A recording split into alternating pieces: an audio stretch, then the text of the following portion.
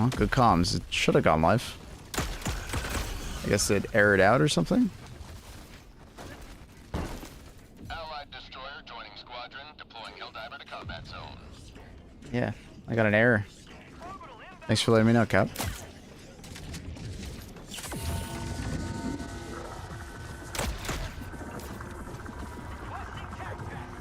It's weird.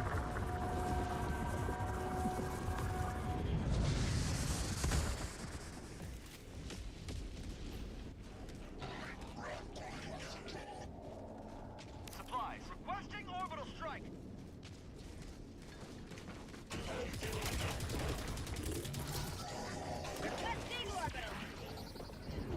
Love trying against bots. It feels really good against cyborgs. Reloading. Requesting advanced weaponry.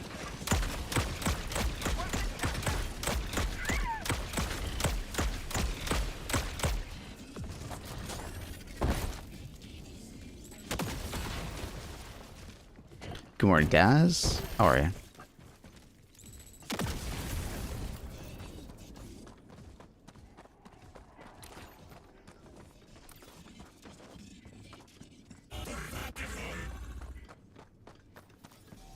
Canada's curling team in the Olympics was accused of cheating. I thought Canada's curling team like did kind of poorly this year. They were accused of cheating? Really? Enemy elite, northeast, 50 meters. Orbital inbound. I don't really watch the Olympics all that much.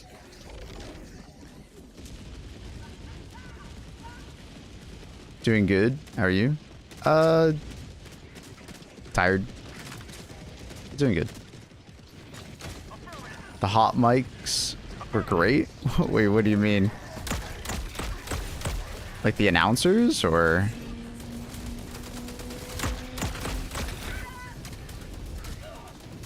You guys might want to run, boys.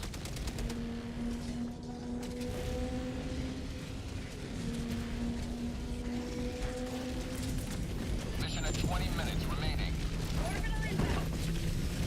Hellbomb arm, clear the area. Freedom. Pod. Triumphs over tyranny once more. Nah, Canada guy was dropping F-bombs, and you can hear them. That's funny. Sweden said they touched their stones, and Canada said, well, fuck off. That's crazy. Requesting equipment. Requesting tac. Here's a link. Kenny tells Team Sweden to F off after being accused of cheating, I assume. Wow. Drama.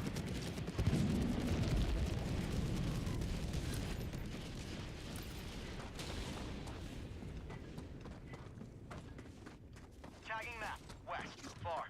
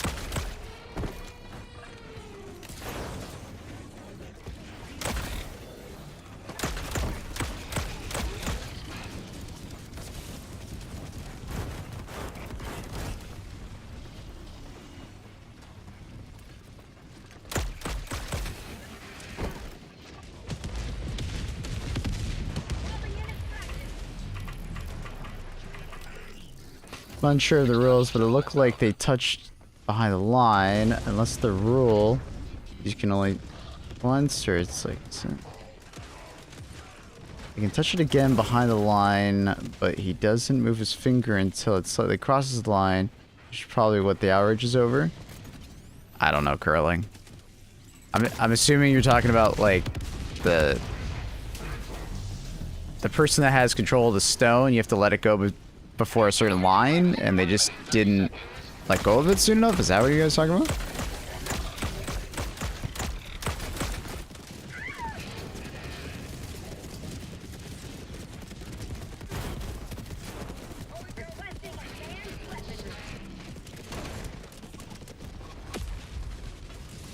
I mean, it's one shot.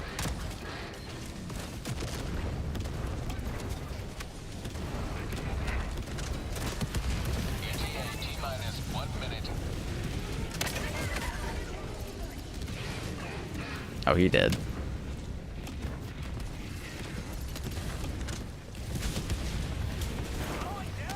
Nah, we'll save that.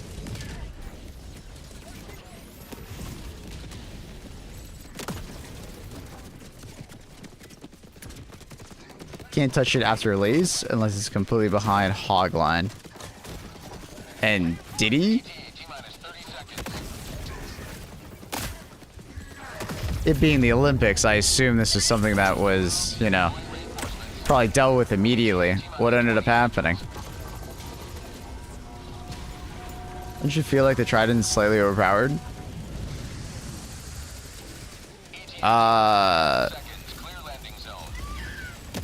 Yes. But at the end of the day, that's just kind of how Helldivers goes at this point.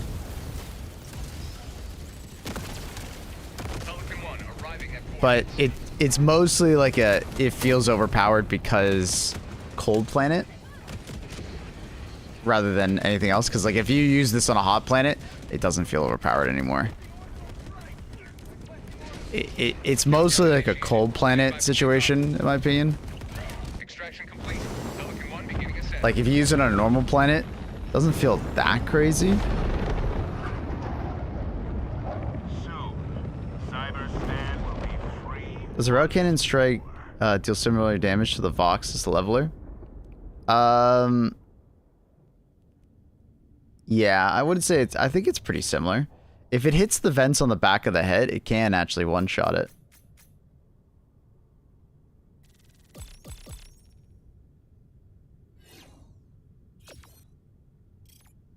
Like the Trident feels slightly overpowered, but it's because of a cold planet. Like like I said, if you use it on a normal planet, it doesn't feel OP anymore. It just feels powerful.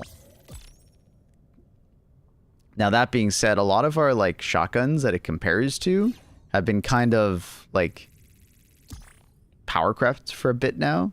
It's because we've been buffing so many weapons and they haven't really been touching shotguns lately. So outside of like, you know, cookout, you know, incendiary guns, a lot of shotguns have felt like kind of meh.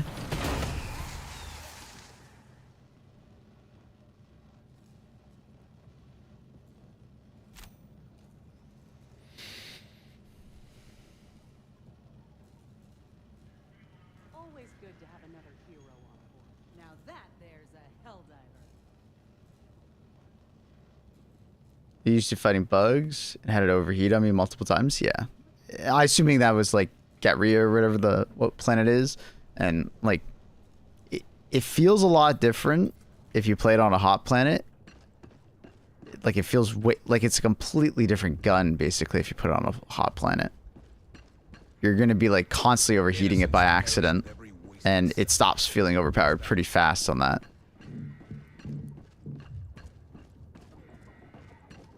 But if you take even the slightest break in firing on a cold planet, the heat that you amassed after that shot is gone within like half a second. So if you just like tap fire it, like slow it down a little bit, it'll feel kind of overpowered because it like never overheats, basically. So it'll feel kind of nuts. On a normal planet, it feels powerful. It's like, it's powerful, but it's not like insane. And at the end of the day, it's also just light pens, so you're going to be lacking utility. Like, if the Trident was all of a sudden medium pen, it acted like it does on cold planets everywhere, I'd be like, oh yeah, okay, it's overpowered, and they should probably tune it down a little bit, because it makes everything else look bad. And then we get into a buff cycle where, oh my god, we have to buff everything. And then, oh my god, now our support weapons feel weak because we buffed our primary weapons too much. And then we have to buff our support weapons because of that. And then our enemies feel weak because we're just like stomping them. So then they have to like give us new enemies to shoot at. And then the enemies feel too strong, so then our weapons feel too weak, and then we have to start buffing our primary weapons again. And then once we buff our primary weapons, then we have to buff our support weapons again. And then all that's going on, our normal stratagems start to feel weak because we've been buffing all of our other stuff so much.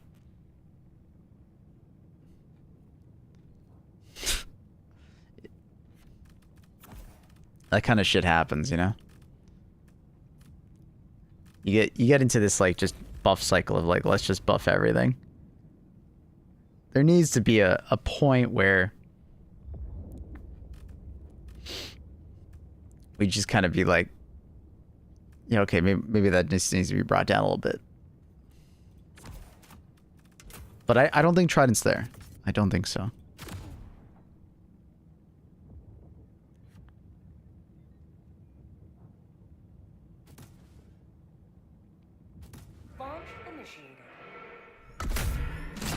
So, Chad, about the curling thing, what ended up happening? So I understand there's controversy, but like they probably would have made a ruling on that within like, you know, 30 seconds.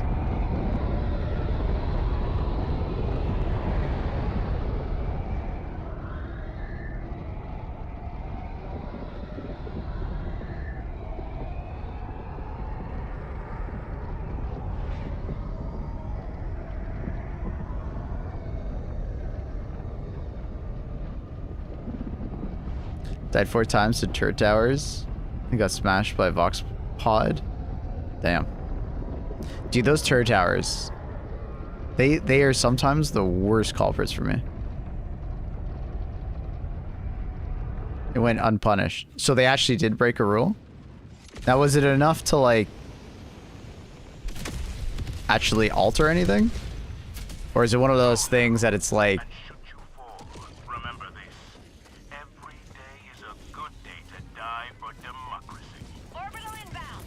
Is it one of those things that it's like, it's such a small infraction, it's kind of like, it wouldn't actually have any effect? I don't know curling.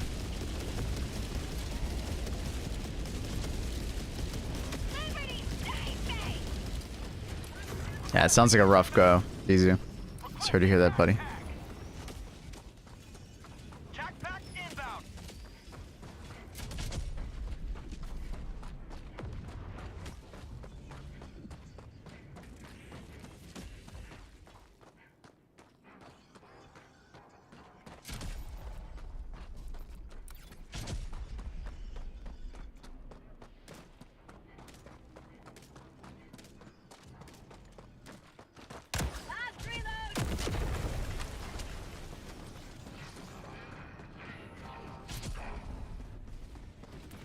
Ooh. Requesting orbital. Firing orbital barrage. Clear the area.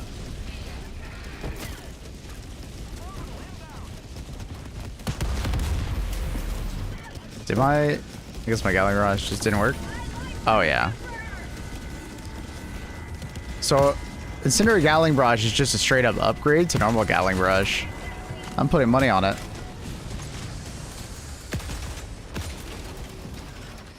It melted that guy. I didn't even get the strafing run off. I thought the strafing run would go off. It didn't even go off. Gatling Barrage just by itself melted that guy. So, I think that kind of answers my question. I'm pretty sure Incendiary Gatling Barrage is literally just normal Gatling Barrage. But there's a fire effect that gets put on the ground afterwards.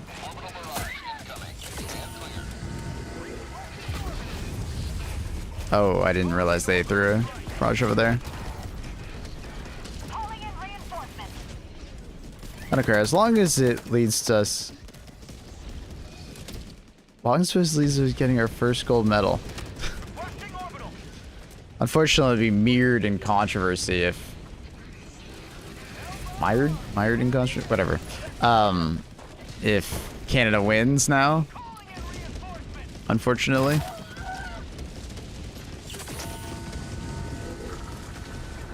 Damn, how far back is that guy? There's a Vox over there.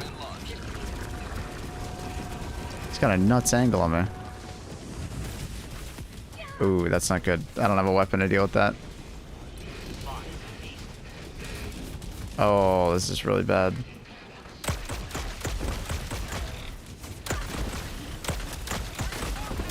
I'm just getting sniped at by a bunch of Vox.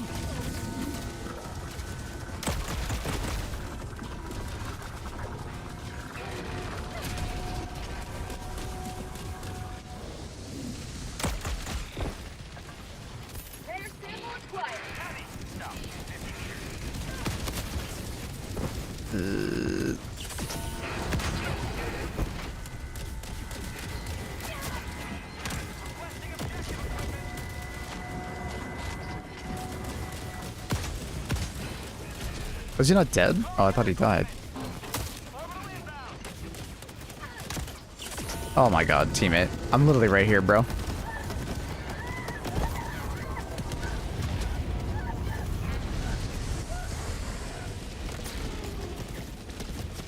Calling in reinforcements. Dropping package.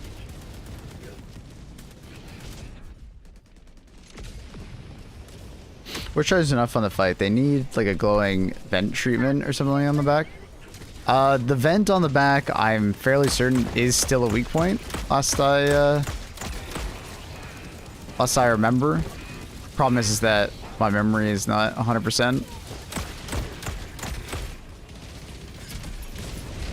Like, they added the glowing eye, and then obviously the legs are still a fairly good weak point. Enabled early today? No? Oh my dude, what is... What are they doing? I'm just... I gotta stay away from my team on this one.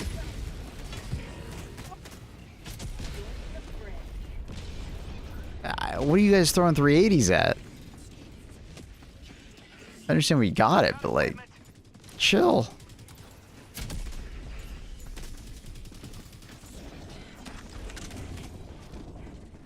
The amount of times I've been killed by my teammates this round is kind of insane. Objective critical stratagem available. Calling in a hell bomb. Requesting orbital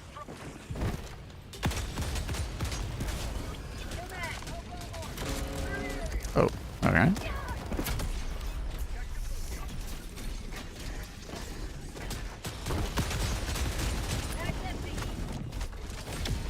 Another step towards the left. Surprised how few eruptors I see. I think people have trouble using the eruptor on cyborgs just because cyborgs are very aggressive.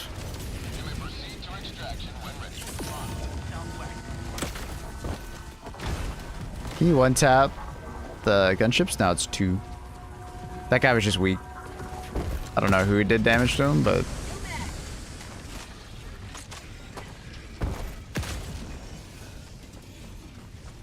Probably skills you had to despise them. Oh no, dude, you disliking War Striders is completely normal, especially if you're dealing with a surge of them. I don't like War Striders if I have to deal with more than one at a time. I really don't mind War Striders if there's like 1, maybe 2 at a time. My issue with them comes when I have to deal with multiple at the same time, because their laser cannons are obnoxious in groups, and dude, having to dodge that many grenades when there's like multiple is just the worst. But that's also kind of Helldivers. Helldivers, unfortunately, there's quite a few enemies that do not feel good to fight against when there's like more than one.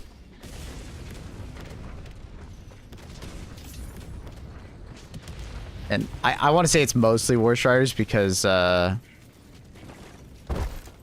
War Striders are tanky and they have a fuckload of ragdoll. Sending in an eagle.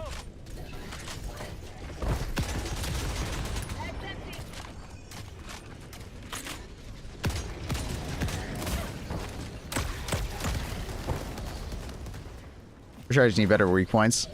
I think they need to make the eye weak point a little bit bigger.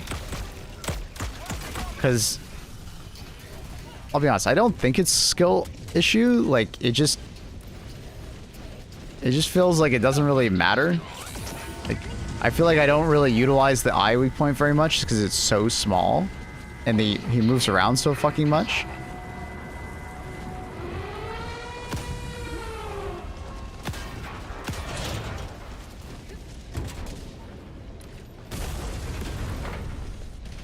You know? So the eye weak point is just kind of weird to me.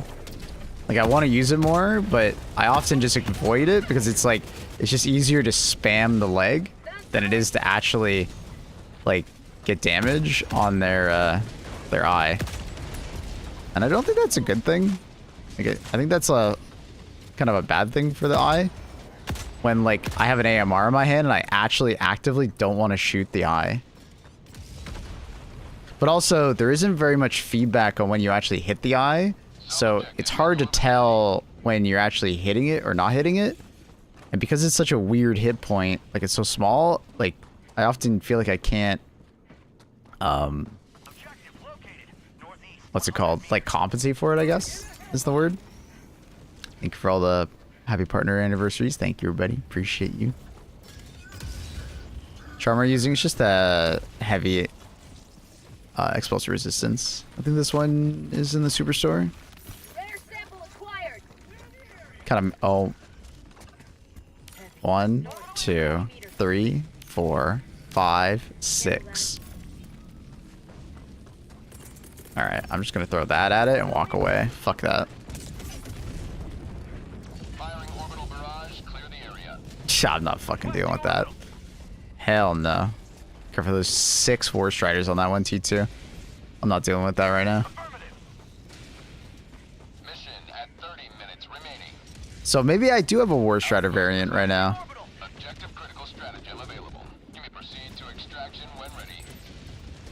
Did he activate it? Yes. Nice.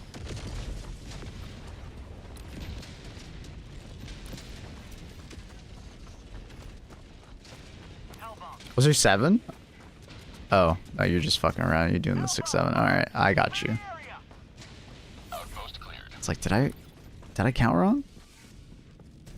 Oh, I think I did. Requesting air support. Heavy. 50 meters. Bag's empty. An eagle never misses. I think another thing with the War Striders is, like, I've said it before. Like, I don't mind War Striders being tanky. Like, I really don't. I think we as Helldivers actually one-shot enemies too often in this game. So there's very little room for teamwork.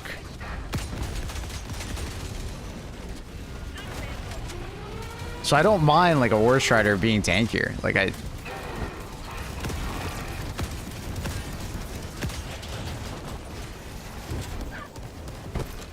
it's just because it's so obnoxious to fight against because of all the ragdoll, it leads me to just be annoyed by it.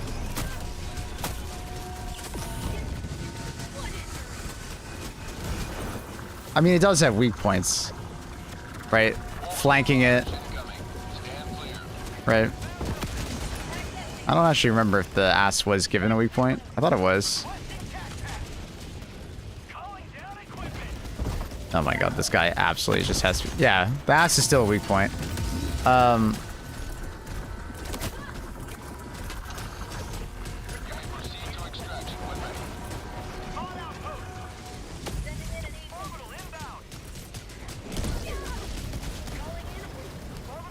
I think the only change I would make is I would make the eye of the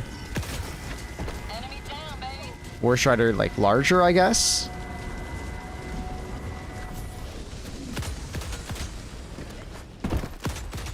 I think I'm hitting the leg, unfortunately.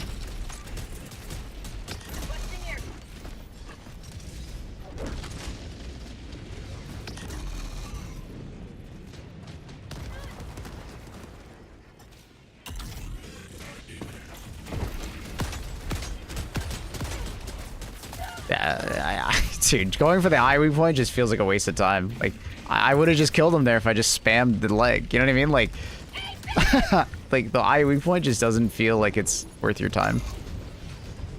I think I might just die here.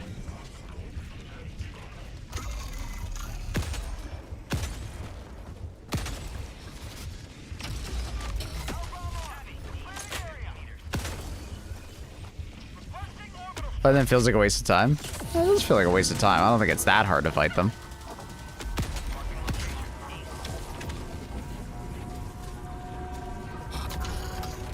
Yeah, they tend to wiggle a lot, you know, while walking or they're moving their head back and forth. One shot. What? Did I miss one? I must have missed one. You bring the right tool for the job, like, they die fast, very fast.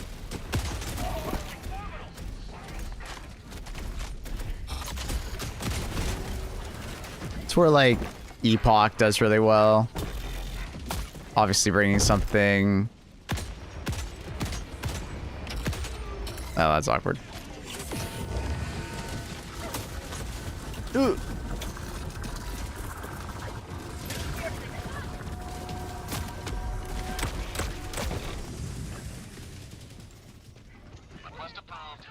Look at the eye at like 25 meters or less, kind of like how the Hulk one shot.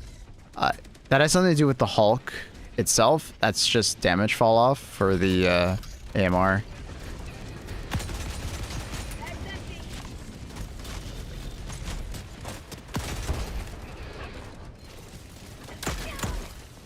Oh my god, 2 of them?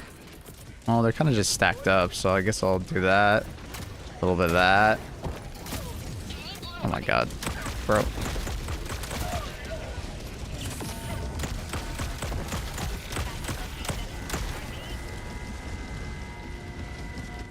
You should die. Do Hulks normally turn their body when running to avoid getting shot for the eye? I don't think that's intentional. I think that's just like a bug that just hasn't been resolved.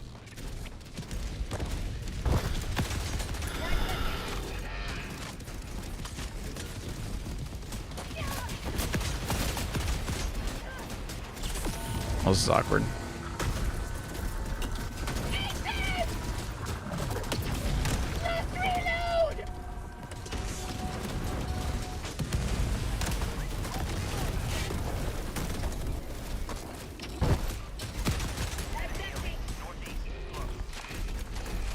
Uh-oh.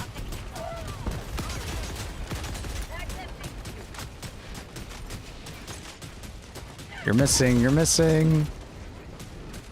Oh my god, another one. Extraction is available. Oh, I kind of wanted to go out that way, but I don't think the game's gonna let me.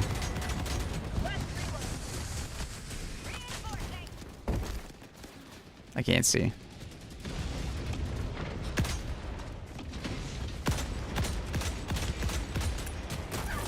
That should finish him off. Oh, I missed apparently. What's your from?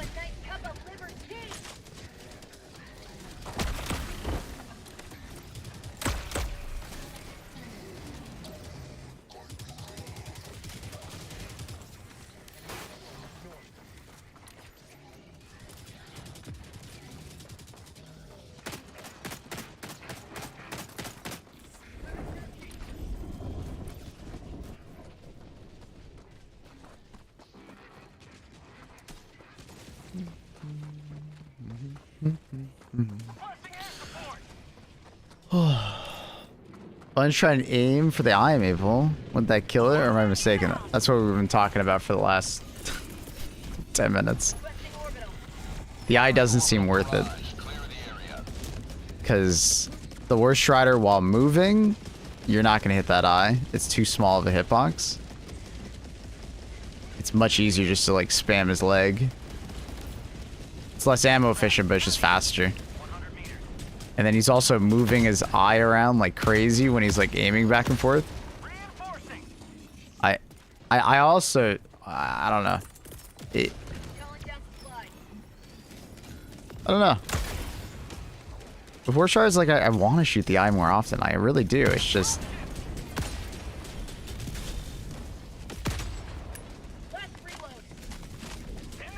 doesn't feel worth it. Requesting orbital.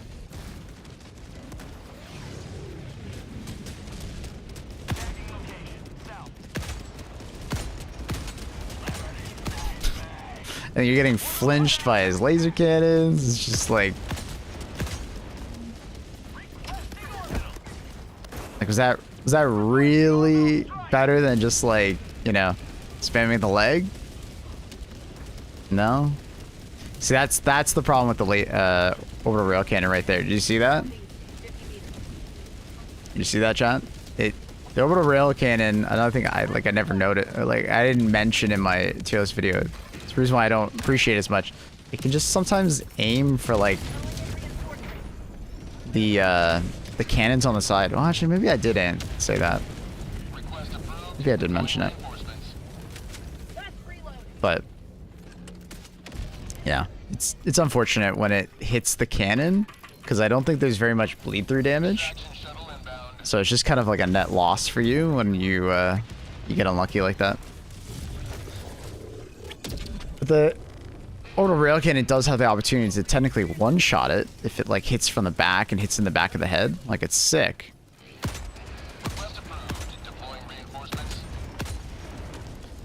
Does that always happen? No.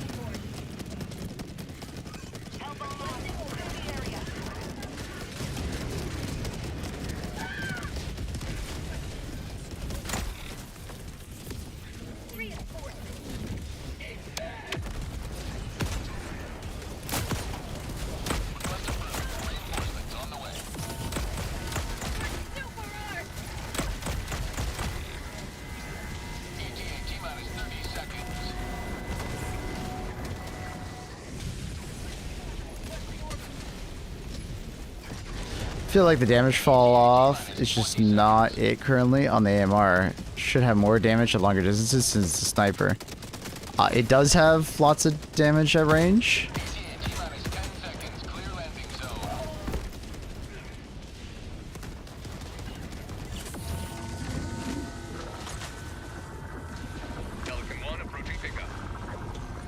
It's anti-vehicle, not anti-armor.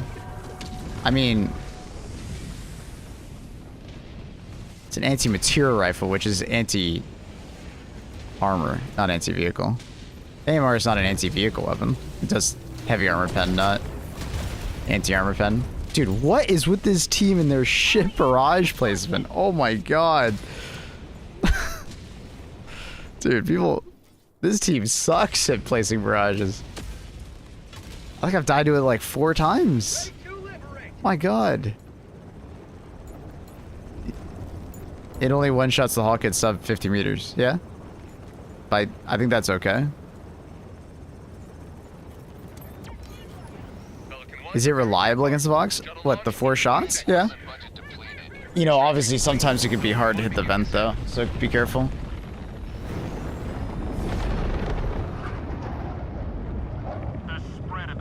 How's your new experimental stratagem? It's literally just a better Gatling Barrage. I am definitely disappointed that it's not a permanent unlock. It's just a limited time.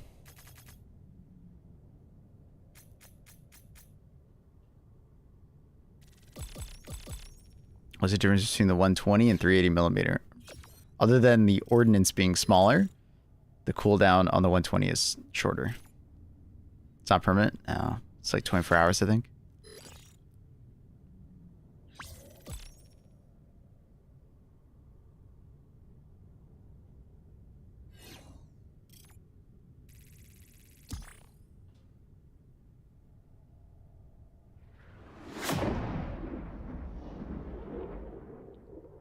But anyways, The AMR feels like a sniper.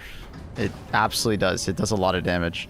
The fact that it doesn't one-shot a Hulk out of 50 meters just ain't a big deal, bro. Like that, it feels brokenly overpowered the way it is.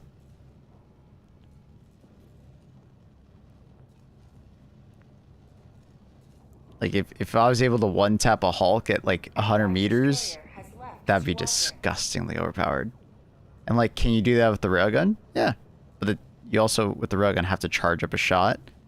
You know? And it's harder to use. Do you have a current tier list for weapons and stratagems? Mm-hmm. Check out the YouTube. My editor, Pula. Just saying good morning. I think he's working on the primary weapon tier list for cyborgs. So...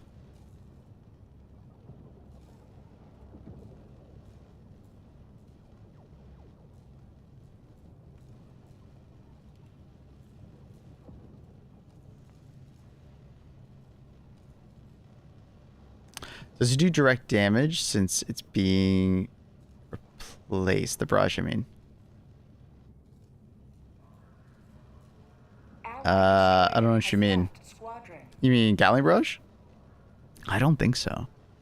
Like at first, when I first heard about the Incendiary Gatling barrage, I thought it would be like 120mm barrage versus Incendiary napalm barrage. So like Incendiary napalm barrage is just the 120mm barrage, but less like overall damage, but you gain fire, right? Which obviously makes it better versus some enemies, worse versus some enemies. But it seems like Gatling barrage Incendiary is literally just Gatling barrage, but there's a fire effect on the explosion. So it just like gains. I could be wrong. Someone could let me know in the chat. But as far as like me using it for 2 games now, it's pretty crazy. I don't know if I ever said it before, but I think the armor you use is so visually ugly compared to the other armors in the game. Yeah, I just don't care about the appearance of my character. I just wear random shit 90% of the time.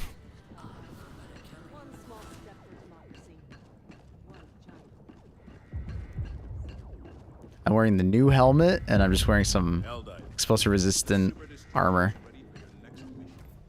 We could pick something else, though. Look at this one. Kind of matches the helmet. Song request isn't on right now. So we're 25% done with Omni. The city was once a center of commerce. There's still too many people like on random other planets. But I guess that could also be because like they didn't get good missions on Omni, or they don't know. This operation would strike a mighty blow against the enemy.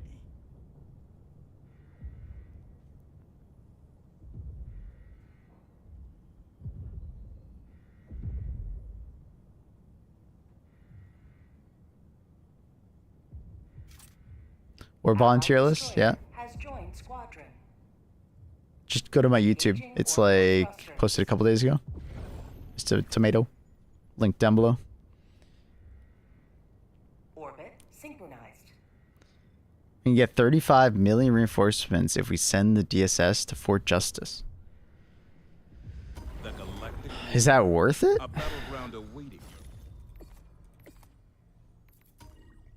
I guess everybody's voting for it already. That's probably worth it. That's a day's worth of reserves. Is there anything crazy that it's doing right now? I guess it's... you know what? That's actually big worth, because Orbital Blockade literally just doesn't do anything really unless they're going to do like a, you know, an attack somewhere else, but they probably won't. I mean, they might, but okay, I guess they could. They could try to attack like I know they won't attack Merrick because we bombed it. I guess they could go for a short bay and that would cut us off. Or the south.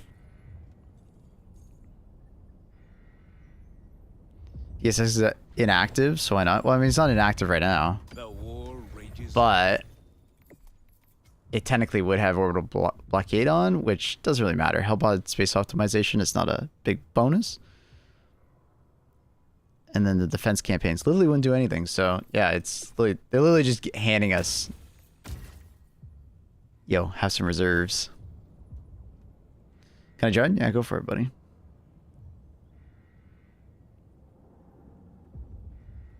What up, Gez? I saw your blueprint. Congratulations on the snap hook. Moldy Hornet. Yo. May I join, sir? Sorry, dude. I let my tier 3s join throughout the week. Sundays is for everybody.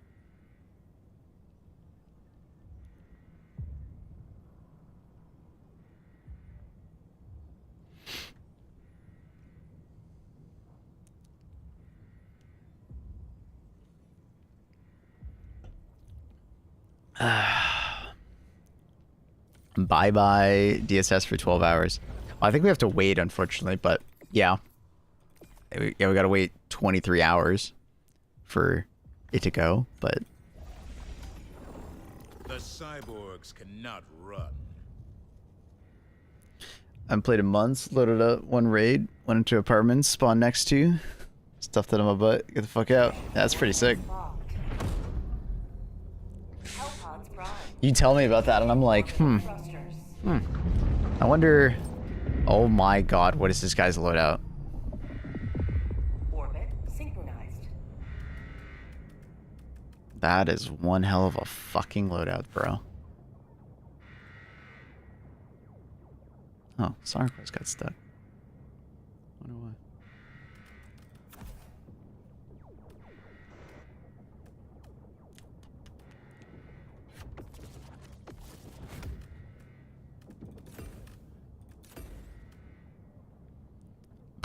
My man. Oh, God. It is an absolute Benzie loadout. My man.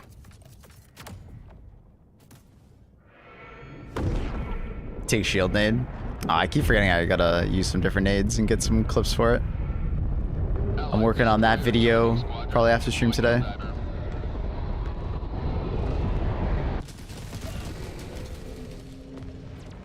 Make the automatons pay for their wanton aggression.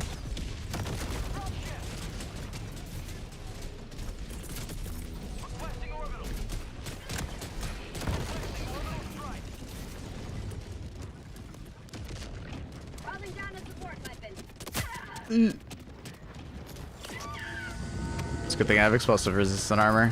That would have got me killed.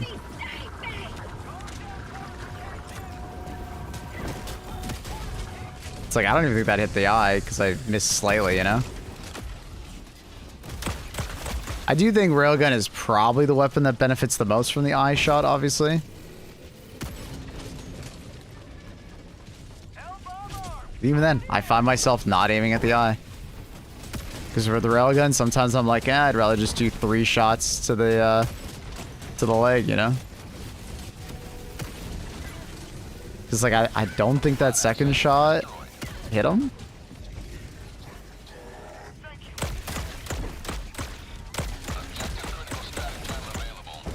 Shield nade good? Yeah. It's so good.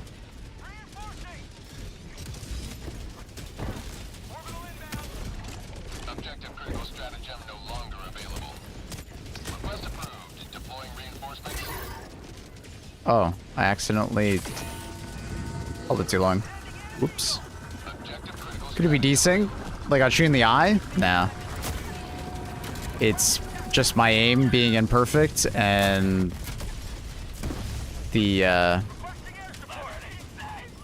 Objective critical stratagem. eye being very small.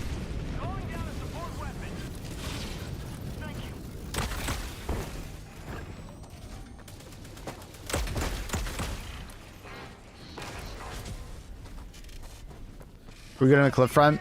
I have to do ones for nades today. But we've been doing really well though, Trindle, thank you. Oh, 1 HP.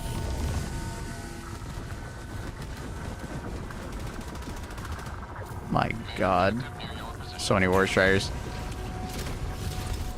Without the railgun, I don't know if I can do this.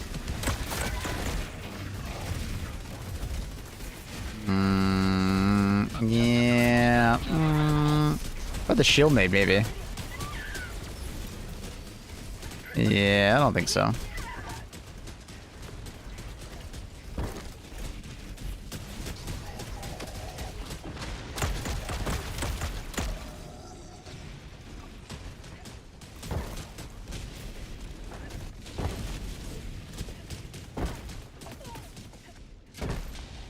Use a thermite clip. Spread the info about thermites working. I still have to test it myself to see if it's consistent. Objective critical stratagem available. Objective critical stratagem no longer available. Mission at 30 minutes remaining. So this is like a perfect situation of like Trident doesn't feel OP, you know? The fact that I can't blow that up, it does matter.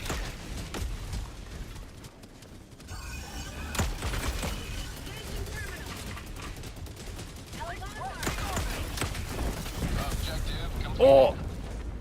For Super Earth?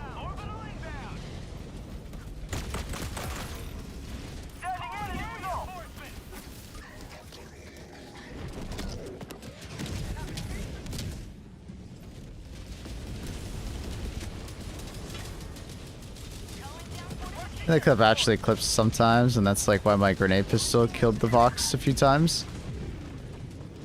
Maybe placeable. Yeah, I'm guessing maybe desync or just like some amount of like just clipping issue through the armor.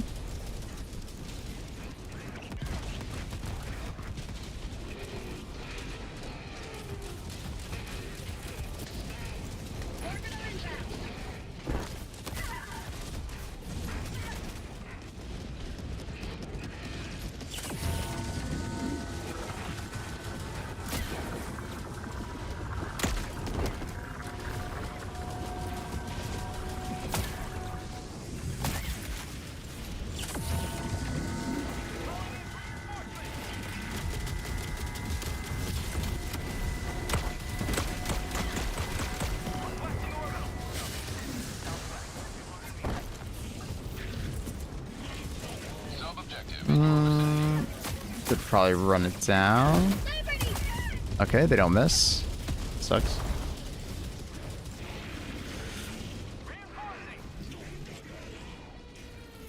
Sending in an eagle. Arctic fortification. Democracy has landed.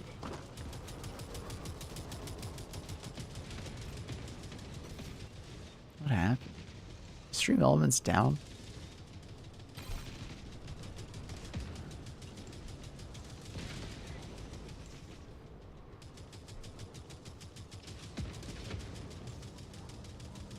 My Chrome broke. Oh, it's because it was updating. Okay, gotcha. I don't know why Chrome just didn't refresh. Am I the closest? No. Sorry, I don't know what happened to music. It's just Chrome is just not working for some reason. I don't know.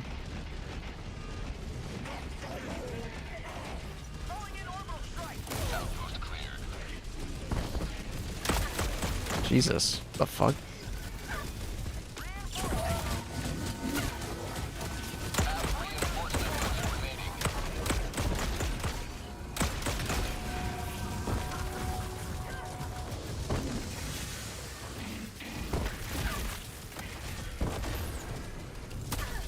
What is happening with stream elements?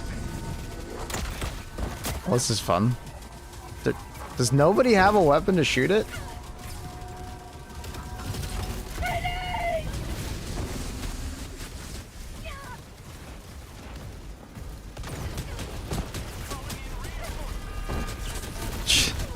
The fuck?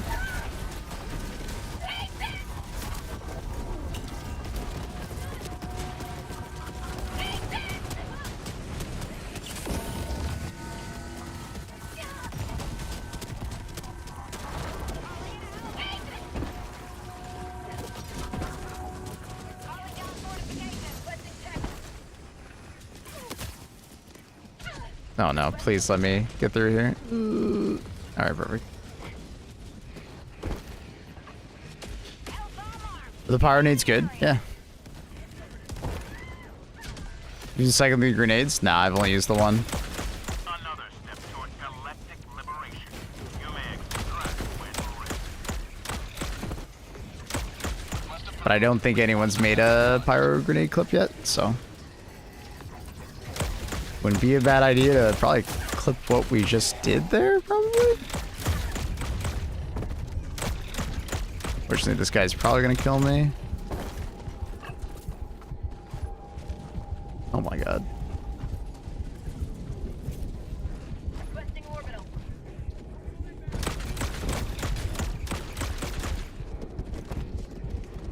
Longest resupply ever. Alright, we're good.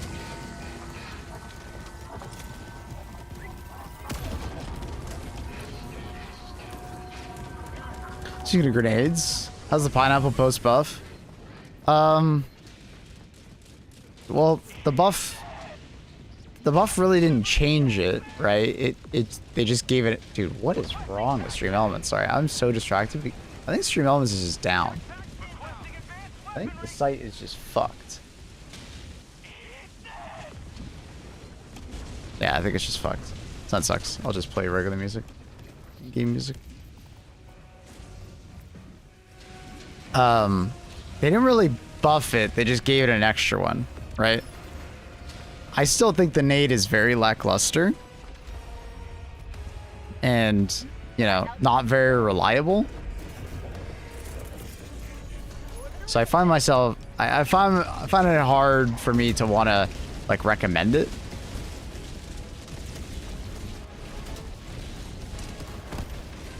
It's not, like, the worst grenade ever or anything like that. It's just it's all right. It's pretty when you throw it, but I find the impact of it is sometimes fairly low just because of like the randomness.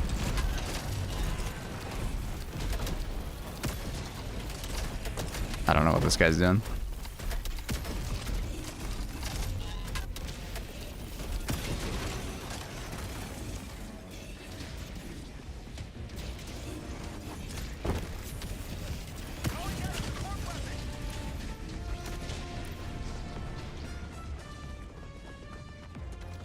It very often just feels like it's either complete overkill for the enemies you're throwing at, or like underkill for like a bigger enemy, right?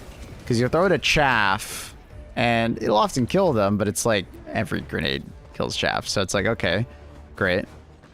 But then you'll throw it at like a larger enemy, and it's like, it's very unreliable at doing like its damage to like bigger enemies. So I don't really care too much for it when using it against like larger enemies. So it has this like, well, I guess it's pretty good against medium enemies, but then because of the way the pineapple splits apart, it can be unreliable at killing like multiple enemies, just because, you know, it'll split apart in a bad way and then, you know, only kill some of the group. Whereas like other grenades have a more like traditional explosion radius. So it's more reliable, right? Because there's a little bit of like luck of the draw when using pineapple, you know, when it splits apart. Like, does it split apart in a way that benefits you, or does it split apart in a way that like actually, you know, doesn't do anything? So that's how I would describe it. Like I said, I don't think I would put it like in D tier anymore or anything like that. I'd probably put it like, I'm gonna do a tier list later today on grenades for cyborgs on CYBERSTAN, and like I don't believe I'm gonna put it very high. I'm gonna be using it a little bit. Hell, we'll fucking use it next game. I'll kind of try and show what I'm talking about. We'll do it literally next game.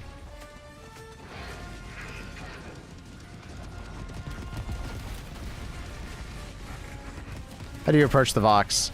With lots of cover in the way, probably.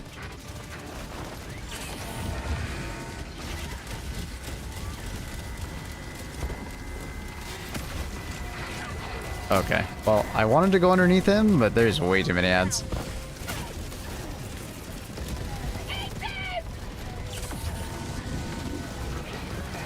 Dude, I'm thinking about it. I'm just gonna drop this. Fuck that.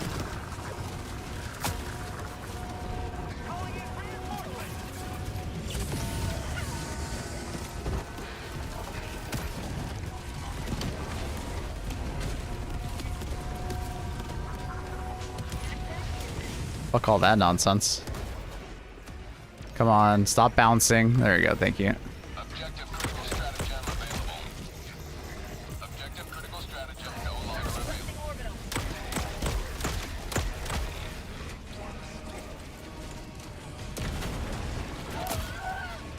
Orbital barrage incoming. Stand clear. Resupply on me. Me and my friend were wondering, what do you think is better secondary when running the Eruptor? I'd say Talon is better, but my friend says the Ultimatum is better. What are your thoughts? Depends on what your support weapon is. What support weapon are you using in this situation? And the reason why I say that is because if you're using the Ultimatum, you may get yourself into an awkward situation where, like, your Eruptor is not loaded, and there's a bunch of, like, tier 1 bots on you, and your support weapon is a fucking, like, recoilless, so it's like you have to individually kill all these tier 1 bots versus if you had, like, a Talon, you know, it'd be much easier, right? So it depends on your loadout, I think, is the most important outcome, right? Like, you always want to have something in your loadout that you feel somewhat comfortable with, just like destroying, like, lower tier enemies. You don't want to put all your eggs in one basket, right? So if, let's say, you're running, like, Eruptor, and you're running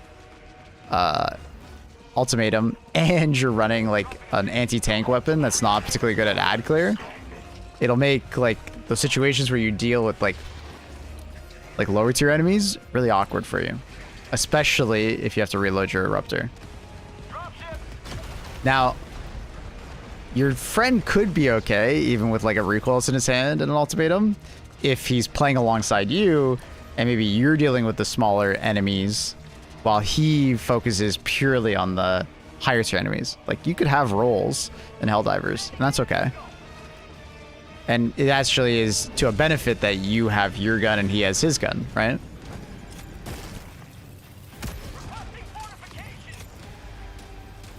Long story short, it depends on the context. Does that make sense? Teamwork makes the dream work. I usually save him more times than I can count. But, like, the thing is that he probably saves you a bunch, you know, with, like, dealing with anti-armor, right?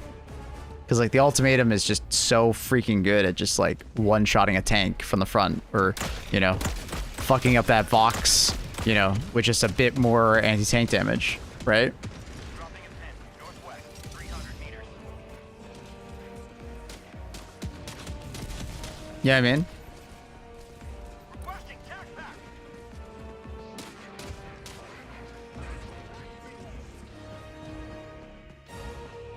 Could you kill the Vox by destroying all the vents? Yes, but it... Oh my god. Yes, but it depends on the weapon that you use to kill the vents. Because the way the vents work, Coffee, is that when you destroy a vent, it does direct damage to the main HP pool of the Vox. It does 700 damage, right? But then it adds on the damage it took you to kill the vent as just, like, flat, you know, damage. And it has no armor, so there's no, like, mitigation or something like that. So, like, let's say you shoot the vent with the railgun versus shooting the vent with the Stalwart. The Stalwart will get, you know, 700 damage plus the damage it took to, like, kill the vent. But then the railgun will get the 700 damage plus all that crazy 2,000 plus damage you got from charging it. So in that example, if you kill all of the vents with the stalwart, he won't die. He'll be at like 20% HP or something like that, right? But if you killed it with the railgun, I believe you only need 5 with the railgun to kill him outright.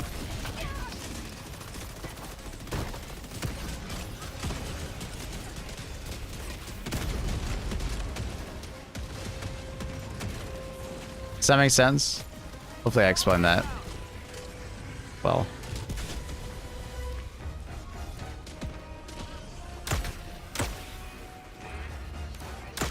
I can't remember the numbers on all the breakpoints on Vox. There's just so many. Orbital barrage incoming. Stand clear. But a really fun one is like the variable. You know, the variable gun that you can shoot all the bullets at once. It's actually extremely good versus the Vox. You only need to kill 4 vents with the total, and it will outright kill the Vox. A primary weapon, only 4 vents. It's pretty cool. Now, unfortunately, the variable isn't the best weapon outside of that on cyborgs, but you know, interesting regardless. Extraction shuttle inbound. Good day, sir. Thinking about buying this game. Tell me one thing I should know before starting the game. Like, I don't know, have any chance to watch your YouTube video guides. I almost don't recommend watching my YouTube video guides. It's actually kind of fun to go into this game blind and like learn as you go. It will be tough at first because this game is definitely a game built on knowledge. Like, but what I recommend is after every mission, pass or fail, try to like reflect on it and see like what you've learned. You know, because very often, at least I noticed this in my first 50 hours of playing this game. Every time I played a mission, I could like tell myself I learned something from that match, right? Like I learned a new weak point on an enemy. I learned that this weapon isn't particularly good against that enemy. You know, things of that nature, right? So it's a good exercise to try and like do that. Why am I not stimming? Because my character is getting knocked over and shit.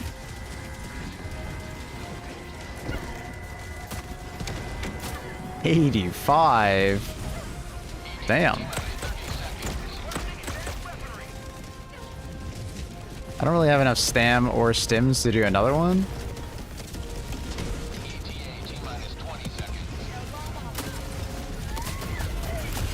Watch out, I put a hell bomb over there. Stand back.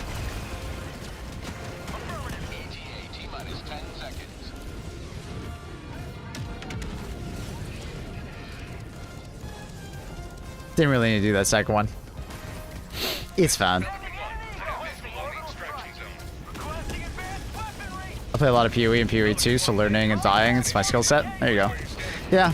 Try to learn from every single occasion. Oh, pick up samples. They're like... Samples are found on the map. They're indicated by like a white symbol when you walk up to them. Just pick them up. Pick them up and try to hold on to them.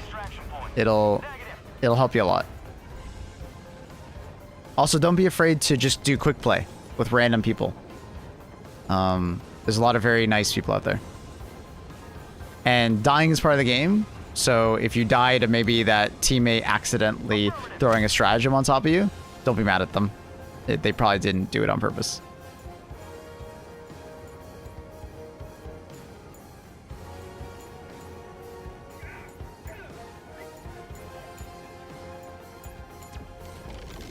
Oh my god, this mine. I don't think I picked up that many samples.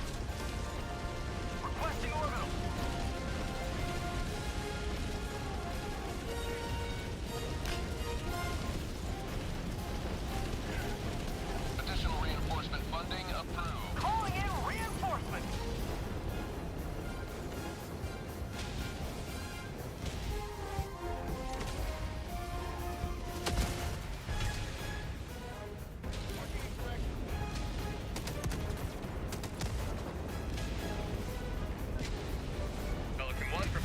hard. Shuttle launch in 20 seconds. Extraction complete. Pelican 1 beginning ascent.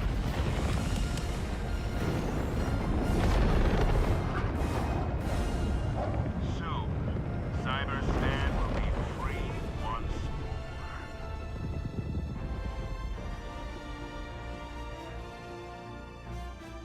So I need to ask, for each new weapon, do you prefer having a text overlay the whole time?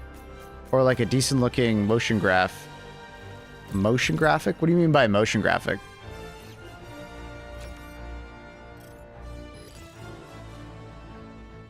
I don't think I know what that means. I'll be honest, Pula. I'm not very picky.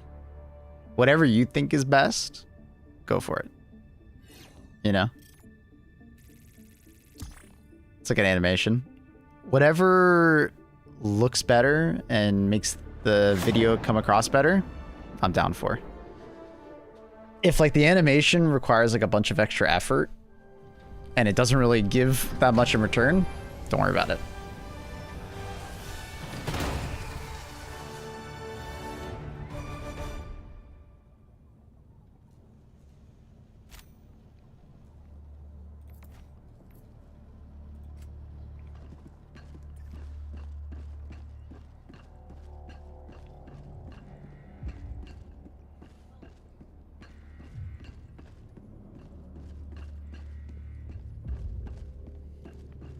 The fuck is this goofy ass armor? What do you mean, dude? This is some great armor. This is my China #1 armor set. I'm wearing the China #1 helmet. China #1 cape. China #1 player card. And then I need some armor that had the right perk that I like. As a viewer, text is better. All right.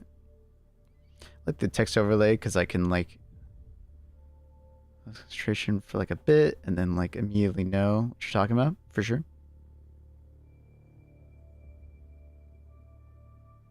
I think Annie is probably sleeping right now, Hula. She's getting ready for a trip.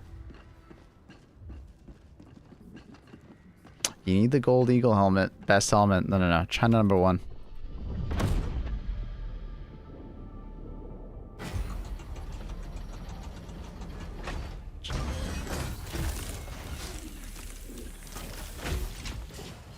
China #1.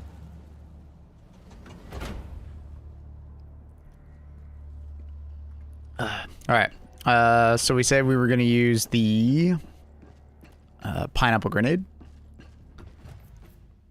Feel free to rejoin Mr. Akuma.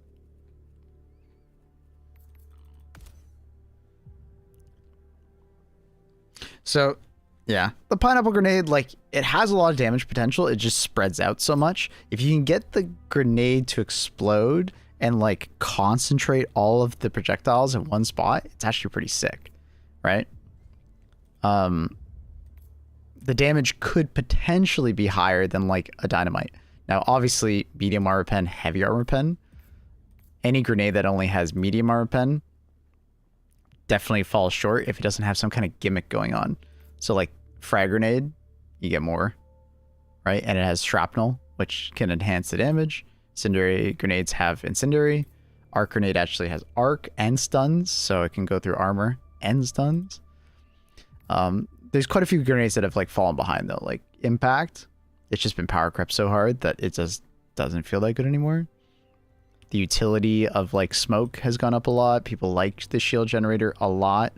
I don't really like it that much for bugs, but or illuminate, but it feels really good on bots. Gas grenade obviously is insane because of the CC and damage. Lurid Mine has its like uniqueness to it. Seeker is broken at the moment still. That's my knowledge.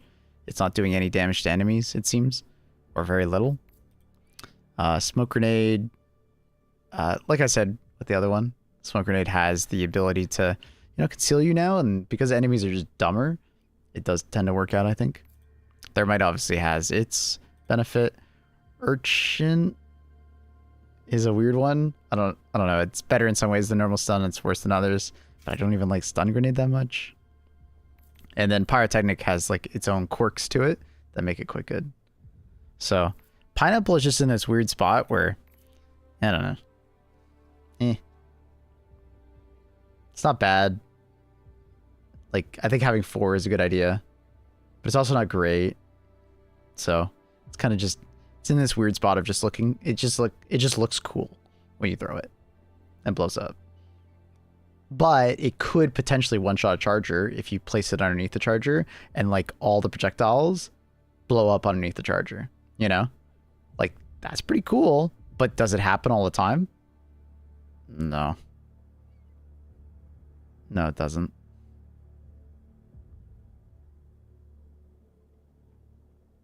I had a teammate the other day who did like shield backpack, went underneath the Vox engine, made it speak its secondary language of kaboom. I was like, halfway through that, I was like, what are you talking about? And I was like, oh, nice. The croissant turned into a drumstick. That's Luna. Quasar Cannon needs to go down to 5-second cooldown. I don't think it needs to go to 5 seconds, but I have had this debate in my head that maybe it deserves to go down to 10.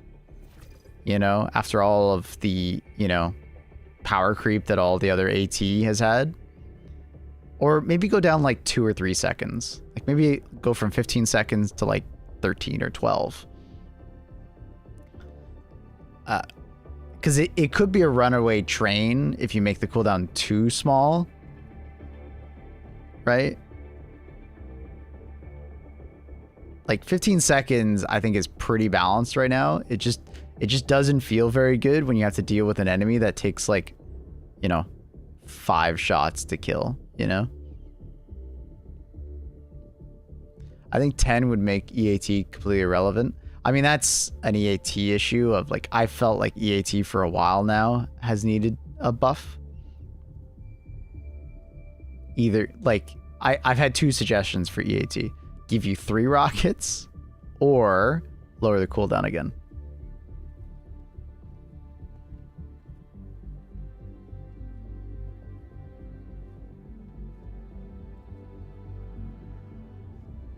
EAT and Commando for some time now have felt kind of meh. Like you could take it, you could, and it'll help you, or you could take maybe something more useful like a red stratagem. Do you think the siege engine will be in the class 4 megacities? I don't know what you're talking about. If you're talking about leaks, remember we don't talk about leaks on stream out of respect for the developers and the people who don't want leaks. Command is just so versatile though. I love it versus bots. It can, yeah.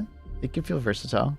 I just often feel like I'd rather just take a red stratagem instead of a commando and then just have a normal support weapon.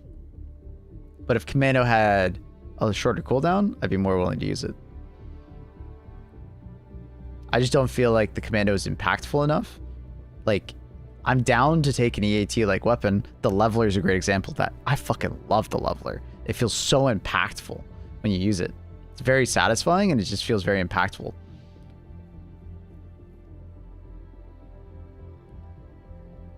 I enjoy Commando and EATs together. It's a very enjoyable playthrough or play style. Don't get me wrong. I'm just, I wish it compared better to just taking red stratagems. Like they buffed so many red stratagems that Commando and EAT don't feel as good as they used to, right? They used to feel more impactful relative to all their other red stratagems and even support weapons, right? But like Quasar, EAT, and Commando have really been like coming down as we get more utility as far as grenades, we get more utility as far as red stratagems that are better, and a lot of our support weapons keep getting better, right? City must be reclaimed. So I find myself, you know, not really recommending EAT and Commando nearly as much as I used to.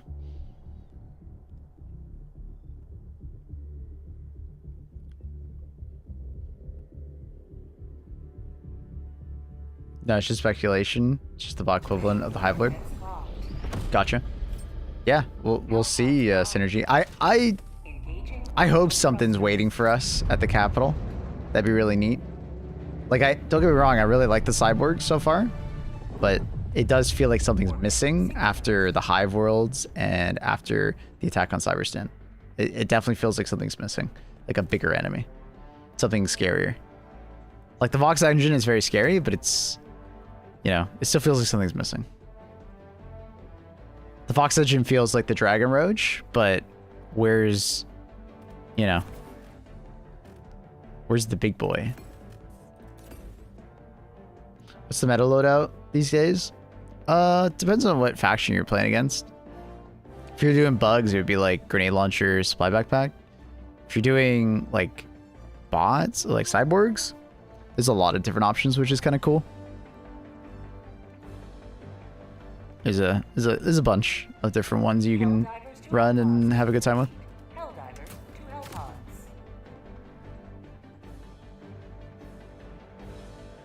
I'm actually quite happy about that. That cyborg missions don't feel like there's a real meta loadout. I like that. Honestly, drop the charge time and keep the cooldown of the Quasar. Nah, I don't want them to drop the charge time because that's kind of the point of the weapon. Allied destroyer joining squadron, deploying Helldiver. Let them go. Let them roll. Let them face the insurmountable. It's like kind of the point of the weapon is like you're taking the time to charge up all this energy into like a concentrated shot. But if it went too fast, it would be kind of like, eh. It would also kind of like put the Epoch in a really weird spot. Because the Epoch is supposed to be like the Quasar, but different. Box spawn rates need to be toned down. I don't know if you like tone down the spawn rates or you just like adjust the cannons so they're not as obnoxious.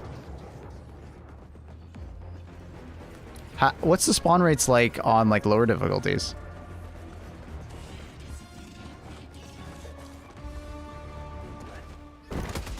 Because if we're talking about tier 10, no, I don't think they need to reduce it. But if it's like a systemic problem, like every difficulty has too many foxes, that's different. Wish Quasar had an unsafe. What you just described is the Epoch. The Epoch is that weapon. Yo, thanks, Longwood. Appreciate that, dude. That's really kind. Additional reinforcement funding approved. That's a well-placed. Request approved. Reinforcements have been launched. That's a well-placed gifted sub, man. Thanks. Hello, gamer. I heard about you from YouTube. Yeah, welcome. Nice quality videos. Thank you. Appreciate that. Let me know if you have any questions about the videos or anything you saw.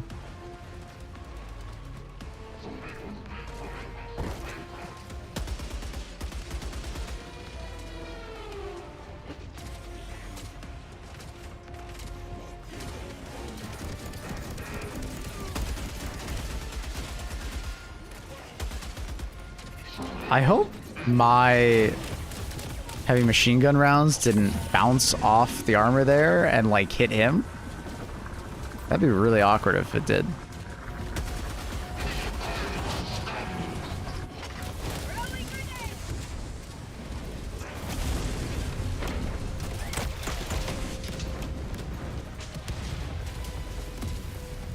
I honestly don't, because your videos are so thorough. Thanks, man.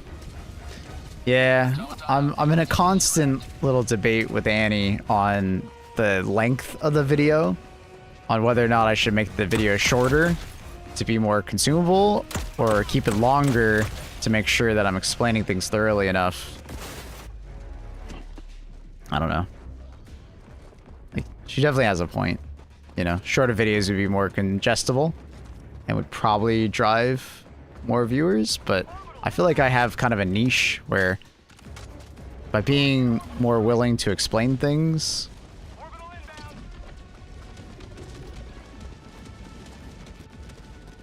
Like a lot of content creators don't do that. Additional reinforcement. But it's also the kind of person I am, you know? Outpost destroyed.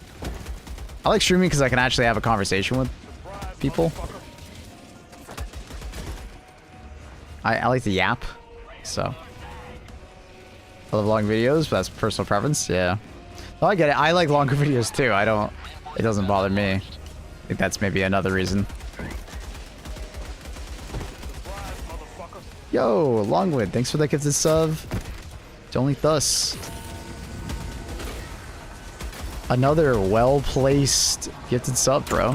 Thanks, man.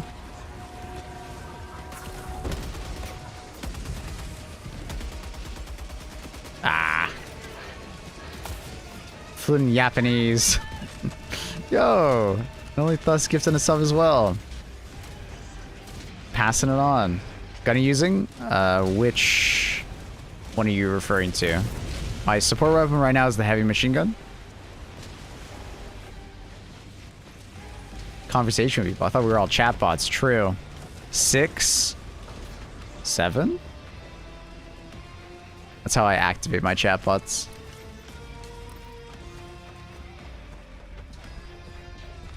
It's my code word. They're all sleeper agents in chat.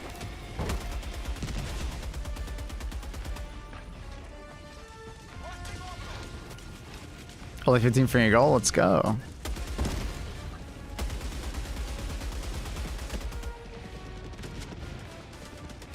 Sending DSS to Fort Justice would definitely be a positive for reinforcements. Oh, big time. Because we won't be sending it until after the bombardment is over. So we'll get the full, like, thing out of the DSS. And then we're only sending it for 15 hours. So it's like, or 12 hours, whatever it is. That's totally fine. The primary weapon I'm using is called the Trident. It's new to the latest Warbond. Highly recommend.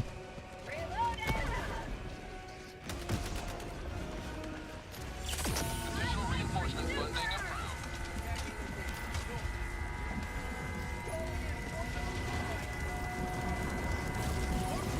Keep your videos the way they are, very informative. I think I need to do a mixture of both.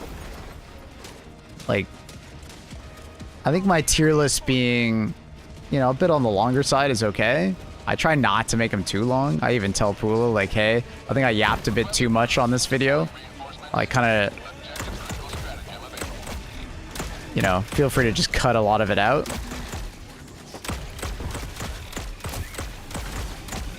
But then for some videos, like loadout suggestions and stuff like that, I do not need the yap. People just are looking for an answer.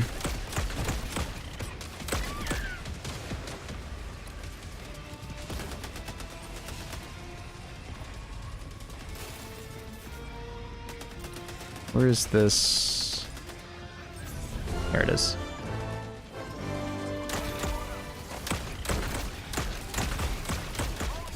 I do enjoy longer videos. Yeah, it's just, yeah, it's a preference thing, right? Like, some people want shorter, some people want longer. The way YouTube works, or at least me as a YouTube viewer, I tend to not mind if it's a longer video, just because if I think I don't want to watch the whole thing, I just skip to the parts that I want, you know? So it really doesn't bother me. Like making it shorter is just like unnecessary, right? Because at the end of the day, if I don't want that longer video, I just skip.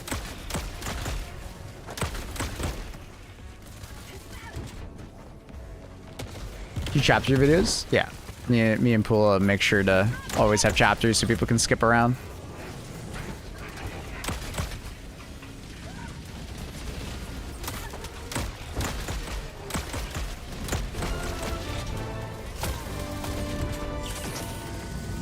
I got it, Akuma. He's dead.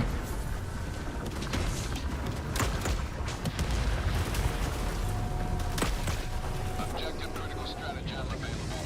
Additional reinforcement funding approved.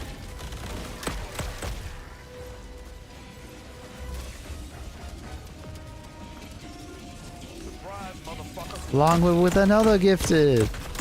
Thanks, Longwood. My man.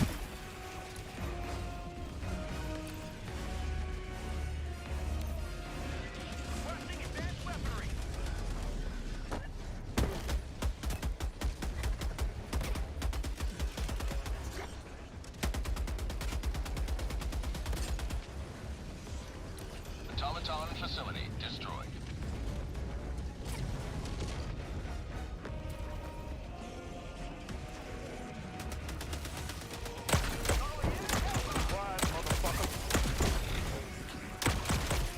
Longwood with another snipe.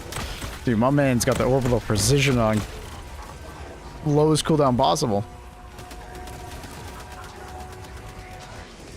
Thanks, Longwood. Let me show the full tier list at the start. Nah, because then... Okay, so that's another thing. Like, I don't want to do that because then that just, like, ruins viewership retention at all. Because people will see the... They'll see the thing, and then they'll immediately go to comment, and then they'll leave their video within, like, you know, a couple minutes. If people want to see it, they can just skip to the end if they want, right? What about a YouTube short or something like for a full tier list explanation? Check out the video. I watch a lot of shorts. Yeah, we've talked about that. I just haven't put that into motion. But it is a great idea. Like, just kind of cutting up my videos.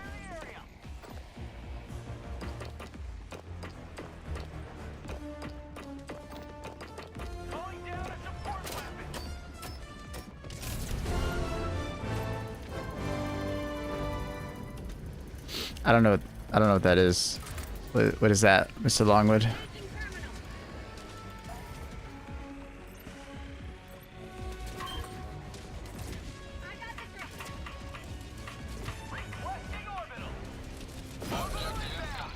Yeah, that's definitely something that I'm interested in, SS Hat.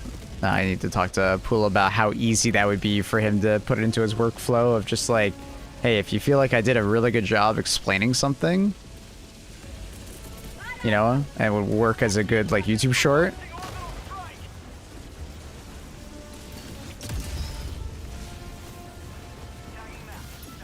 Maybe take, like, you know, 3 shorts per thing.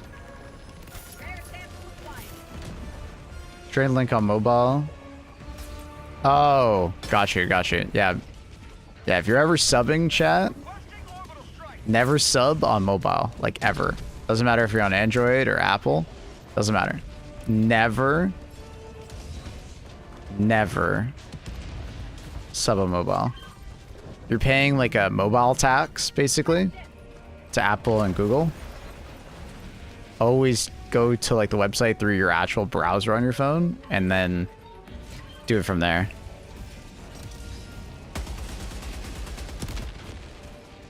Never ever.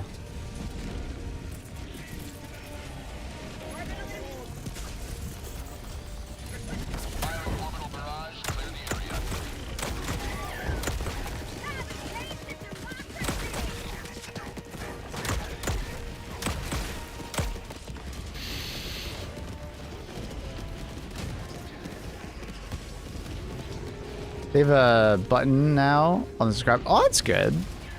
That's actually... I wouldn't expect Twitch to do that. I actually love that.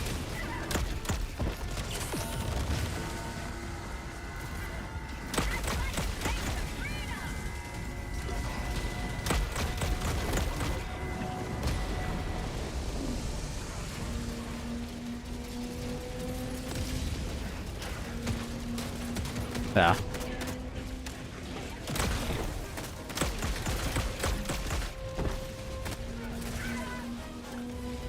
Surprise Apple. I mean, Apple might get mad. They just might not know about it.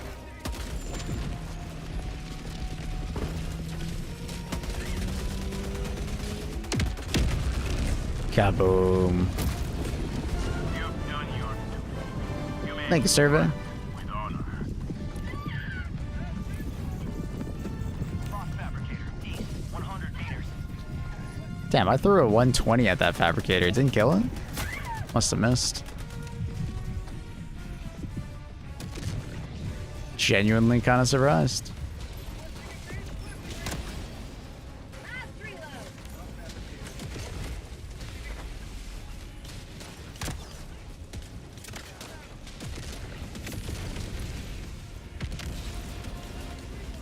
Any lore reason for why they're called Vox engines? I am not a lore expert, so I unfortunately can't do that. Can't answer that one.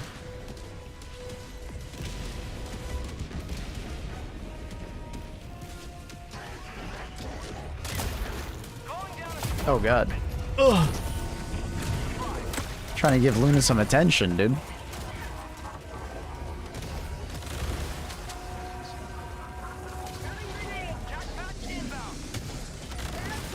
destroy our way.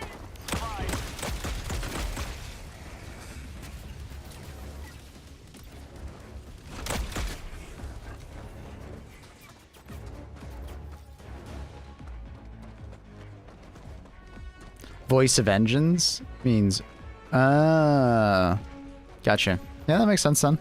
It does yell at you when it's like rolling around. Why does the MA5C assault rifle have so much recoil? Nothing like the assault rifle I know. Are you like, you mean the assault rifle I know, meaning like the one from Halo? Or are you saying like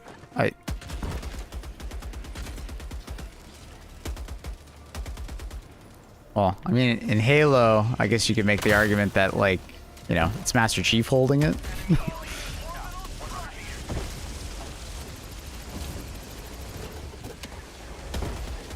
So he's probably pretty fucking good at controlling recoil. But what I recommend is just crouch when firing the M5.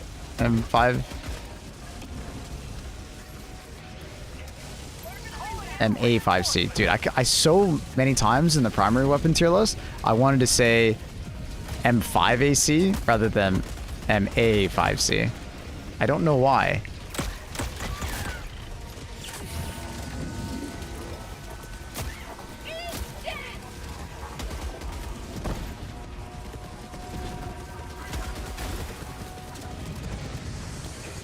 Oh, I'm in a bad spot, bro.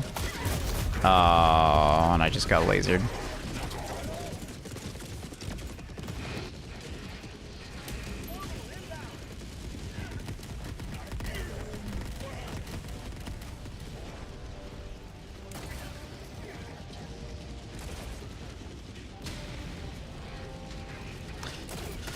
Man had a perfect angle on me. I should have just threw the 380. I was kind of saving it because I was like, I have to activate this and have a 380 later, but I should have just thrown it. Good luck, Margot. Many Vox. Many Vox. Many whelps.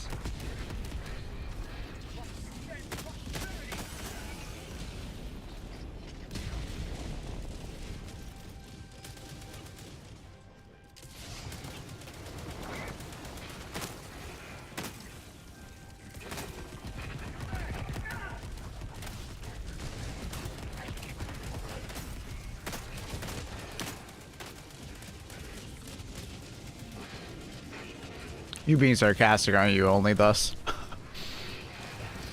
Pretty sure I played with like Orange an hour ago or so. With Margot? Or no, wait, who's Orange? I don't remember who Orange is. Oh, McLean. We joined him, answered his SOS beacon.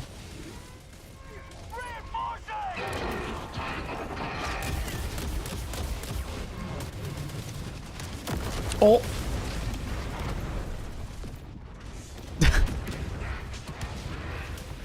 That ultimatum shot. I mean, it killed him, but oof.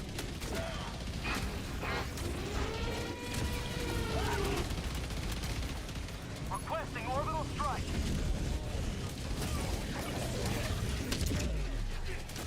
What a hero indeed.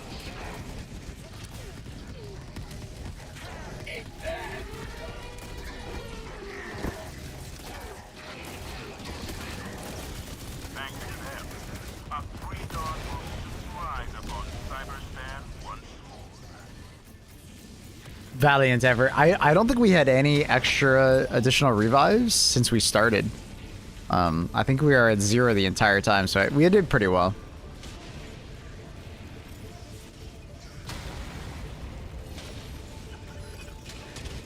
I wonder what the percentage of missions in CYBERSTAN and with 0 reinforcements. Probably a lot. I think you could probably estimate it. We could do some quick math, I think. So, you go to CYBERSTAN, view details. You would take missions completed and missions failed, add this number together, and then you would... what am I trying to... I got this. No, I had it in my head.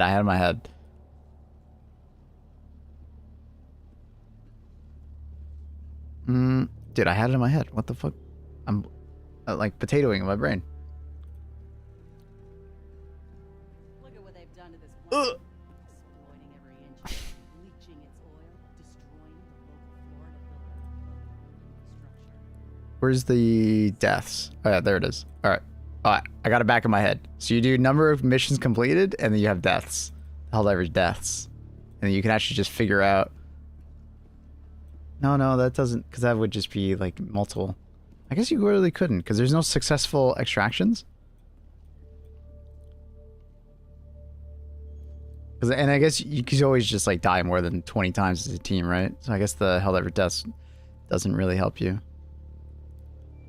I guess if you looked at the amount of missions completed before we got this MO, you'd be able to tell how many has changed, right? Since the MO has started, right? Because obviously 3.17 million people have extracted since the MO started. So if you had the amount of missions completed beforehand, you'd be able to know on average how many people are extracting per mission completed. And then you can grab the mission failed and then be able to do the same thing. I think I'm doing that right. Yeah, I think so. Which is a siege ready light. That's as good as the medium. Can't with gray checker pattern. I like the gray checker pattern. It's an urban design, dude. Reminds me of Call of Duty Modern Warfare 4. That was great. Why Spy Backpack gives you only 1 mag for grenade launcher? It's because of the debuff, the effect on the planet. Sorry, not the planet, the city. Our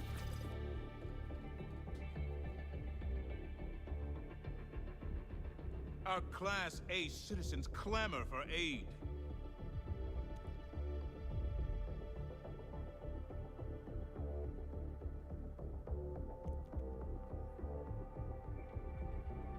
I hate that ammo debuff. It's tough. It makes it a lot harder. Allied destroyer has joined squadron. Engaging orbital thrusters.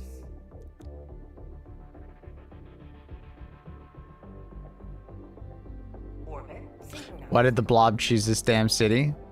2 reasons.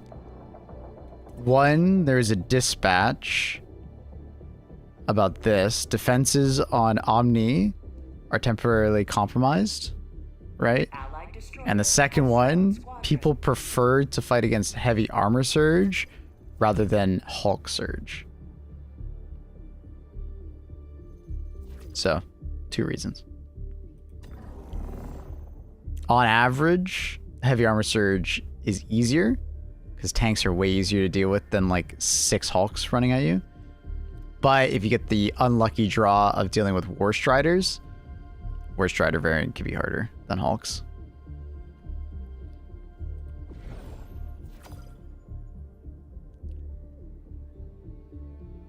We're gonna surge all day. We're again all day. Yeah. Depends on the person. I think I would probably prefer Hulk surge, but kind of depends on the person, I guess.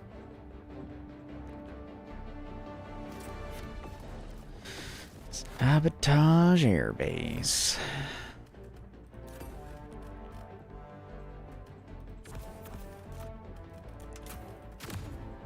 Oh. Did we get enough clips of pineapple grenade? I saw Trinal got like a fabricator one. I'll bring it in one more time. Game crashed? Okay.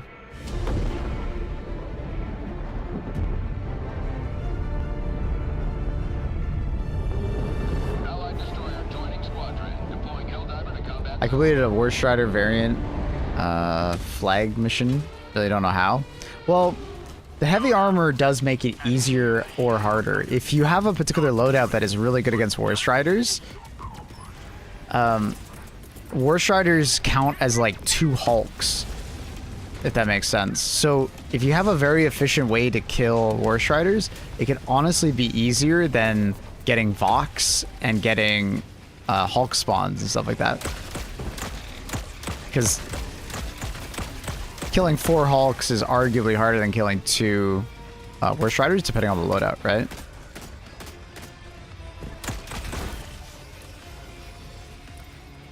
Do we have new strat? Yeah. Unfortunately, it's only a 24-hour stratagem, which is honestly super lame.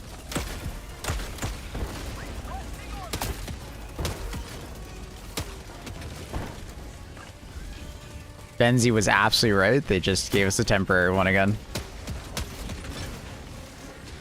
This time only for 24 hours. Is it any good? Oh yeah, it's literally just a significantly better version of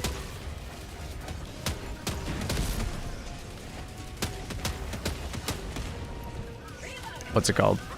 The Galley Brush. Just a better version of it.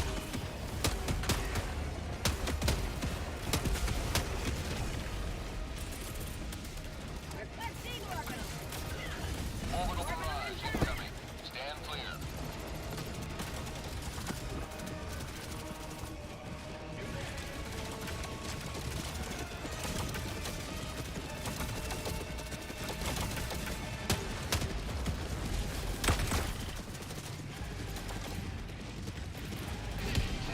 Objective critical stratagem available.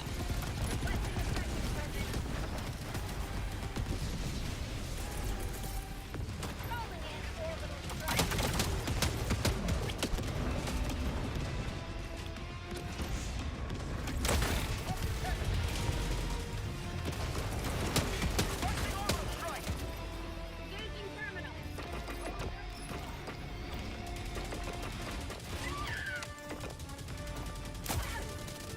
I got the terminal. Allied destroyer joining squadron. Deploying Helldiver.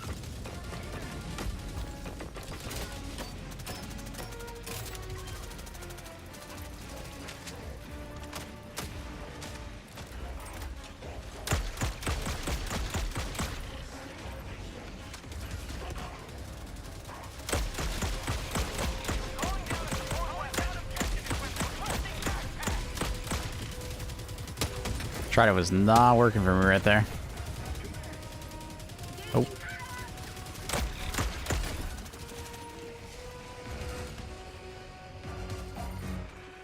Thank you, Raverhood.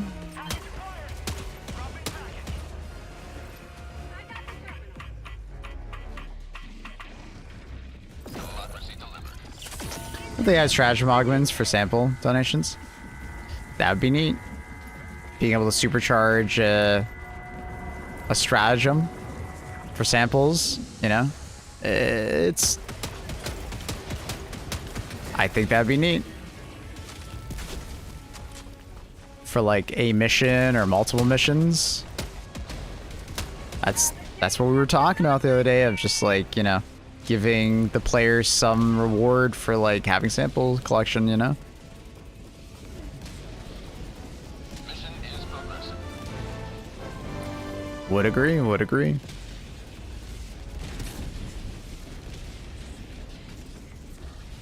Fingers crossed, Benzie, fingers crossed. I love the idea.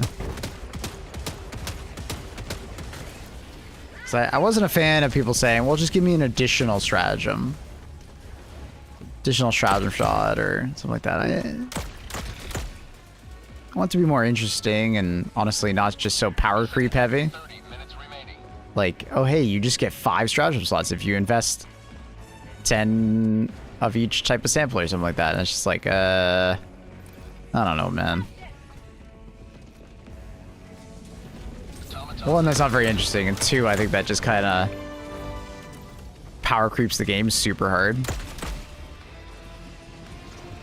One suggestion I had was there's a free stratagem every week that's like randomized or something like that. Or not a free stratagem, but like a unique stratagem that's like given to Helldivers, but you have to like enable it for your team by donating. So your team can like pool together resources to get that stratagem.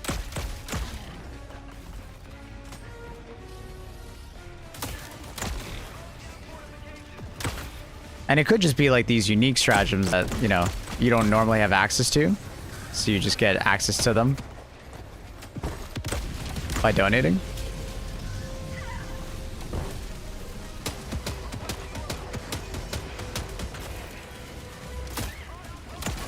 But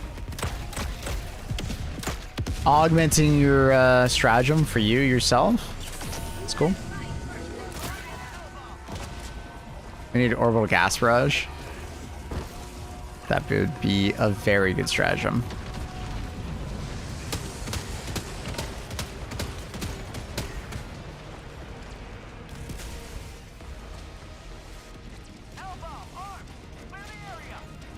My figure is so close to 0, be within margin of error, so most missions we use all the available distractions. I would maybe recommend like dropping the difficulty 1,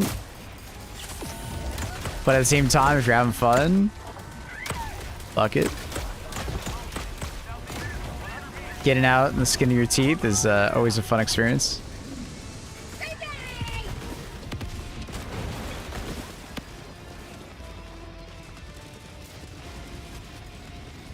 Spy backpack's carrying me. It's pretty nuts.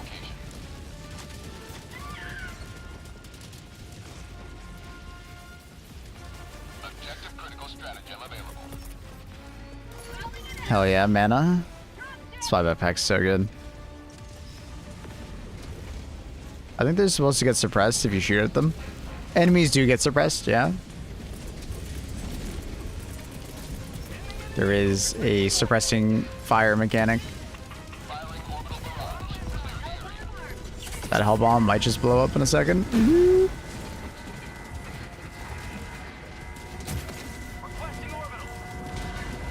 I kind of didn't bring a gun to blow these up, so...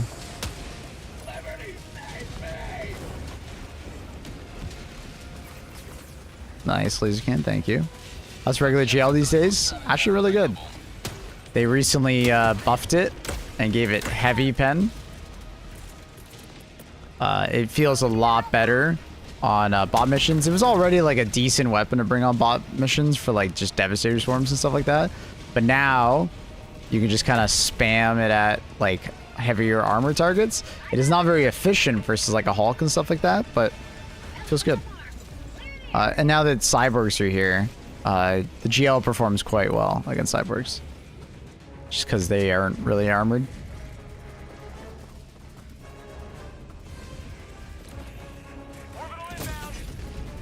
I just realized he was just down gunships.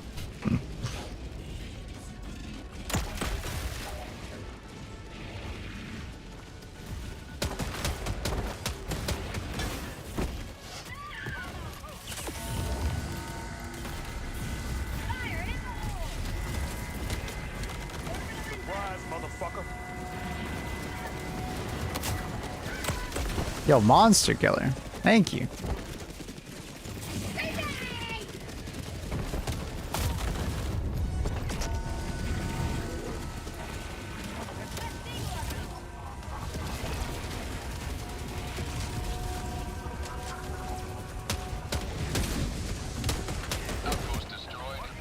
I think it's just an AA emplacement. Yeah, it is. Clip pineapple. That, yeah, it's a good. That's a clip showing that like it's very much only an anti-infantry grenade.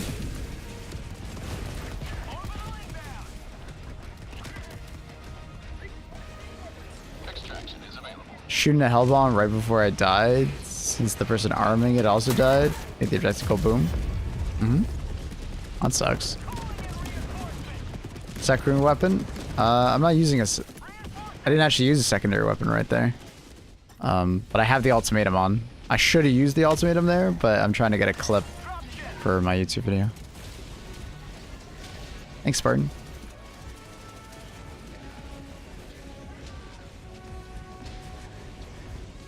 Thank you, Shiznat, for the sub as well. Appreciate the tier 1 in the prime. The tier 1 from Monster Killer. Thank you. And the prime. Great can. Show your ad-free view. Appreciate the support. Allows me to do what I'm doing. Reinforcing.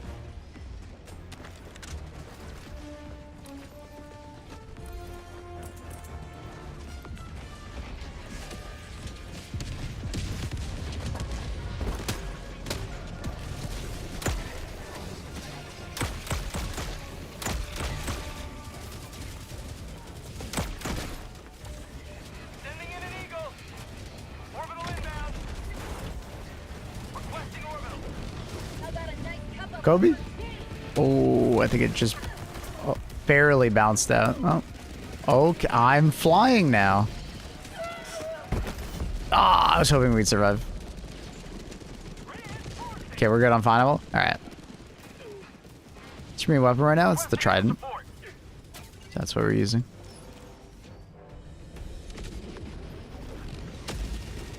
requesting advanced weaponry. They fly now? That's what the bots are saying. They fly now? The hell?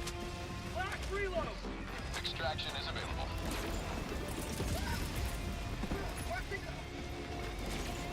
Not one I have yet. Highly recommend it. It's extremely good. Especially on CYBERSTAN because it's a cold planet. Oh boy. Feels good still on normal planets, but feels supercharged on cold planets. Iron Man flying suit 1. Hey, with the way power creep is happening in this game, give it like 2 or 3 more years. I could easily see it.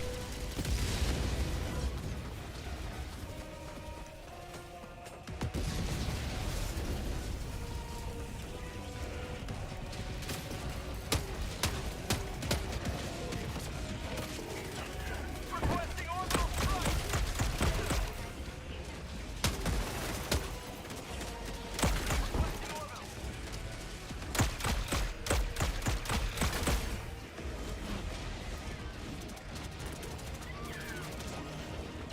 I need to get that off before it comes in.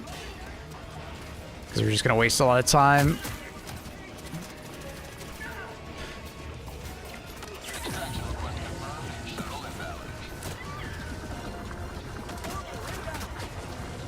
Need to rush that.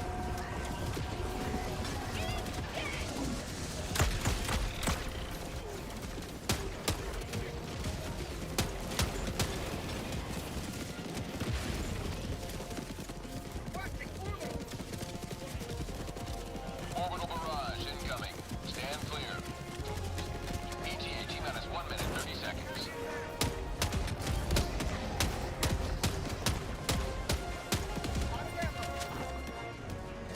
What? Interrupted, I guess.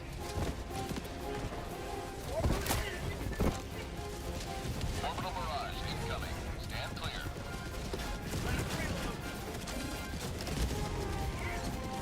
Dude, there's the reload. ETA T-minus 1 minute.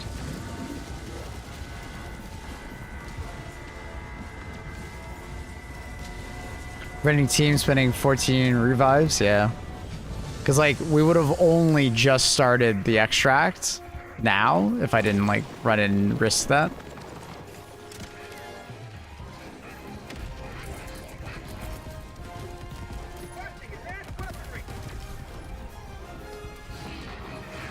ETA T-minus 30 seconds.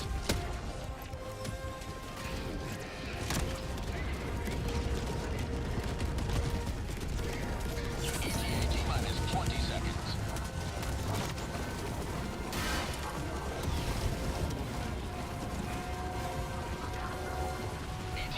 time is 10 seconds. Clear landing zone. Ba, ba, ba, ba, ba, da. This is Pelican 1. I have visual on the extraction zone. Orbital strike incoming.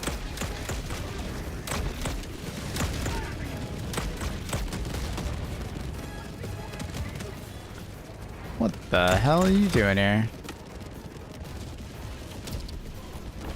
Pelican 1 preparing to depart.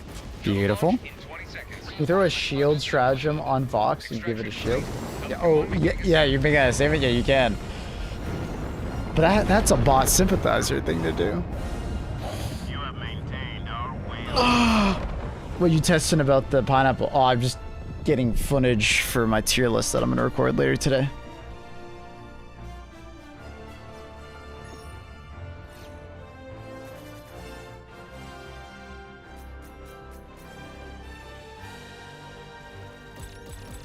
Can also put emplacements on top of the Vox. Yeah, I saw that. You can land on it and then put an emplacement, then shoot everything.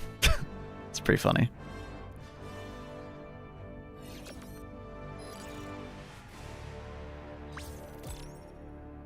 It does make me giggle a bit that the head of a Vox doesn't bounce that many stratagems, but yet the ground on Superstan, I always say Superstan, CYBERSTAN, bounces stratagems like all the fucking time. It is quite amusing to me.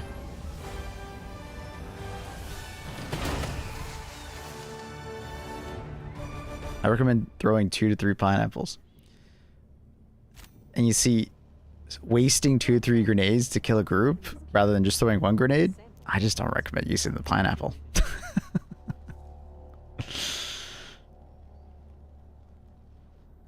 Can a pyrotechnic grenade blow up a Vox in the vents? Yep. Any throwable grenade, outside of like impacts and stickies. We have had a weird instance of a viewer of mine throwing a thermite on the outside of like the pouch, like the vent, and it actually working. But you need to get the sticky grenade to actually like be inside somehow. Yeah, bit weird. But let's try it on this next one. The Margot strat, that's what we're calling it.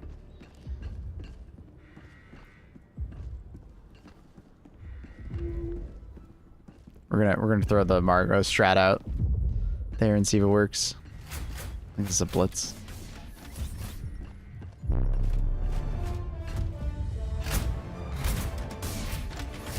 I have one ball strat bounce and it stuck to me. Take off the shield as soon as possible.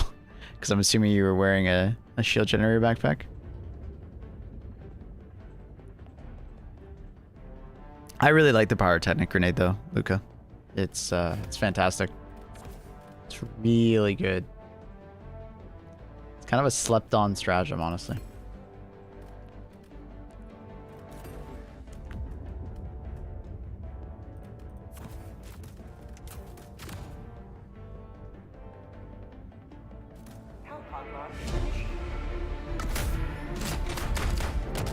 Yeah, I saw bubble show works. Stun grenades work. Smoke grenade works.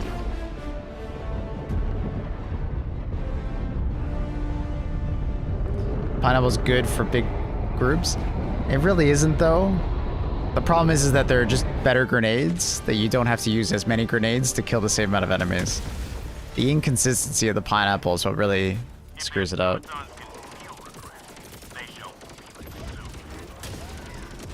It's one of the more disappointing stratagems out there. Or not stratagems, but grenades.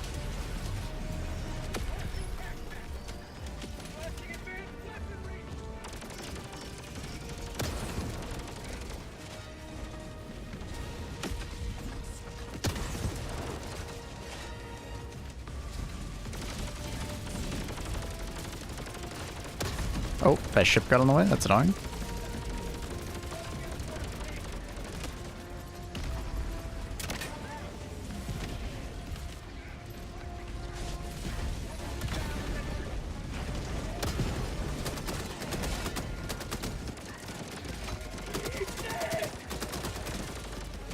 that smoke is actually hurting us rather than helping us.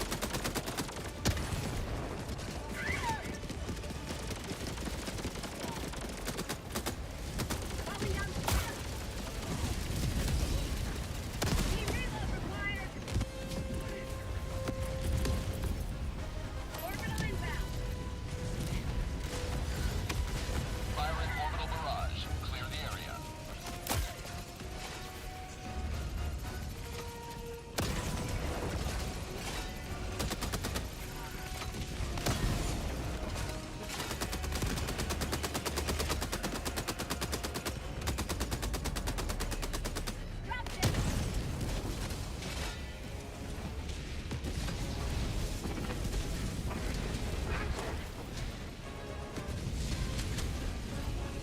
Dun, dun, dun, dun, dun.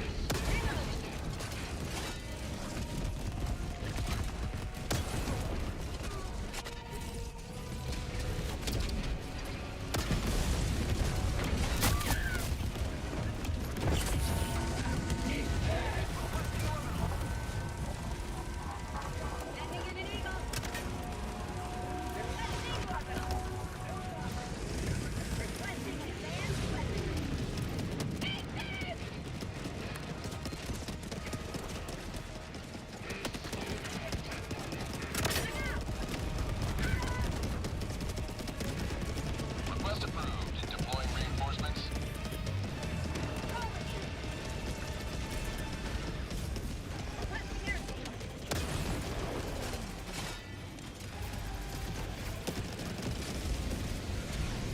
Dun, dun, dun, dun, dun.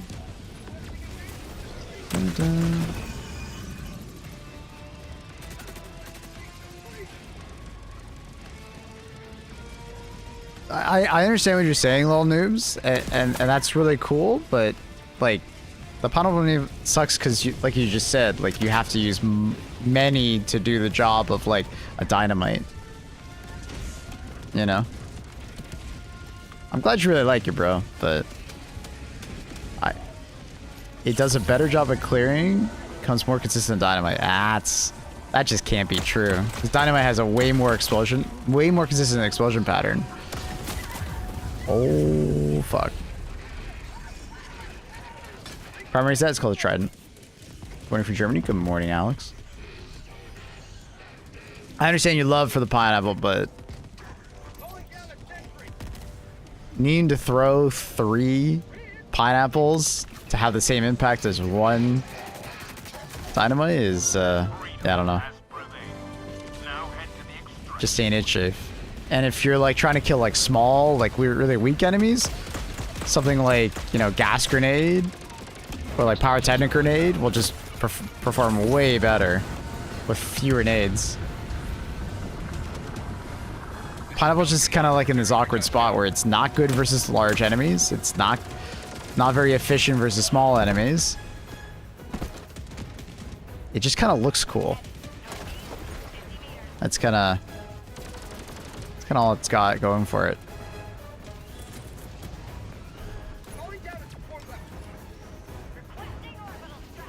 I still feel as if like it needs to be more consistent.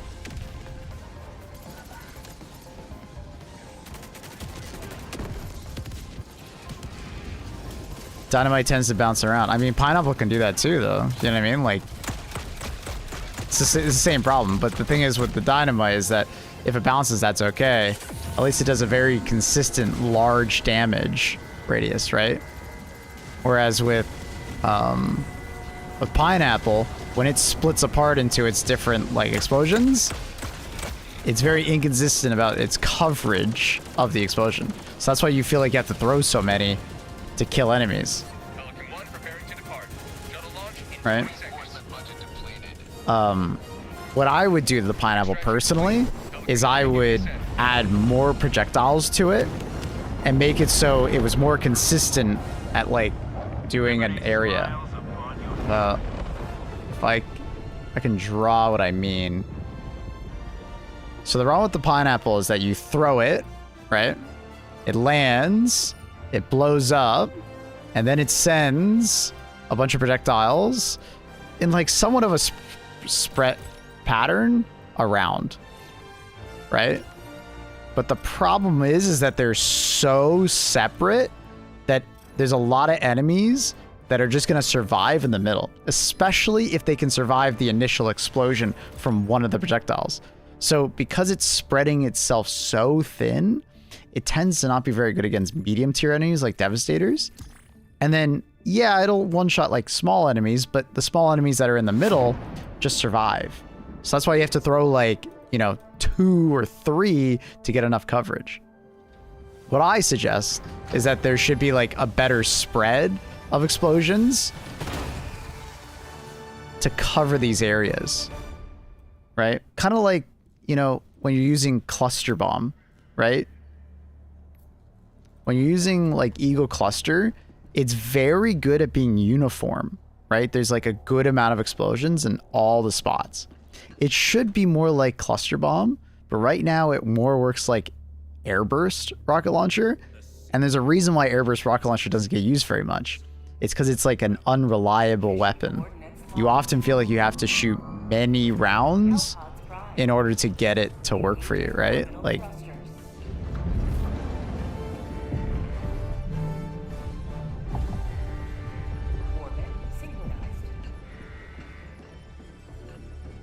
so that's what I would do to it. I would just make it more uniform. I think it would perform a lot better, more consistent. Like hell, bring it back down to 3 grenades and just add more projectiles, you know?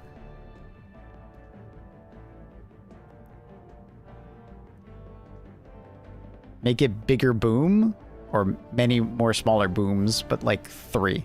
You know, it would be a significantly better whip.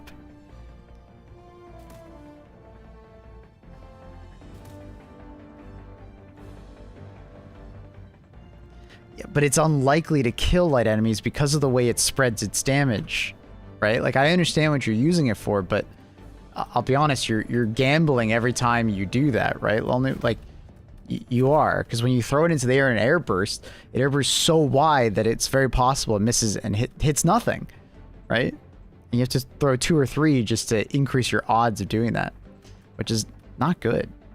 It should be like when you throw 1, it like covers a very consistent area around you, but it doesn't do that, dude.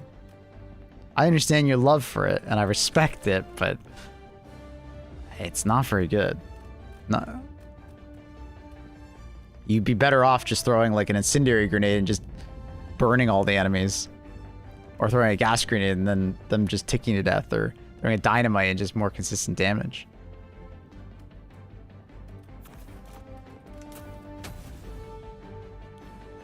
Double-edged sickle with heat-resistant armor and quick cooldown. Good. Double-edged sickle, wear fire-resistant armor and put on vitality, and it's really good.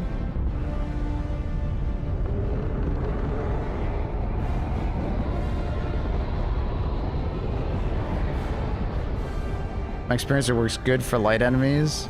Okay. I'm just gonna stop the conversation here then. Are y'all preferring heavy or medium armor tier 10? Heavy. I used medium a couple rounds, and it's just getting one shot by Vox happens way more often in medium.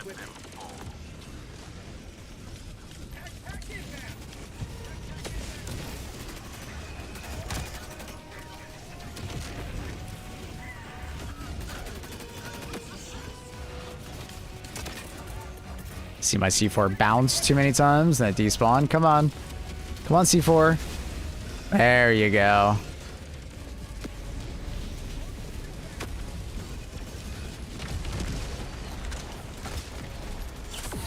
What? Why is my... I literally left-clicked? Press... Whatever. Whatever.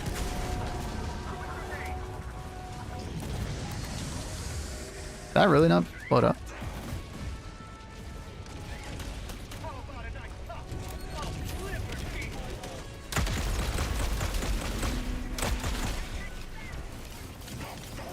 I don't know why the first left click sometimes Just doesn't explode on C4. You guys notice that? I get it every once in a while.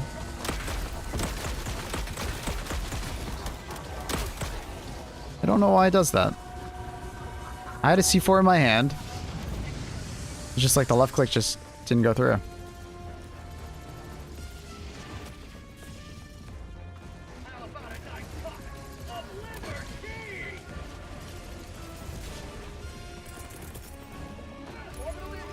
Hopefully that actually lands on it and destroys it. Unlucky. Oh, maybe the laser will come back. The laser doesn't actually track to the turret. It actually, like, never did.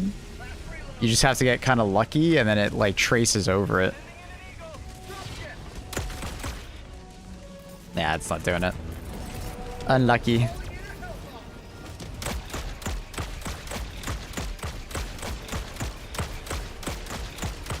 Surely one of these shots will hit his eye.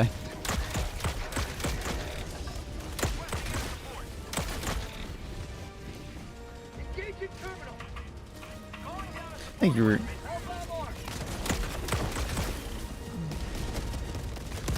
Oh, careful.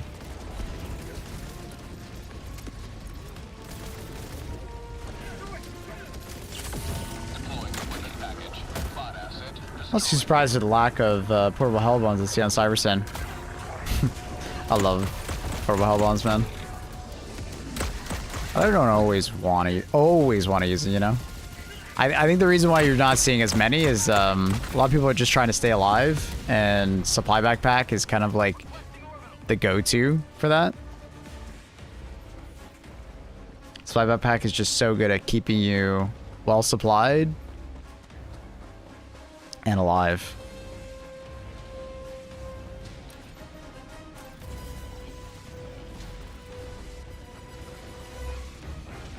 Enemy tactical asset within range. Surprise, motherfucker. Thanks for all the great content. No worries. Keep seeing you playing ARC and HD2. Absolutely, man. Yeah, I'm not going anywhere. I love me some arc raiders, and see, it did it again. I thought I had the wrong thing on. Why does it keep doing that?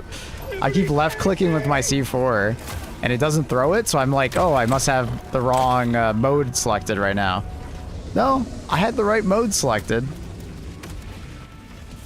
It just like nulled the input for some reason. Now head to the extraction point.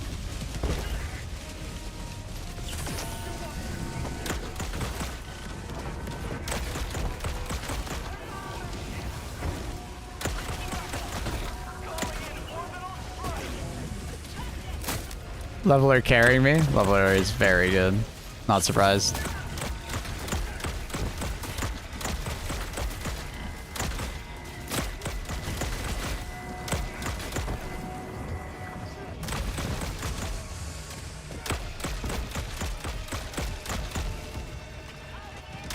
Man, how many fucking agitators are there? My god.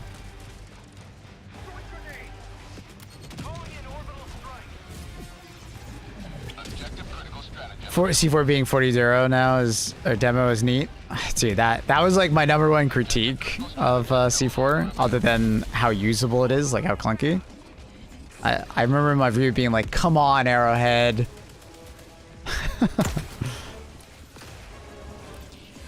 That's gotta be a mistake. Make it 40. So I'm glad they listened.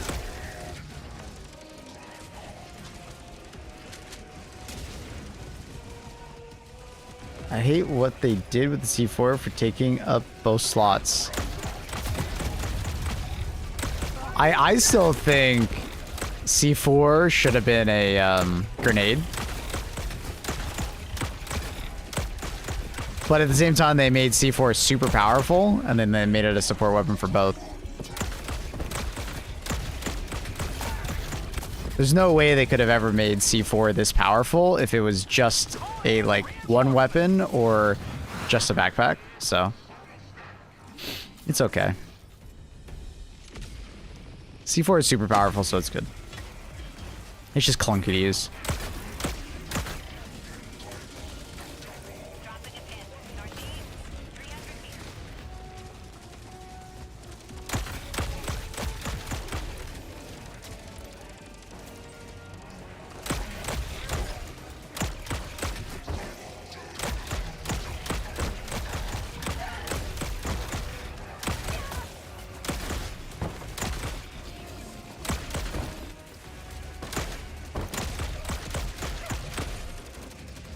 Or just a grenade backpack would be better. C4 is like very similar to dynamite.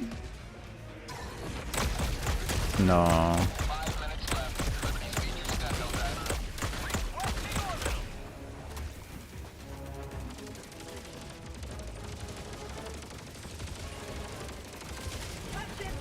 No. I think one of the strongest support weapons, at least for like anti-armor purposes. Yes and no.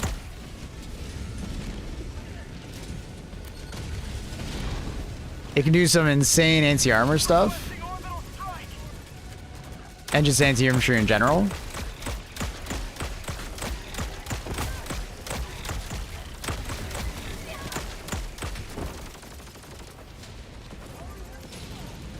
But that's good. I don't know. I think they did a good job with it. I just wish it was not so annoying to use.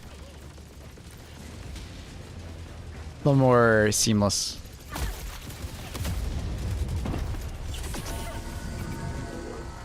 God damn it.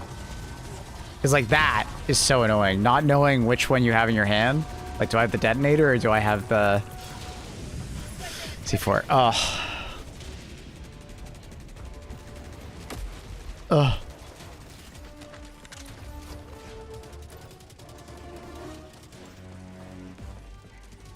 I use it on controller. I'll be honest, I don't know, Ricky. I don't know how you use it on C4. Not having the hot swap between it probably feels really bad.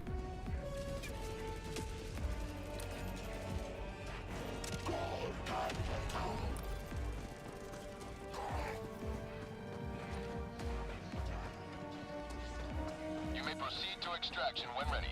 Still with freedom good? Yes. Calling down a support weapon. You need to add a feature to pick up C4, that'd be nice. Fortunately, I don't know if they're gonna do it. Because they never did it for his throwing knives. Have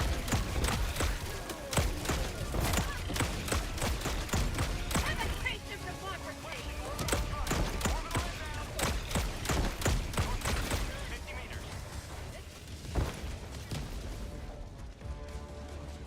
Should be like double tap or hold to detonate. Or just do it like, you know, Requesting orbital strike. the ultimate C4 that I always remember is just, you know, battlefields.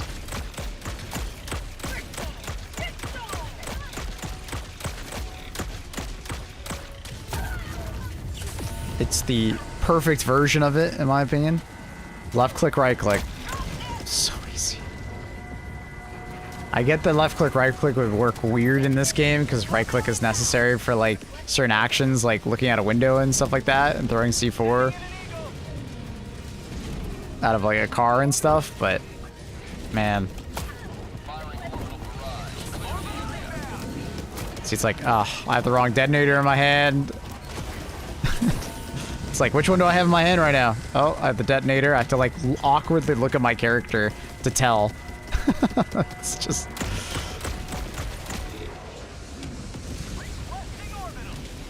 so awkward, dude.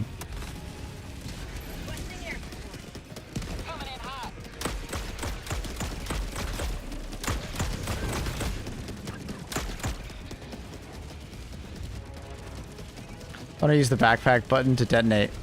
We've talked about that as well. Yeah, that's another one. I think that would have been a better solution. I would much rather it be on the backpack. Absolutely.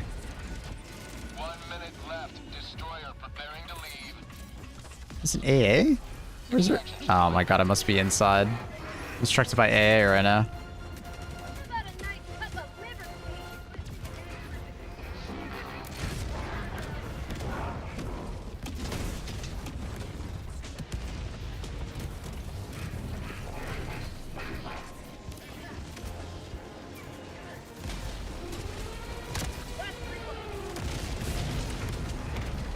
It's a really good combo right there. Throw 2 C4 and then shoot the ultimatum at it. The ultimatum will trigger the C4. I like doing that. It's a fun one.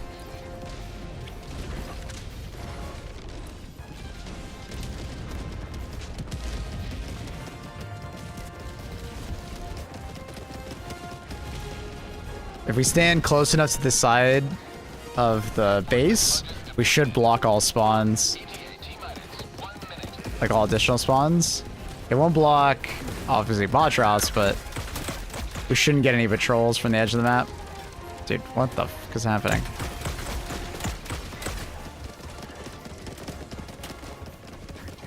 I'm sliding.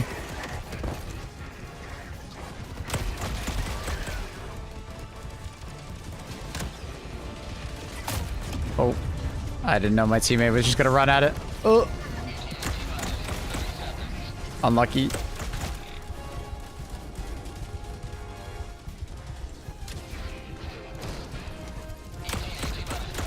Oh.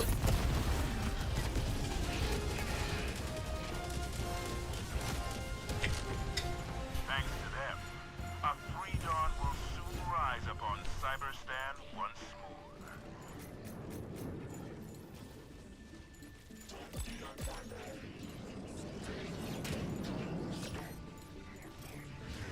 Did they add a quick trigger button for C4? Any key binding? No. All they have is a quick swap for swapping between the detonator and throwing. Chimunchina, Costco, Chickabapai.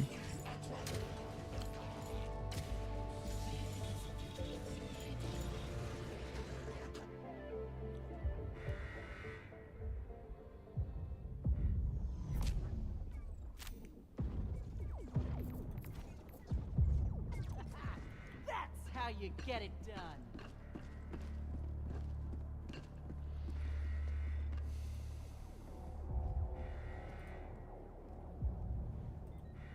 Allied destroyer has left squadron.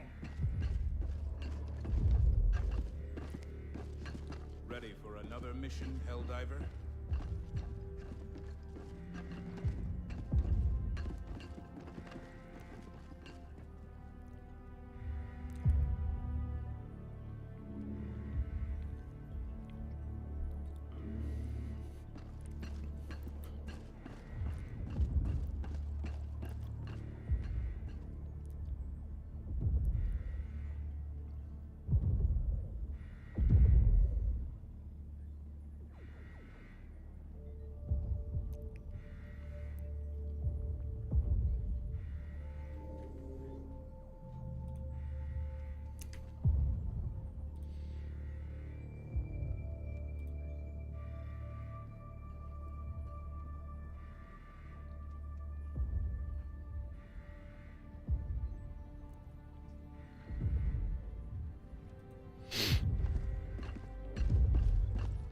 This is a first. I just got a DM. Someone asking me a question on Twitch, but they DM'd me instead of just asking in chat. Within the glue as we speak.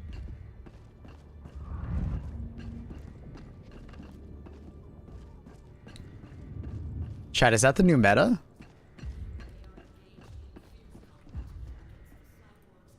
Is that the new meta where you guys just like DM me? Allied destroyer has left squadron.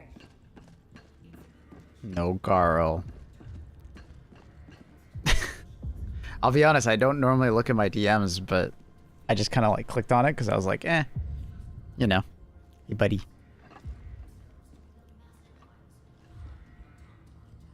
Have a good one. Bye.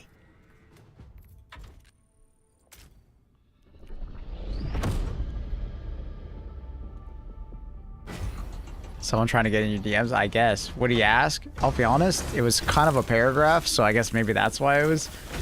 But it was like, not a paragraph because it needed to be a paragraph. It's more like they're just like adding a lot to the sentence to be like a proper conversation, I guess. But even then, it's a bit of a yap. Hey, I only started watching you when you started streaming earlier today, so I don't know if you've already covered this, but I was playing on CyberStan and I I couldn't exfil because the actual exfil beacon was on the side of city walls, while the other one was on the other side of the city. He just starts rambling about the city walls, and I thought I would tell you so you can let other people know, and Arrowhead would notice. So I guess it's not a question, it's more like a statement, Allied but destroyer has joined squadron. that's a lot, man.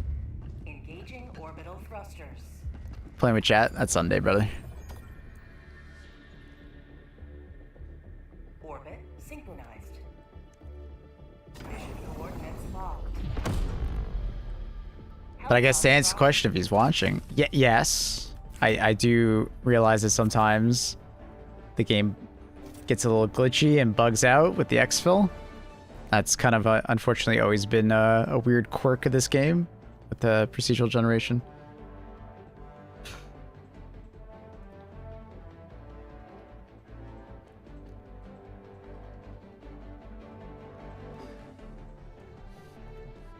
Carl's not accepting gifted subs. He doesn't want a Pokemon sub, I guess. That must be it. He don't know. He don't want no Pokemon sub.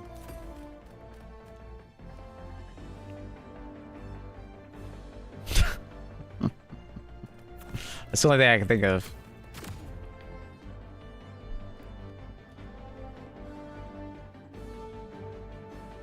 Helldivers to Hellpods. Repeat.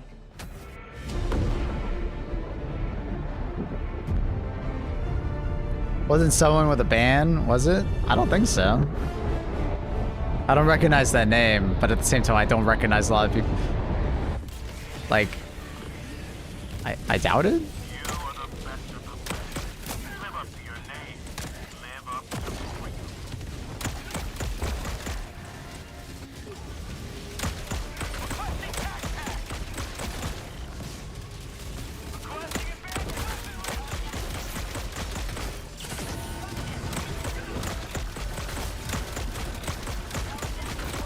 Give him the feet. Give him the feet. Tomzons love it in the feet.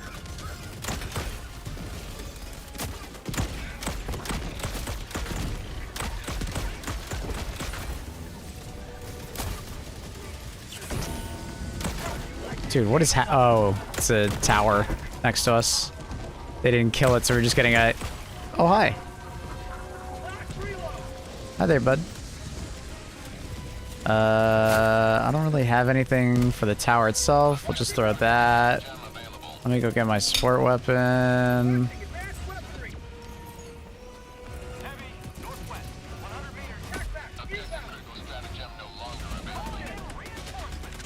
Damn, there's two oh, that's why it's so crazy. We have two sensor towers right now. I think the Trident literally just perfectly split between the two. Trident cooldown is so good. It's the cold planet. It's not normally this insane. But yeah, on a cold planet, it's fucking disgusting.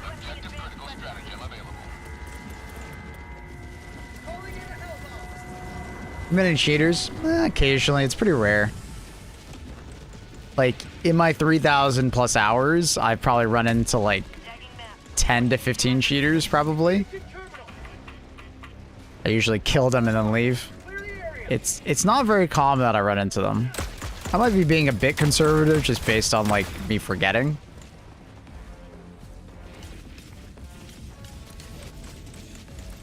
G-Pro wireless guys, yeah.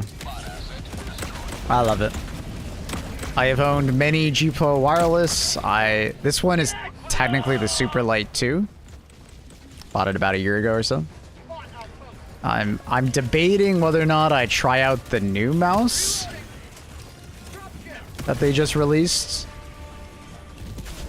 I don't know yet if I want to spend the money on it. Sounds interesting though. I just don't know if I'd like it. Definitely one of those like you gotta like that feel of the mouse, and I don't know if I'd be able to try it anywhere.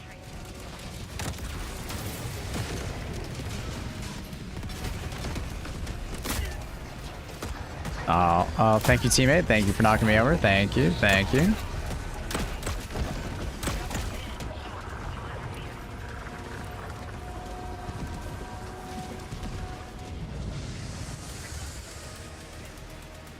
Bought one like 5 years ago. No signs of slowing down. Is that battery life? I use my mice like an incredible amount for most people. So usually my G Pro wireless or mice in general only lasts about 1.5 to 2 years before something goes wrong on them, like a button. It's usually the side buttons that go for me. But it always depends on the game that I'm playing at the time. Some games I don't really use the side buttons in, and then sometimes... Oh my god. And then some games I use them all the time.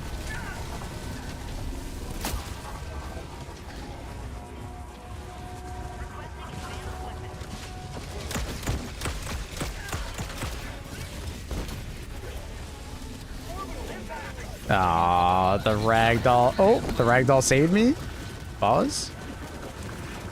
Oh, ragdoll not saving me.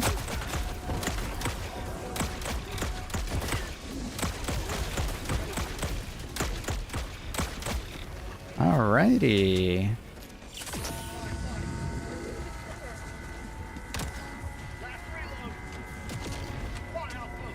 Thermite should finish it, I think. Yeah.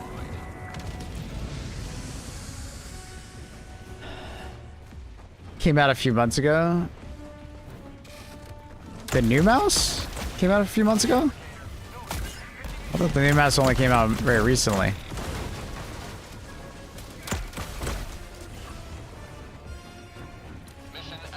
That's really good that you got 5 years out of it. That's crazy. I don't enjoy the super light's shape. Fair enough.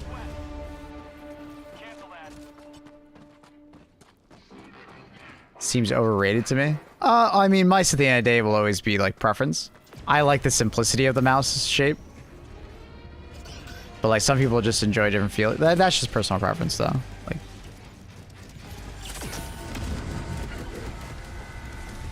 I like the simplicity of it, and I do enjoy a lighter mouse. It's not like super important to me, but I do enjoy it.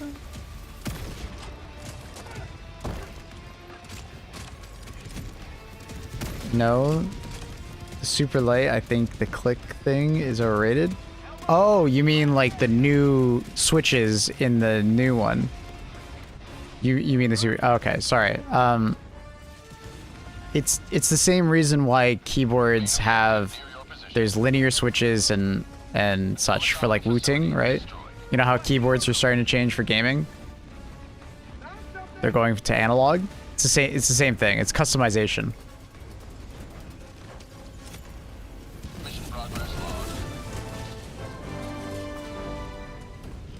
Yeah, man.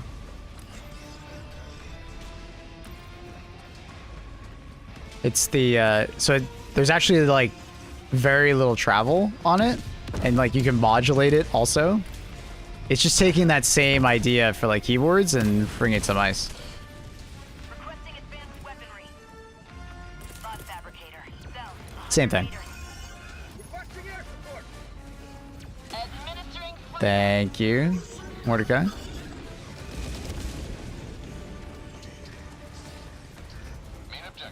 Thank you, thank you. So I think it's really neat. I don't know if it's worth it to me, because like it's like excuse me, like I said, you know, it's gonna be a feel thing, right? You're either gonna like the feel of it or you're not, because we've had mouse switches the same way for so long that like without a click, you know, less travel, you know, it's gonna feel a lot different. Eagle 1 rearming. Be back shortly. I use OP and the click is perfect for me. Well, I mean, you know, some people are gonna appreciate it, some people aren't, right? That's just that kind of product, right? That's the idea. Like, the funny thing is, like, you disagreeing with it is exactly why they made it. Because there are people out there that like to customize like that, and it's like, it's just a very niche product, right? It's not designed for everybody.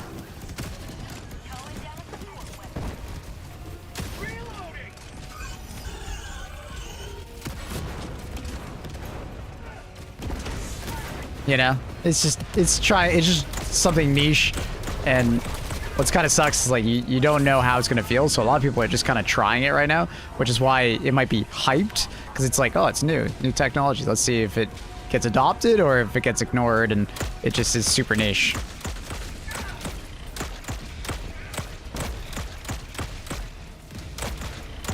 I have a friend who bought one, so I really should just ask him.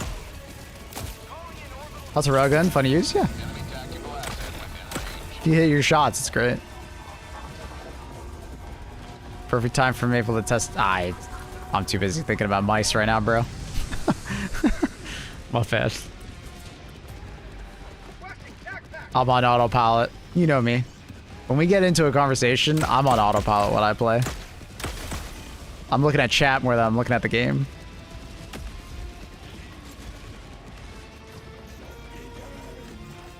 I have wooting, I get the application there. See, the funny thing is that you have a wooting and you get the application there, but you don't get it on mice. It's the same thing though. It's the customization of like trigger timings and arguably faster trigger timings. It's the same thing. It's the exact same thing. You might not see it as important on your mouse, but some people definitely will. Right? They might want their left mouse to be more sensitive than their right, or the opposite. You know? I get it on mice. Sorry, I don't get it on mice because my mouse has like a special click that like actuates faster than most mice. So the mouse that you're currently using has that. But I mean, that's also the point of the super click or whatever the fuck it is that it's a faster actualization. And then, but you can like, depending on the game, change it, right? Versus having it all the time. Oh, is it bug treating? We might need the lobby leader. It happens sometimes. Oh no, it's right here. It's just weird where it's placed. It was over here. Sometimes it's on the side, sometimes up there. It's weird.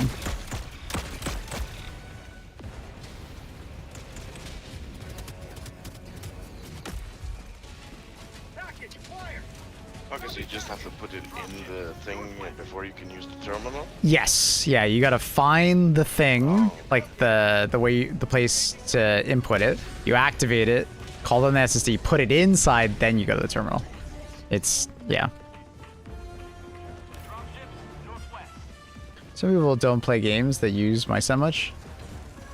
Maybe. Or some people are just satisfied with their current clicking, right? So they don't need like modulation for like different games, right?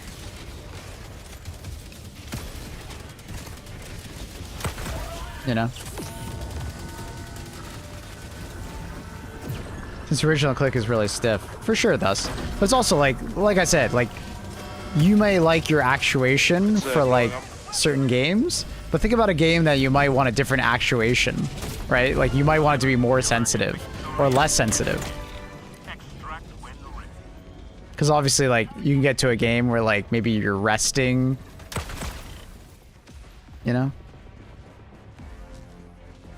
So depending on the game you play, you might want to be like, oh, okay, I'm going to turn it down for this game. I'm going to turn it off for this game. I think that's where it comes from, I think. But you are right. Like if you just find your perfect click in a mouse, like you enjoy the mouse that you use, like there's no need to get it. You already found your perfect. But I definitely noticed with like the super light. I remember the first time I got the super light 2, I noticed that they changed the actuation pressure. And it was actually a stiffer click than like original G Pros. It took me some time to get used to it, but I did get used to it.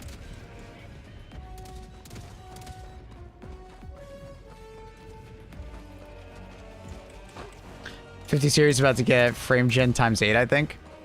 Yes, but it's also about to get a really cool tech. So like, I'm not a huge fan of frame gen. I get its purpose, you know, but it's kind of dumb at times, right? But the thing that they're going to add, which I actually think is really neat, is modularity with the frame gen. It will automatically swap between different amounts depending on what's going on in the game. Which, if you don't understand what that means, it's basically like in moments where like there's actually a lot of frame rate, it will actually like turn up the frame gen because it has way more headroom to be useful. And then in moments where there isn't much frame gen needed, it'll like turn it up and down, right? Like, and its hope is basically to like keep input latency more or less like equal. Because like that's like one of the clear downsides of like frame gen is that when you use frame gen at a low frame rate, it makes your game feel like absolute dog shit because it'll increase the input latency so much, right? But frame gen actually does feel pretty damn good if you play a game at like 120 to like 144 FPS. Because it'll make your game, you know, appear like it's, you know, playing at, you know, 200 or, you know, maybe even more FPS depending on how much frame rate you turn on, right? So if you have one of those monitors that benefits from that, it's pretty nice. So the modular frame gen sounds really cool to me. I don't know if it's coming to all cards or just 50 series, but I hope it comes to all cards. I'd like to try it.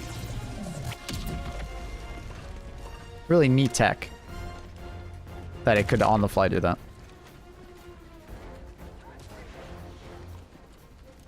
I think like in between I play like Valorant 2 right now, like normal mice 50 grams, Steel Series is like 120 grams. Holy shit, that's really heavy. ETA T-minus 30 seconds. What up, Vada? How you doing, buddy?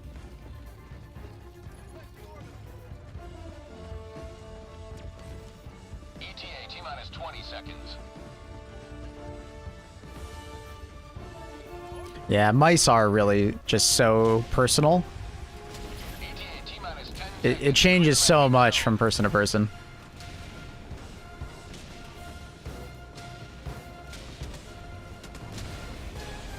This is Pelican 1. I have visual on the extraction zone. This is Pelican 1. We're so close to the edge of the map, no enemies are spawning.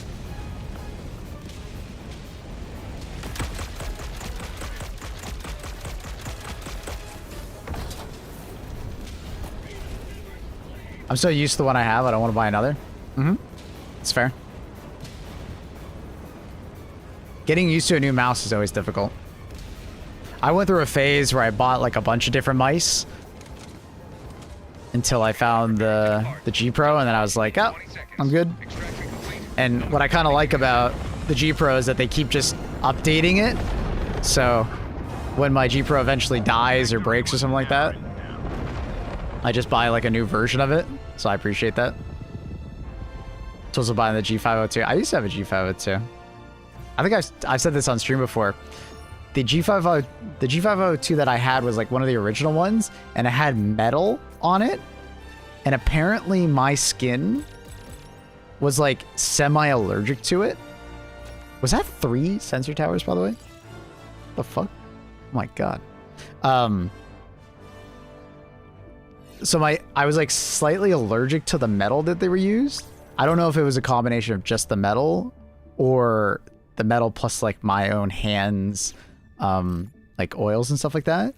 But I would get like basically like pimples or like bumps on my thumb mostly, and my left click and right click. It was actually, I think it was like metal. They use like metal on the actual, you know, mouse. Click pointers? No. Buttons? Like the actual like left click mouse? I don't think it was eczema. No, it was like really weird. It was only on the tips of my fingers that were touching that part of the mouse, or like where that metal was. I had to put electrical tape on it, and it was fine again. Like no problems. It was really weird. Has left squadron. Look at what they've done to this Bro, planet. while you live right now, it's 6 a.m. CYBERSTAN needs to be liberated, dude. Mission coordinates locked.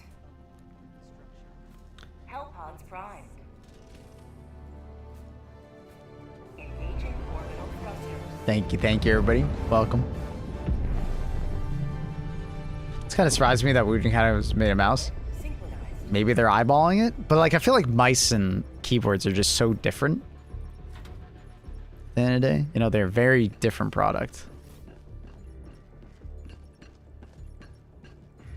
I actually had the same thing happen to me with my Geo 502 on my index finger. Ah, really? Okay, so I'm not alone on that one.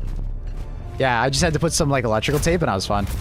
I'm sure you can use any kind of tape. It's just, I can't tell if it was like the metal or a combination of the metal and like me just gaming. I don't know. But it's really weird. I'd never had that before. And I've been gaming for like 20 years.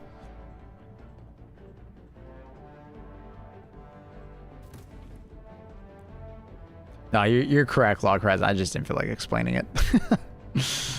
Cyber. It's just a really good time for me to stream because there's not much in the way of like other people streaming. You can think of it as like supply and demand. There's still a good amount of people that still want to watch.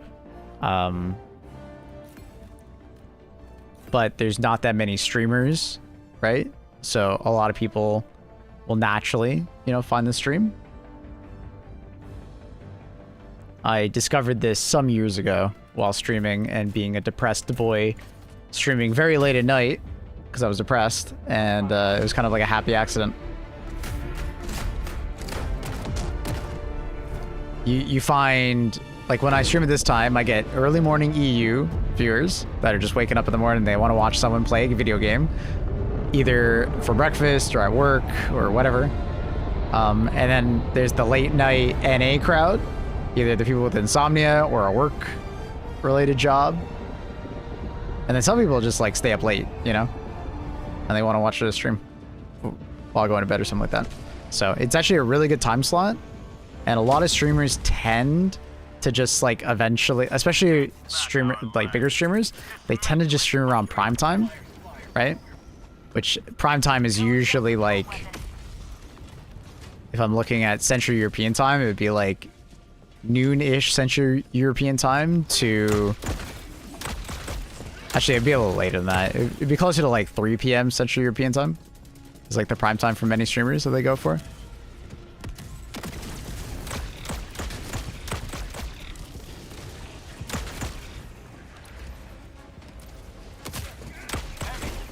Are we trying to do the flag immediately? Or clear the rest of the map, then flags? Requesting sentry. But I am indeed an early EU looking for someone to want. Hey, what up? Good morning. Down to attack the flags immediately. Alright, let's do it.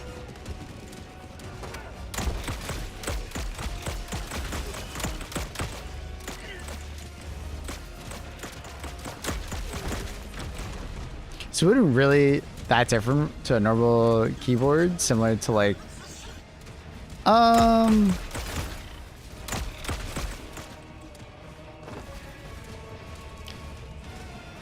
really like it.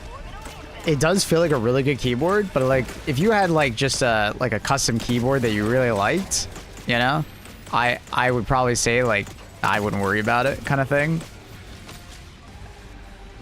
You know? I think the Wooting is like a really good product and it has a lot of modularity to it, which is awesome.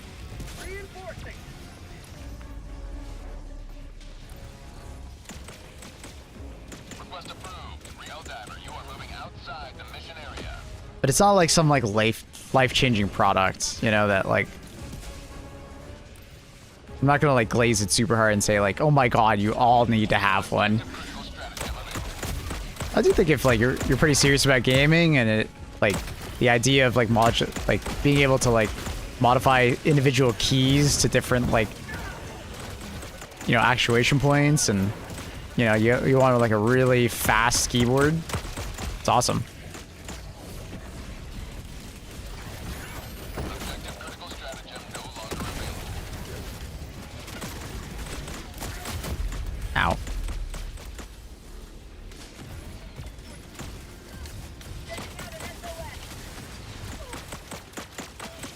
The biggest peripherals that make a difference are your monitor and mouse. If you're looking from like a pure competitive standpoint, like that's just 100% correct. But as far as like enjoying your setup, having a keyboard that, you know, feels good to you is like very important though. Request approved. Reinforcements on the way.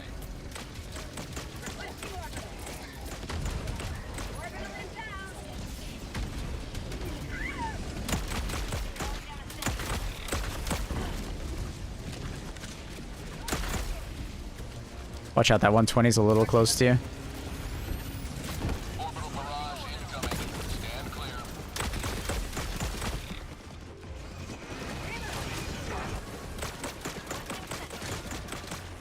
Oh, fuck.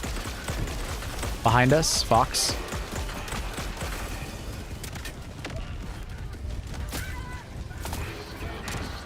No! I got flinched. There, okay, he's dead. Nice.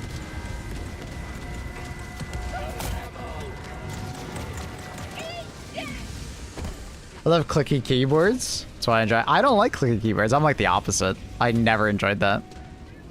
It's one thing about the new mouse that I'm interested in, is that I'm kind of looking forward to not hearing the click by trying that new mouse. Because I genuinely don't want to hear it.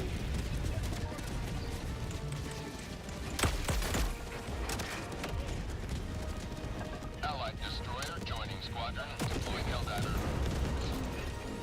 Oh, he's already dead. I love satisfying silent.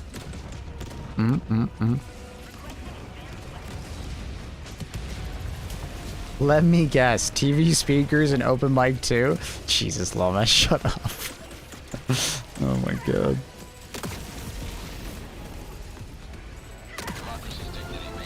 Nice job, boys. Easy. Let's just clear it out and we'll just start the next immediately.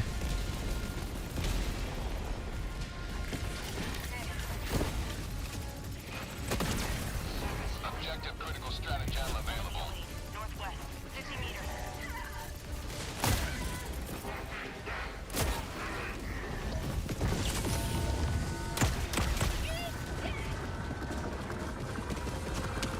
Calling in orbital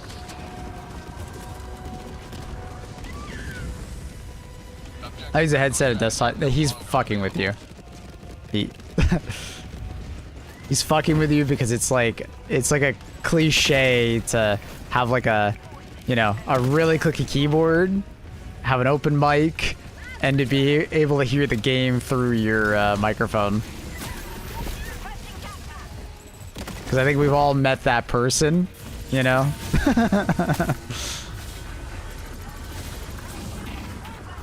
We've all met that person while gaming, you know? That's like that.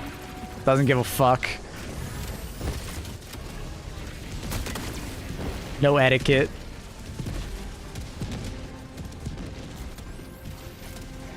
You tell them you can hear their mic, and they're like, so what?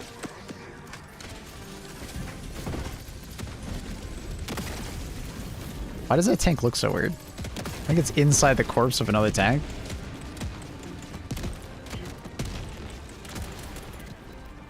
Putting a 120 on this side. Careful.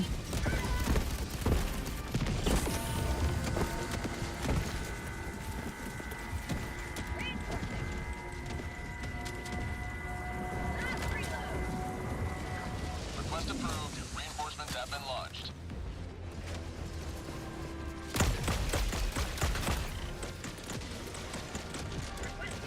Oh, Barrage incoming. that sucks. Clear. Calling in reinforcements.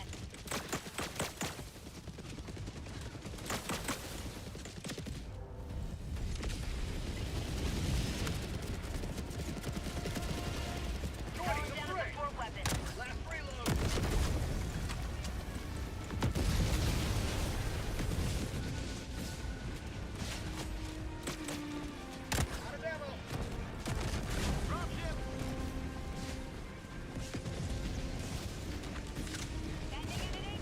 Why can't I mantle that?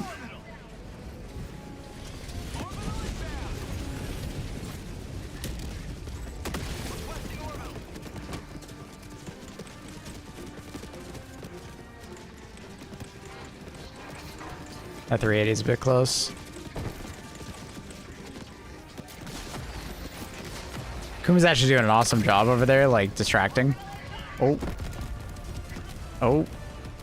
Oh. I don't know what's knocking me over and over again. Oh, now I'm behind the map. Alright, sick. What the fuck just happened? What just keep knocking me over? Oh. Alright, perfect. Got knocked out. Alright, now there's an enemy behind me.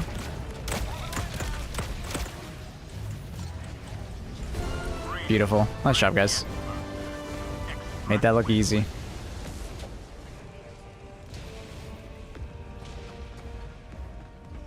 Is the R36 Eruptor good? The Eruptor is extremely good, yes. I don't know what that was. I just kept getting, like, I was getting, like, chain knocked back over and over and over. And eventually I just, like, sunk into the ground. I don't know what the fuck that was. I don't know if that was desync or just some weird ragdoll, but odd. Are you using stratagems with arrows on the run? Yeah, that's exactly what I'm doing.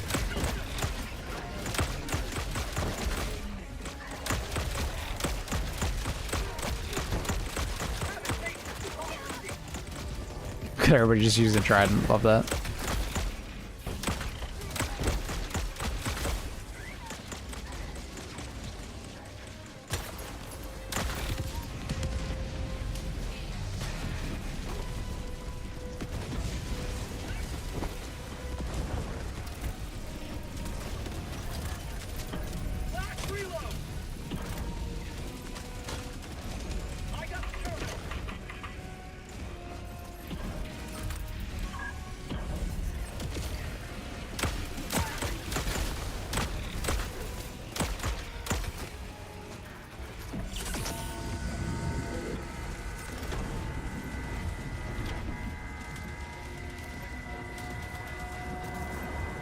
Oh, is there another jammer? There is. That's crazy. I'm running over to it. That Vox next to you is one shot.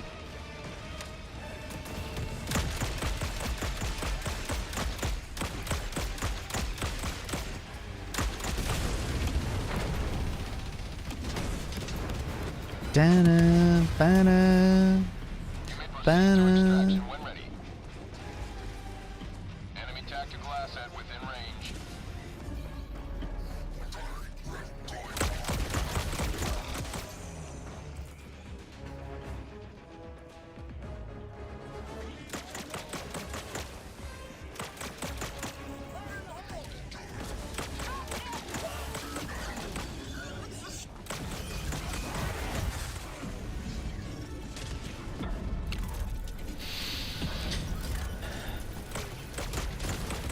I remember at the beginning there was strats to like bind strats to 1, 2, 3, 4. I mean macros? Yeah, I mean some people are lame and use macros, yes.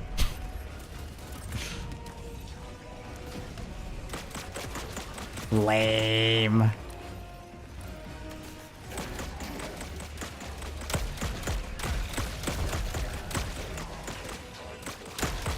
Objective critical stratagem available.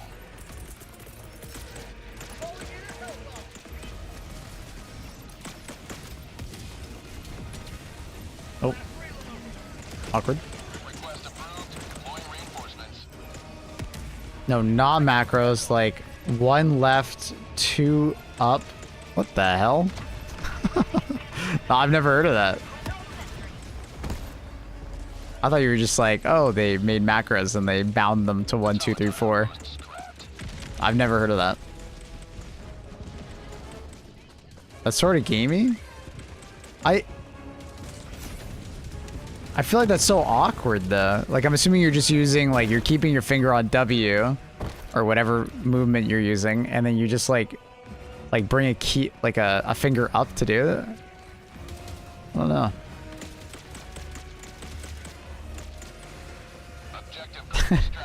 Yeah, I mean I kind of get it now that you've explained it, but thumb on W? I think that's okay. Thumb on W is wild. I feel like they're probably just keeping their normal fingers on it, but interesting. Yeah, no, I had never heard of anyone doing that. Use the thumb? That's so awkward.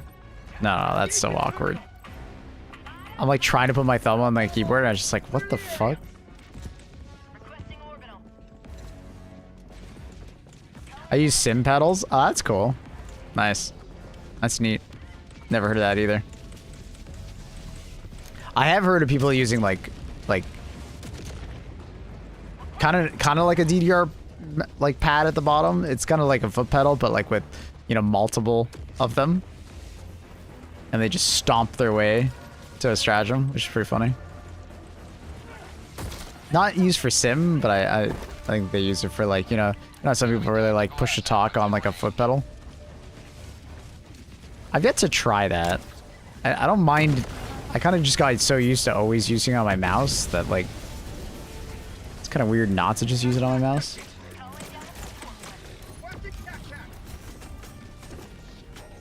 Hey there, bud.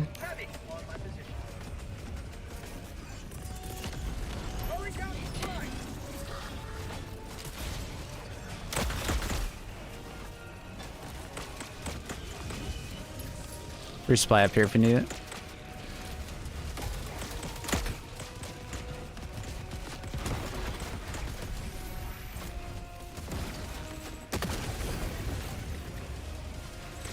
Outpost destroyed. Come on, let me mantle over that.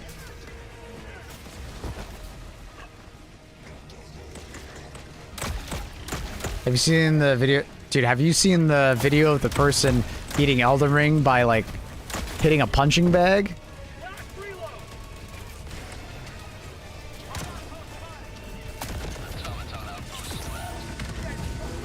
Like, I feel like I've seen Elden Ring beaten, like, every way now.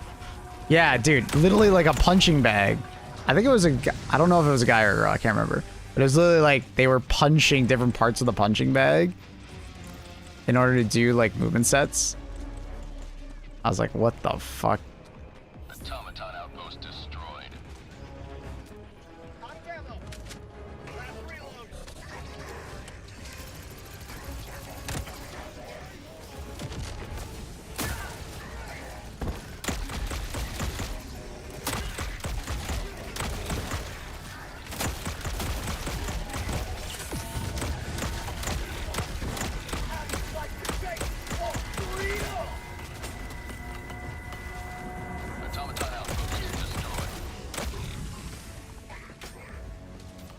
Talking about my goat? Which one? Beating Elden Ring by hitting a punching bag? I don't know who did that. Do you know who did that? Did they do that? Eddie Bot?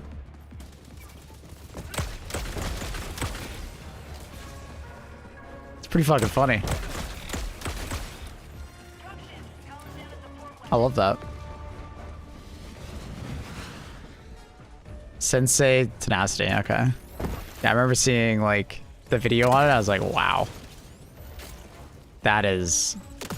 Extraction is available. Like, sure, everybody does it on a DDR pad. You know, everybody does it on that. It's like not that crazy anymore. But dude, fucking smacking a punching bag to kill? Now that's fucking funny. Eddie Bob was the first person I saw do the punching bag? Oh, okay, got you. So I guess multiple people have done it. I think I saw someone do Elden Ring, but with like a VR setup. To heal, punching the crotch. Yeah, I think I saw that. Must have been that person then. That's funny.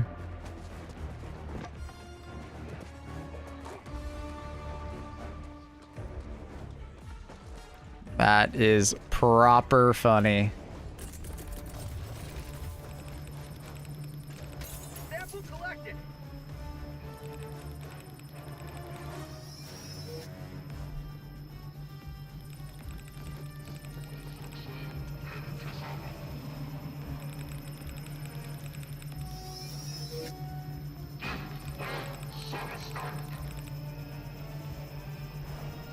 Requesting sentry. Calling down a sentry. Yo! Engineer Gaming, 1972. Thank you for the raid. What up? All right, 2 questions. First one, are you actually an engineer? And what type? Second question, are you born in 1972?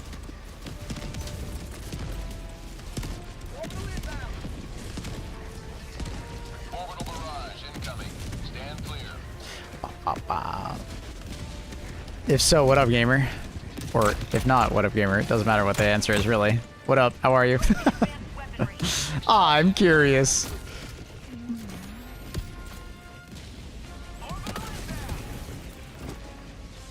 Bum, bum.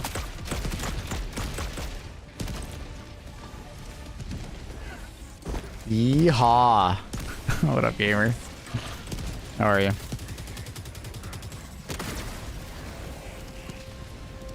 Thanks for the raid, dog. Appreciate you. Crush those Tom's on the gun. Will do, engineer.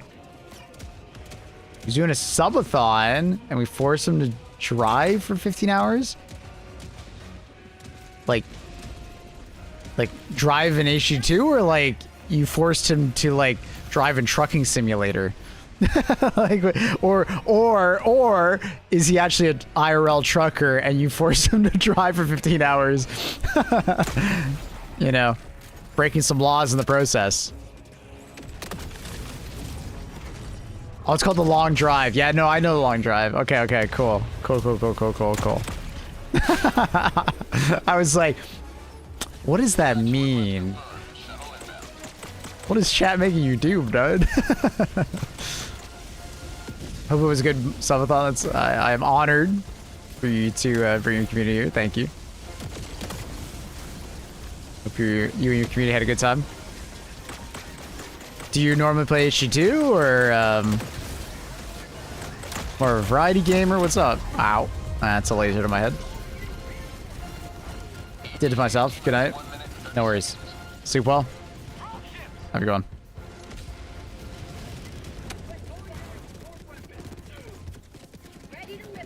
I do variety, but love H2. Hell yeah, I did.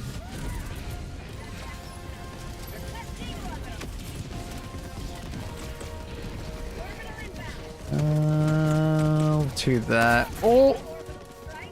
That's not what I wanted, but it works. For Super Earth.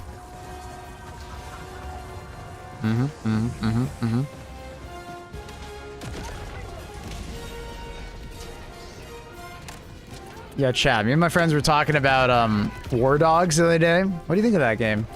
You guys seen the trailers and stuff for it? I think it looks really interesting. As a Battlefield player, I'm very curious. What's your favorite loadout for CYBERSTAN so far? I don't know if I don't really have a favorite, but I'll just name one of them. Railgun, supply backpack, 120mm barrage, and strafe and run. And then primary wise, crossbow, secondary ultimatum, and then pyrotechnic grenade. This is Pelican 1. I have visual on the extraction zone. This is Pelican 1, preparing for touchdown.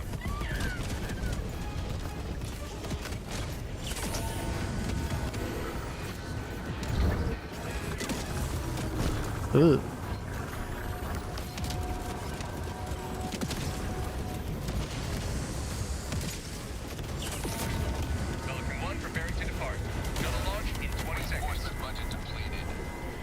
Looks like a mixture of Arma and Battlefield, but I'm intrigued. What I found was interesting is the game mode. So 2 things. If you read their Steam page, they've designed a 256 kilometer square map, right? Which by itself is like, wow, that's a really big fucking map. Are you actually gonna play on all that? No. The gameplay will happen on 2 kilometer by 2 kilometer squared like parts of the map, right? And that's like, well, that's really interesting. So there's probably going to be a great variety to where you're going to fight on the map, especially if it's like, you know, somewhat random, right? My one side note of that is that the map might feel very samey because it's all like essentially in the same biome. But maybe they can, you know, one's in the city and one's in the outskirts and one's in the mountains and one's by the beach. Okay, we'll see. But the second thing is the game mode is 100 players, but you're split into 3 teams fighting over the objective. So that sounds really intriguing to me. I have no idea if that'll work and that would be good, but really cool. Really neat. Freedom wins again. It's like PlanetSide. Yeah, it's got a PlanetSide vibe to it. But it's like obviously focused in, right? There's not multiple battles happening all over the same map. It's like it's one battle between 3 factions, which is like super neat to me. I don't know how Arma-like it's going to be, like if it's going to lean more towards Milsim or if it's going to lean more towards, you know, Battlefield. But so far the gameplay looks more Milsim oriented, but we'll see. It does look interesting, however, if it will have like a Battlefield problem of like vehicles being OP. Mm-hmm.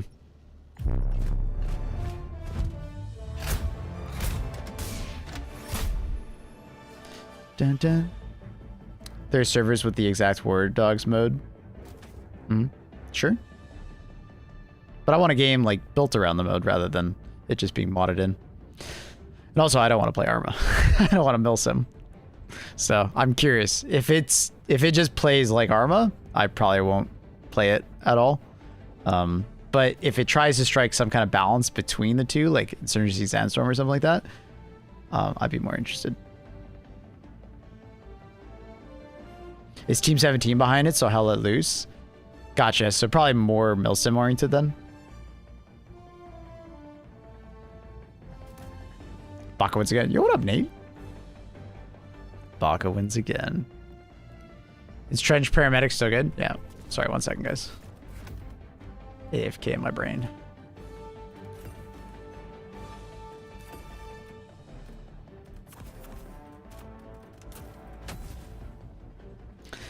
I don't think it's a Milsim at all, to be honest. That's good. That makes me more excited.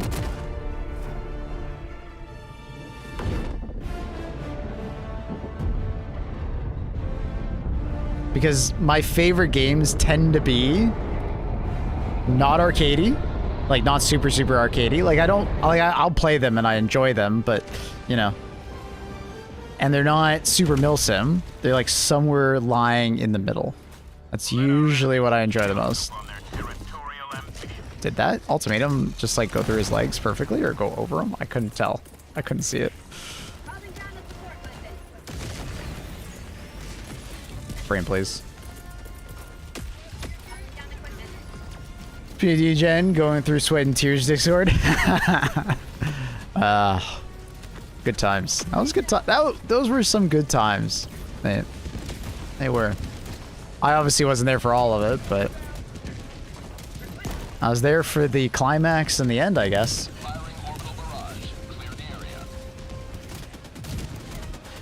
Sweat and Tears was a company I was in New World. Thanks, Nate. Appreciate it, buddy. That's where I met Nate and a bunch of other people. That's where I met Kevin, Revo, Blank. Oh, I think I threw that too far. He's dead, I think.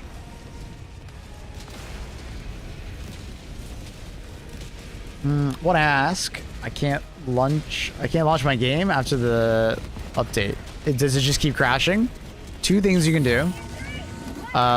Verify your files. Actually, it's more than just 2. 2 things that I immediately recommend. Verify your files, and then delete your old shader cache for the game. Just give it a Google. Like how to delete shader cache HD2. Because what happens is some players, they come back to the game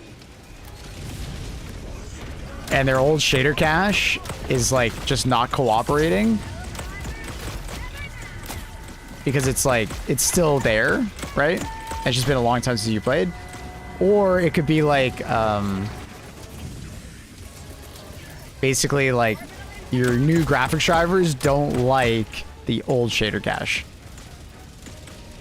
And there's just like something wrong. So your shader cache, if neither of those things work, fully reinstall your graphics drivers. So use something like DDU, display driver uninstaller, and uninstall your graphics drivers and reinstall them. That will be a two-pronged thing. If there's maybe something wrong with your graphics drivers, that would hopefully rectify it. And then if, let's say, there's something wrong with your, driver cache, which is also a thing, like NVIDIA has its own cache. There's also a DirectX cache as well. That would hopefully help it.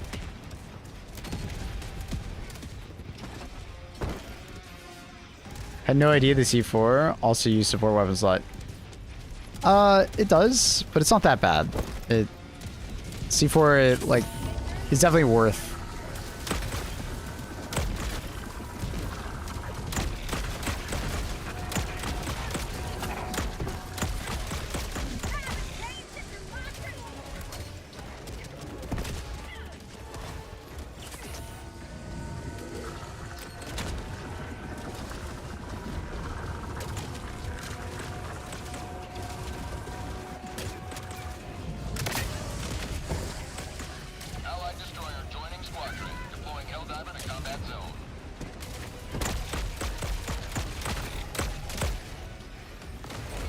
Gotta unlock me some C4. It's good. It's good. TY gonna try that out. Good luck, buddy. Hopefully that works. Apparently some people are also having problems with the newest drivers of the of NVIDIA and AMD for HD2. So I'd say ultimately worst comes to worst, just download an older version of your graphics drivers and use that. That would be I guess the very last thing that I would potentially just do. Because I think in the troubleshooting section on HD2 Discord, they suggested that. So Orbital laser good for the Vox tanks. It's good. The problem is that sometimes the laser seems kind of bugged in this current patch. And I don't know if it's just... Can we get off? Run! I don't know if it's just this patch or just CYBERSTAN. That's what I wanted to say. But there's something weird with it. Sometimes the laser just bugs out and it stops tracking enemies and just sits there AFK. I've never seen that before when it comes to the orbital laser. But I don't know if it's CYBERSTAN related or it's happening on all fronts. It doesn't always do that. There's a lot of times where the orbital laser just works, but yeah. One thing that I've noticed in this game, SMG isn't really used much, so wonder if they'll make them better. SMGs do get actually used a lot. It just kind of depends on where we are in the meta or what faction you're fighting against. SMGs feel a lot better versus bugs and Illuminate. SMGs don't get as much use on bots because typically the engagement range on bots is a lot closer.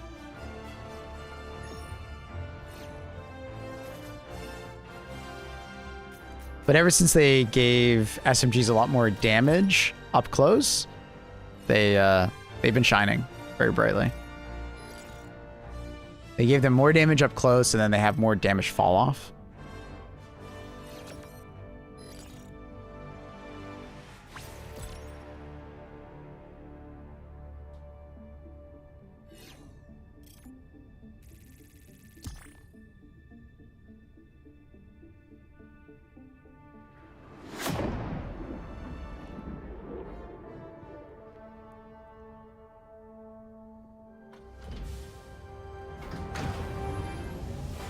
Must just be the games I'm in.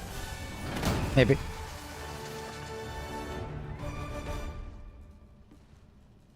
I can't blame people though for like wanting ARs. ARs are very versatile, right? So some people really like that. Welcome aboard, Helldiver. But they've been doing a lot of tuning. I think SMGs are actually in a good spot, honestly. Not all of them are. Like I still think that like, for instance, like the Killzone SMG is still in like a not great spot.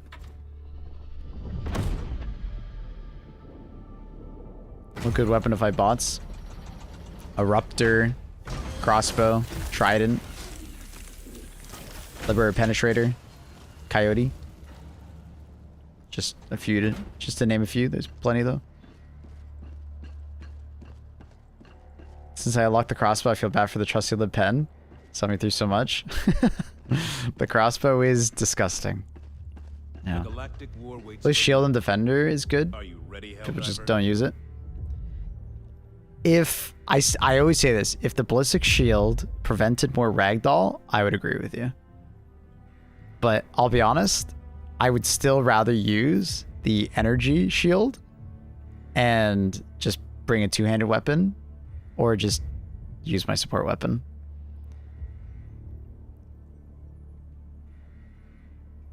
Like, it obviously depends on the enemies that are shooting at you, on how good ballistic shield feels. But there's just so many situations where like there's one rocket devastator and he just stops you from feeling great. The pen is great though. It is a great pen. I always put it around A tier. A Warbond would, should I suggest after Democratic Nation? Well, I've got a YouTube video for you. Highly recommend going over to my YouTube, link down below.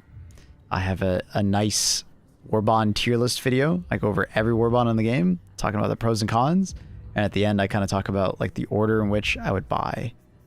But if you don't want to do that, Dust Devils, the new Siegebreaker one. The Super Destroyer is ready for your next mission. Allied destroyer. Forgetting the name off the top of my head. Control Group is a really fun one. Servants of Freedom has a lot of really unique stuff in it, but highly recommend the video.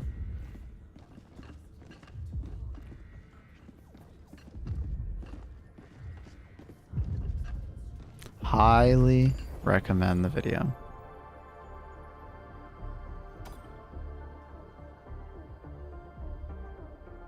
Change grenade rider. Thank you, Trindle.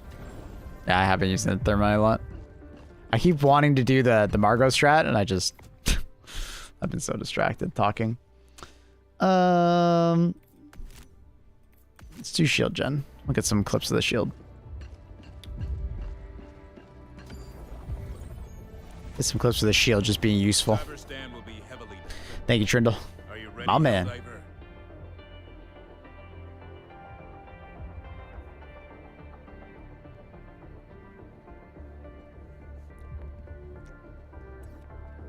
Mission coordinates locked. Hellpods primed.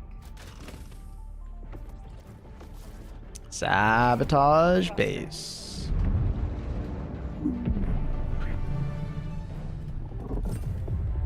Orbit synchronized. Ba-da-da-da. Engaging orbital thrusters.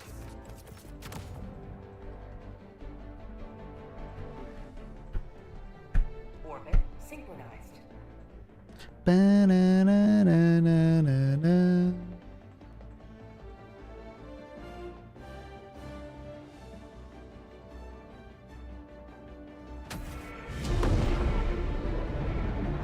Ba-ba-ba-da-ba-da-da. Sure, we get the clips sooner and go back to working. Oh man, I don't want to take you from doing stuff that you want to. It's all good, man. Release a medium siege armor as a start. Downshift the importance of Urban Legends Warbond. No, I mean, it definitely did affect it, and I did make that Warbond tier list before we knew about that.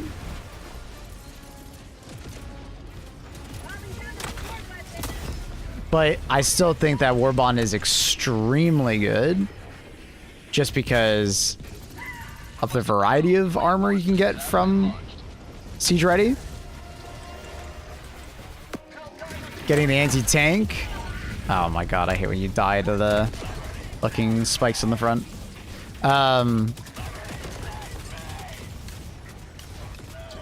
Yeah. Like, if I was to do it again, like that Warbond tier list, I would probably downrank Urban Legends. Because it was already one of the Warbonds which, like, was on the verge of not being an S tier. You know? It's the same thing as, like, Viper Commandos, right?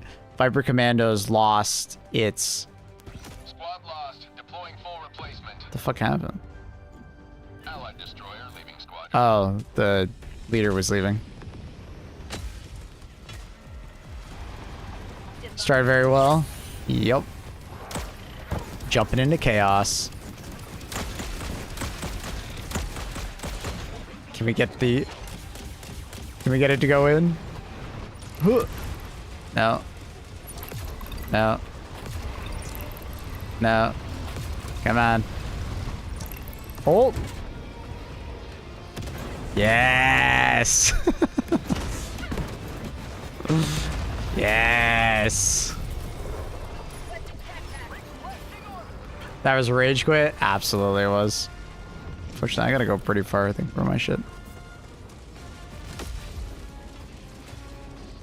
Wait, do I? Apparently not.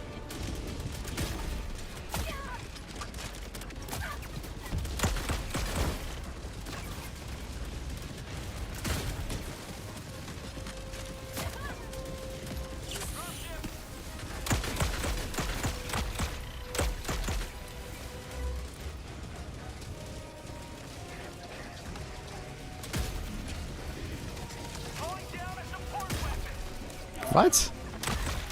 Wait, how's that guy not dead?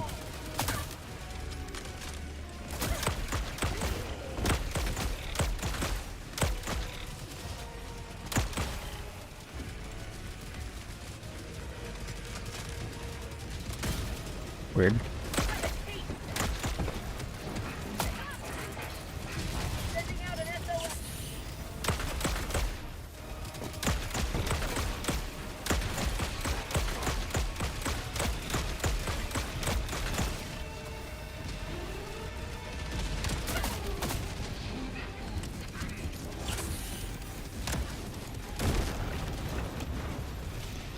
Da-na, da-na, da-na, da-na.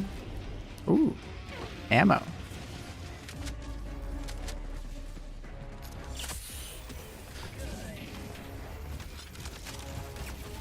Oh my god. Great flinch, bro. Great flinch. I can't see. I can't see.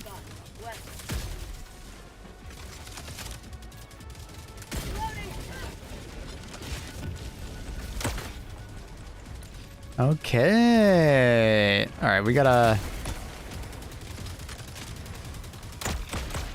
find those gunship fabricators.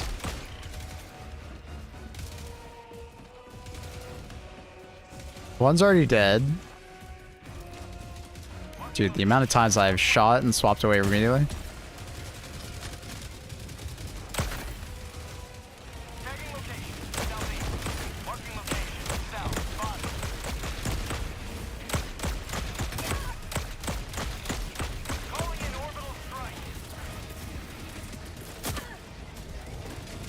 Throwing a 380 on that bot drop.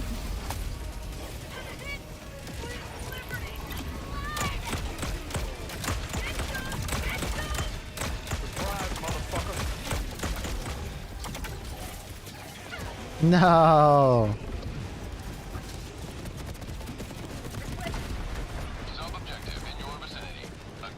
Yo, Druid. Which execute is better? Emancipator. Oh my god, I can't even see him. Is he even aiming at me? He's aiming at someone else. Is there a different one? The fuck? Me, when I found out the Senator can one-tap a Hawk, it can't one-tap a Hawk. Doesn't do enough damage. I think you are thinking of the AMR, maybe?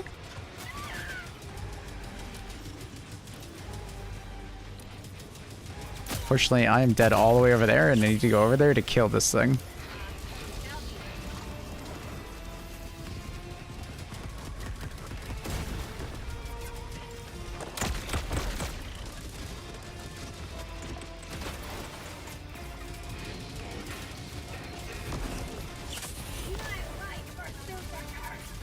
Allied destroyer joining squad. It does in the eye. No, it doesn't one-shot it. Objective near your location. Unless every time I've done it, they're already taking damage. Probably?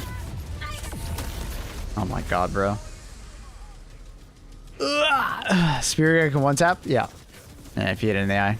Probably just gotta get to my fucking spear gun. So chat, this is one of those situations where, see chat?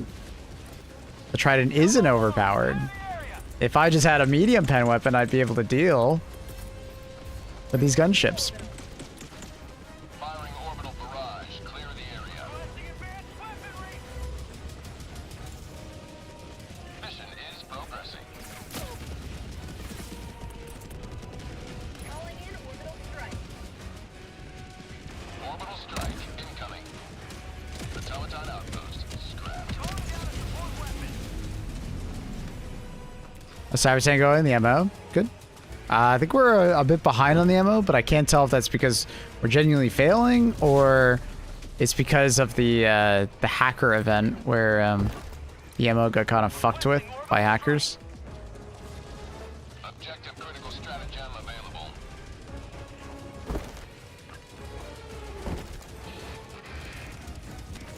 I don't know how he even spotted me, bro. Stratagem no longer available.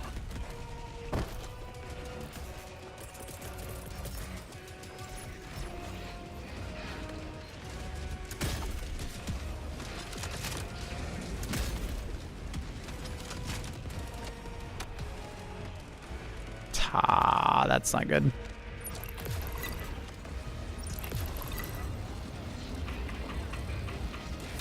Ooh. Oh my god. I fucking hate this guy. He's literally spawn camping. This is the guy who killed me, I think, too.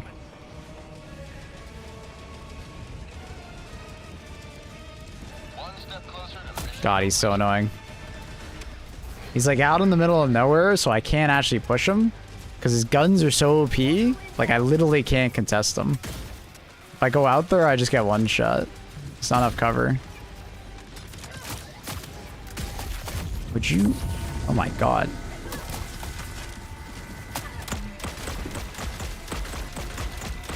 Couldn't chill. Little bots. How many is there?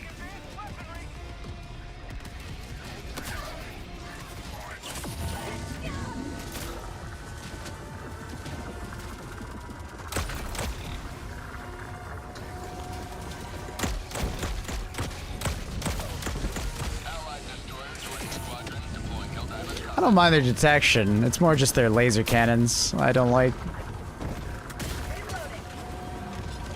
Their laser cannons are overtuned. Too accurate. Too high fire rate. Too oppressive. Too spammy.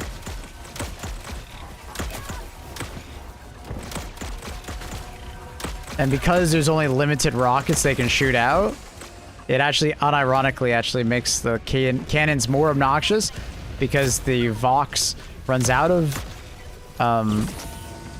rockets. And then once it runs out of rockets, all it does is spam laser cannons the entire time. It's so annoying. Requesting sentry. Advanced weaponry.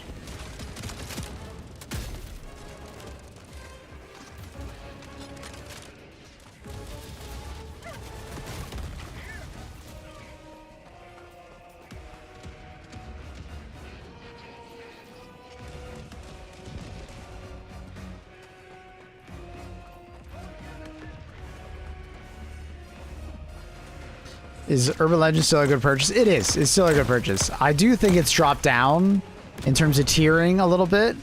Just because if you buy the Superstore like armor, the Chinese New Year one that literally just came out, you get one of the biggest benefits of buying Urban Legends right then and there.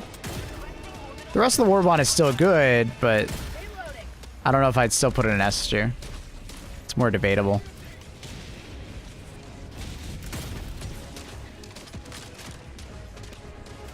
Mission is progressive.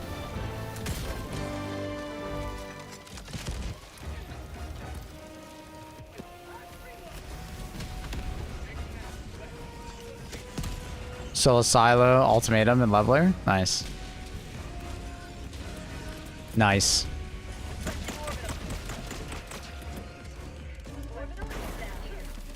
Firing orbital barrage. Clear the area.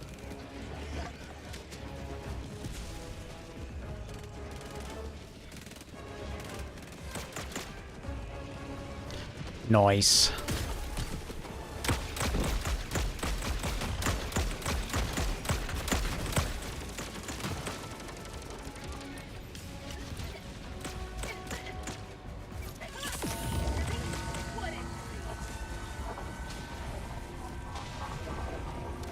What up, Mr. Racing?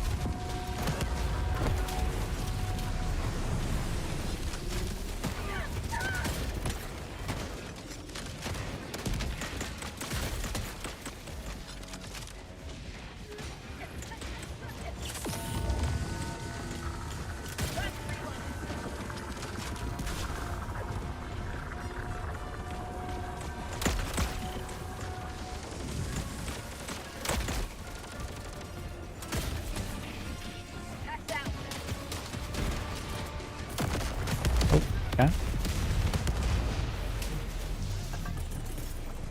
Throwing supply beacon.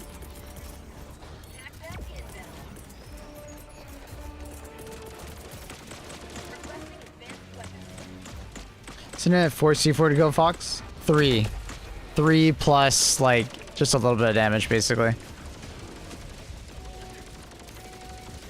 3 plus a thermite, 3 plus a ultimatum, or sorry, 2 plus an ultimatum, 2 plus a thermite.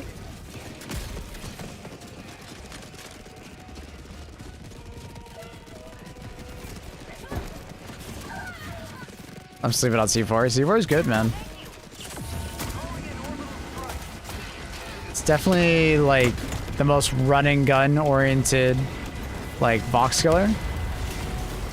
Other than like just bringing like leveler.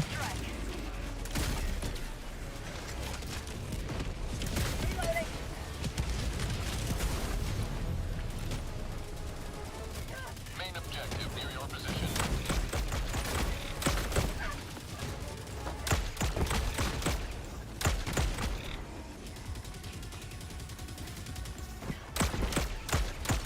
No, C4 is from the redacted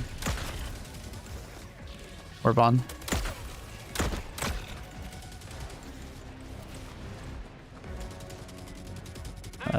Which one is this? There's so many variants. I'm always like, is this the one that's like down there? Yeah, it is. Objective critical stratagem available. Requesting objective equipment.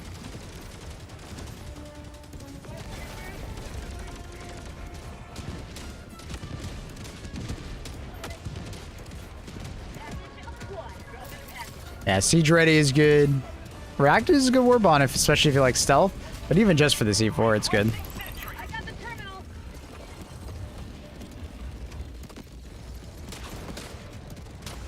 Mission at 20 minutes remaining.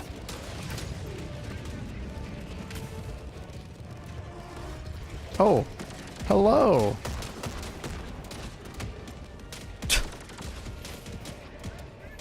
Requesting orbital. Firing orbital barrage. Clear the area. Engaging terminal.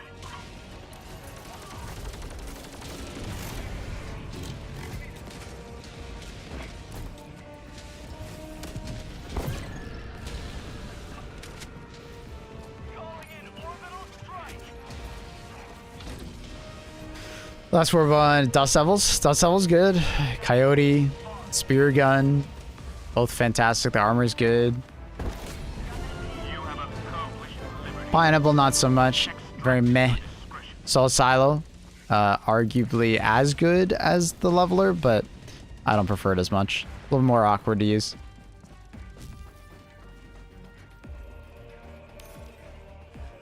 Enemy elite. Northwest. Close.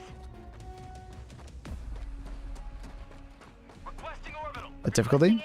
Top right. Around 10. Anyone ran into a glitch where you can't activate the SSSD hatch?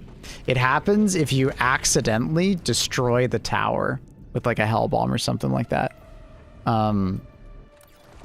So I actually recommend, if you do get that mission, do it immediately. Like do it like right off the bat of the map, because the worst thing you can do is like leave it to like the very end and one of your teammates accidentally blows it up with like a hell bomb backpack or something like that.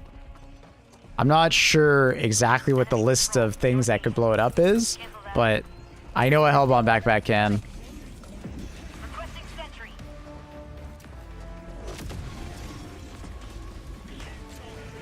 Yeah, so it's just a weird bug if the tower blows up early, it soft locks, right?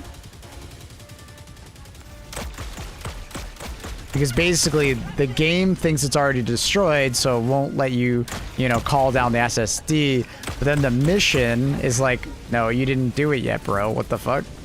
So it's not letting you like finish the mission.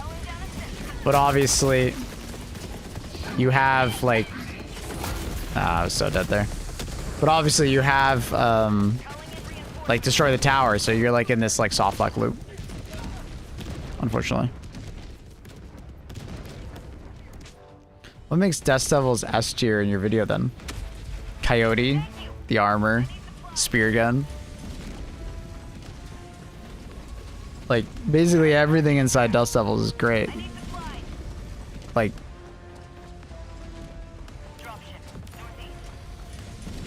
if you're like, well, there's a bunch of things that are not S tier inside of it, but it's like no Warbond has a perfect spread of S tier, right?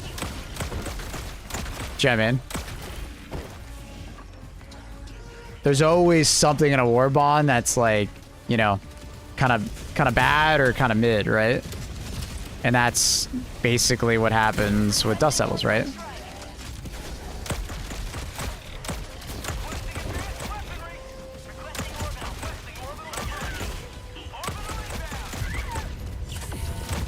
So Dust Devils has Soul Silo, which is like solid A tier on most factions.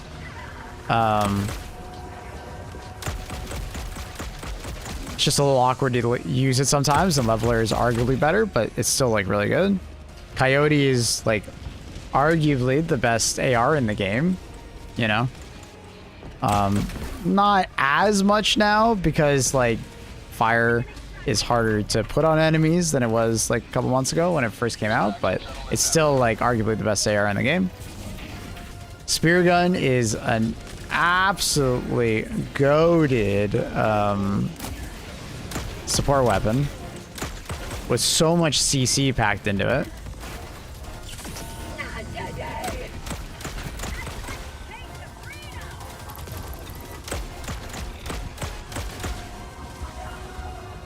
So it's just, it's a Warbond with a lot in it, a lot of good.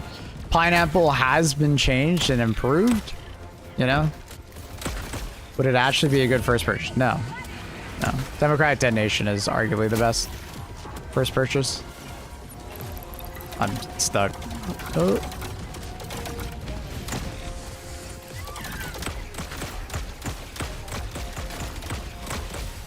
Like, because it's an S tier, I don't think it's a bad first purchase, but like arguably the best one is Democratic Detonation.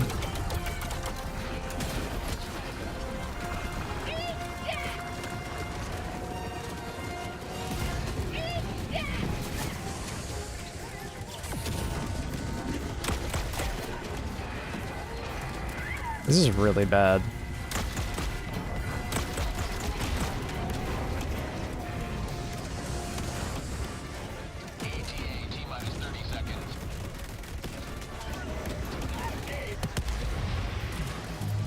No, bro. Fucking 380 on the floor. That's so unlucky. Oh my god.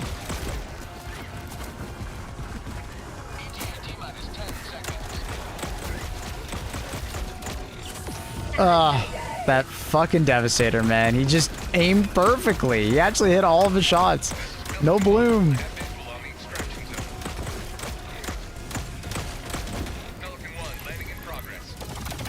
Ah, didn't reload it. Flinch, flinch, flinch, flinch, flinch.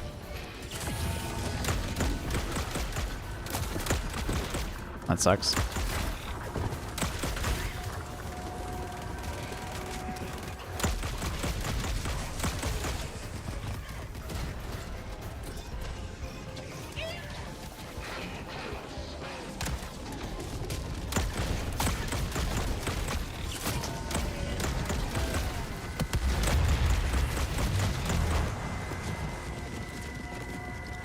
I have to wait. He put a barrage on that.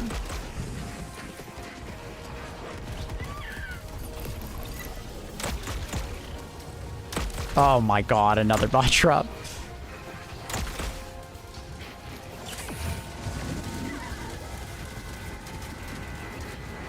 I can't wait.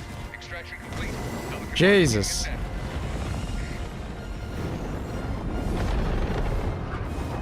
Did we get the new fire brush? We did. Hey Raymond. Heavy on flinching armor would be nice. It would be. If there was heavy on flinching, I would absolutely use it. I'd try it.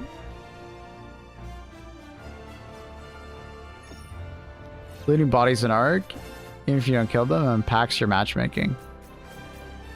Really?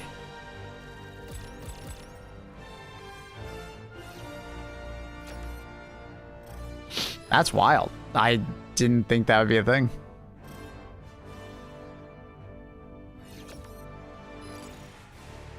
The fact that they gave us medium siege ready makes me hopeful. Yeah, same. Same.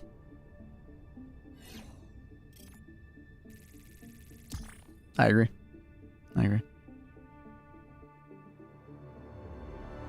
What's your opinion on using diligence? Like the normal diligence? I'd rather use the amendment. But not a bad choice. Hopefully later today, the primary weapon tier list will be out. Hear my full thoughts. See where I rank everything. Why amendment? Just better. Just a better version of diligence in my opinion. Destroyer has left squadron. Yeah, Dust Devils, Coyote, S tier. Armor, extremely good. Right? Just like very good, especially against like the Incendiary troopers or going up against like Dragon Roach and stuff like that. Just really nice to have. Really useful. You're not gonna wear it all the time, but like it's very good armor. Spear gun, like we talked about, very good. Dude, I kind of forgot about the expendable nate bomb. Solid stratagem. Like especially against bugs, fucking solid. Like A tier for sure, right? Very good. So solid, we talked about solid. The only disappointing thing is the pineapple. The pineapple is like the only disappointing like part of Dust Devils, and that's why it deserves to be an S tier.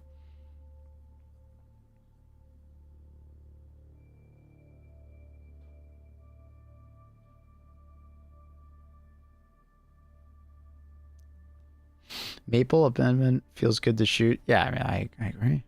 Oops, I turned maple. Okay. Yeah, it's probably like my favorite overall weapon is the amendment.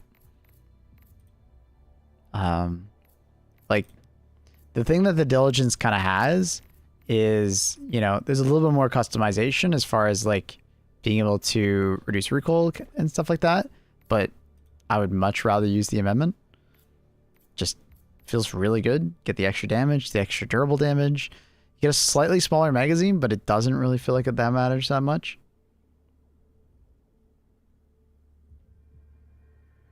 So, diligence is just so good.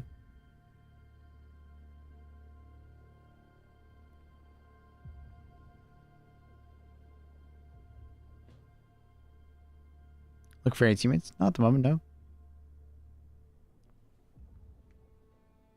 You taking a break from ass raiders? I don't understand the whole ass part, but I'm playing Helldivers. Does that mean I'm taking a break from Arc Raiders? Sort of, but it's not because I'm mad at Arc Raiders. It's okay to play more than one game.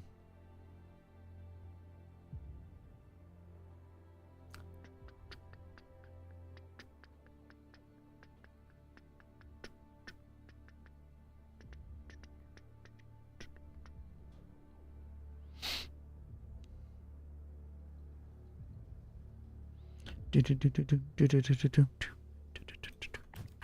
play with everybody on Sundays. Survivors just get first dibs.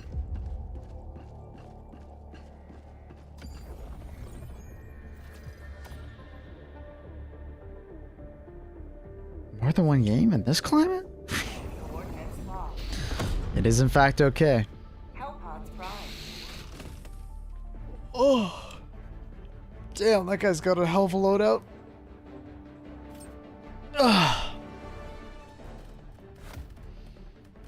Bum, bum, bum, bum, bum, bum, bum, bum.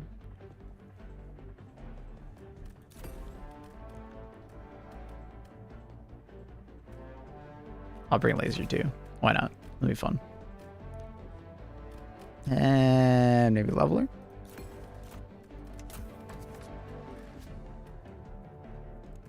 And then we'll use dynamite.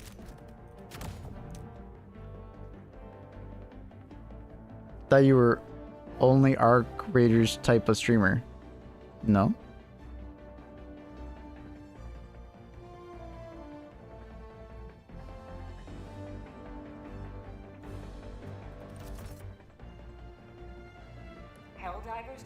This guy's loadout is exactly fine. Well, you definitely have an interesting loadout. Why is there no Thief Soldiers? Because it's C for busy elsewhere. You can read it in the dispatches. Hi, Annie.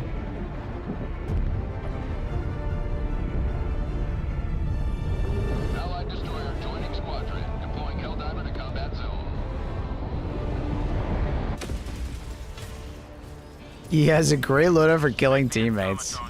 I don't know, dude. He doesn't have, you know, airburst rocket launcher.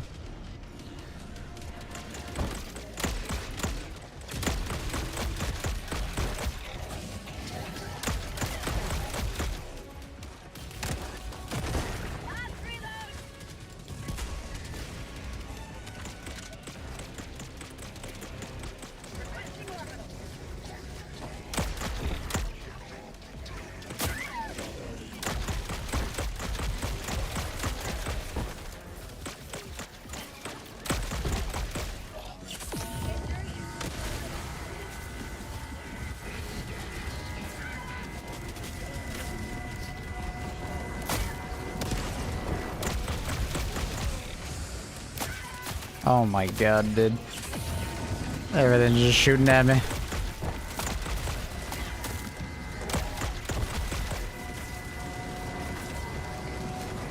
Did he just hull bomb? I think he just hull bombed. Oh my god, I'm just getting flinched every time I try to shoot my rocket. Request approved. Reinforcements on the way.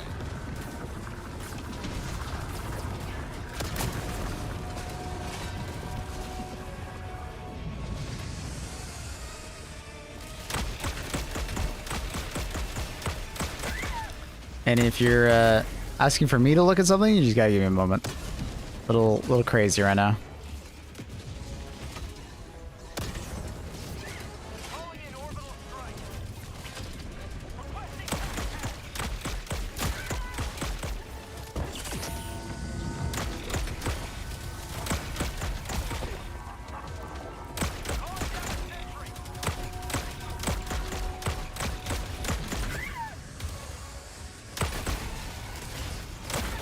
Oh my god, bro. I'm out of stims. What? Where did that rocket go? Hello?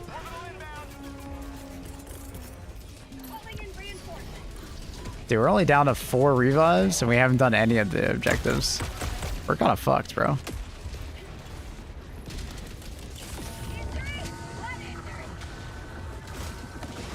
Well, I regret not bringing something like the AMR.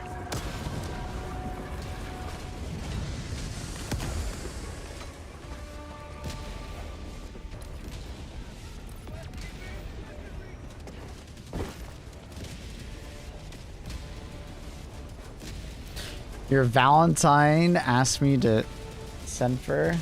She looks so cute with the blanket, Annie. It's adorable. It's a nice blanket. Very cute.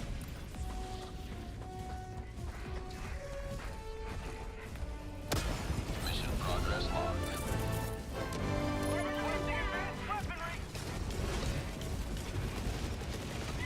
Couch threads, nice.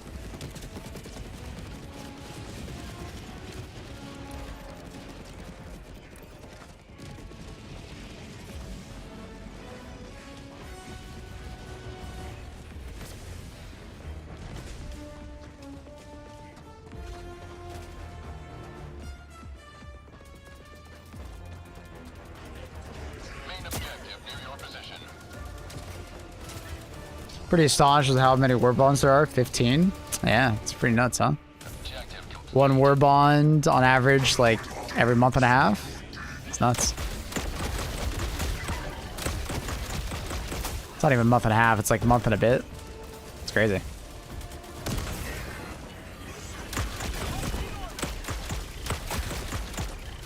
Oh no, I think I just used my last, oh no I didn't. Thought I used my last rocket already.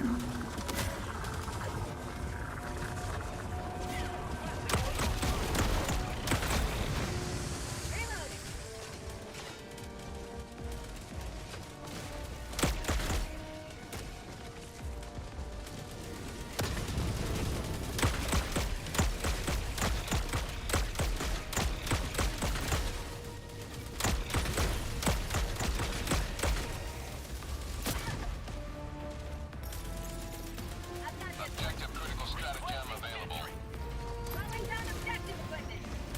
I want a cave for Valentine's Day. I wonder if I'll have one.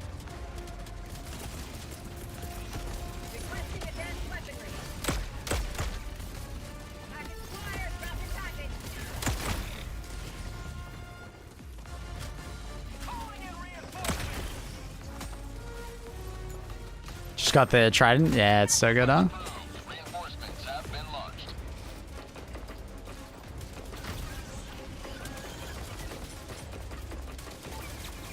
Brain? Brain? Why can I see it? Oh my god. My brain was just not working there. I literally just couldn't see the symbol that I needed.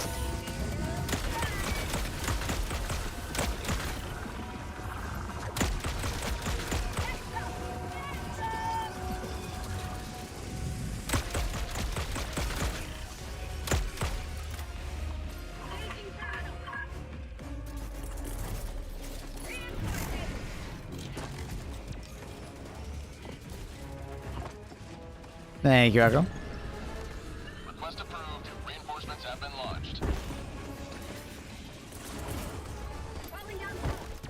Deploying equipment package.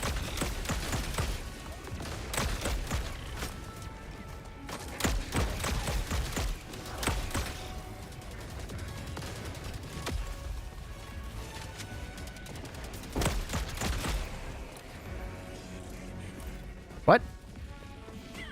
Oh, that's right. You have to do like one final command once you do the 3. Fuck, I forgot. Ugh. I gotta run back.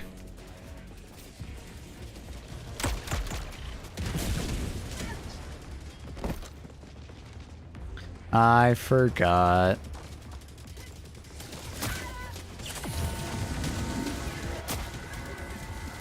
It's not even an arrow code. It's just they make you do one final one for some fucking reason. Like, it's like, it's so unnecessary.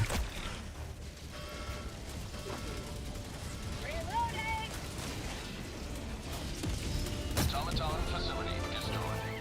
Because like some side objectives or like main objectives like that don't require you to have like the final thing to do it, and then some do. It's like, oh my god.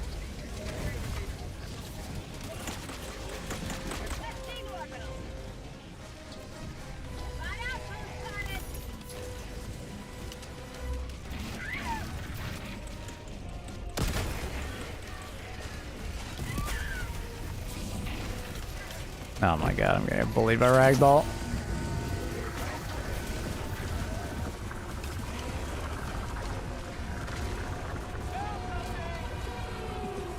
Fuck. You were the last enemy I wanted to see here.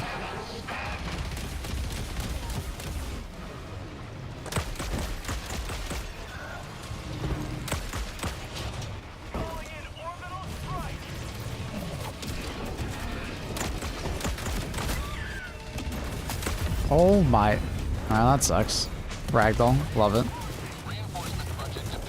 Ragdoll, love it. Main objective nearby. Reporting to the front. Requesting orbital. Calling down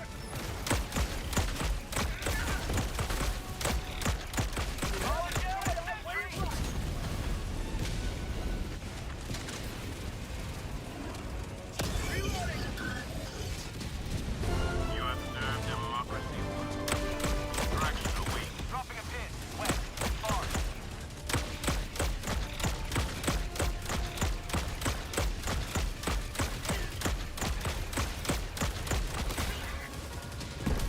Can't hit that guy in the eye for some reason.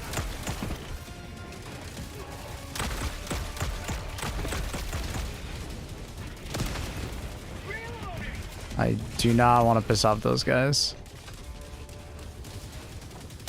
Spot outpost destroyed. Oh, they're too late. They're already pissed off. Oh, there's a third one over there. Oh my god, the box, man. There's so many. They're not even from a bot drop. They're just randomly walking around. Oh my god. There's like no cover where I was too. It's insane.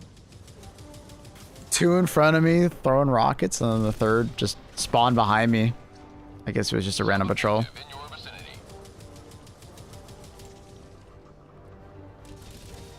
Should I give the tenderizer next cinemag? Yeah, maybe one day. Is that guy really not gonna blow up the fabricator? Am I blind? Wasn't there a fabricator right next to us? I swear there is a gunship fabricator right next to us, and he's not gonna blow it out. He literally has a help on backpack.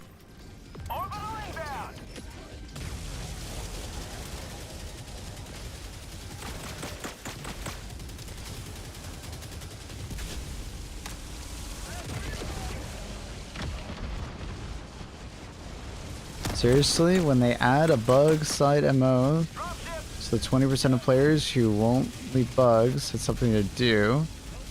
I mean, it's not that people just don't leave bugs. It's just like it's a video game, dude. People will sometimes not want variety, you know? They'll play against CYBERSTAN a bunch, and then hey, I haven't played bugs in a while. Let's go play some bugs, and then they'll go play some Illuminate, you know?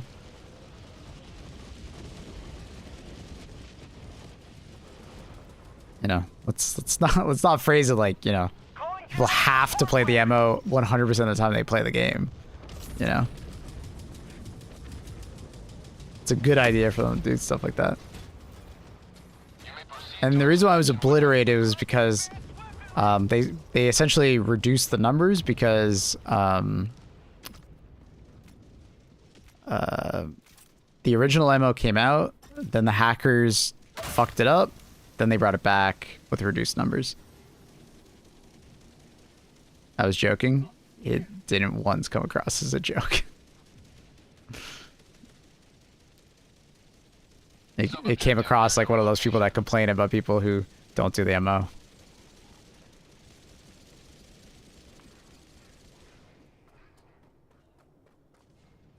Do you think after we take CYBERSTAN, the bots will be gone for a bit? No.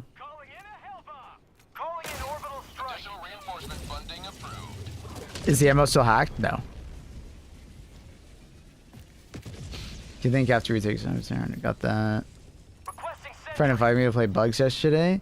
I felt like I but I felt like I wanted to play CYBERSTAN. Okay, cool. Oh, yeah. I think one of the 10k divers on Tarek, the bug objective during the super defense. Yeah, I mean, there will always be people that want variety, and that's okay. It's a video game, you know. It's just a game, guys. It's okay if not everybody's on the ammo, you know. Don't be that guy on Reddit that like just complains about people that are not doing the ammo.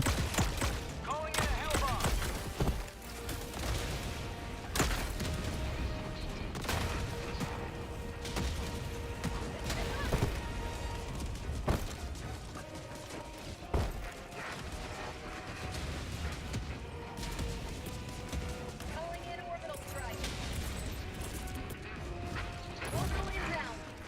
Firing orbital barrage. Clear the area.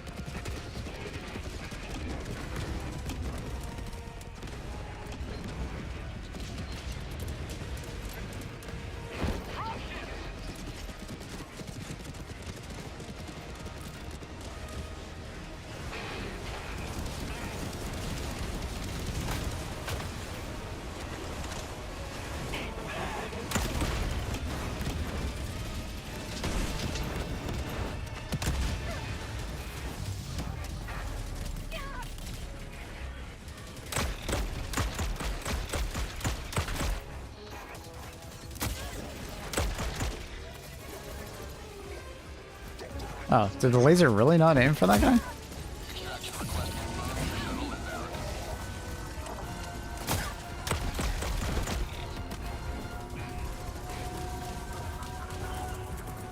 inbound.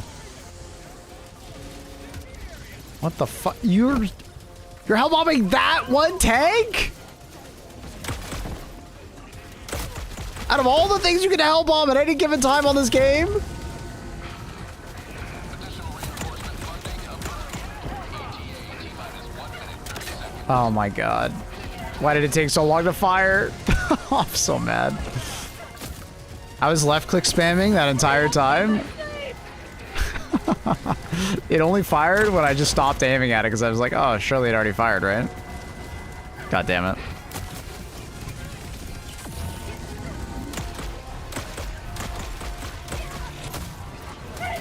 I think I'm dead here. Oh, if only you used that, you know, hell bomb there, you know?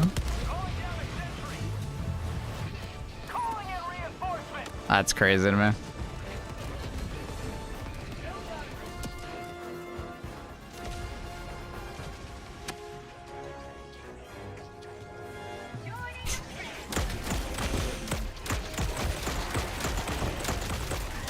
I don't know, man. I am just blown away by this guy. Helldivers outside extraction radius. Pelican 1 aborting pickup. Did we actually just lose the fucking extract? I didn't know he ran away from it. Oh, we're so dead. Yeah, that was painful. That was a really painful mission. I haven't had one like that on CYBERSTAN yet. Ugh.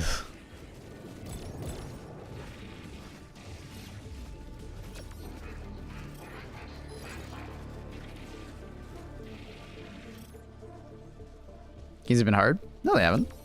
These have been really easy today, actually. Other than this one.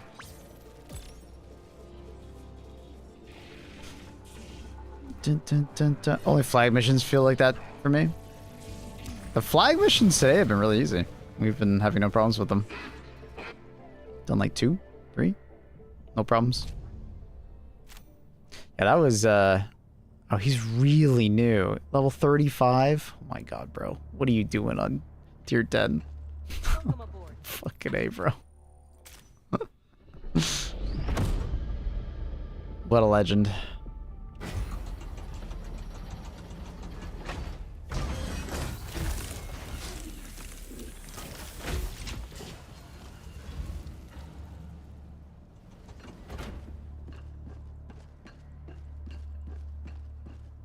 A man was running Hammer with Hellbomb backpack. That was rough. With haste, Helldiver. That was rough. Our forces descend to battle the cyborgs in the streets of their homeworld. Hey, don't The dog him. fight I to was free doing 10 at level CYBERSTAN 35. is upon I mean, so was I, but he shouldn't be. With the way he was choosing his stratagems, he should be having some fun on level 7. You know what I mean?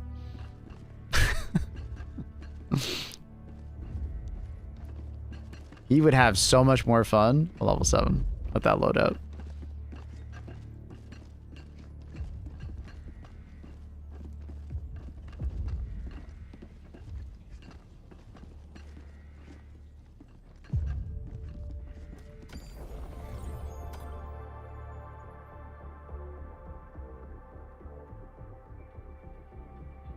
You guys extract? No.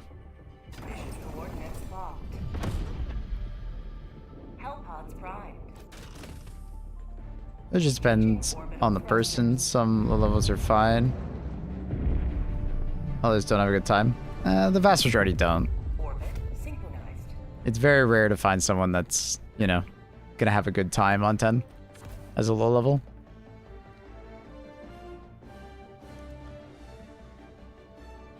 People has the skill to carry. I wish I had a better loadout. I did not bring a loadout to carry though.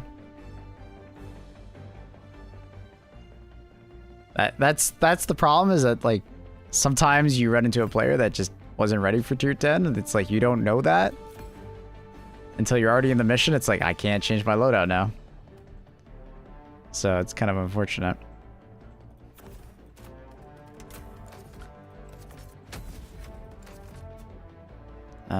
Another grenade to use. We'll rotate to gas grenade, I guess.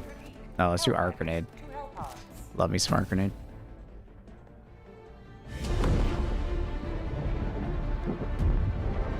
The hammer with the hell bomb is... Hey man, it's like not a bad loadout choice, but like for like level 7 or level 6, it's fine. But on tier 10, you gotta be having a loadout that like can tackle Vox regularly. If you don't, you're just gonna have a really bad time, and your teammates gonna have a bad time.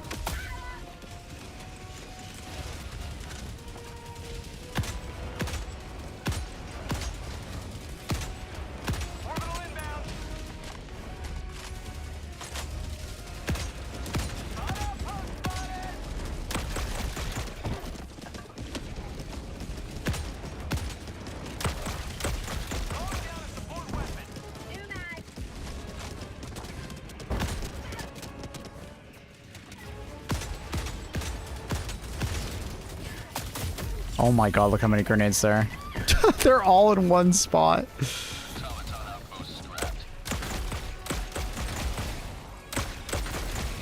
Insane.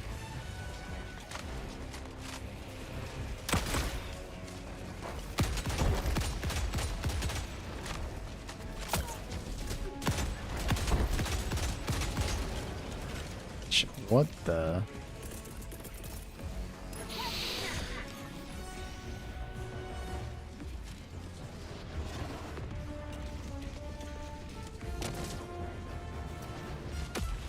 Thank you, your boy Frost. Thank you, thank you. Are we advancing on CYBERSTAN? We are. We are. Flag mission, eh? Alright. They're a pretty good loadout for flag.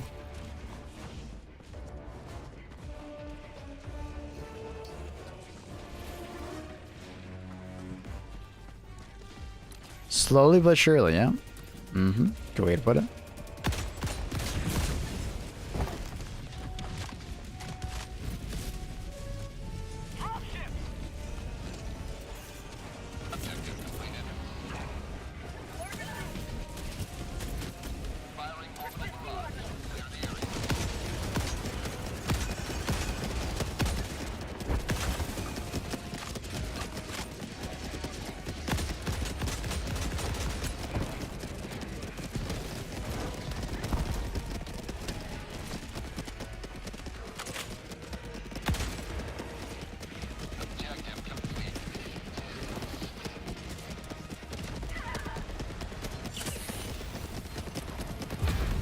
Oh, I didn't think I was that close to that one.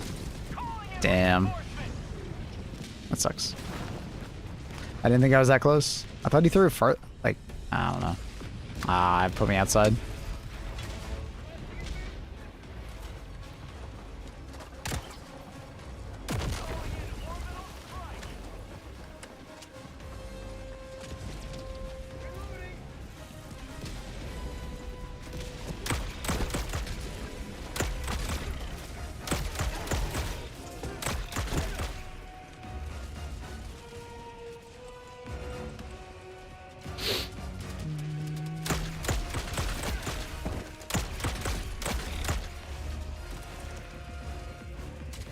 Requesting orbital.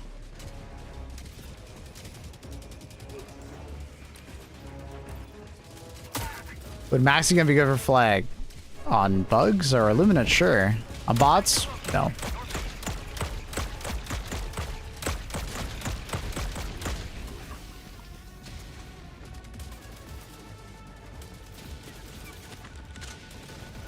Bring a support weapon that I can at least deal with like a Hulk. From the front.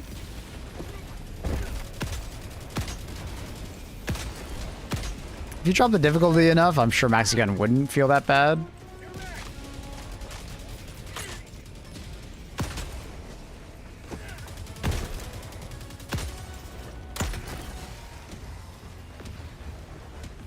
Yeah, I don't know. I just... Maxi Gun on bots in general is like pretty hard to use. I'm not saying you can't do it. You definitely could do it. And it wouldn't be like the worst decision ever, but... Let me put it this way, there's definitely better choices.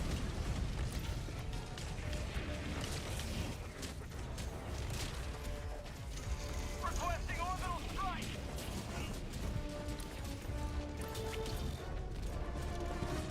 My idea would be let the other guys deal with the big guys, and I just deal with all the minions. Fair, but not having something to be good against like a Hulk and just having to depend on your teammates puts more pressure on them, right? Instead, you could just have a more well-rounded loadout, and then you're not putting pressure on your teammates. If anything, you're helping them out more.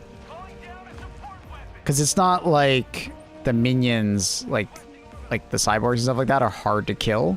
There's lots of different weapons that are good against them.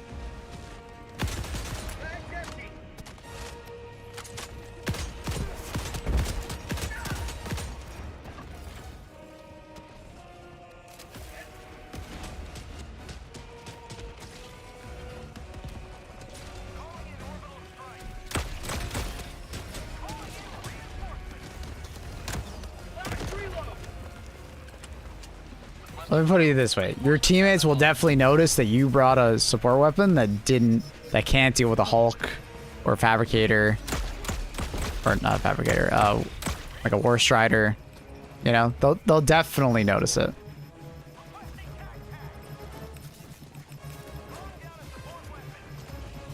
You know, especially with it being heavy armor surge right now.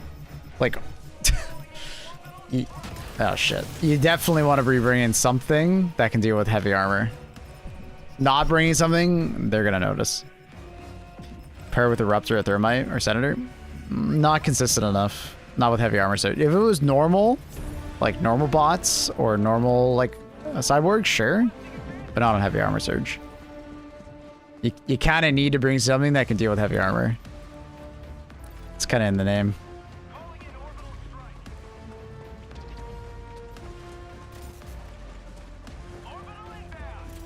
It said light or medium penetration. Medium.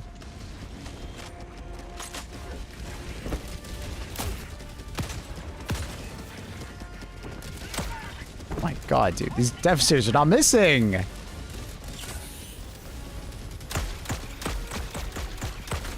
They're not missing. They're hitting every rocket.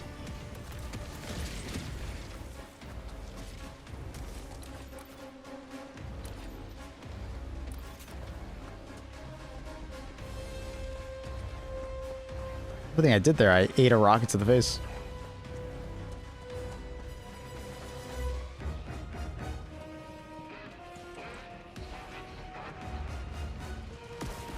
Ah, fuck.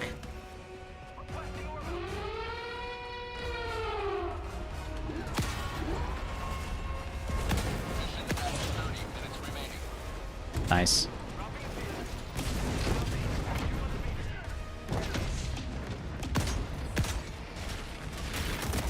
Ooh, that almost hit me.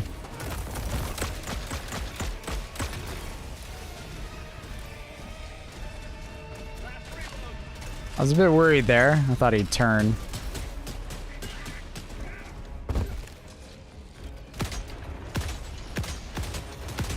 Stop. If you're wondering why I don't shoot the eye, like, that is why. Like, dude, what the fuck? What the hell, man? I'd much rather just shoot the leg.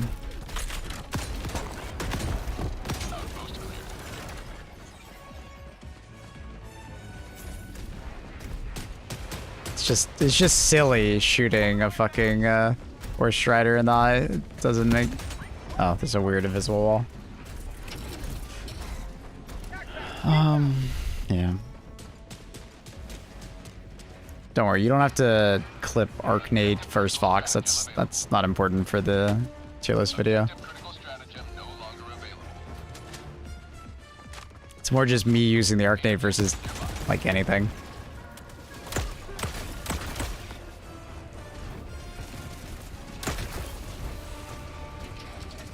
Shooting the leg gives you the funny death animation. True. You're right. Where's the... Oh, I got it already. That was the last one.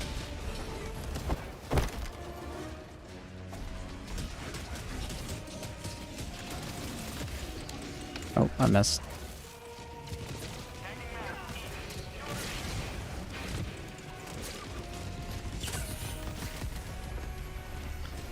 Dun.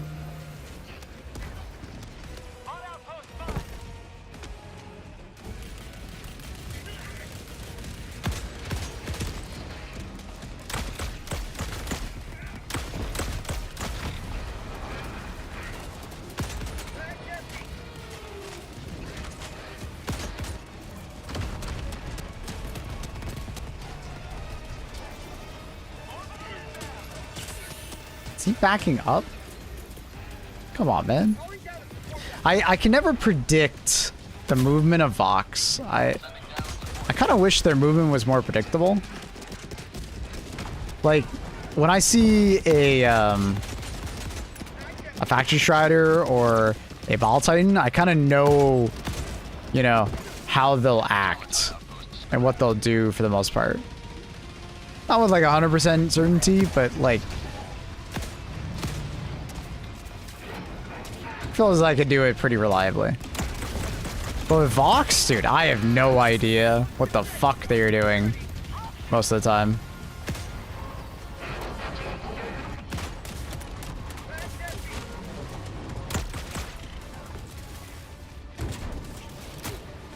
Like, they have the weirdest movement.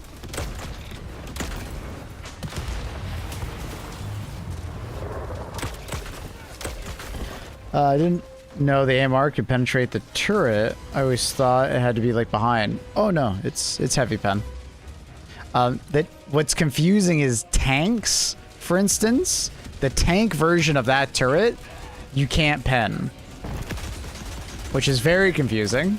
What the fuck is this? There's 5 of them. And the tier 1 boss next to me can't miss. Jesus. Oh my god, the reposition. Damn.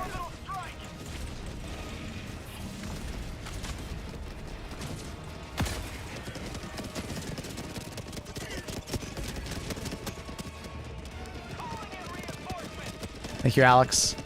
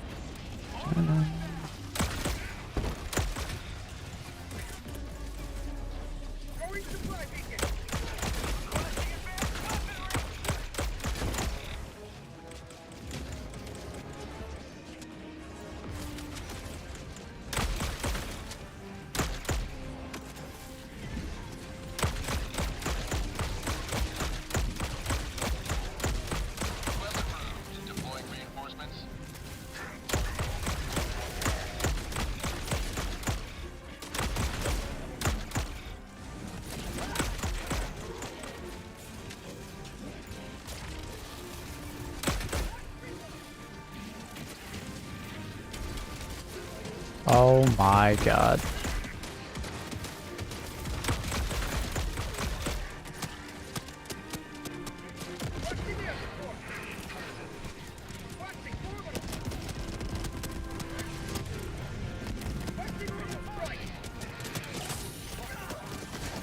It's bouncing, it's bouncing, it's bouncing.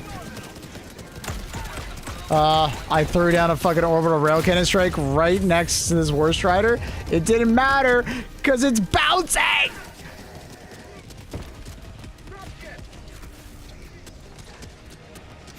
That's probably not gonna land. I have to stay away from the flag. It sucks. Where's my teammates at, man?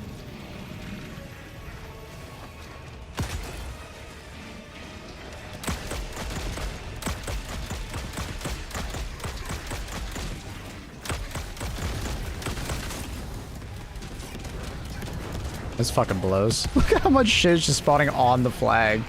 Like, come on, dude. That's just rude. I need some teammates.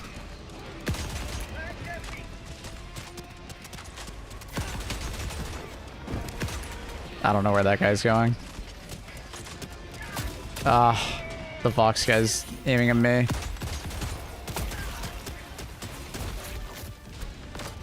Oh, laser, please. Okay, good laser, good laser.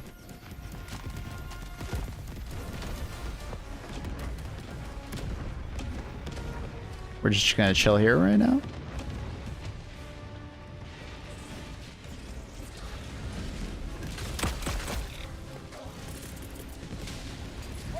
Because it makes for a hilarious situation. It doesn't feel very hilarious when it's completely RNG. And it can be very frustrating.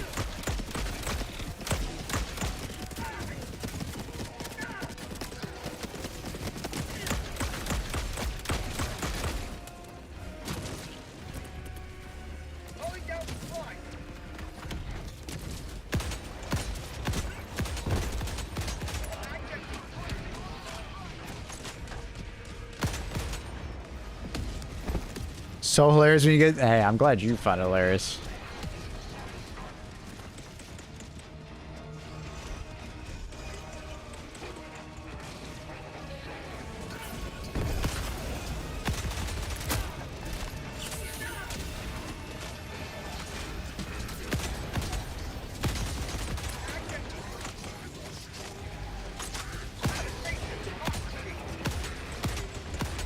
So, like, this is a good example of, like, bringing, like, the maxi gun in this situation would have been, like, really rough. I wouldn't have been able to do this mission.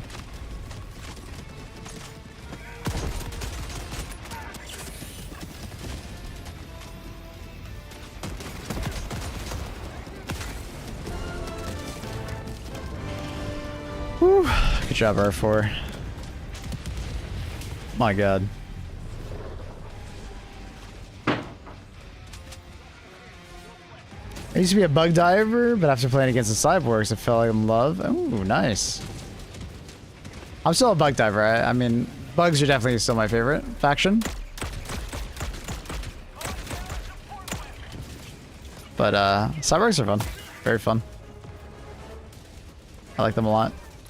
Thank you, Harbor. Appreciate you. I can't believe we never died there. That was nuts.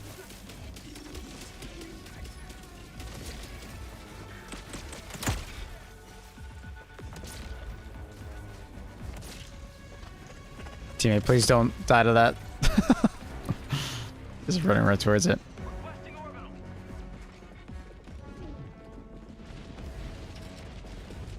Well, the railgun there. Wait, with the rail.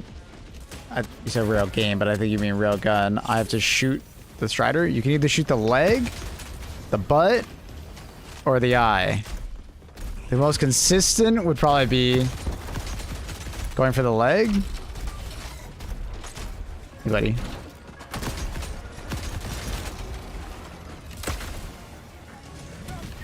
The eye is very annoying to hit just because they waddle around so much.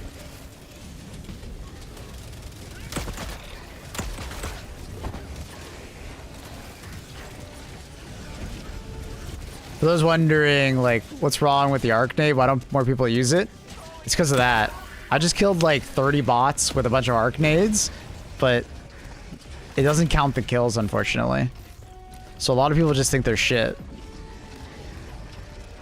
But they're not. Arcnades are actually really good. They actually didn't need the extra nade that they recently gave to them. They didn't need it. Arcnades are really good. They just don't count your kills. So if you're a kill fiend and your entire ego is based on your kill count at the end of the match, you might not like them.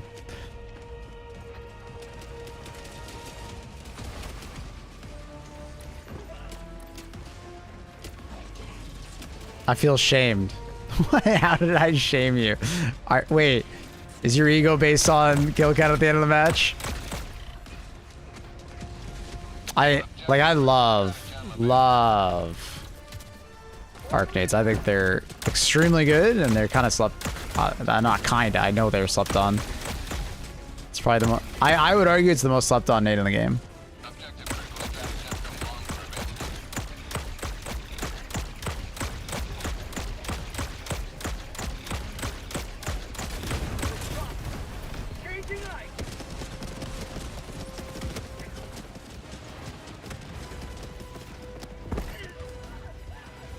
It's something specific to the Arcnade. It's the same reason why, like, Hellbomb, for some reason, like, doubles kills for some reason, right? It's just... This game sometimes just records kills in really weird ways.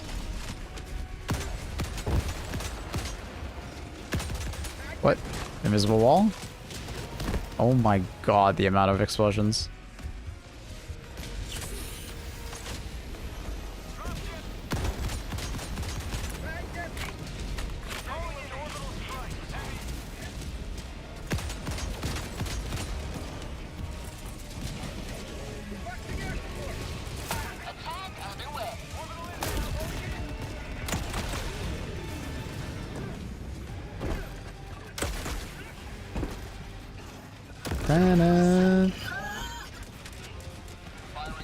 Or rail's gonna be on him. I don't know if it kills him. He might be weak enough.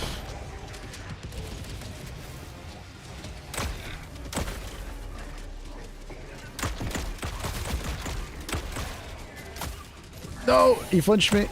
Okay, we're good. Most of these enemies are all gonna be dead due to the Arcnade, which is great.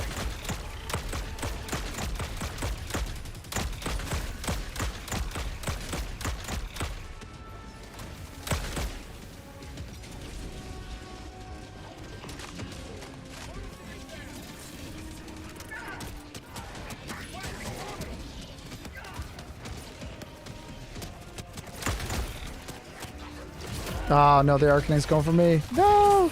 Not today! Just gotta be careful with that. The Arcanade can sometimes be a bit unpredictable. Get you killed.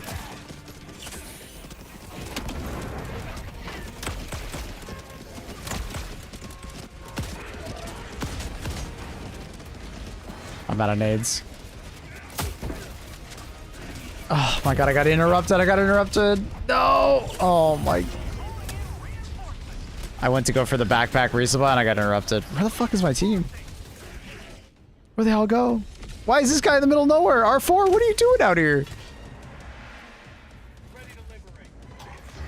My dude. Huh? Oh, man's in the middle of nowhere.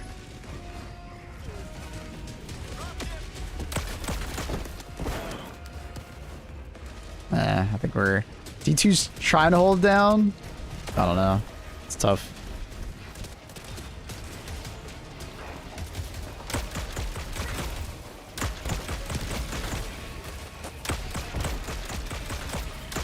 Wait, someone has a fucking epoch? Since when? Oh, he misses. Nice.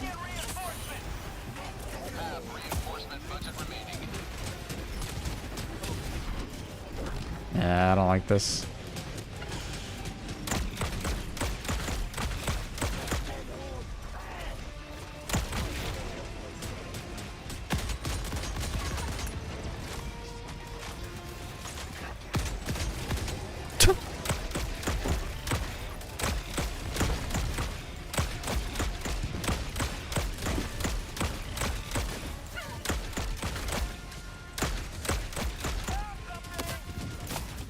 guy's not even looking at me and he's fucking hitting me.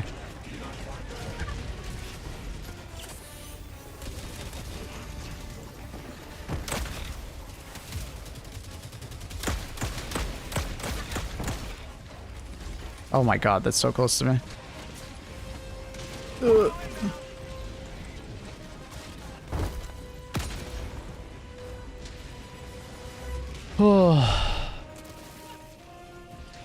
Another patrol. Damn, there's so many patrols spawning on that back corner, man. Actually insane.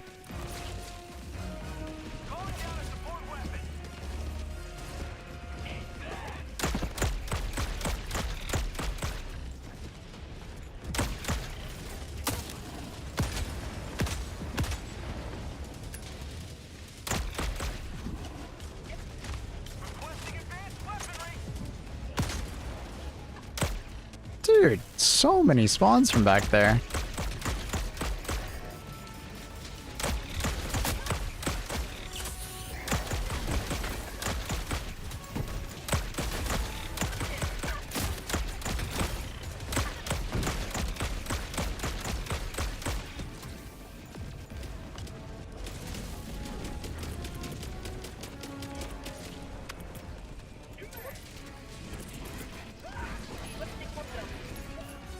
Orbital barrage incoming. Stand clear.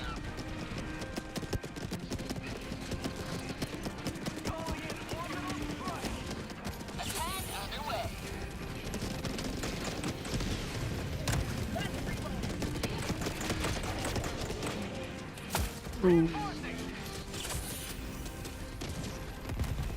What? Why is my gun not swapping? What the fuck? Request approved. Oh my god, all this stagger, dude. I just staggered, got staggered. Oh god.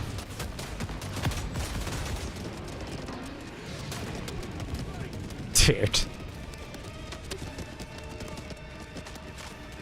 Oh my god. I hate worst Shredder variant, man. Oh. Ragdoll City. I don't know where that guy's going.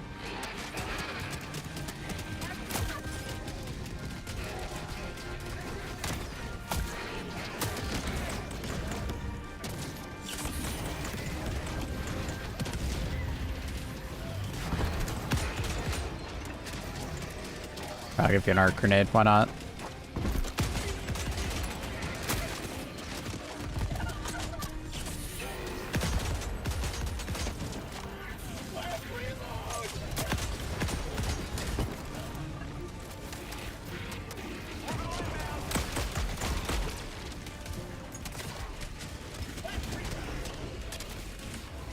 Fucking A, bro.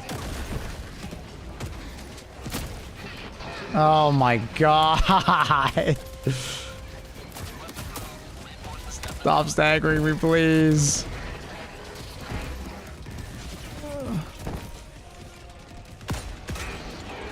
Oh my god, that guy did so much damage in one shot. Fucking A.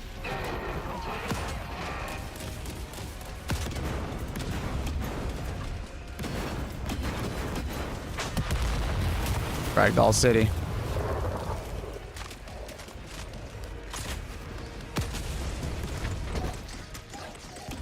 Ragdoll City.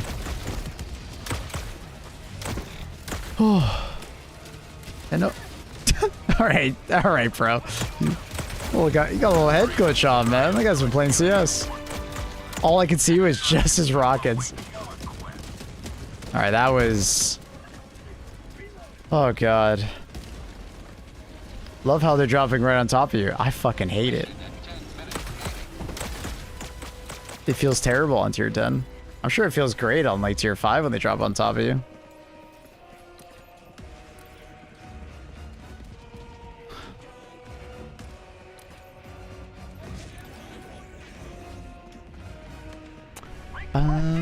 Dun, dun, dun. Does arc grenades do something to Vox engines? The armor pen of arc in general can pen it, yes. It's not like amazing. I wouldn't like actually reliably throw it, but you know, I was like, fuck it, why not? make sure the 3 thermites actually kill.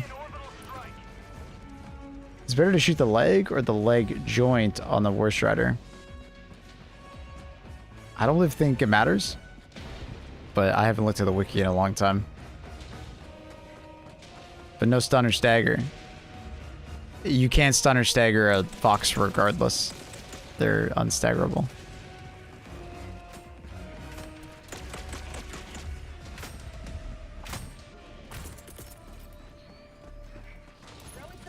It does? It does what?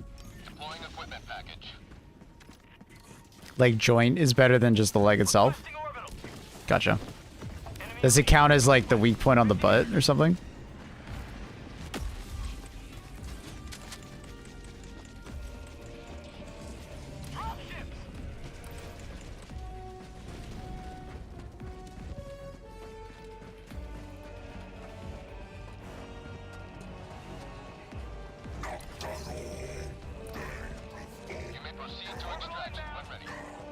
Not sure. All I know is AMR, faster leg joint. Fair enough.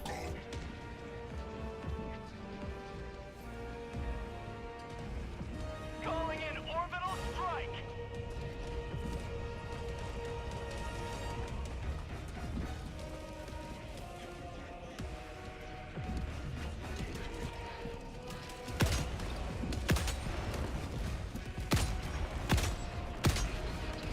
Calling in orbital strike. Requesting orbital strike. So about half the amount of shots. Gotcha. So it's basically the same as the butt then. Or very similar to the butt. Approved. Reinforcements on the way.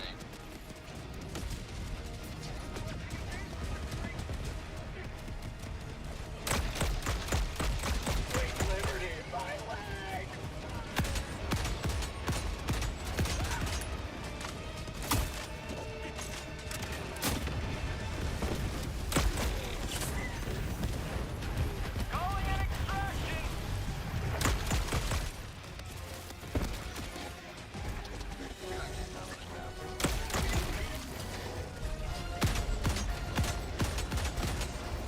Dun, dun, dun, dun, dun, dun.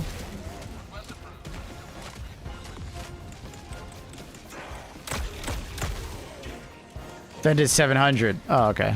Gotcha. Basically the same.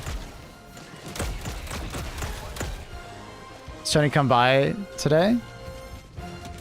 No, why? He normally doesn't come by the stream.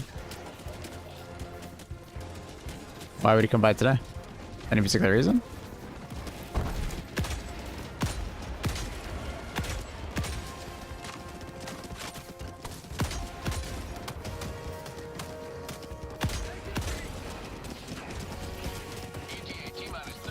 My god, look how many War Striders.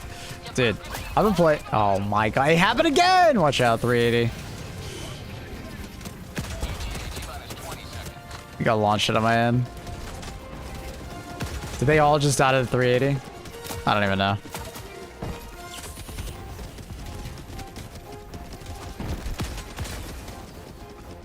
Request approved. Reinforcements have been launched. ETA T-minus 10 seconds. Clear landing zone. Literally getting staggered on the last input of the stratagem is just the worst, man. Pelican 1 landing in progress.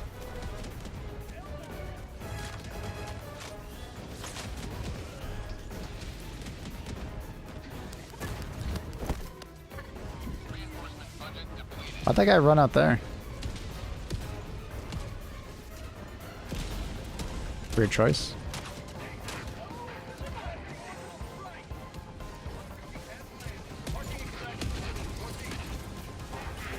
Pelican 1 preparing to depart. Shuttle launch in 20 seconds.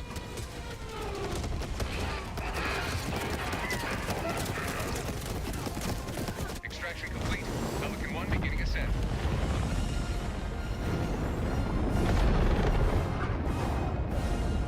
You have proven beyond doubt. What are you looking for, Manny?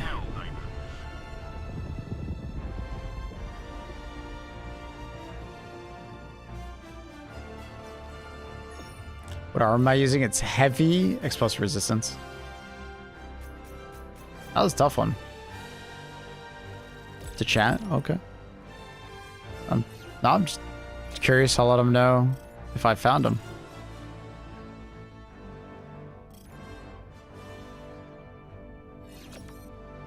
Am I not allowed? Never said that. I was just trying to figure out why so I could tell them why you were looking for them. You feel so fast? It's probably the FOV being higher than what you're used to. Just saying happy Valentine's Day.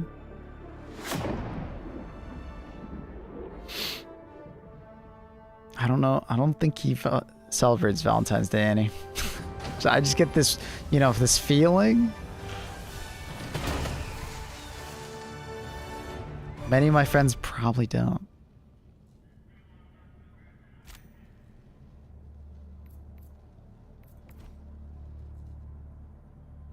Mm-mm-mm.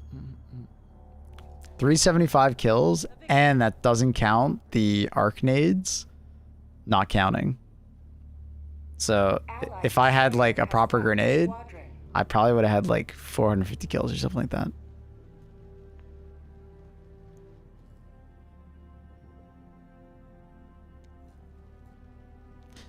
Valentine's Day, come on, it's a love day. Love about everything, friends, pet. Yeah, I mean, like a bunch of gamer guys, they don't feel that way. That's a tough sell on some gamer guys. You're so relaxed on 10, dude. I didn't feel relaxed there. Did you see me sweating on that flag? I was sweating. I was a ping pong ball getting knocked around by all the ragdoll. Just trying to stay alive. The galactic war waits for no one. Are you ready, Helldiver? That one drop barrage, 3 team kills, 2900 team damage. It's always been bugged.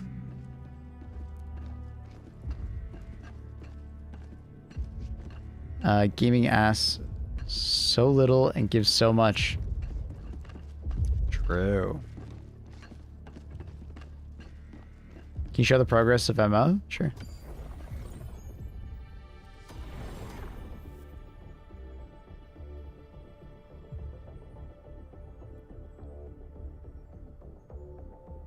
We need to hit 50% on the operations for the major order for us to be on pace. We are behind on pace right now. But I want to say, like, we were prior to the hack. Like, I find it odd that all of a sudden we've fallen so far behind. I want to say they just didn't compensate us correctly on the major order when it got hacked. Because we were like, I think our predicted percentage on end was like 95% or something like that. So we were like just barely behind. But I think it was like, that was the prediction based on like the overnight numbers, not based on like the daytime numbers. Obviously there's like immediate, like there's a median there. I don't know. I feel like they messed something up with the numbers. It just seems off. We're quite a bit behind now. We're 9% behind. I find that hard to believe.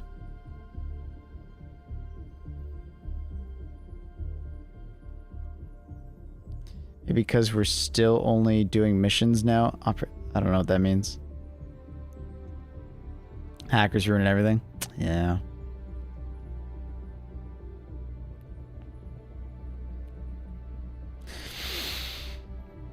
Are you stoked for the God of War OG Trilogy remake? Not really. I played it when I was a kid. I enjoyed them. But I don't really need to play them again. I mean, maybe if they like...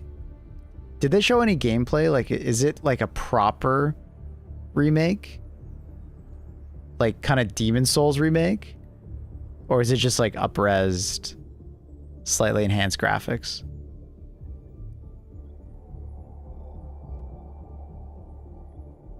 Yeah, what? Like like Demon Souls remake? We don't know yet. Gotcha.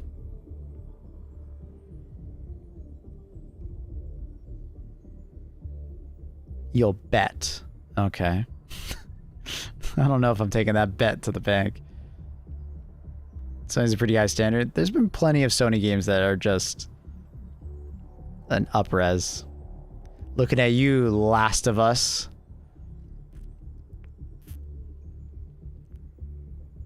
But I mean, I would play it if it was a proper remake. If it's just an up-res, nah, I don't really care to. But if they like do a proper good job on it and they actually like kind of remake the game for like modern audiences in a way, Allied destroyer do some proper tuning, that'd be nice. I'd like that. Engaging orbital thrusters. Seriously, I like it. They just do an upscaled graphics. It's a remake. The word remake gets thrown around so much on like weird projects that like aren't really remakes. They're more like remasters. That's why I question, basically. Because the industry is really bad at like using the right terminology to describe something. What was the last one? There was a game that came out that people were like upset that it was just an it was more up-res than it was a remake. It was like this weird in-between, right?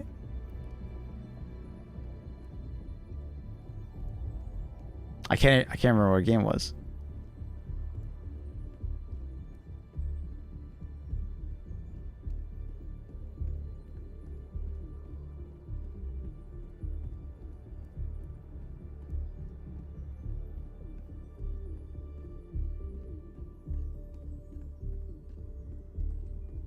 They have TC Carson doing voice work in the studio. That tells me that's more than the uppers. They could just be adding some content to it though. Still using the same stuff. Maybe another Last of Us remaster. Exactly. You know. So it depends. I'm curious.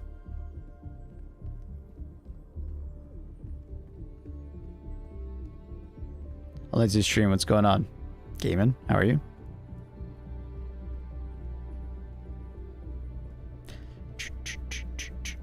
Yeah.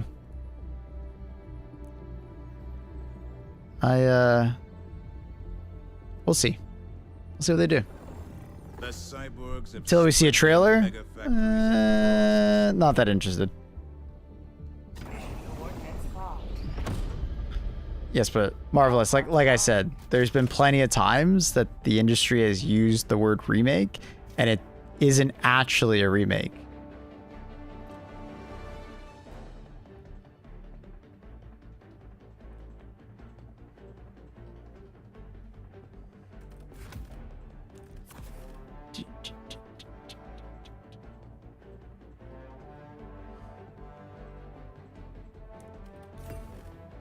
So I'm curious,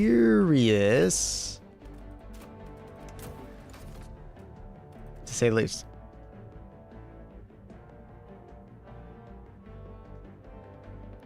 We're going to remake it, but simultaneously take a fat dookie on the legacy content. Well, that's the point of a remake, though, is to remake it for modern audiences. There's nothing necessarily wrong with that. The original game is still there.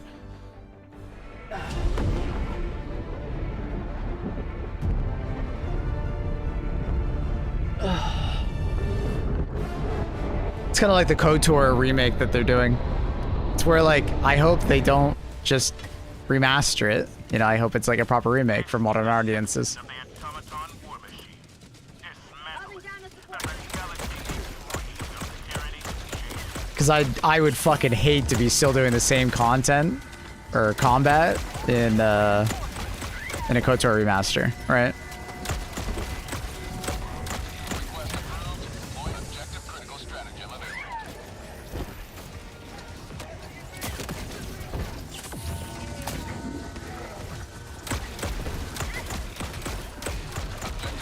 They've been pretty silent on the KOTOR remake. I know it's still in production, which is nice, but we'll see.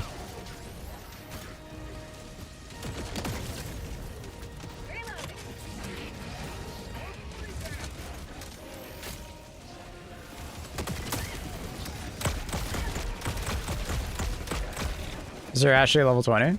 There is. What's their loadout? Oh, not bad.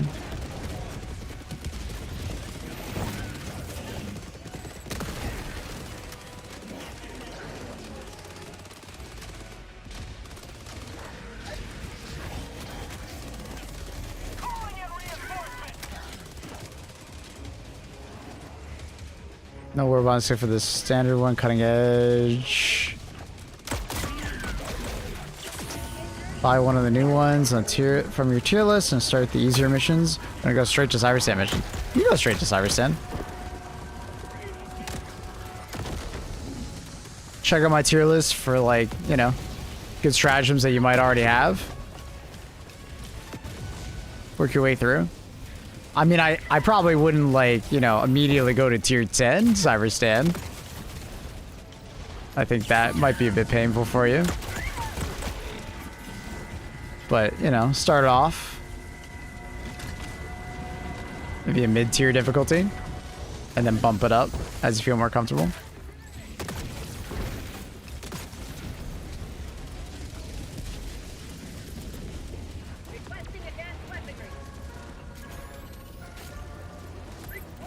Oh my god, I thought Akuma was gonna kill himself there.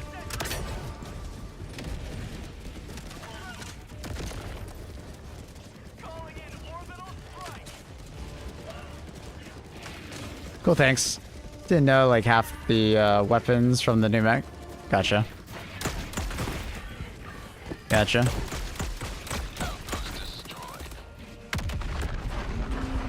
Oh my, look how many tier 1 units there are over there. Is that good? Oh, that's perfect. If only you got kills for the arc grenade. I hope they fix that. They need to fix quite a few things, like, pretty sure pyrotechnic grenade still gives you bonus kills. Arc grenade obviously doesn't count your kills. Hell bomb gives you bonus kills that you didn't actually get. Objective critical stratagem available.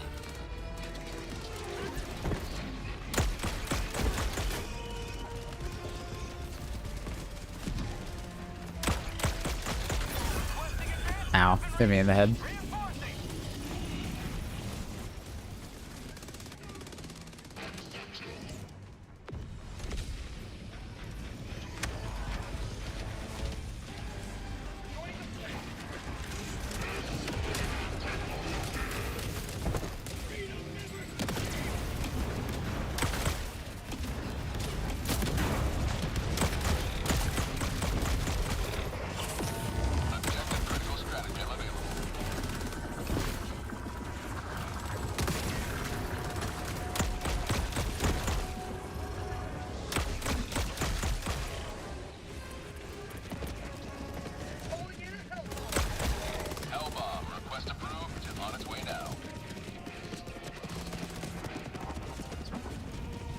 Night Rain. I love Night Rain. I'm very excited for Horizon Hunters. We were talking about the other day. I'm trying to get into the playtest. Hope the game's good. I love the idea of Horizon Hunters. You know, it's Night Rain meets Night Rain meets Monster Hunter. It's neat. It's a good idea.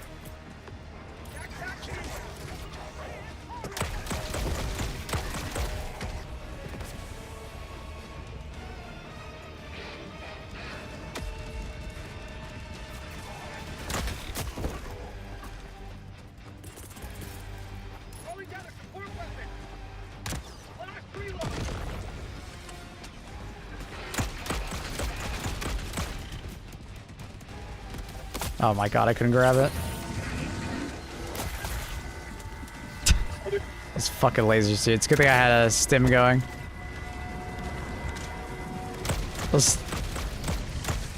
That's why you wear explosive resistant armor, chat. I live because I have explosive resistance on and I had a stim going. Objective completed.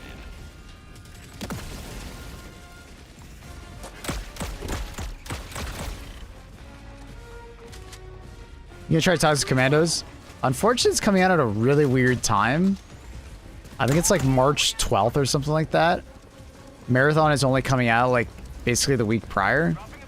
Like I really want to play it, but it's a really stacked week. Or like couple weeks in March. Like there's just so many games coming out. Because then there's also on March 19th, Crimson Desert is also coming out. I don't know. It's just there's just so much going on all at the same time. It's gonna be difficult. I think it kind of depends on how interested I am in Marathon. If Marathon can hold me, I might not play it or play it later.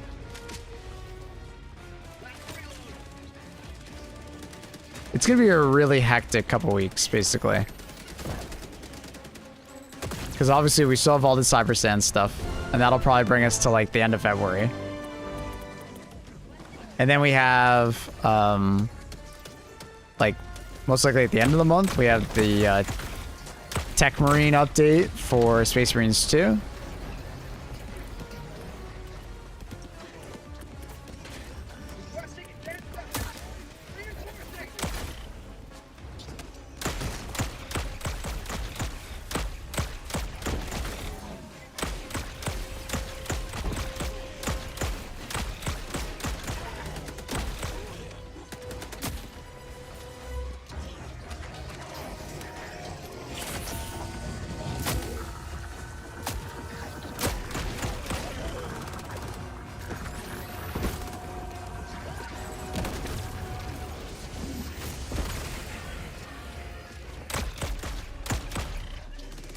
So, yeah, very, very busy. And then, oh, sorry, I didn't finish that. Marathon coming out on like March 5th.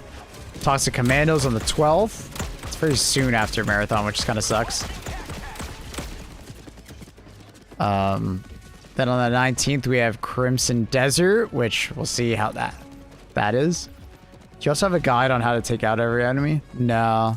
Other YouTubers have done a really good job of that, so I just kind of left that to them.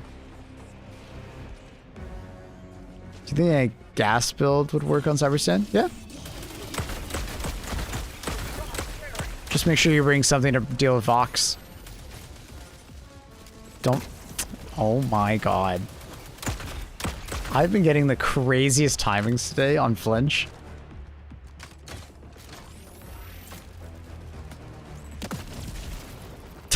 It's funny. Puzz Commander looks dope. I want to play it.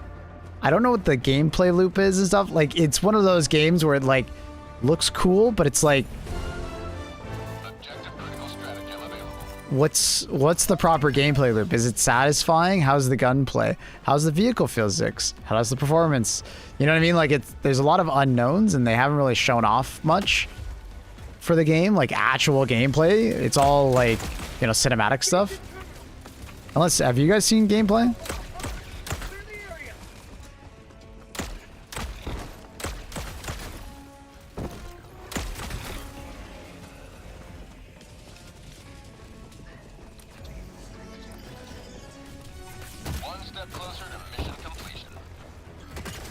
I enjoyed Back 4 Blood.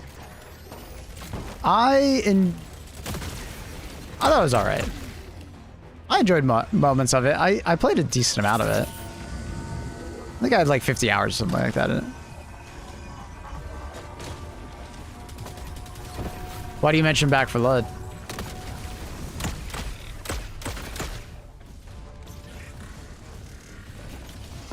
He's cooking right now?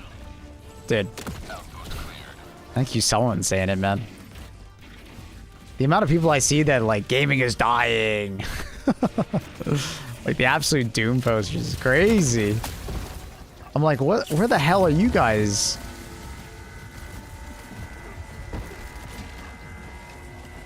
What games are you playing? Shooting a shotgun at an active Hellbind? I wasn't trying to. More shooting the enemy.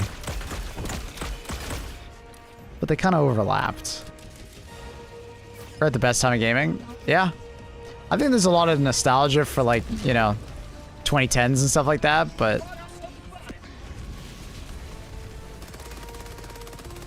there's a lot of really great stuff happening in gaming.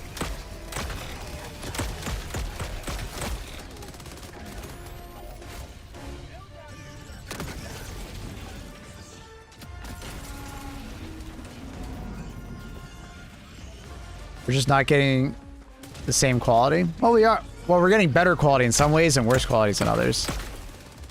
Because our expectations have gone up, right? Does that make sense?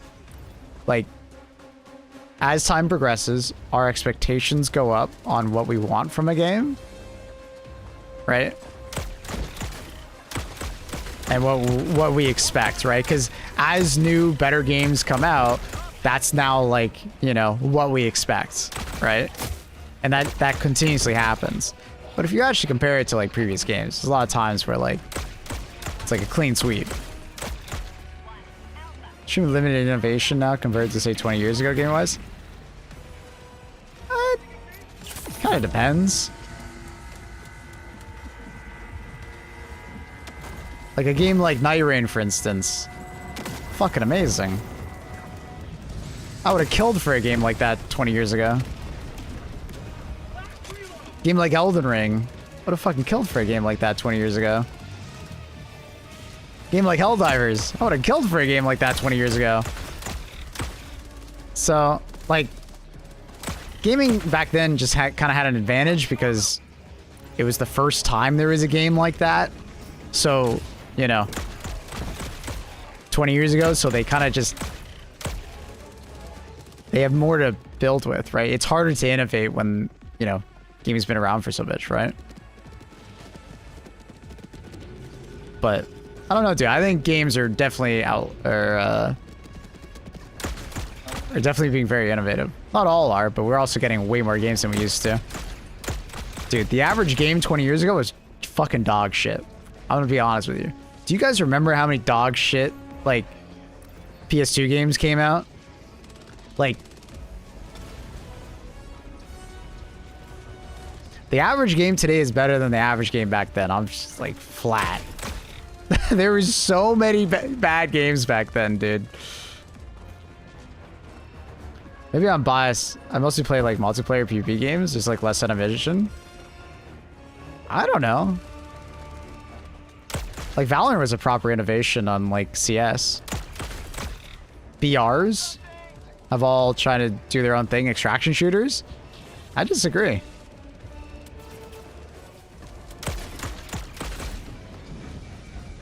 I don't know if I agree with that.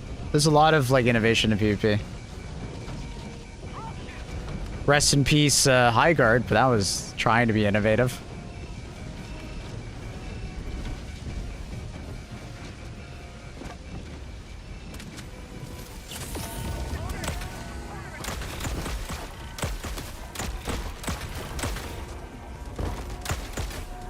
Average game compared to tech and information available as a client.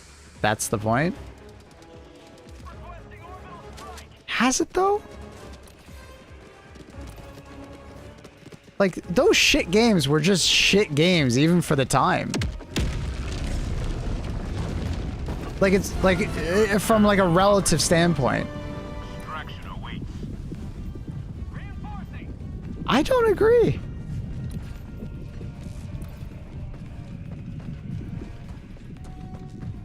There were so many, like, utter crap. Like, guys, and then when we talk about performance, do you guys remember how poor performance was for some games on PS2?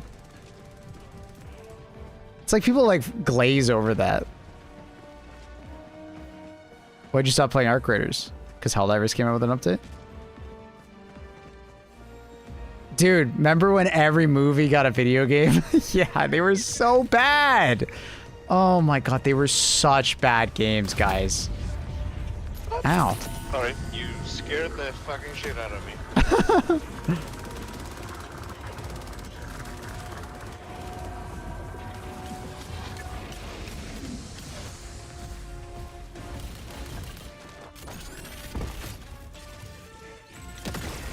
And, like, I'm not talking about graphics. I'm not talking about, like, anything that is, like, actually tech related. You know, as far as, like, bad games, I'm talking about, like, they were just dog shit. They either ran extremely poorly or, like extremely bad writing, bad gameplay. Like, we didn't care about performance as much back then. That was more my point earlier, is our expectations have gone up for performance.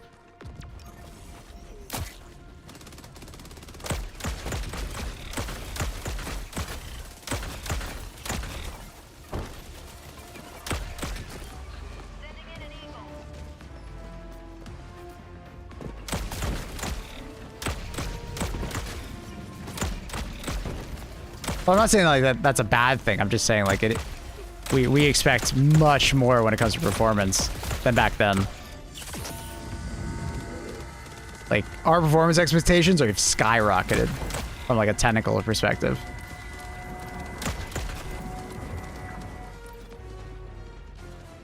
Mission at 20 minutes remaining. I can't even look. Yeah, exactly. Like looking at a 60 hertz screen nowadays versus back then. Dude, looking at a 60 hertz screen 20 years ago was like, holy shit.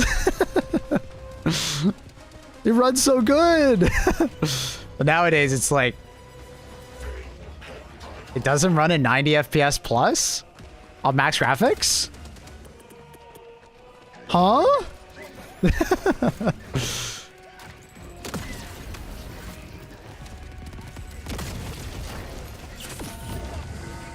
It's always really funny to me.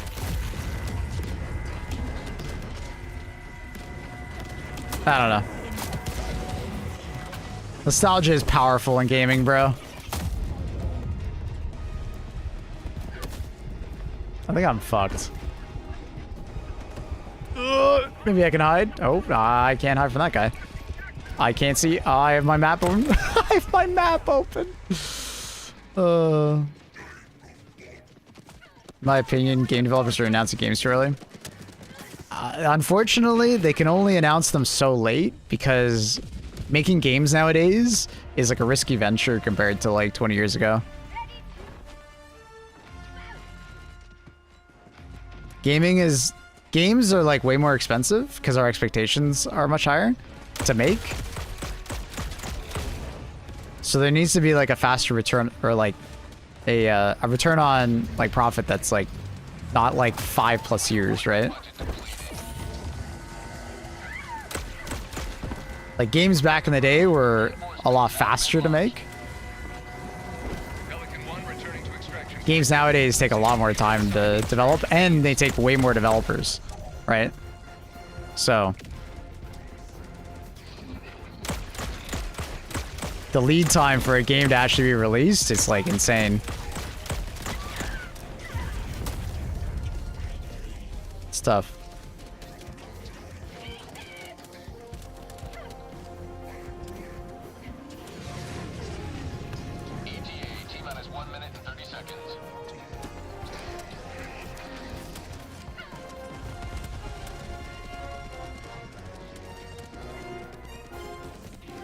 We were satisfied with much less content because the game loops has fun.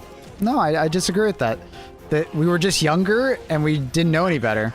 It's like playing a Ubisoft game for the first time. Let's imagine this, a modern Ubisoft game, right? But you've never played video games before. You genuinely probably would enjoy the gameplay loop. Your first gameplay experiences are always way different than the ones that 20 years on, right? That's what I'm talking about with nostalgia, right?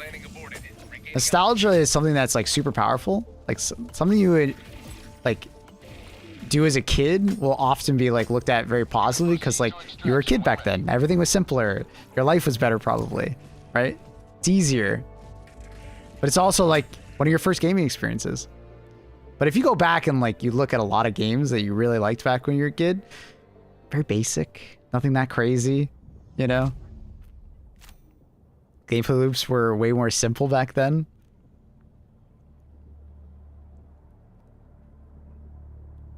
Some gameplay loops have aged better than others, for sure.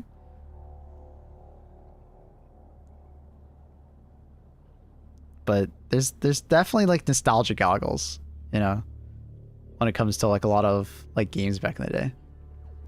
Both because of like where you were at that time in life, and also just it's your first experience playing a video game. You have nothing to judge it on, so of course it felt good, right? That'll teach those secessionists. Good You know what I mean?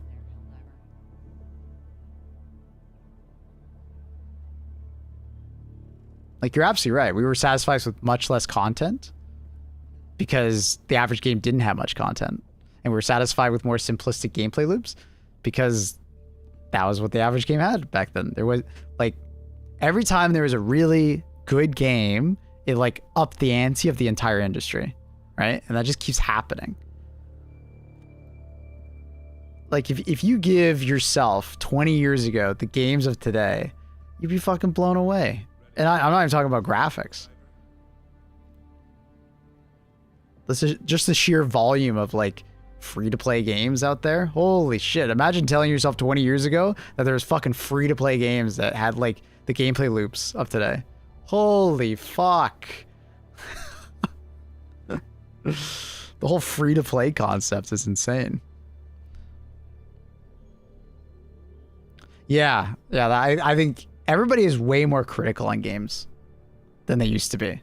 But I think that's like because we've all grown up and we played hundreds of games at this point, right? That's down to tech and knowledge. No, I disagree. It's experience and upping the ante. It's like innovation on itself, right?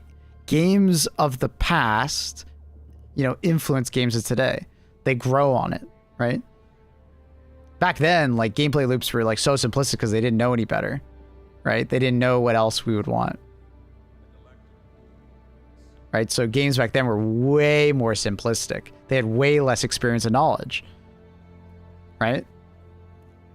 But now we have like all of these games. Like if you're trying to make a game in a certain genre, you have so many games to go off of to like pull ideas from and to like try and like, because like the modern game is mostly an amalgamation of different games, right?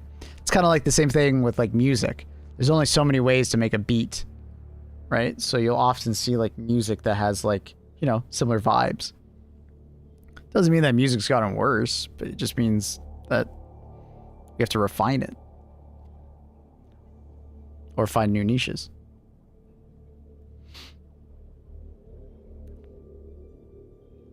That is absolutely true, Flap. Yeah. Our taste in games does definitely change. It definitely does. A game that you liked as a kid might not be the same game you like nowadays. But also might just be because like that game that you played as a kid has evolved over time to modern audiences, and you just don't identify with that modern audience. You are a gaming boomer. I'm that way. I used to love platformers when I was a kid. I don't like platformers nowadays. I don't really care for them. What do you think the next gen games are going to be like? Talking 30 years? VR? I don't know about VR, man. I tried VR. I just couldn't get into it. If they can figure out like a great way to do VR without like making me feel any amount of like motion sickness while playing it, and like increase the quality of a VR game by a lot, I think I'd be more interested. But just like most VR games that I play, I didn't really like. Like Half-Life Alyx was like the only game that I like really enjoyed. All the other ones just felt like arcade games.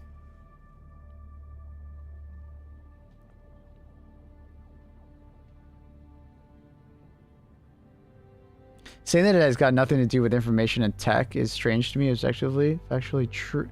It's objectively factually true. It's not debatable. Tech and the internet availability for better design. It's like saying the wooden wheel is better than the modern metal rubber. But they didn't use tech and knowledge to make it better. I mean, we were just talking about a gameplay loop that doesn't have anything to do with tech. Right? It's a gameplay loop. You can design it on a napkin. Right? Gameplay loops back in the day were far more simplistic. Right?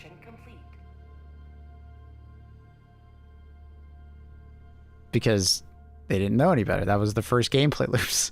Right? And then they just built on them. Sure, some things back in the day they just couldn't do because of like technical stuff. But after like the 2000s, it wasn't really technical anymore. Right? It's not like they were like super limited on memory and stuff like that. And if they were, it was just because of graphics. In like very early gaming, sure.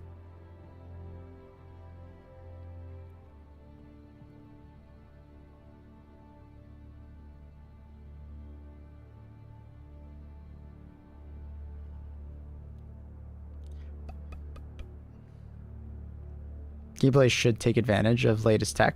That's true, absolutely. I think modern games do a very good job of using modern tech, but unfortunately, the tech sometimes outruns hardware, which is kind of what we've seen lately.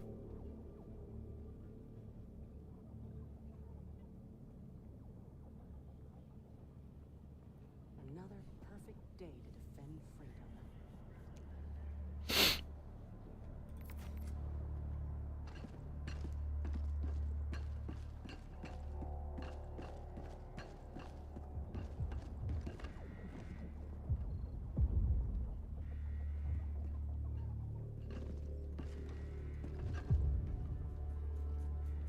Diablo 2 cutscenes, man, too good.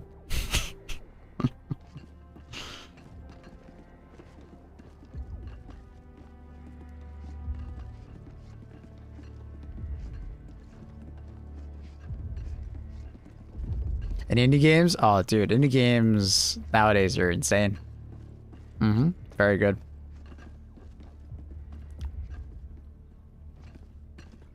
It's awesome what they can be.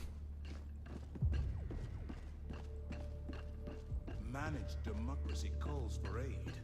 Only you can answer, Helldiver.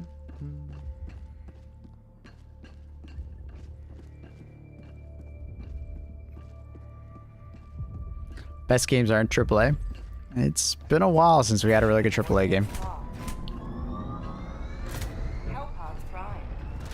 But there still are quite a few good AAA games that we get every year.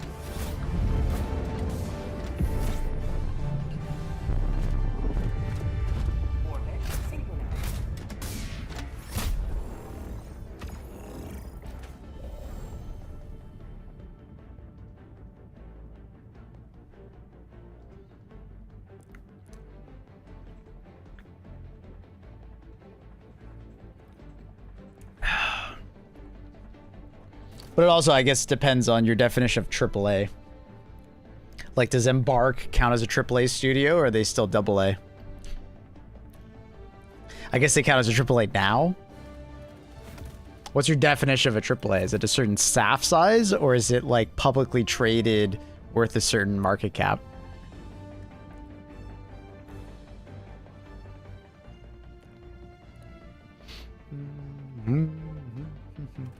Or is it just their previous works of a game make them AAA? You just do it by budget? But what if it's a game that is like a much smaller budget, but from a larger studio? Because some games are like that. They just have smaller budgets.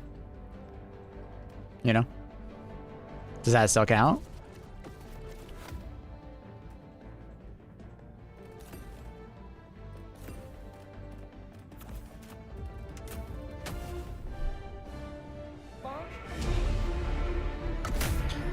AAA to me is a huge thing for the game, including marketing. I don't know what the number is, but it would be like a measure. Like the marketing budget mostly. Embark is not a AAA with the exploits. Fuck. Oof. I think they're spending AAA money on the game. It's all the same. Yeah, I'd probably agree. I would say it's the budget of the game. You know, once we're in the... What would I say is a... I don't know the metrics of it, though. Like, I bet they spent a fuckload producing Arc Raiders, right? Probably in the hundreds of millions to produce Arc Raiders.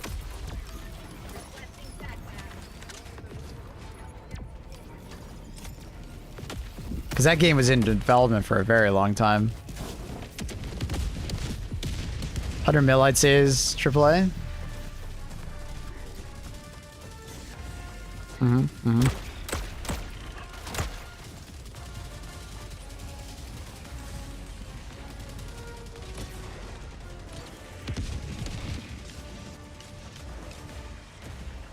It's made money, don't worry. I mean, we're not talking about it like that. We're talking about the definition of AAA. We're not worrying about Arc Raiders, we're just using it as an example. Burke first developed was first developing our... Yeah, they paused it, made the finals. The finals was out for, what, 2 and a bit years? Then we got Arc Raiders. Arc Raiders was supposed to be the first game. Isn't that crazy? I love that that series that they did, though, on the making of the game. I found it really interesting to see how they used their tech, but also how they like switch gears.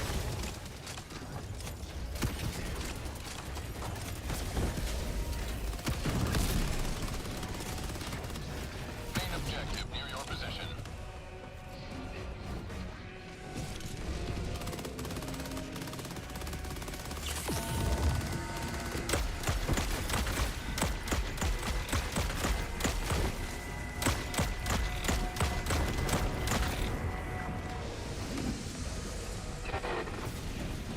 Objective critical stratagem available.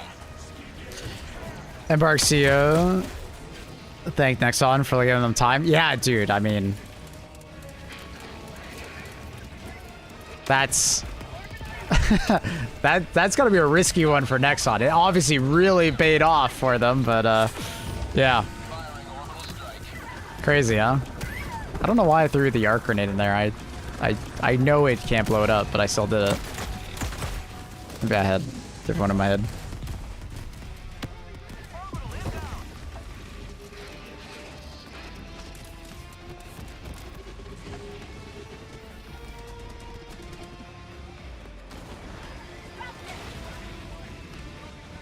Vote to keep on CYBERSTAN. Wrath.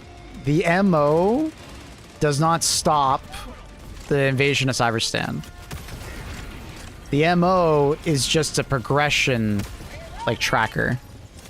We're probably gonna be on CYBERSTAN for like at least another week. We need the reinforcements, buddy.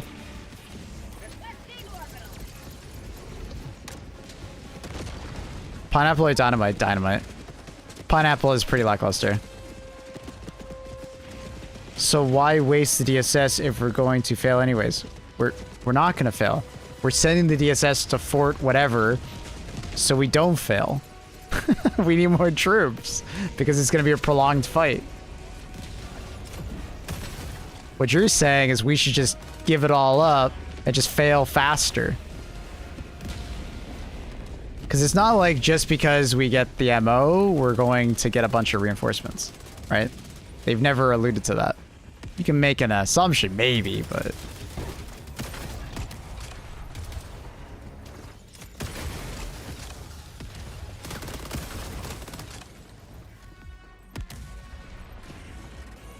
Also, does still complete the OP, though?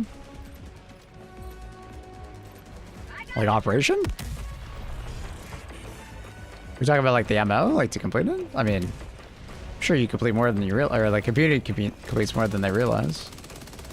Obviously, because we're actually, like, almost on par with what we need. But I think the numbers got fucked up a little bit. Devs have stated failed success will affect the story. Sending the DSS out to get more troops gives us more time. There may vary with reinforcements. Yeah.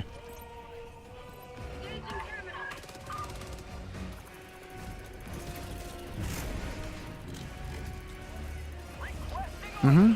Usually, what Baron's saying is usually when we are successful on MOs, it gives us like buffs or like boons like against the enemy, right?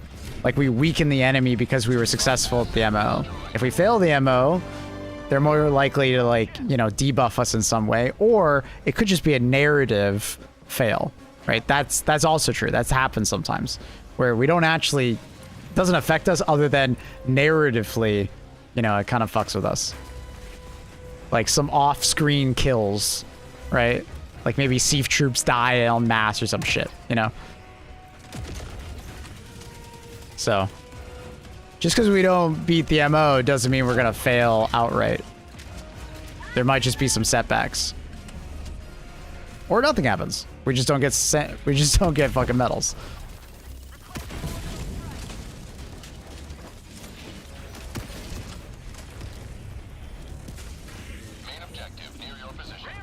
Yeah, exactly, Baron, yeah.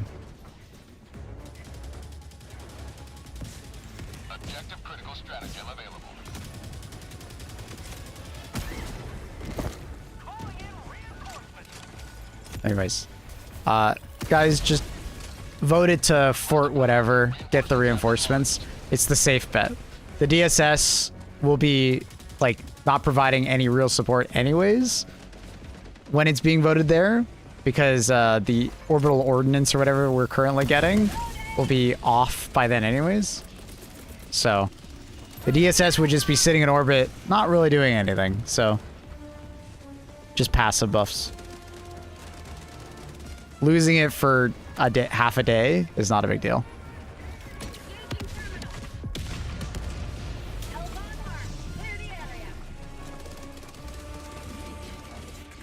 The DSS is helping us with liberation right now because we have the orbital buff. But that'll be off at the exact same time it teleports away anyways, so it doesn't matter.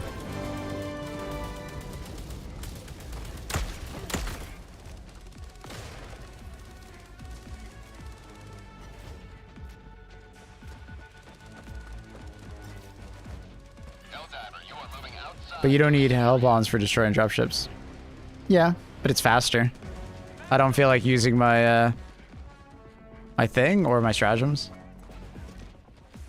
It's right there. It takes 15 seconds, Vin. Why not? Or, you know, like, why not?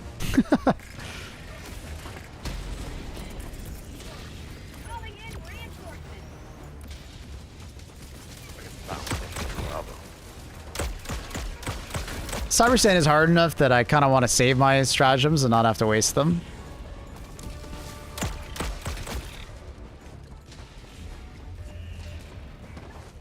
Hell bombs take just a couple seconds to throw down. Not a big inconvenience.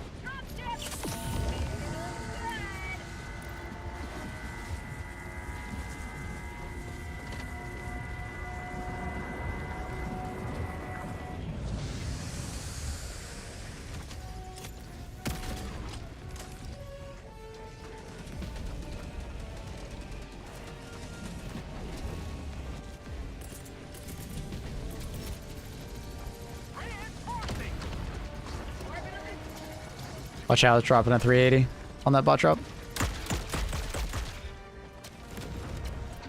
Uh-oh. I'm sorry. That might kill Akuma. Good luck, Akuma. You win those?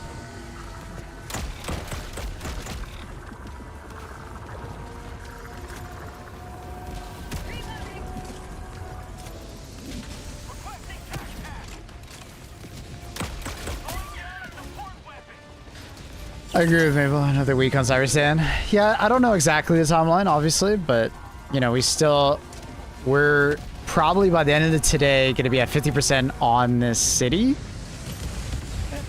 You know, maybe a little higher, maybe 60%. And then we still need to take another city.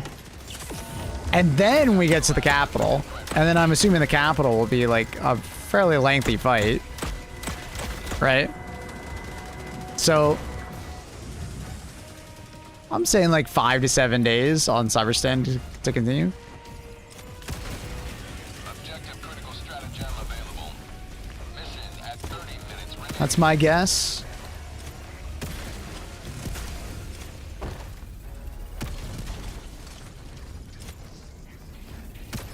Is there another one? Where is it? Oh, it's hiding.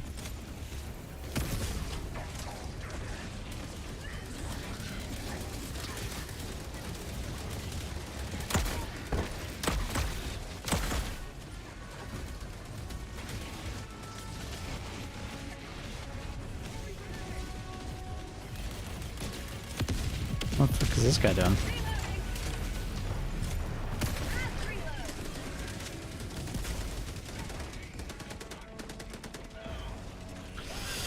I hope the capital will look different.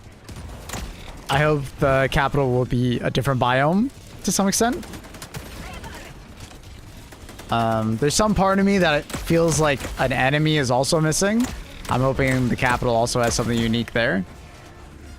You know, if it doesn't, I'll be a little disappointed. Because, you know, with Hive Worlds, you know, Dragon Roach plus Hive Lord, Dragon Roach wise, it feels like the Vox is very similar to the Dragon Roach in some ways. But we're kind of missing that, like, you know, big boy.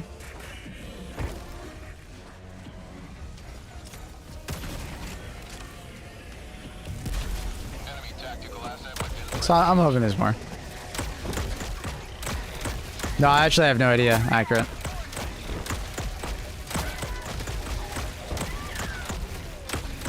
That's purely just me hoping and coping.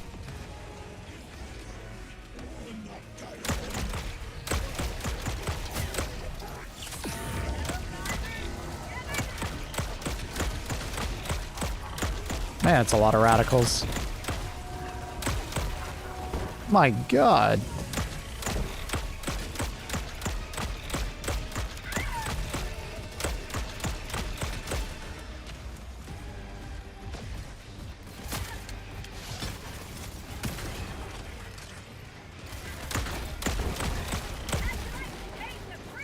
Ta-da. Ta-da. Ta-da.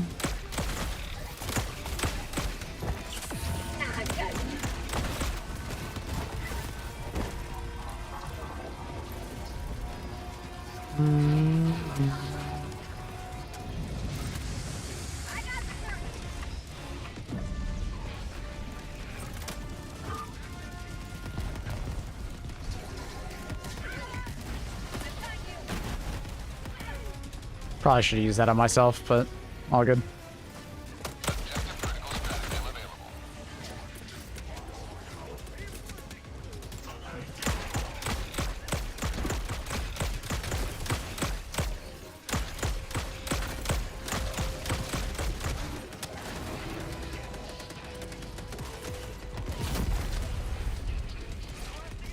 I was debating on what I wanted to call him. Was not looking at the floor. What's the gun's name? Which warbond? Which one are you referring to? My primary weapon? The Trident? It's in Siege Breakers.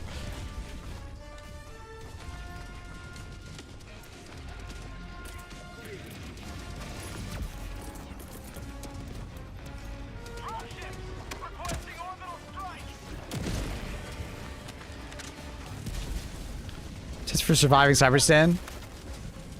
Turn down the difficulty as my number one.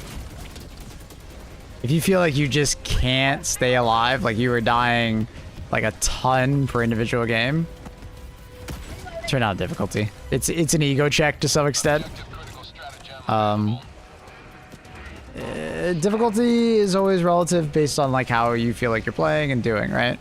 Like, don't put yourself in a position where you feel like you have to play a certain difficulty because you normally play the difficulty, right? If you're just like not having a good time and like just dying a bunch, like, you know, drop the ego and play a lower difficulty.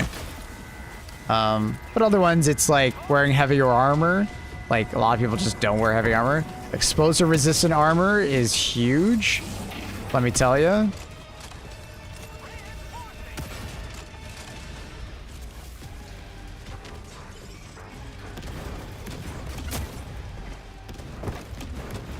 Explosive resistant heavy armor is insane. Supply backpack.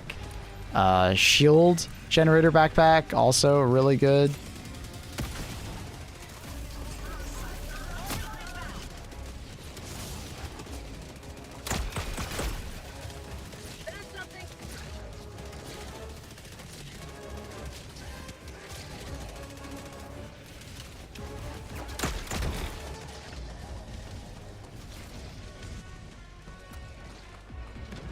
Should I get double freedom? It's really good, dude.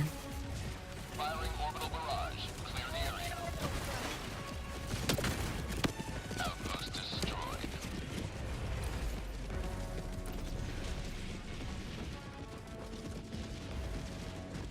destroyed. AR Arc Dog is very effective. Yeah, very effective at killing your teammates. Just be careful with the Arc Dog. Your teammates may hate you because although you're surviving a lot, they're not. But Gas Guard Dog is a really good alternative to that. and way less friendly fire. Fire guard dog, also really good.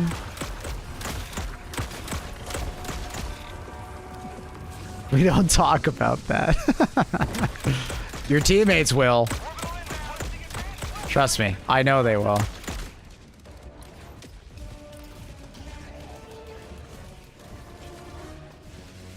How many hours would you say to unlock all war bonds? Are you spending any money?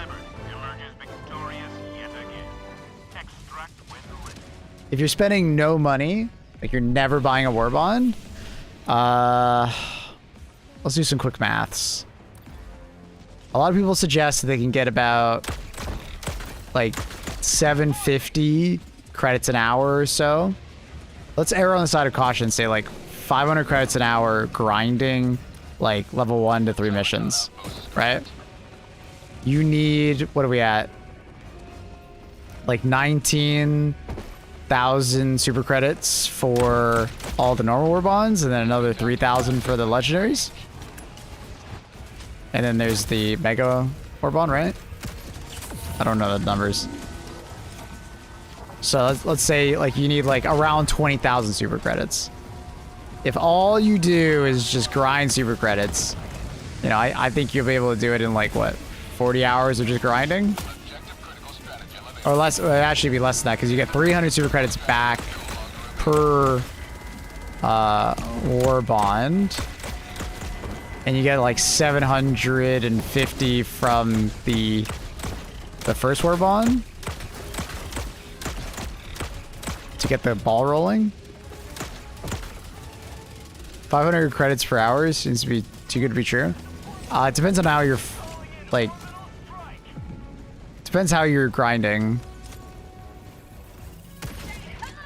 Right, I'm assuming you're in a 4-player squad, like that you joined up on Discord, like from the Helldivers Discord, and you're doing like level 1 to 3. 500 per hour is actually on the conservative side. Well, there's a lot of people that suggest they get around 900 with a team. If you're going solo, yeah, of course that number gets split, you know, by 1/4 probably, or something around there.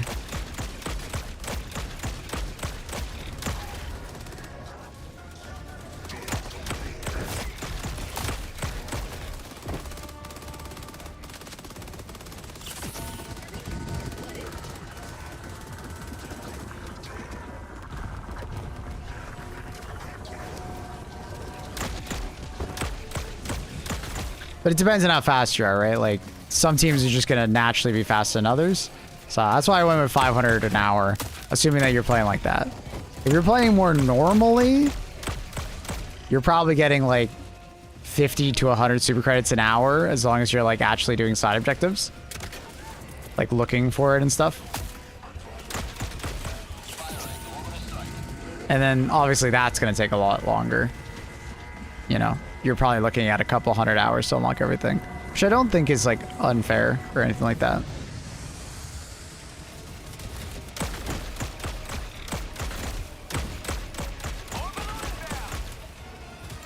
What I recommend most people do is, you know, continue to grind super credits and stuff like that, but, you know, don't bring yourself out on grinding. You know, play more naturally. Honestly, it'll be more fun. And just occasionally spend the $10 to buy super credits. I know a lot of people that just buy, like, a war bond every once in a while, the ones that they really want. And then that'll last them a while, because after buying that war bond, you're going to have 300 back immediately. And then while you're playing for that war bond, you'll probably get another couple hundred, right? And then while you're waiting for the next war bond to come out, you'll probably get even more super credits. So it kind of like is a positive feedback loop. You know? But it always depends on the person, right? Some people, it's like, you know, I have way more time than money, so I'm just going to grind it all. And some people, they have way more money than time, so they just buy it all. You probably land somewhere in the middle.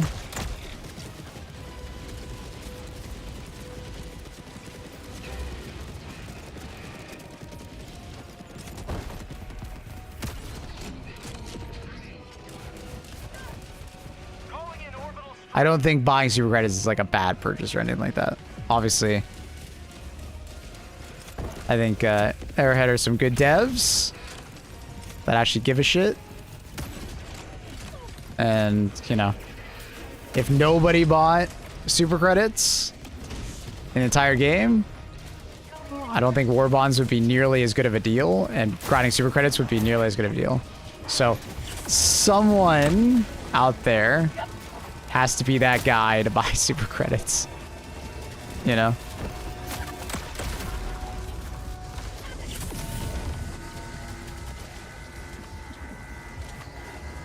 Pelican 1 returning to extraction point. Please ensure you're inside. Doesn't mean you have to be, but...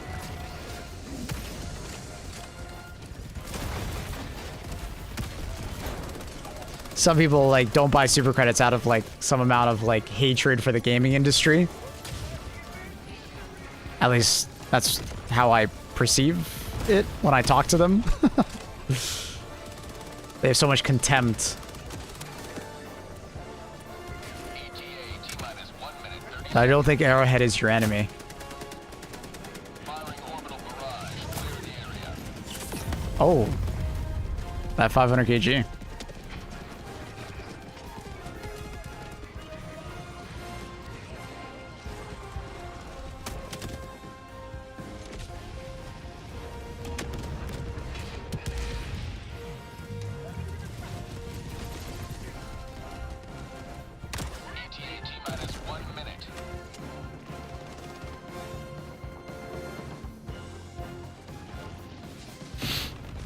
I like buying super credits for war bonds and then spending it on the free. Oh, got you. Yeah, 300 you get back. The way to play this MO feels a bit shoehorny. If you want to win, that is. Although I have been spamming the MO quite a bit, so maybe I'm just getting bored. What do you mean by that?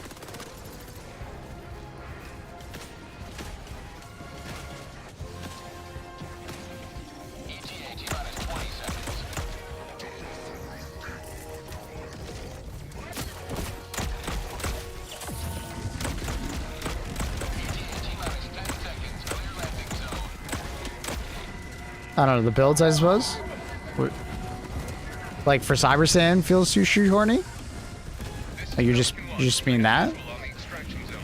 It's funny you say that. I feel like, at least on tier 10, this has probably been the first time there hasn't been, like, a defined meta in a bot MO in a long time. Because I can't necessarily tell you that there's a defined meta, other than, like, Leveler? As far as support weapons go, there's a wide variety being used. I guess like Leveler and Supply Backpack are the only two like things that I can say that I see a lot of people using. Other than that, like people are all over the place. Eagles feel unfortunately not so good because of all the AA, but they feel a lot better later in the mission once you've killed quite a few. Oh, he's taking Shield Generator. Shield Generator is very good at dealing with the Vox. It's very nice. Like, whenever I have a teammate that brings it, I love it. It's great. Really helps the team. I like Shield Generator feeling useful. Supply Backpack, Leveler, and Ultimatum have been like a staple in my games, at least. Maybe I'm biased. For sure, but I don't know if you need any of those. Right? You definitely can swap it up. But, I mean, if you're, like, min-maxing, like, the age-old quote of gamers are best at knowing how to min-max the fun out of a game. You know, and that's just, like, you know, challenge yourself and use something else, I would argue. Or, just turn down the difficulty. Turn down the difficulty and just use whatever. The harder the difficulty you play, the more clamped you feel on picking certain things, which is fair, but I mean, it is what it is. You mean the big shield gen? Yeah, it's a really nice, like, just team play. Like, it feels like whenever someone on my team is using it, I love them. They're great. What weapons was I using? I was using the Trident, railgun, spy backpack, 380, Soon, the cyborgs ultimatum. will be back in their minds.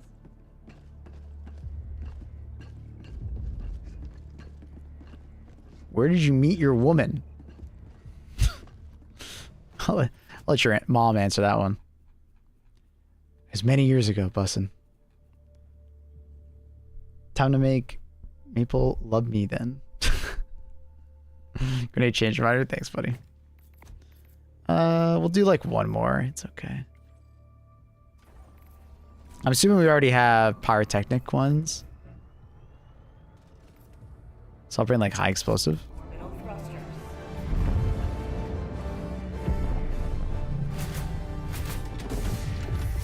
Orbit synchronized.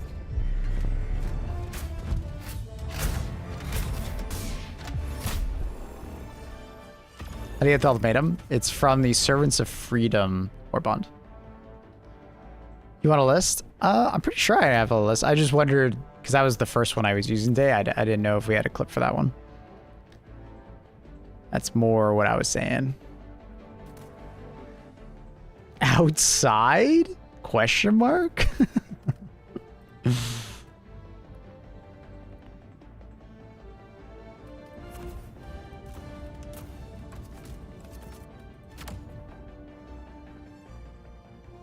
Using anything but ultimatum with supply backpack feels like sacrilege. You don't need the ultimatum. But it definitely feels really good against the Vox boys.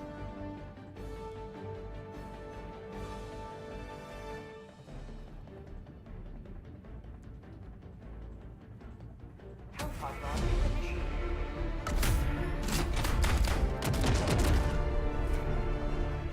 Crossbow's nice? Oh, absolutely. Hopefully later today my primary weapon tier list goes out. Do you think HG2 would have been as popular as Arc Raiders if they had PvP? Like I've been saying. No.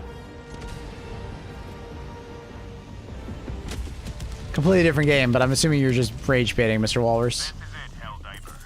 Today you fight for a free cyberstan. Last reload.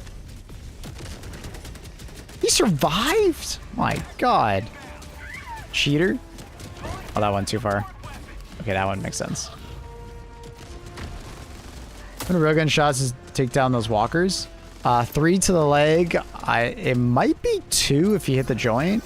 And I think it's like 2 to the eye. What? You actually might be able to one-shot them though. I actually don't know that one. That's a good question.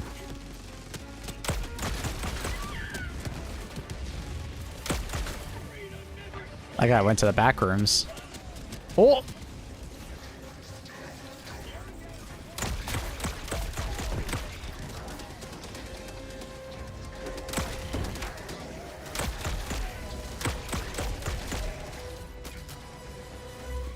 Throwing grenade. Da, da, da, da.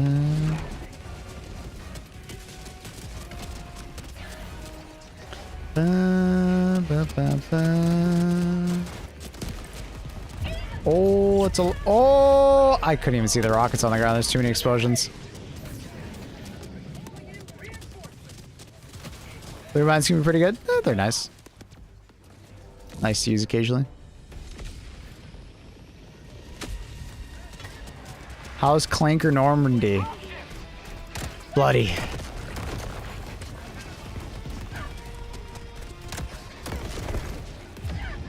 Here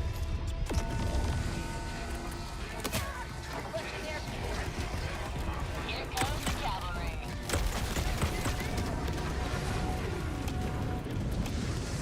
Requesting orbital.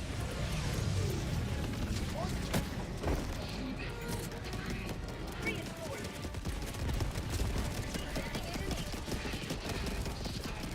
Request approved. Reinforcements have been launched.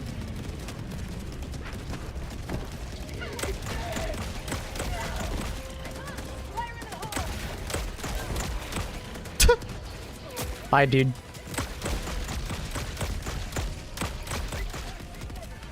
Dude, there's so many walkers, man. Oh my god. Uh-oh. Uh-oh. Oh, we're good.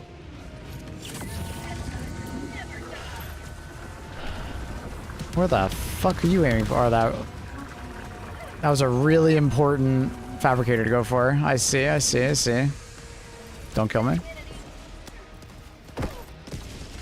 Oh, that killed my teammate because of a weird angle. Alright, my bad. He'll probably die to that. He did not die to that. Well, this is awkward. This will just do that. Finish that. Throw that there. And then we'll throw that there. Oh my god. Oh. I kind of forgot about this guy's on my right.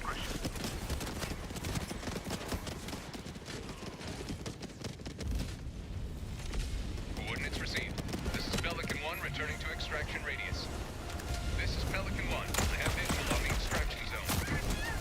Pelican Actually, it's space. It's space Yavin. Okay. We're the Empire storming Yavin to get the Death Star plans back. All right. We're the good guys. Remember, chat. We're the good guys.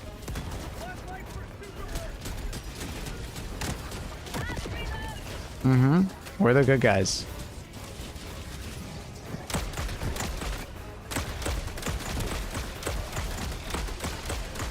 Those damn pesky rebels, man. They stole the plans. Pelican 1 preparing to depart. Shuttle launch in 20 seconds. Space Yavin, but Yavin's already in space. But they were all saying Space Normandy. So I was like, I have to put space in front of it too. Extraction complete. Pelican 1 beginning ascent. Well, isn't Normandy also in space already, so it's redundant?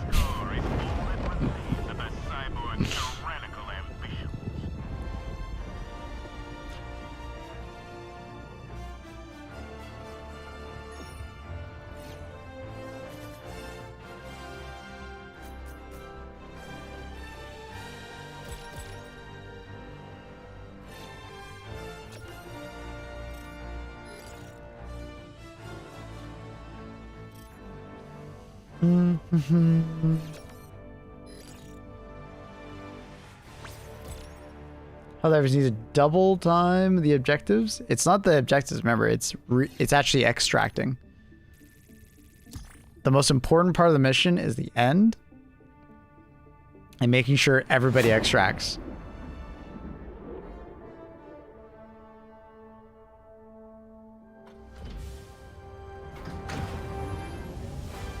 The bot psyops is working. How dare they?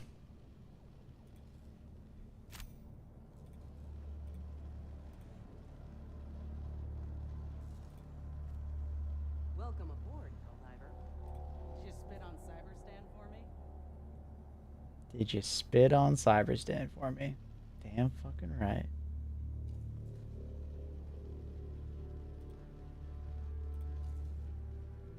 Bum, bum, bum, bum, bum.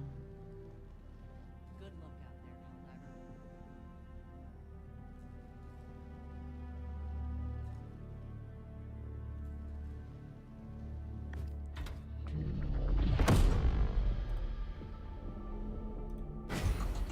Ba-da-ba-da. Are there any strategies that you'd like to see buffed, Maple? Personally, I wish orbital precision equal 110s were a bit better. I'd agree. Orbital precision, I think, still needs a shorter cooldown. I would like to see a shorter. 110s, I don't even think it's like a hot take. Bring up to 5 uses. Bring up to 5. I don't think they'd be OP if they had 5 uses. I think the damage is fine. I understand what they want. Like, I've spoken to them about it. You know, they don't want 110s, like, one-shotting, like, you know, higher tier enemies, like Bile Titans and like that. All like that, like, super reliably, right? So I get why they haven't upped the damage. You know? I think the damage is fine. The accuracy is good. I think just give them more. I think 5 110s is more than... I think that's fine. Let me spam them. You know? They auto-fire. They're good AT damage. Let me spam them. Order precision should be a lower cooldown, though. I think it's, what, at 70 seconds right now? I don't remember what it is at currently. I think it's like 70? 77. I think you could literally bring it down to like 60. And like, we'd be good. Like, you still have 500 kg sitting there with a cooldown of, what, 2 minutes because of Eagle rearm time, right? And 500 kg has like way more destruction or like way more damage potential just because of the huge AoE, right? So I think bringing like over precision down to like 60, 65 damage or seconds on cooldown, I think would be a good change. I like where orbital EMS strike is now. I just wish it could stun larger enemies. Orbital smoke needs more smoke. Like I want way more smoke. I want it to be like a barrage. I still wish mines were easier to spot and maybe Helldivers deactivated them when they were nearby them. What else? Mortar sentries either need to have a faster projectile travel speed or they just need to be more deadly. I feel like they've just been power crept too hard and like only people who don't like their teammates. Like you know what's really telling is like even in this footage, it doesn't kill the Devastator.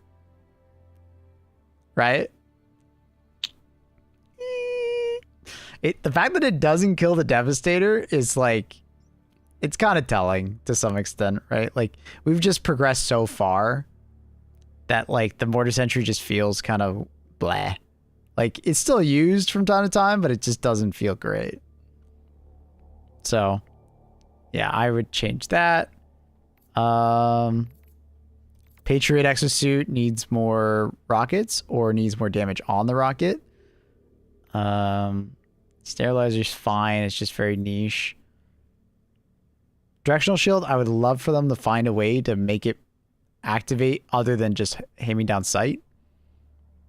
Flame sentry needs to just be better. Needs to probably just do more damage per second. It needs to be like a heavy flamer. You know, more range, more damage. It performs too similarly to our flamethrower, and this is like a giant turret. Give the flag a buff. K9 is fine. That's fine. Laser sentry needs to fire longer before overheating, and when it does overheat, let it cool down like maybe once or twice before it overheats and then actually blows up. You know what I mean? Like I think it should like automatically like let itself cool down, then start heating up again. And maybe on the second or third time, then it blows up. Because it just like, it gets used and it just blows up almost immediately. It kind of just bleh. It just overheats on its first time and it just bleh. Bleh. Maxi gun needs to have a little bit more damage per bullet and a little more ammo, in my opinion. This thing just needs to do more damage, I think. Straight up.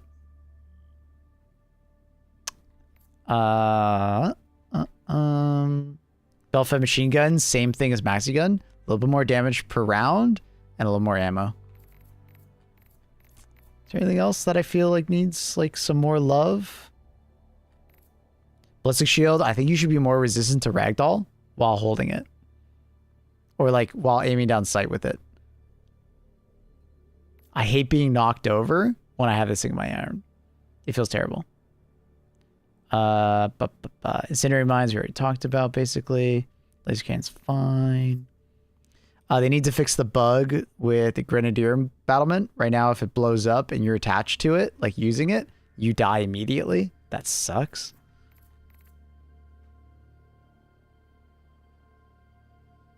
I like to see the Bastion tank just altered with its like driving physics. It both feels 35 tons and it feels like it's 50 grams at the same time. It gets stuck on like the dumbest rocks. Like it just doesn't make sense. So I'd like to see them keep modifying that. already talked about 110s. Smoke is fine. Good. Cluster's good. Power crept, but good. I think the cooldown on Orbital Rail Cannon Strike is fine now. Could be lower, but maybe just more damage. More reliably one-shotting things would be nice.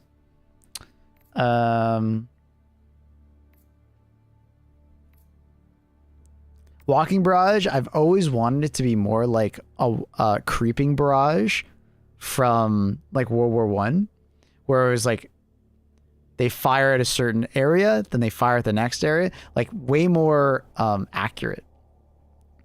I find walking barrage has too much bloom on it, which disappoints me.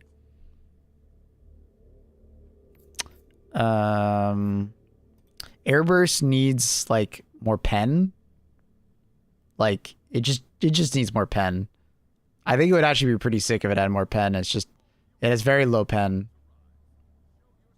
Like the cooldown is like fairly low and it's like fairly good at like ad clear and stuff. It's just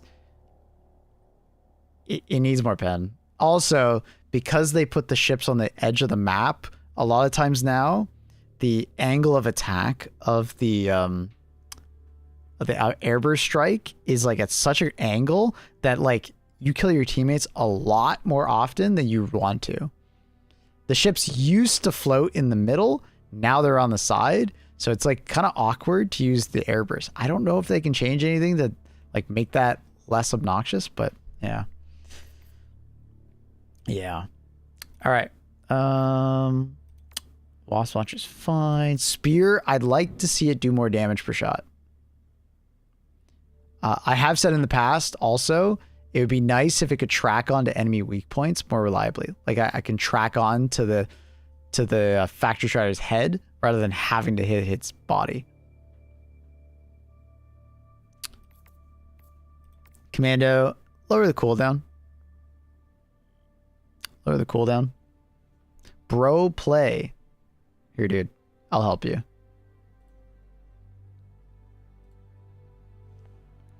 Airburst rocket launcher, I think is fine. I don't know. I don't know what I would do to the airburst rocket launcher to make it more viable. It kind of just, it is what it is. And I think that's fine.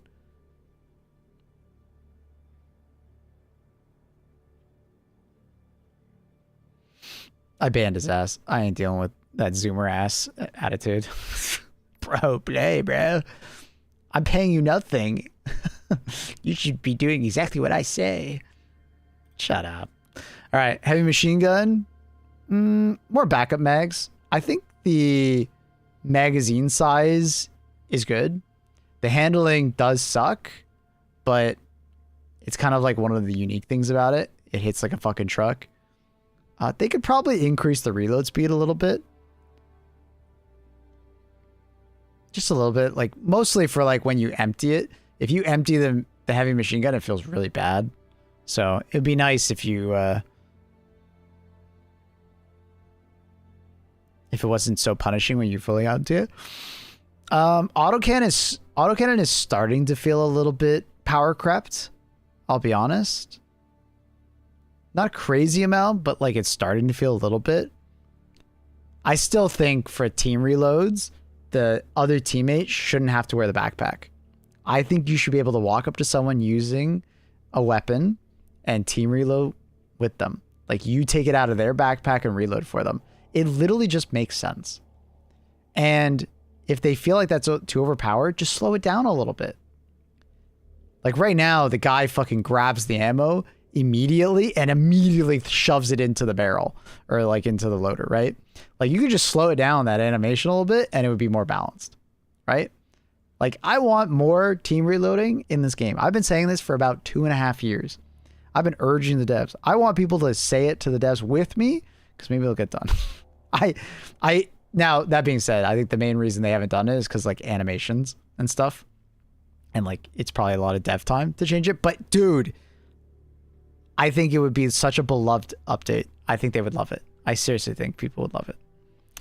Flamethrower, I wanted to do more damage. It feels kind of lackluster in a way because the torture just feels as good as it. Honestly, even the handling, it shouldn't feel so cumbersome. Fire ass. Sorry, not sorry. Recoil's still amazing. External anti-tank. I'd do one of two things with it. I would either give you 3 per pod, or I would decrease the cooldown even further. Like, take off another 5 or 10 seconds. Stalwart, it is what it is. I don't think you really need to change anything here. Anti-material rifle, it's already so fucking good. And machine gun, yeah, you could always give it another magazine, I guess, or increase the reload speed to make it a little more snappy, but even then, I don't think it's that slow.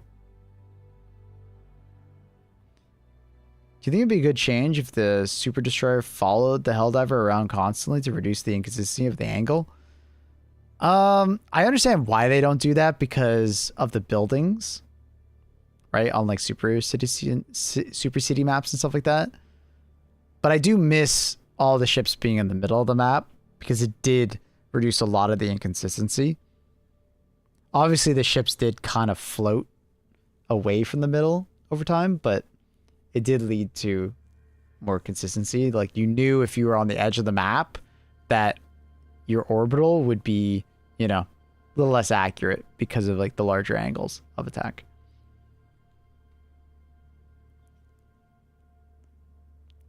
What's a good support weapon to use with the supply backpack? I have trouble deciding. Depends what you're shooting at, but, you know, anti-material rifle, epoch, railgun, the GL, like just the standard grenade launcher, belt fed, or not even belt fed, just normal grenade launcher. There's some good ones to start with. When you eventually unlock, like, epoch is great. I already said that one. Spear gun works really well. To some extent, breaching hammer. Just having lots of extra stims and stuff. Kind of hate the repositioning now. I've thrown a stratagem to hit enemies, and the destroyer takes 10 plus seconds to move. I wish the repositioning was faster.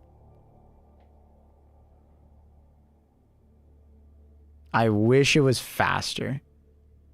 I don't mind the repositioning mechanic being there because it's stopping your stratagem from being completely useless, right? So I appreciate it, but it's a bit slow. Like, when you get those 20 plus second repositions, oh my God. I just facepalm. I'm like, well, I wish I could take back my stratagem at that point. You can take up to 40 seconds. I've never seen it be that long. I think the longest I've ever seen is 20 something. And then the call-in time on top of that.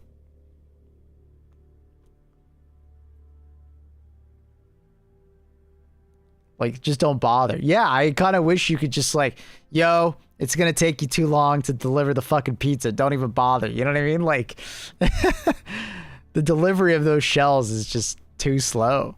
I don't even want it anymore. So, yeah, that's kind of my my hot takes for stratagems. I think a lot of stratagems are in like a good spot right now. But there's definitely some that are lagging behind. Managed democracy continues. Let us rally to her defense. Re-input strat to cancel. That'd be interesting. That'd be interesting. I don't think those were like hot takes. Oh, very valid. All right, that's good. Well, I think it's a little bit of a hot take to say like I think most stratagems are in a good spot. If you ask the Helldivers community, a lot of them will say, you know, no, this one's shit. No, that one's shit. Like, everything needs to be as good as Orbital Napalm Barrage. You know what I mean? Like, power creep city, you know? Lots on adding a higher difficulty level. I think I'd be welcome to it. Super duper Helldive. Orbital Hell on the goat.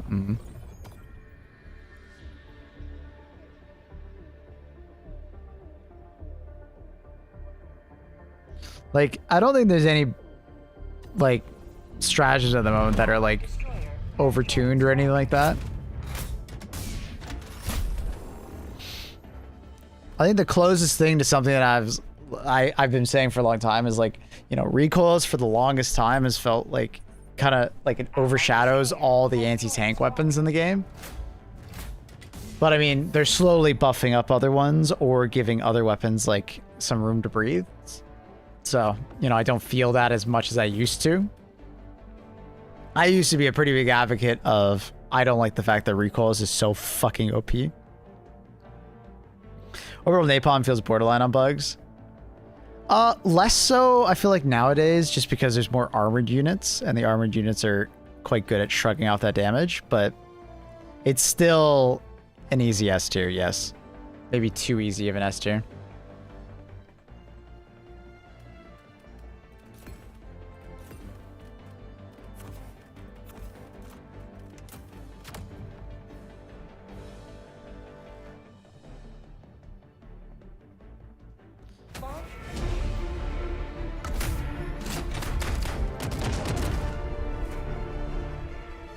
Being able to modify X is so needed. It would be really interesting if they ever added that kind of functionality.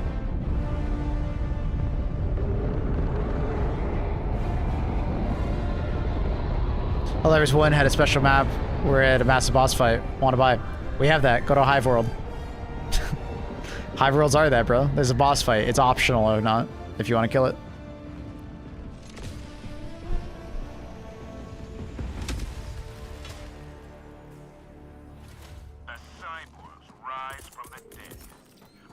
Hope they add more. I think that's the best way to add bosses to this game, is make them optional. Don't make them like the traditional boss fight, because that's, you know, that's been done.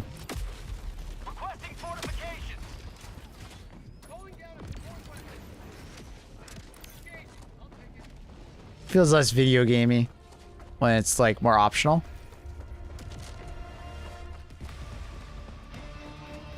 Or sorry, feels more video gamey when it like is like a mandatory boss fight in a very small arena and stuff like that. So I can appreciate the fact that they went for an optional take.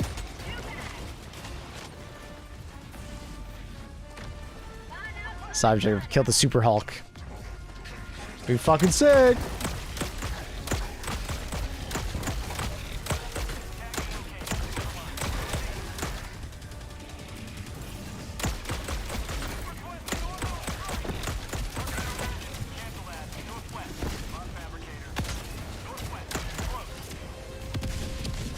Kill the Super Hulk.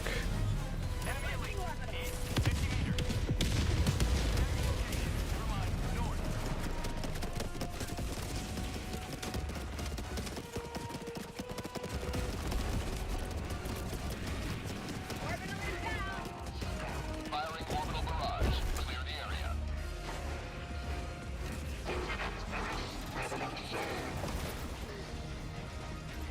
It's Communist Prime. Get him.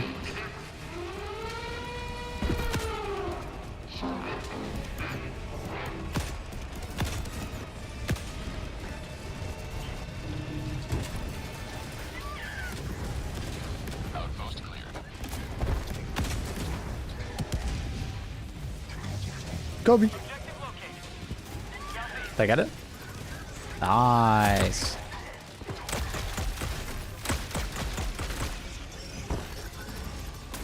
That's the odd behavior in some heavy units taking way more soak than usual. Not a common thing, but one-offs.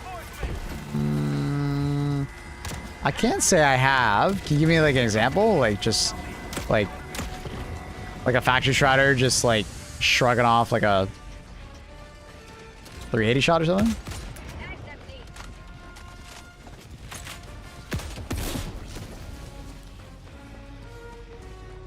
Got any footage of it? Give you one of the enemy spaceships coming, lower orbit, you sure? Fight it? Is it like the Force Unleashed where you have to pull it down with force powers? God, what a memorable moment in video gaming.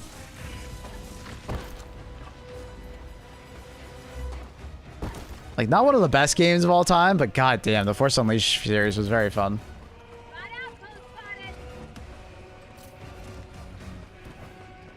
Very memorable. But at the same time, I remember being so frustrated by those TIE fighters that were like attacking you while you're trying to pull down the ship. I think my dumbass, like, young brain didn't know what the hell to do. Outpost cleared.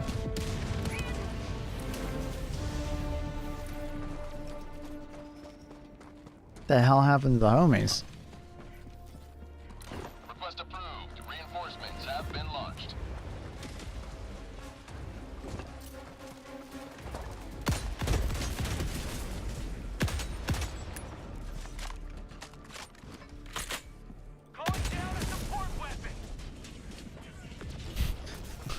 It was Dragon Ball Z set in Star Wars. I like that. Objective critical stratagem available. Why did that? Longer available. I'm 25 meters away and that hit me? What? That doesn't make sense.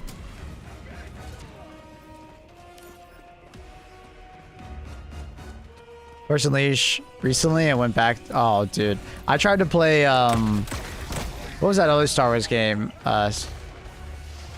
Star Wars Commando? No. Star Wars, no. I can remember. Fuck, come on. Come on, brain. Come on, brain. Calling in orbital strike. Orbital strike incoming.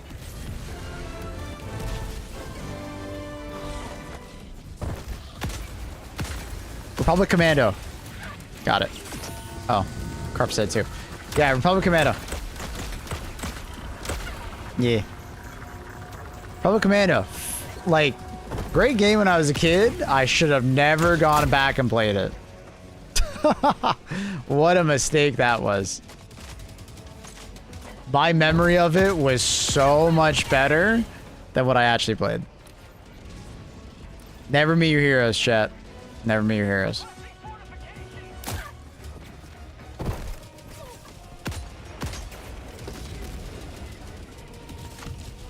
A game that did feel like it held up pretty well was the Star Wars Empire at War.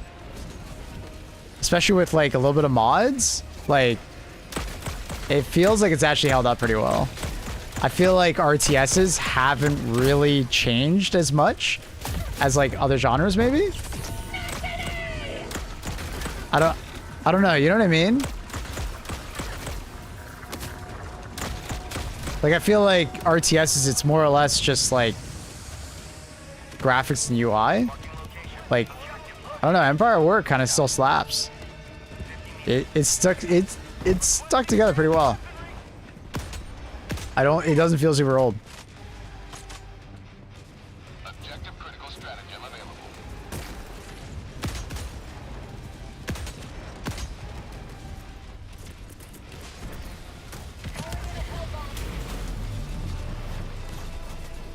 Calling down a support weapon.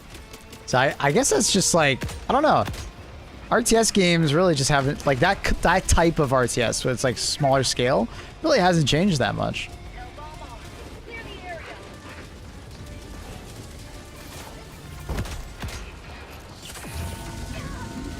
KOTOR? Oh, I couldn't go back and play it, dude. I'm gonna wait for the remaster, or the remake. Hell no, there's no way I can go back and play it. I'll go back and like read a story synopsis or watch the cutscenes, but like, no way I can play that game.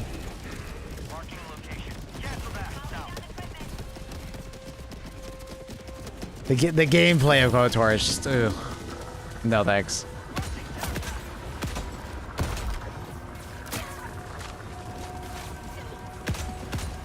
Once again, quote-unquote, product of its time.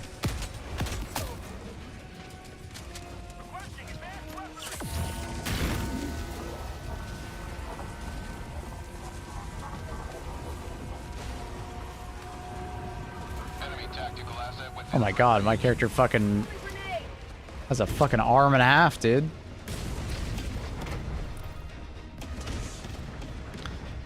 I have an update. Warehouse is continuing through it. Clipper, we already know that. It came out quite a while ago, brother.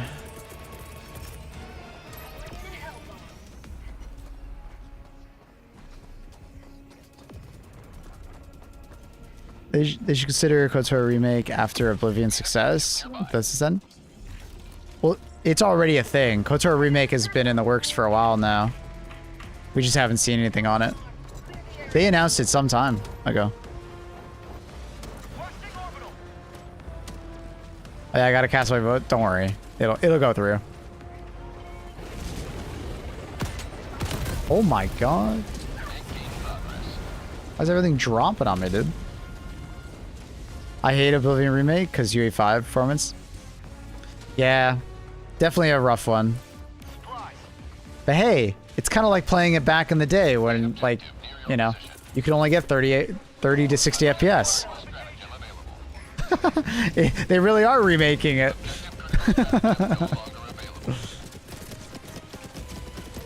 Get the CRT out, play it like 30 to 60 FPS, dude, you're good to go. It's like back in the day.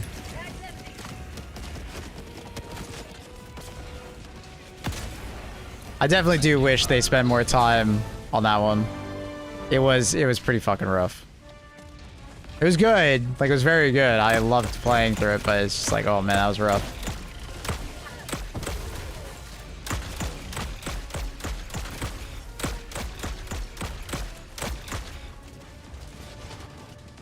I bought a 59 to play at 60 FPS. Jesus.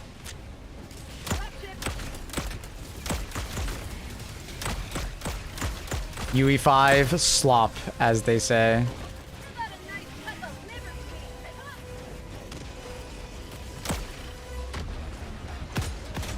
Nah.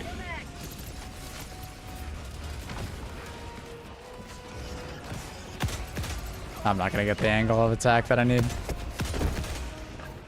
It ain't gonna happen.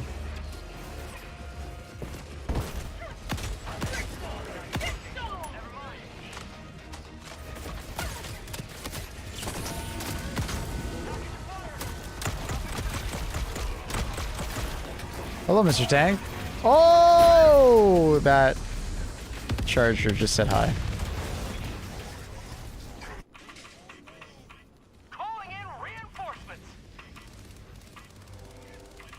Hulk smash. Mm-hmm. Mm-hmm.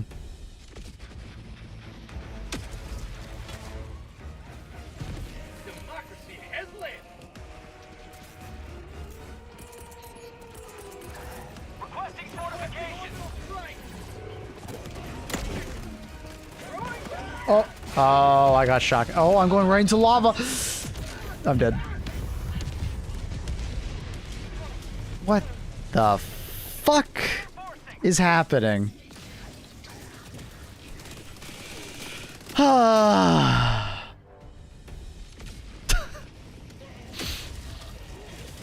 Remember how a fan figured out the performance problem on Monster Hunter Wilds? No, what was it? Maybe I will remember if you tell me. I don't remember. What was it?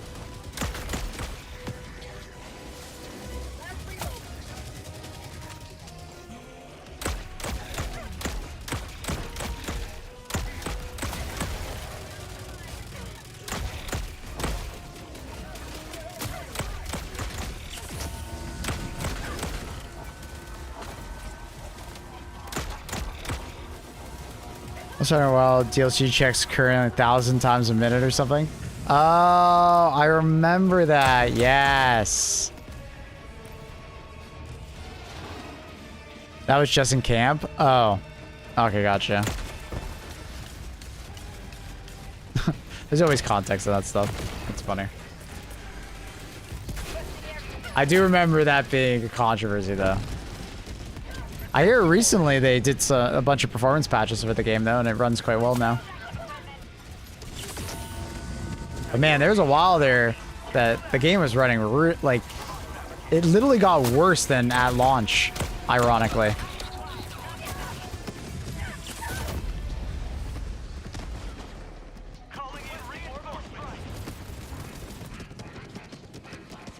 It was proven that's not actually the real issue. Ah, gotcha.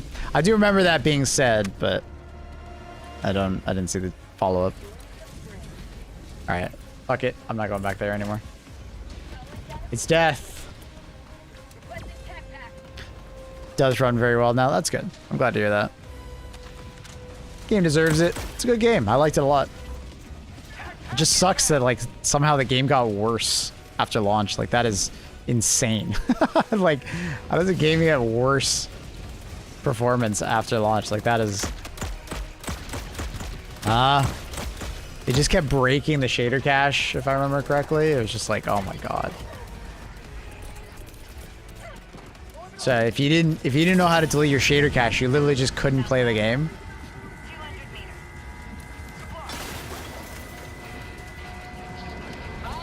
Freedom launches on. Thanks to you. You may proceed to extraction. Ow.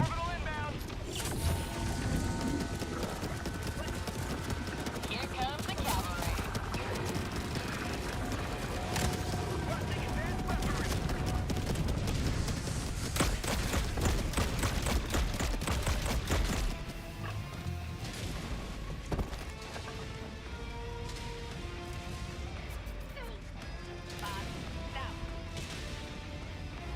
It's still ass? Play what? Mazar Wild? This is not ass, everyone. I mean, it wasn't that ass at launch, I'll be honest. Heavy, southwest, 50 meters.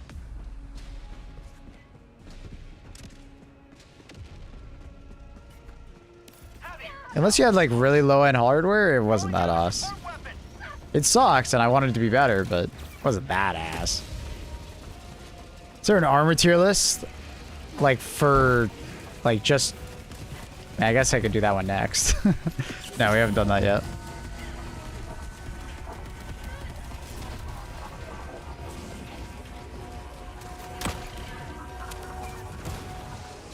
You can test the benchmark, it's free. Has the benchmark been updated alongside the game though? A lot of games don't update their benchmark. So it might still be the original, like, stuff.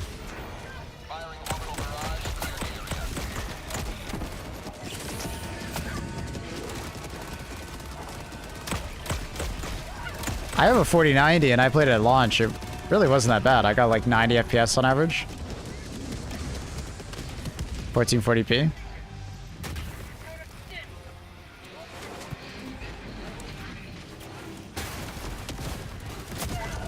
I had a friend with a 5090. He usually got like 110 or so. 90 FPS with a 4090 is bad. Well, I mean, that's max graphics native resolution. It's not that bad. Let's put some context on it. And that's like a consistent frame rate. Like, it's not like I had much issue. Like, let's put some relative performance on that, guys. Like, it's a game that came out in like 2025, max graphics. The game looks good. And I had the high-res texture pack, which I didn't know at the time was causing a bunch of loading problems. They did fix that, which is nice.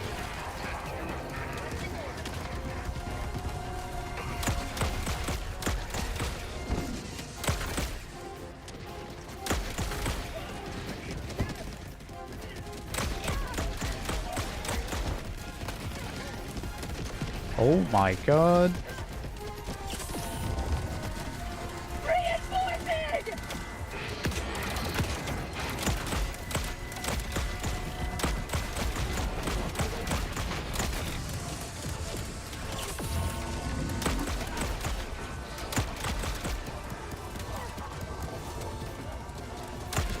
Also, pointless ray tracing tanks your frames. Yeah, I mean, I am not saying with ray tracing.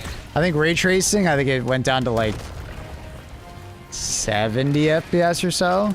But obviously, yeah, I was not turning on ray tracing. It had like next to no visual effect in that game. Also, it was like really dumb. It's one of those games that's like, if you're gonna add ray tracing, at least make it like look nice. Like actually have a proper visual difference if you're gonna take so much FPS from me. Cause like I don't hate ray tracing, it's just I just hate bad ray tracing.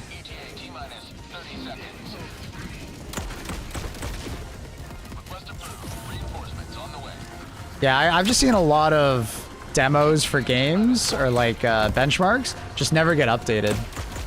So it's not like an accurate representation of a game anymore.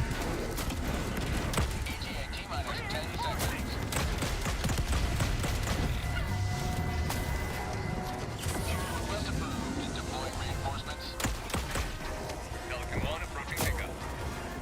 Man, how many of these fuckers are out of kill? This is Pelican 1 preparing for touchdown.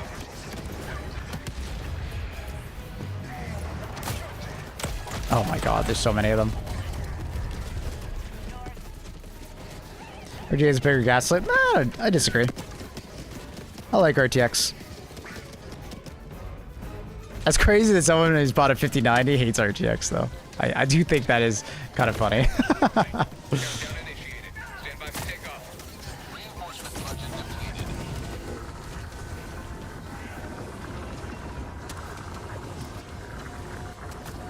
Extraction complete. Pelican 1 beginning ascent. Not a 4K monitor. I mean, you can still buy like AMD.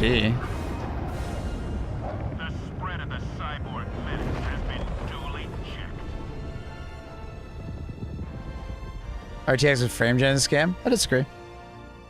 After playing Cyberpunk, I had that original feeling, but after playing Cyberpunk, I don't agree. Frame gen is not as bad as people make it out to be if used in the right context. And RTX, if you have the right like hardware, it's fucking awesome. It's fucking stunning. Cyberpunk is a great example of it.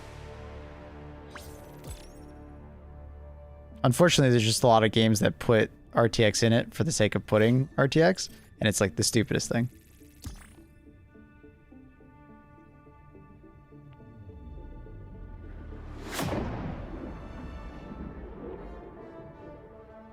$9070 is a 30% performance drop.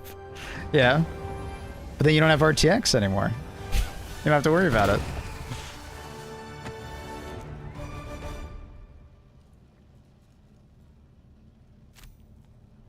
You spit on CYBERSTAN for me? Allied destroyer has left squadron. With haste, Hell Knight. Our forces descend. Mission coordinates locked. Hellpods prime. Engaging orbital thrusters.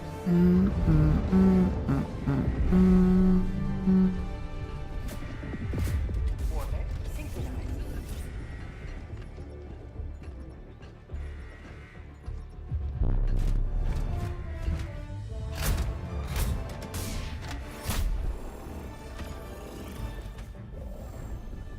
You have Lamau, it's software based. Oh, you just turn that off. What?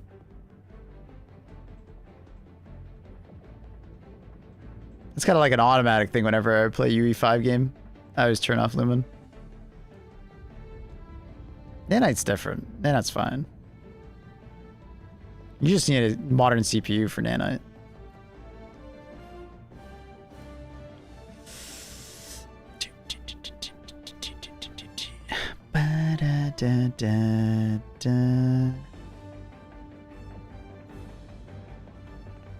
See, when I was having trouble with player search, everything was working perfectly yesterday.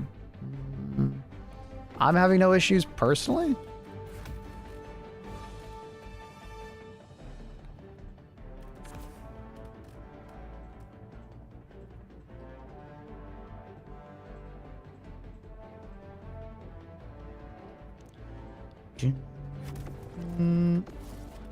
Do some like laser.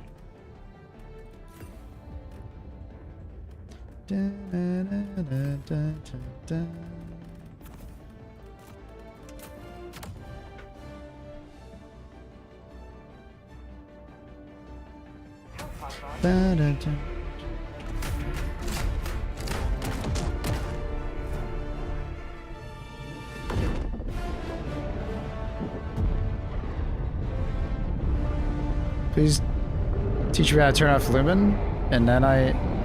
But you can't turn off Nanite in Stalker 2. But in Lumen you can for Stalker 2. I mean, there's only mods for it, I remember that.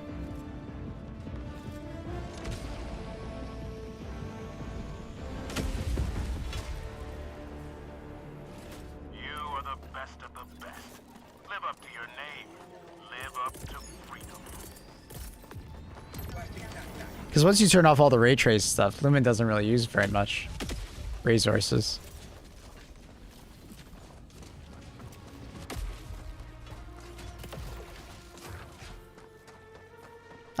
I remember there being a mod that allowed you to turn it off. People recommended it on lower end hardware.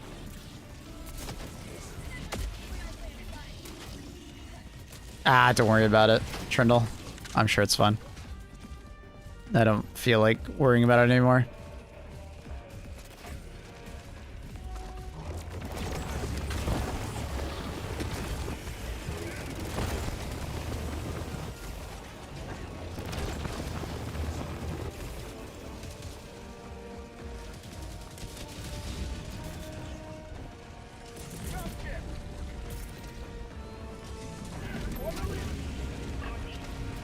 Orbital barrage incoming. Stand clear.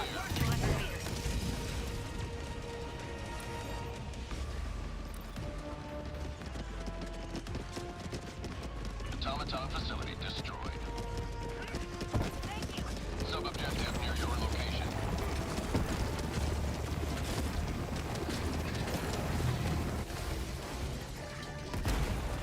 Dun, dun, dun, dun.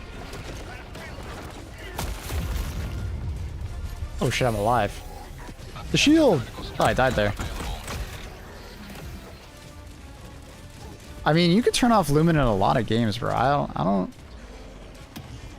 know what you mean by that. Nan, once again, I think it's fine as long as you have a modern CPU. Just texture loading is like really hard on like old CPUs. Makes it very CPU limited. Lumen, I mean, there's literally Lumen settings in a lot of UE5 games. Hellbomb arm. Clear the area. Deploying.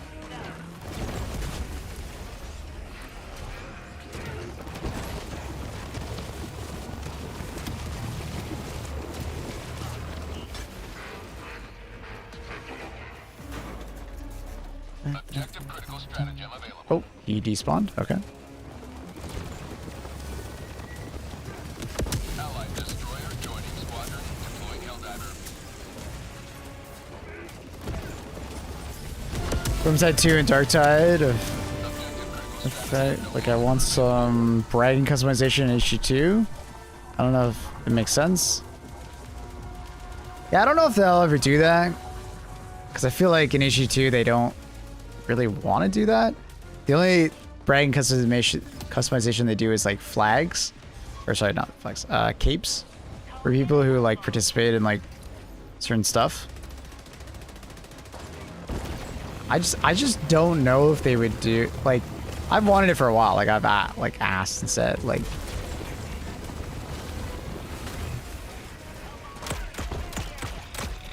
I'd love to see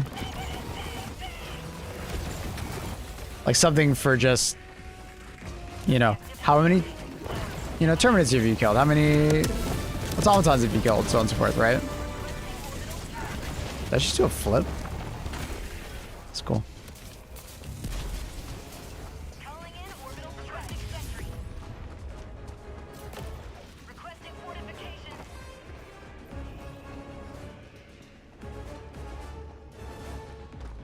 Arc Raiders is on custom fork of UE5 with both Lumen and Nanite stripped off. Literally runs 2 times better than the rest of UE5. But it also has like very aggressive optimization. Like the culling of Arc Raiders is almost so aggressive at times that I wish it wasn't so aggressive. North, 200 meters. Objective critical stratagem available. And I have some amount of like feeling that it actually has led to some of their issues with people getting in walls and shit like that. So also look, Arc Raider still has that fucking UE5 problem of like stuttering. I fucking hate that shit, dude. UE5 is kind of cooked no matter what. Like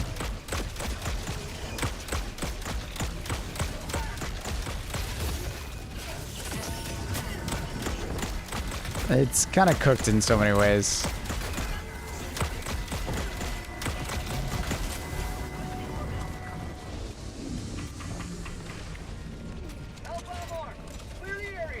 I mean, how could you know that, right? That's just like, it's easy to say that.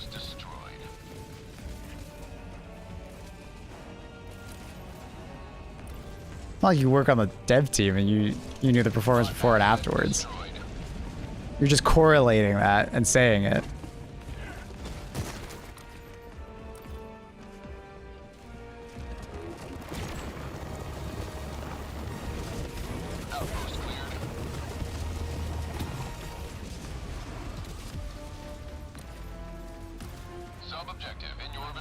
As ever in sevens, I'd like to present an unorthodox answers for cyborgs. Quick drawing the grenade pistol and popping them. One shot, one kill.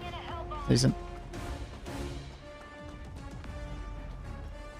It's already a leak online with some of the new stuff coming to U6. That's cool. I hope UE6 doesn't require so much time to be even playable and then still disappoint. Because they definitely destroyed their reputation with UE5. It looks great, but it runs terrible.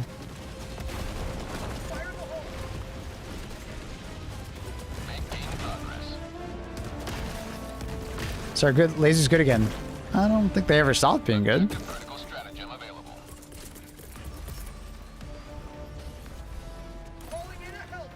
Oh my god, the bounce, bro.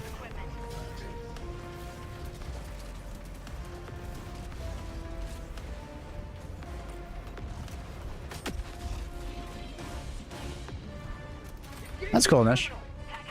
I know, I mean, it makes a lot more sense. When you think about it, when UE5 was being developed, we were still getting, like, graphics card generations every year that were, like, or every 2 years that were, like, actually, you know, improving by a sizable amount. So I bet optimization was less of a concern. But with the way things are going, we're probably going to be on this hardware for a while. So it makes sense that they're trying to optimize a lot more going forward. Makes a lot of sense.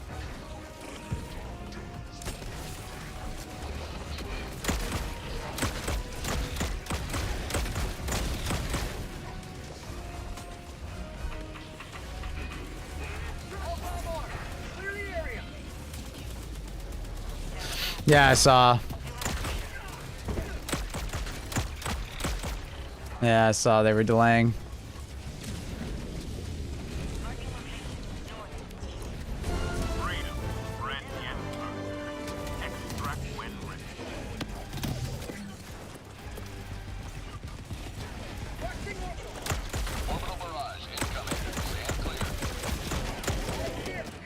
Oh my god.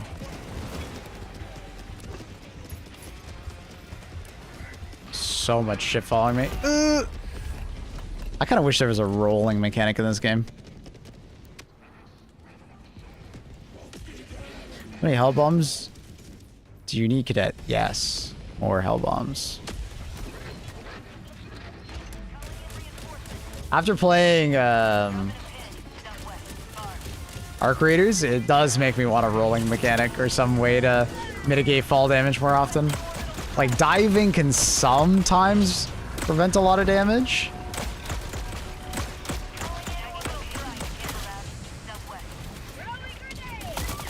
Oh my god, you didn't miss.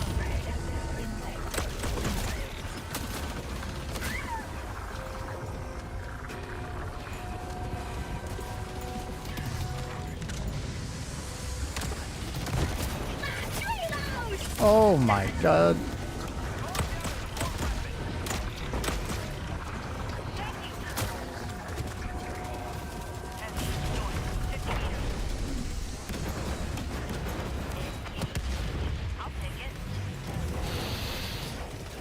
What's your opinion on Raise the Flag mission? I think it's overtuned, unfortunately. Especially on CYBERSTAN. I'm more under... Like, I understand that people like the fact that it's a lot harder than the average mission. But I don't think that's a good way to balance difficulty in a game. Like, I think people are just hungry for that level of difficulty. But I don't think that's a good reason to keep it kind of like in this like kind of unfair state compared to all the other missions. You know, on tier 10.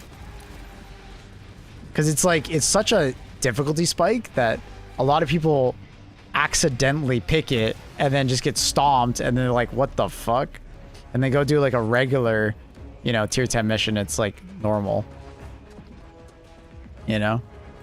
It's like getting whiplash when playing that mission compared to all the other difficult ones. They probably should just take that and make it a new difficulty, you know?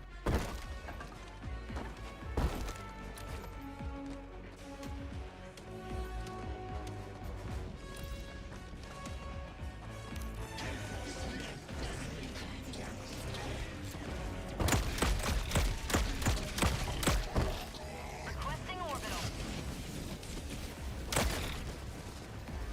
Marking location. Does the mission difficulty even affect how much more the war progress changes? Yes, but not as much as you would think.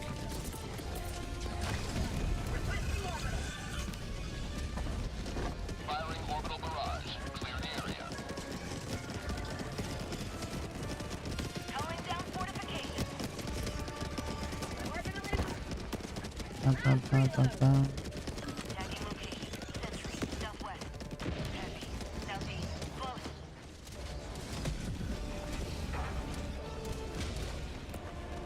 Dun, dun, dun, dun, dun, dun.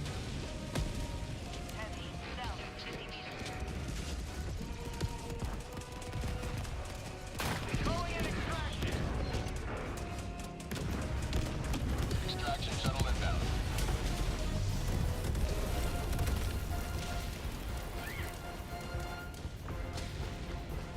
Requesting advanced weaponry. How's Siege going? Good? Who's the Stan? Why is Cyber? Stan needs to die. He's a communist.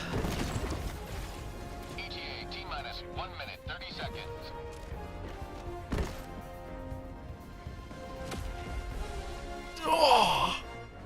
Ba, ba, ba, ba.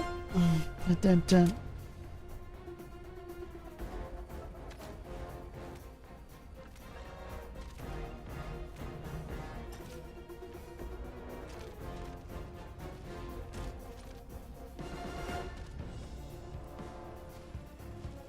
ETA T-minus 1 minute.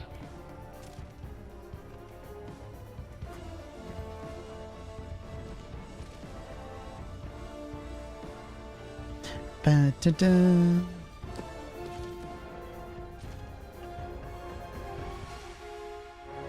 Ba, ba. Da, da, da, da.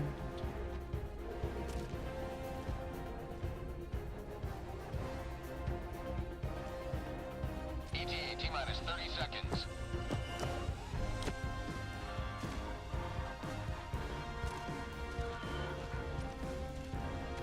ETA T-minus 20 seconds.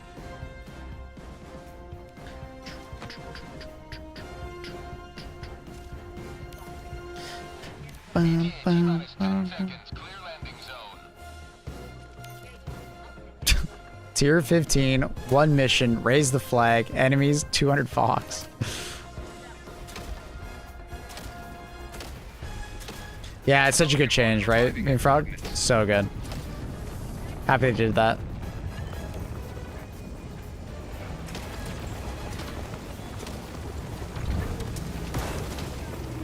Surprised if we have to pay monthly subs for PCs in the near future. I mean, that already exists, right? You can rent GPU time with the streaming service. Extraction complete. I didn't understand why everybody's so outraged about the PS5 renting. Because it's literally just streaming services for video games. I don't understand why people are so angry about it. We already had that tech. Is it just like headline outrage? Like, oh my god, you rent a PS5 now? Yeah, but you rented a fucking 4080 a couple years ago also. That's what NVIDIA Play or whatever the fuck it's called is. it seems so silly that people were so angry about it.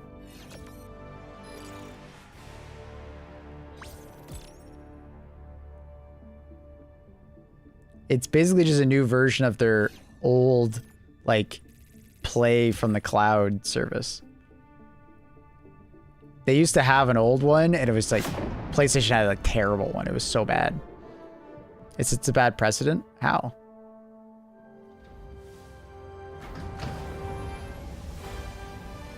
I mean, it only sets a bad precedent if you make it a bad precedent.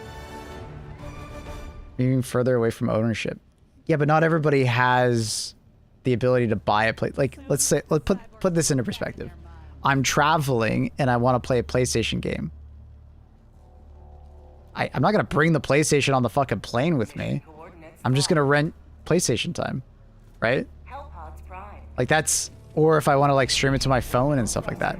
That's the thing that I never understood about people getting so mad about like streaming, like games to their phone or like to a device. Like you could play you play Red Dead Redemption on like a stupid ass Chromebook. You know? That isn't what it is. Is it not?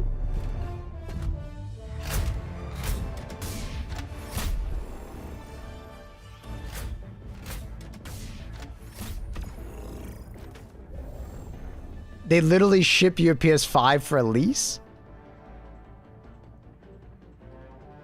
Because that's already a thing with like credit card companies, obviously, and like you go to Best Buy and stuff. But they're just cutting out Best Buy and then you just buy it from them? Is that actually what it is?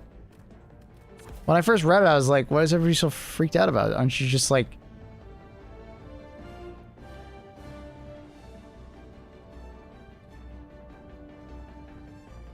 Gotcha. I just didn't know what the fuck it was then, apparently. You get a whole PS5 for it. I don't know if anyone would ever buy that. Because we already have that. Like, you just go to Best Buy and buy something with your credit card. Or you go to Best Buy and just do the payments. Like, that's already a thing. So why did they do that? Like, I don't think it makes a bad precedent. I still don't think that. But I'm just like, it seems stupid. It already exists. And there's better forms of it. Or relatively better, I guess. What happens if someone doesn't pay? Like, what? Why are they assuming so much risk? I feel like that's such a stupid idea from Sony just because... I mean, I'd be more angry if I was a Sony shareholder, not if I was a gamer. If I'm a gamer, I'm like, whatever.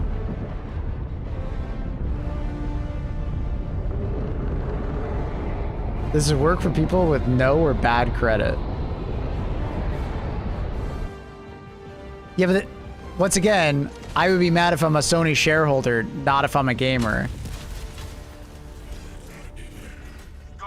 Because if you have bad or no credit, you probably shouldn't be playing video games in the first place. That's a whole other conversation. It's a revenue shoot. No. It's a terrible revenue shoot because it doesn't make any sense.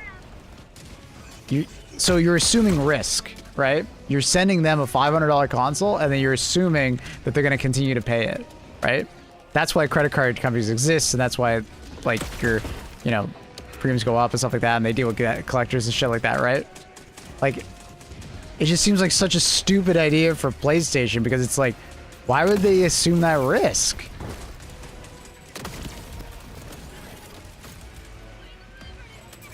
That just seems so dumb. Like, I'd be pissed if I was a Sony shareholder. That is like, that just seems idiotic. That's why it's so cheap. I mean, you can do monthly payments on a PlayStation on like a lot of places. Make it that cheap. That's not new.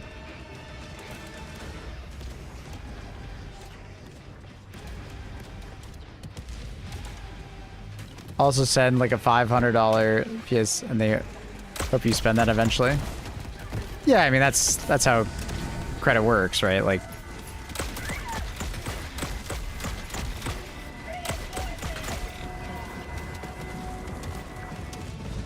It's not sending Sony.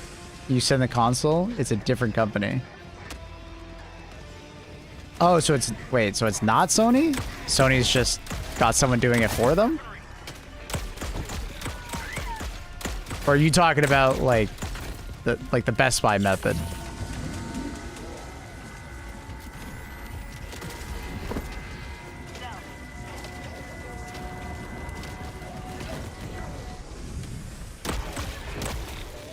But I do think that after paying 1.5 to 2x the price, it should become yours at that point. I guess that's the point of what Carp was saying. You eventually have the option to buy it.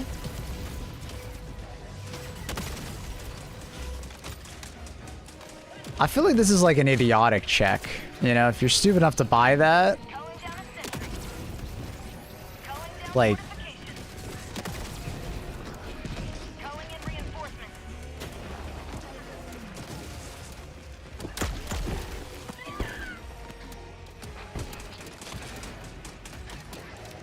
it's kind of like when you go buy a car and then there's like options to, you know, do this or this to your car, but like it's like $10,000 fucking dollars, you know, 5x what it would actually genuinely cost.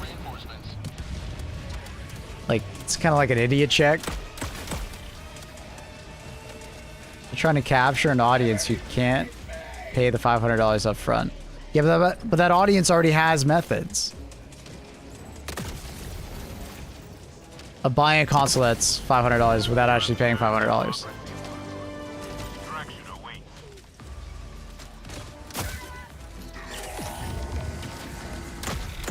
They already sell the console at a loss. Well, I mean, you're, you know, 10xing that loss. The loss isn't that high. It isn't a $500 loss for console. It's like, you know, at most like $100 maybe at loss.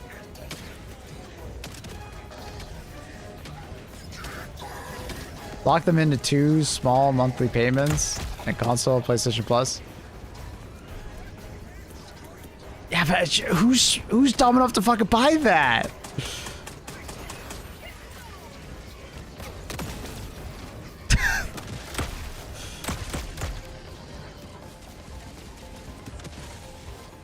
I don't know, dude. This is an idiot check.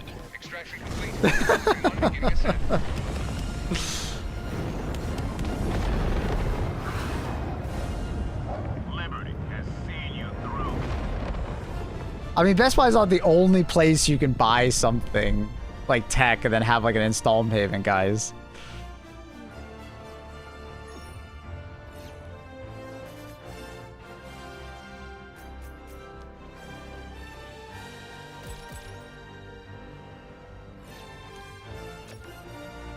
Maybe we'll give you a regular TV too much credit. I guess, man. I'm just like, dude, it's like, it's impressive to me that someone would actually buy that.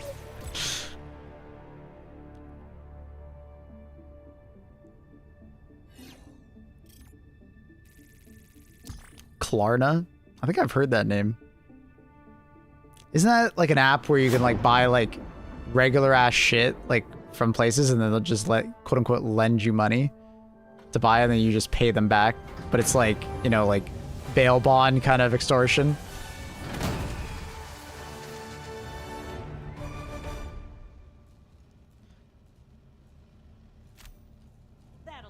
Buy now, pay later. Idiot check, dude. I have a hard time feeling bad for people. Like I do. Like Mission coordinates locked. Hellpods prime. Engaging orbital thrusters. it's like super basic math, and they just don't do it.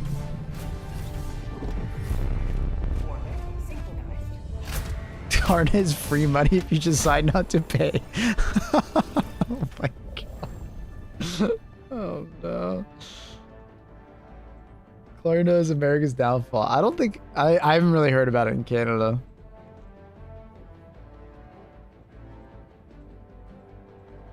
Jesus. Klarna, a lot of women do it, Annie? Really? Like buying clothes and stuff?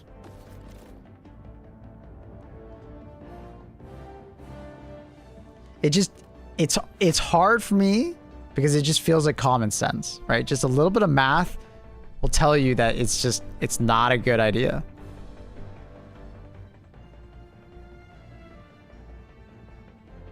It's the most basic of math. That's why I'm just like, what the fuck?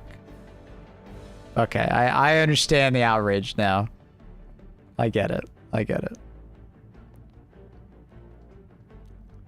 There really do be some dumbasses out there.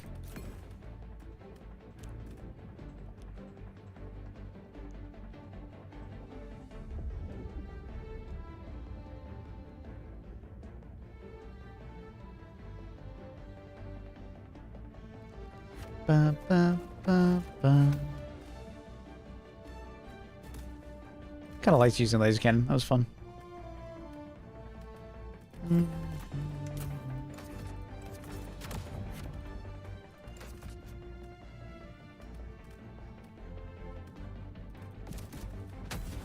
Why not put gas on?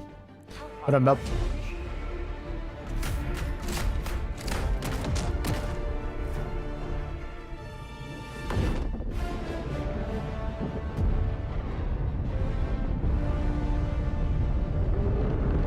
Square forced our restaurant to add Klarna as a payment option. Thankfully, nobody uses it. That's good. Is Klarna in Canada? I don't think I've seen it.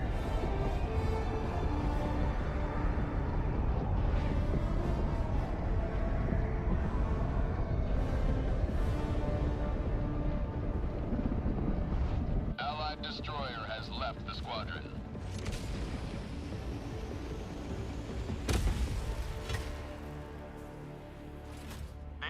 It's in so many women's shopping sites. Wow. Yeah, I get the scam. I get the scam. Last reload.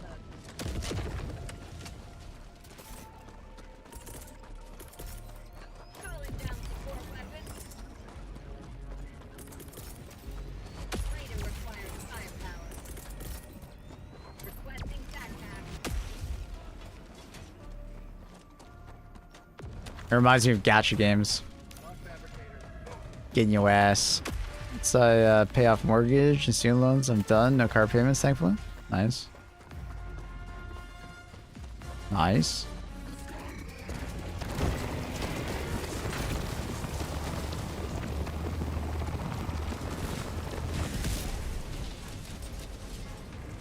Let's get it over Quasar. Yeah. Quasar. How do I say this politely?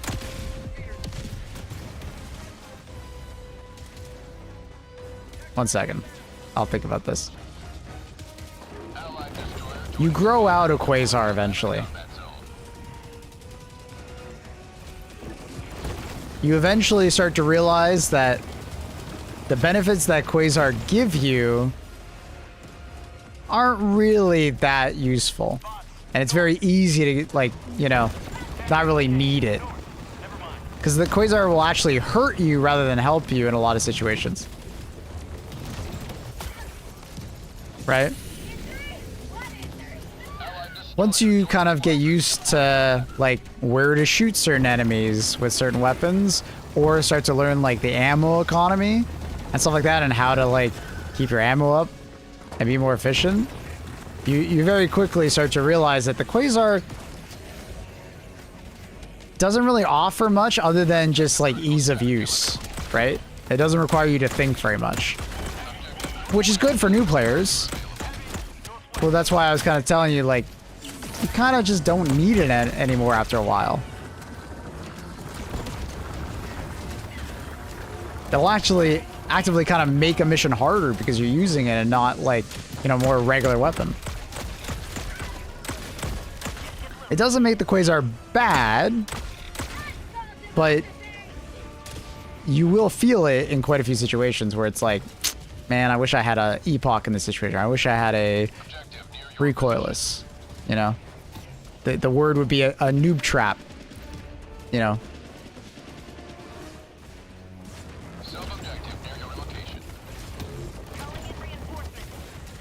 That's not to say, like, it's not, like, perfectly acceptable for someone running, like, level 5, like 5, 6, 7, you know, missions. It's just, you know, using Quasar on like level 10, it's just too slow, man.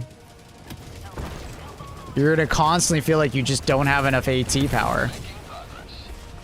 Like you're just like running around constantly. Running away from enemies, waiting for it to cool down. Best ammo economy tips? Well, bringing the right weapon for the right faction. There's plenty of weapons out there that just are more ammo efficient against certain factions, especially if you aim for weak points, right? So for instance, like on bots have like very clear weak points that require like 1 to 2 shots to kill. But if you don't interact with that system of weak points, you know, it'll take you like, you know, way more shots to kill that same enemy, right?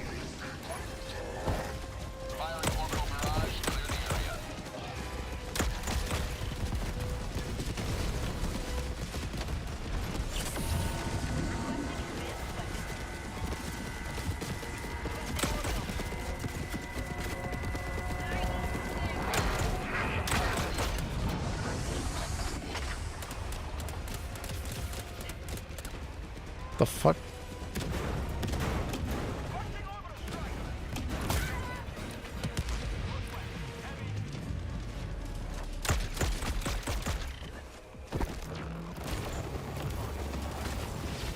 Also, another thing with Quasar is versatility, right? So the laser cannon has way more versatility than the Quasar cannon, right? Just because, like, with my laser cannon, I can kill basically everything on this map. Just depends on the angle.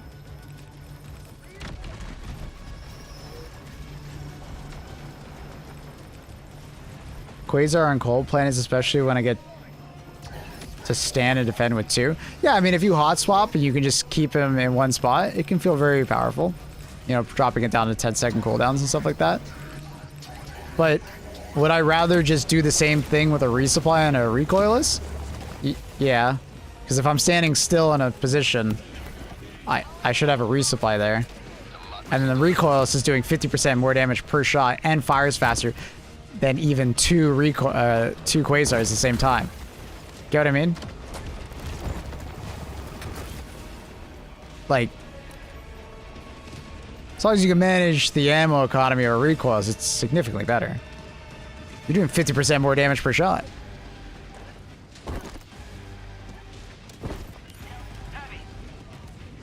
And then if you're telling me like, oh, the recoil is just overkill, well, so is the Quasar technically. Then at that point, the thing that you're shooting at is probably like a Hulk, and it doesn't even need a Quasar to shoot at it.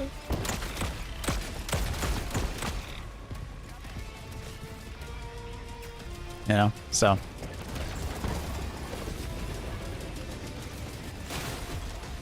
Quasar is comfy. I get it. It's comfy, but there's a lot of options that do very similar things and honestly outperform it.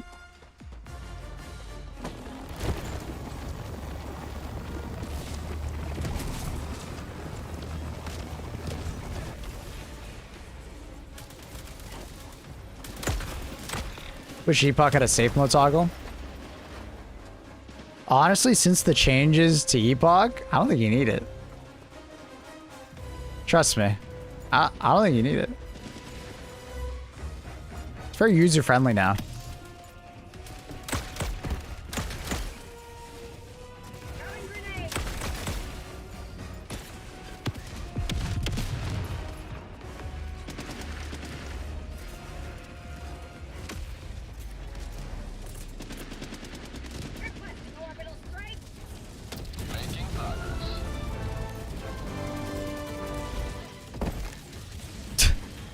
I feel like more than half the clips in the YouTube video will just be me throwing a grenade into a Vox's vent or throwing it into a Vox or a fabricator. Thanks, Triddle. You got a Sims resupply. It's fine.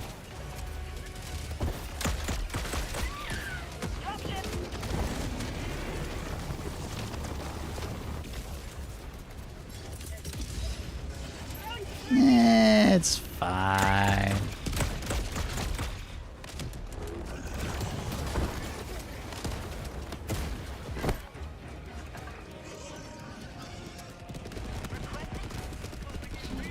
I made sure to get clips of you throwing in damage. Thank you. Thank you.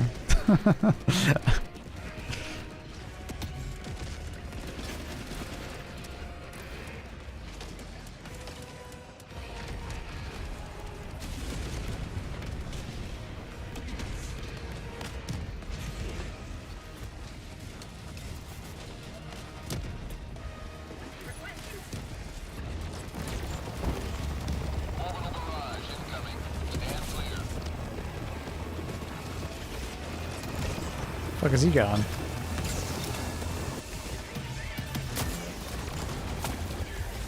Damn.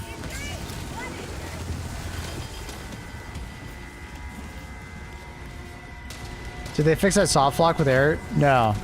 Don't bring a Hellbomb backpack anywhere near it. That's basically how you fix it.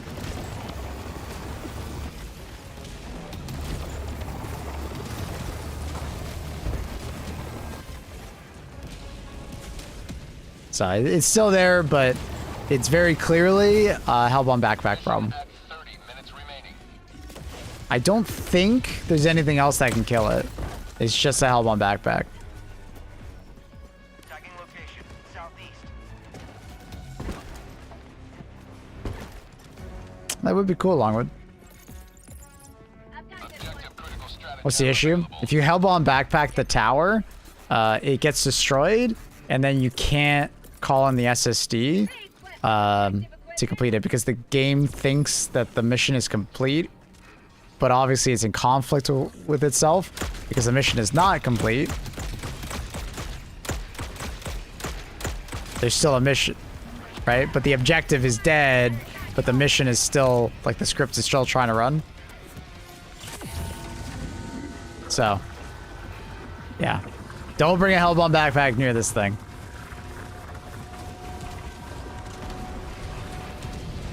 I don't know what that guy's doing. I'm just gonna put it down. He's...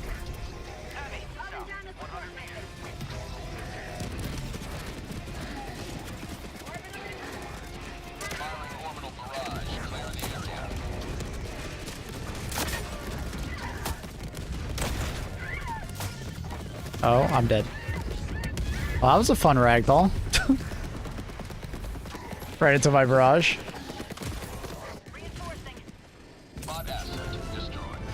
Ba-ba. Cancel that. Bot outpost destroyed. 200 meters. We're gonna go flying. Cancel that. Marking location, southwest. Ba-da. Calling in reinforcements. I love that.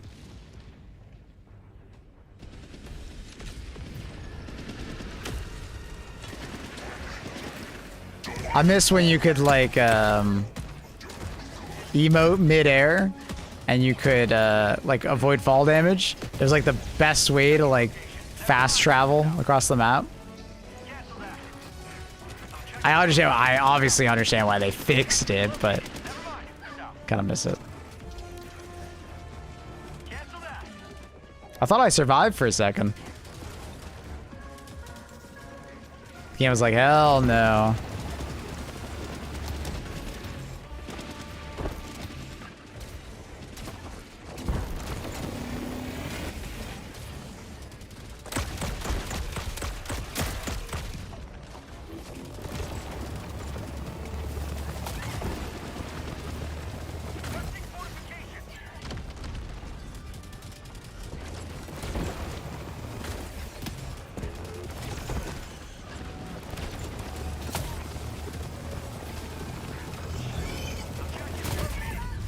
Oh. Wait, where'd that guy come from? The fuck? Excuse me. Where the fuck did that guy come from?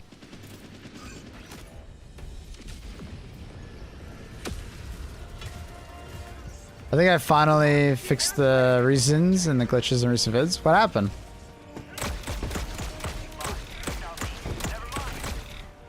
I honestly thought it was my camera, so I started like restarting the camera before like recording.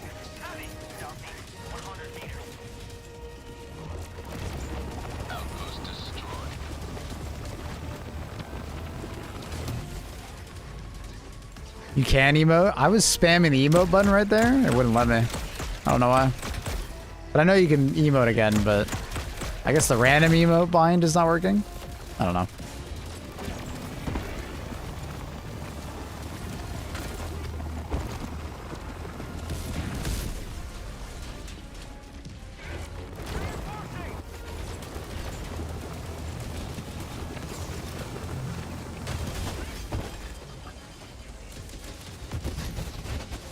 There's a problem with the recording itself that gets like saturated because I have to convert the file from one codec to another. Oh. What codec do you want me to save it as?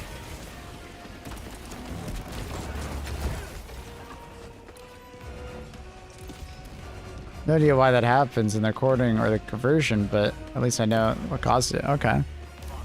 So, do you want me to record in a different file format, like a different codec? Marking location. Cancel that. Southeast. Never mind.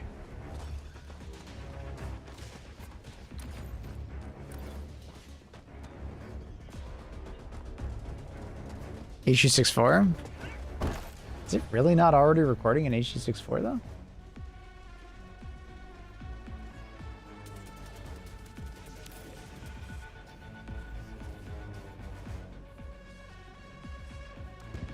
Oh, it's using AV1. Oh, okay, okay. You're saying VP1. I'm like, what the fuck is VP1? No, it's AV1. Okay, fair, fair, fair. I think that's what OBS chose it because I got the new GPU. Can you call him in? You're closer.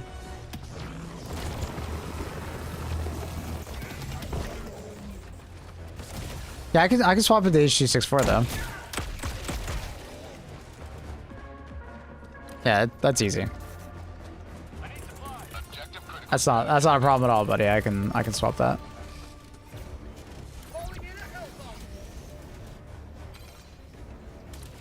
What?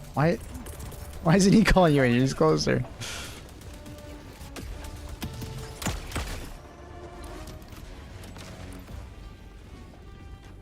I'm kind of scared that guy's gonna shoot me.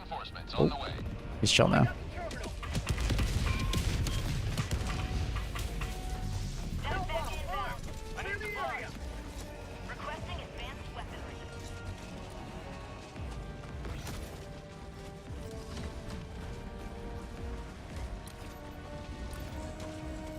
Yeah, I was just using AV1 because obviously it's got the benefit of being more efficient. So I was like, oh, okay, I'll just leave it at that. I didn't realize it was causing issues. Good to know.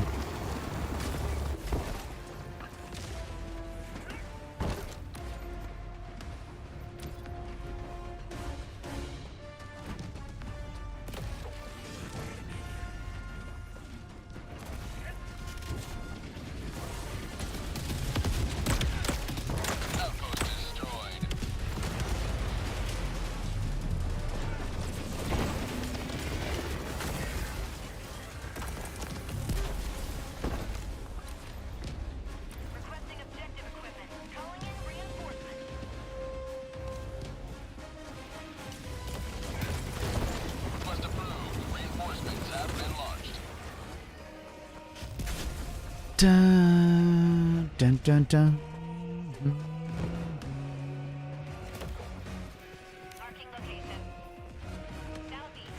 H.264 has best quality, but also software and code running on CPU. It's best used if you have a 2-rig setup. I mean, quality-wise, AV1 and H.264 should be the same, but for the same bitrate, AV1 It's just superior. If I'm not mistaken. Request approved. Deploying reinforcements. Yours just sucks when it comes to codex. Firing orbital barrage. Hmm. Clear the area. Gotcha, fella. Didn't know that. Good to know. Outpost destroyed. Long with the gift of sub to Pula. Thank you. That's a good snipe. I see you're copying with laser cannon. Mm-hmm. I learned it from you, Annie.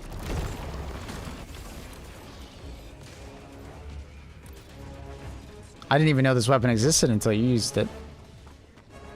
Extraction is available. It's good, eh? Wait, why are you saying eh? What are you, Canadian? Oh, I see you're picking up the vocabulary, Annie. You ever interested in the Daredevil TV show? I watched, I think, the first season.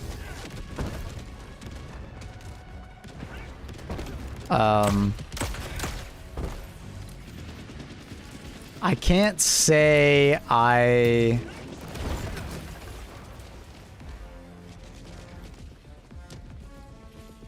You didn't respond, M, by the way? Respond to what?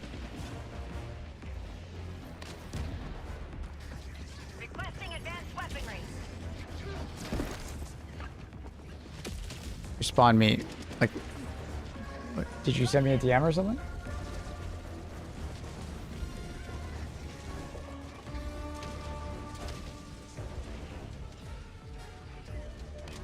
Mission at 20 minutes remaining. Can't really reply to that right now, Annie. I'm at work, but thank you, honey.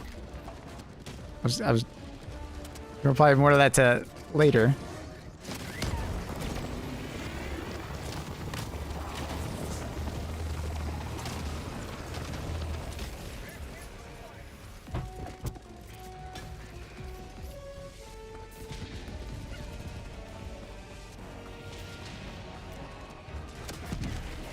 No, it's just Valentine's Day stuff. Not sus.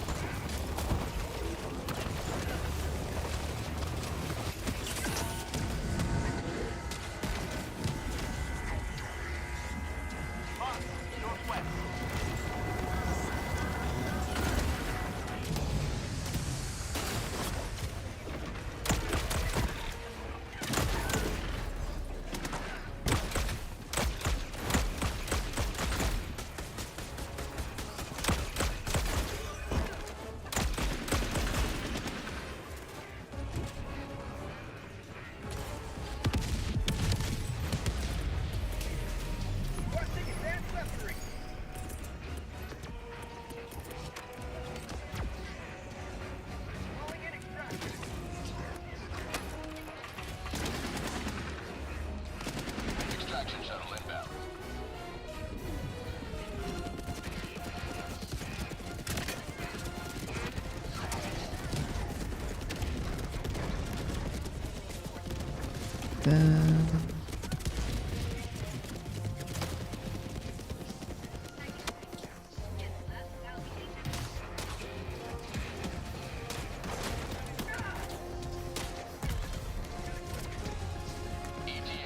Dun, dun, ba, ba, ba, ba.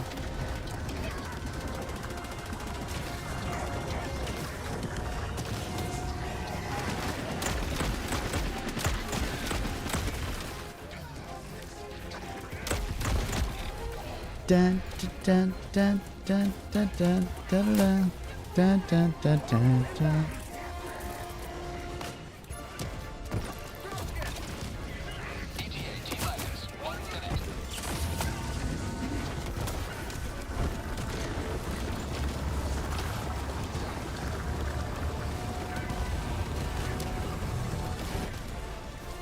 Get a resupply or no? I want some gas grenades.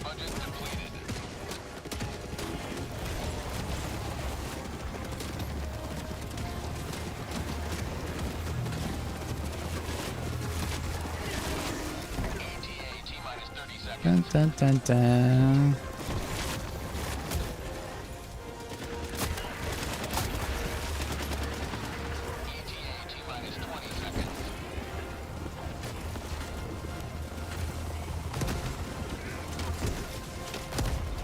dun, dun, dun. Is 10 seconds. Clear landing zone.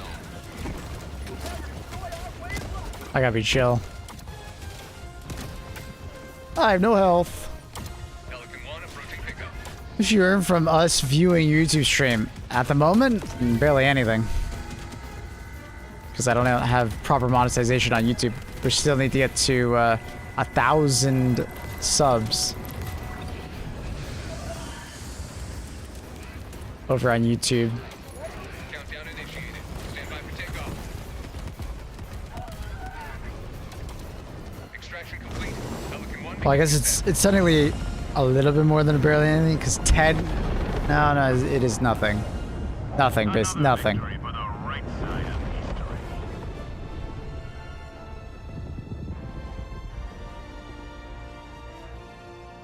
Until 1,000 subs, it's basically nothing.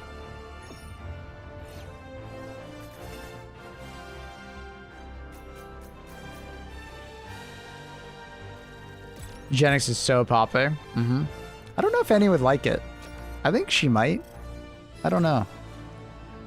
Annie like told me about it. I was like, yeah, it's really popular right now. I don't know if you'd like it though. It's like a turn-based strategy game, and I don't know if Annie's into that.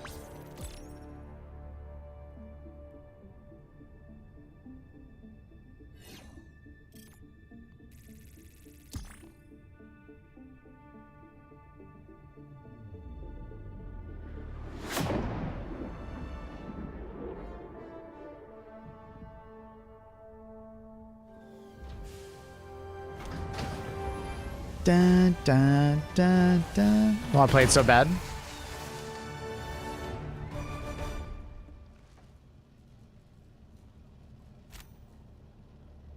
Their form of government is no match for ours.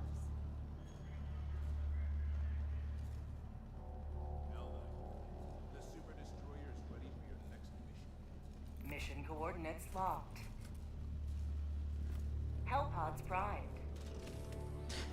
Engaging orbital thrusters. Well, I'd be wrong if I can't activate a stratagem. Might be like stratagem jammer or something along those lines.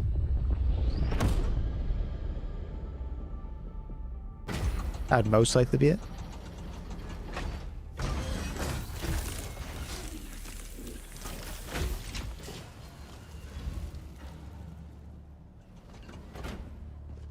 If you take CYBERSTAN, will we be using their clankers? Their clankers to our advantage?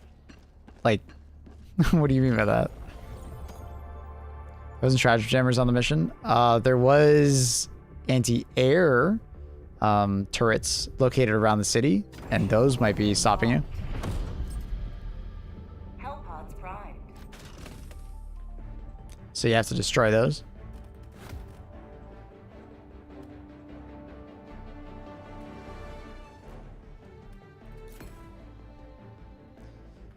Da, da, da, da, da, da, da.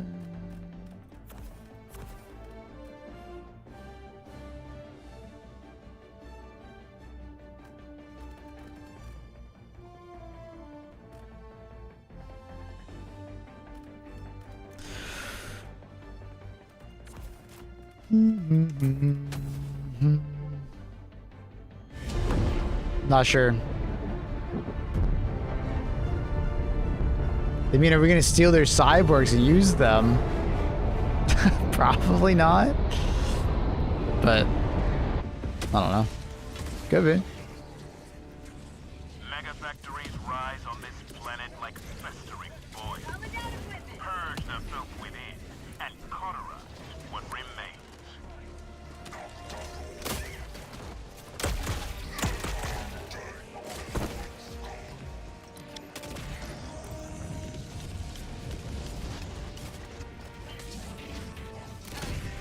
Allied destroyer joining squadron, deploying Helldiver to combat zone.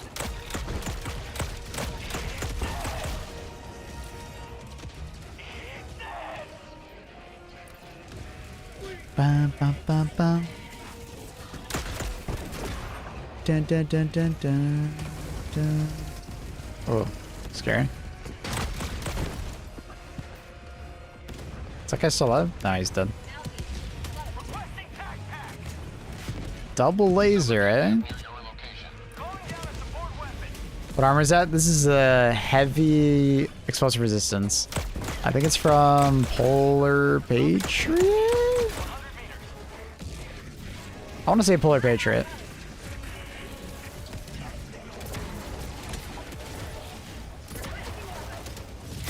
Firing orbital barrage. Clear the area. Hello? Oh, there it goes. Sometimes I have the weirdest time getting C4 to go off. Objective critical stratagem available. Thank you, Noble Whale, for the prime. Welcome.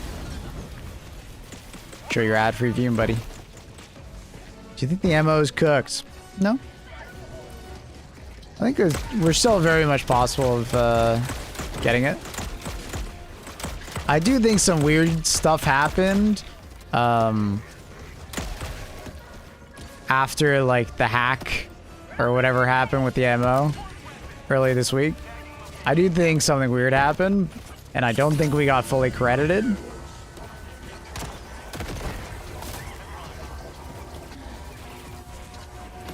Oh my god.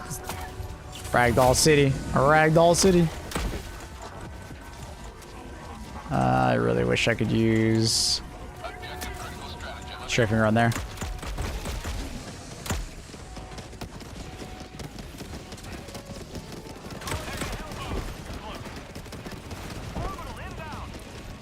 I'll call in a hell bomb here in a second. Oh, they already got it? Wait, 50 meters? Oh, they're probably on the far one. I'll just wait. Da, da. Well, grenade, gas grenade. If we destroy, gets destroyed, the MO will be obsolete. Seif can move onto class 3 factories, you think? Well, I mean, the MO is most likely just story narrative stuff anyways, right? Like, oh my god, you did it, congratulations. Automaton forces are, you know, reeling after that defeat. Yada, yada, yada, yada. You know what I mean? It's mostly for medals. There's probably some story stuff. Autocorrect, sorry. German. It's okay. Enemy tactical asset within range. If I'm understanding it correctly, Seif aren't really going to, Oh, hi. Aren't really going to cities. We are. They're taking, like, the open, like, areas of the map. Is the best, is what I understood was happening. Making progress.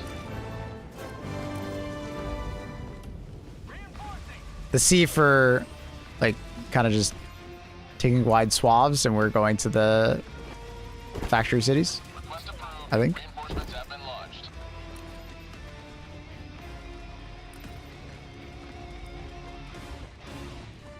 And then I don't know. The major order just comes across as one of those that it's like, hey, you did it. Congratulations. You now have like 24 hours of faster, like, taking planet or something like that, right? Like, it's, we're just going to get some kind of benefit.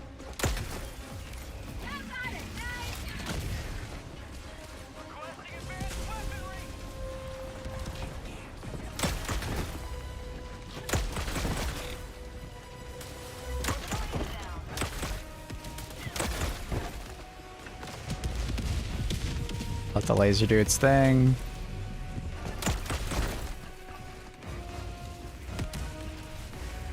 Fire in the hole!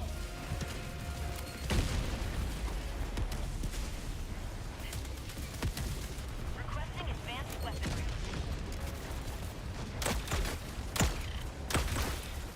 How many more do I need for this side objective? It's not tracking right now because I think the mortar is too close.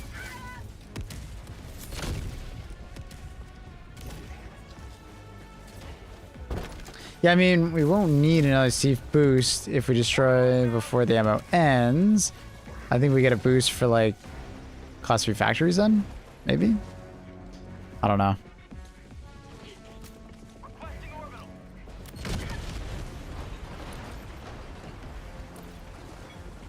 I am not sure, good sir. Objective critical stratagem But regardless, I think it just helps with the story narrative, probably.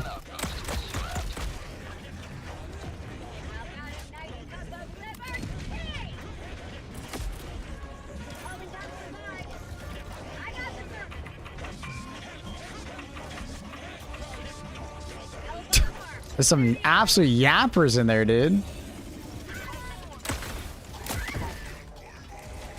With his nades, it's C4.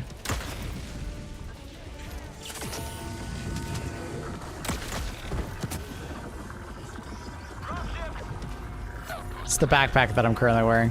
Objective critical stratagem available. Yeah, I'm getting a lot of dead inputs right now. I don't know why. I just tried to throw a grenade. Wasn't even being staggered. Just didn't take the input for some reason.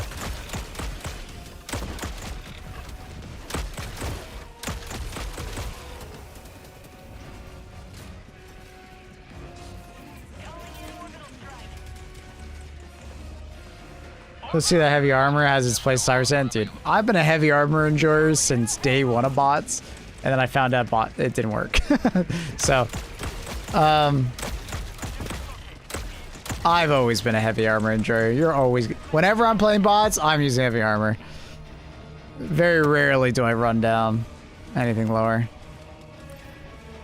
I'm just far too annoyed at getting one shot.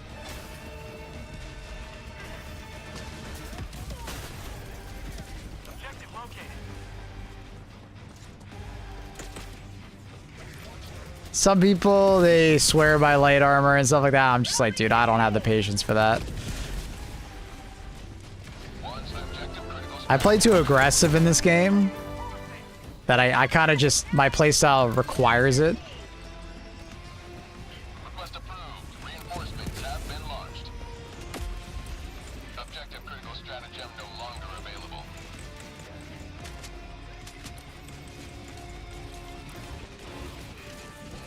Extra padding heavy. I will if I'm like taking a lot of damage from all sources, but the majority of damage I'm taking right now is just from the Vox and their explosive damage, so. Speaking of which.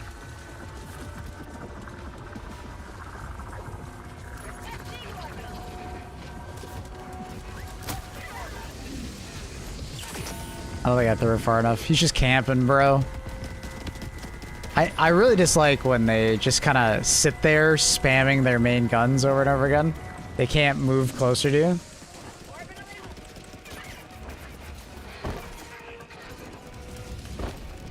It's a fairly frustrating experience because like you can't really push them unless you have good cover. If you don't have good cover, you're just gonna die because they're so accurate with their lasers.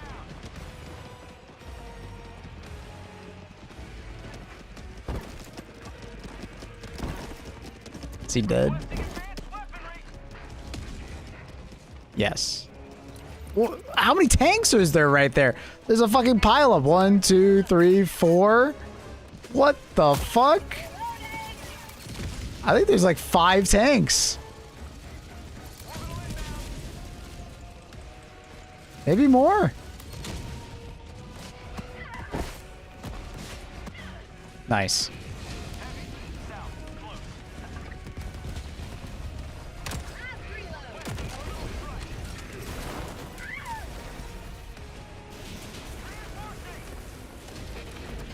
It's a little camper, bro.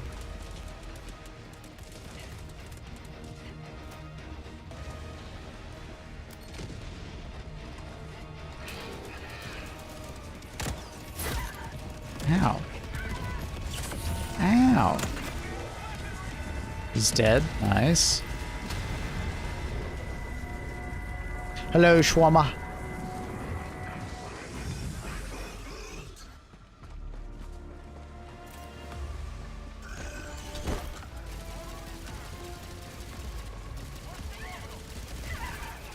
Oh. Outpost destroyed.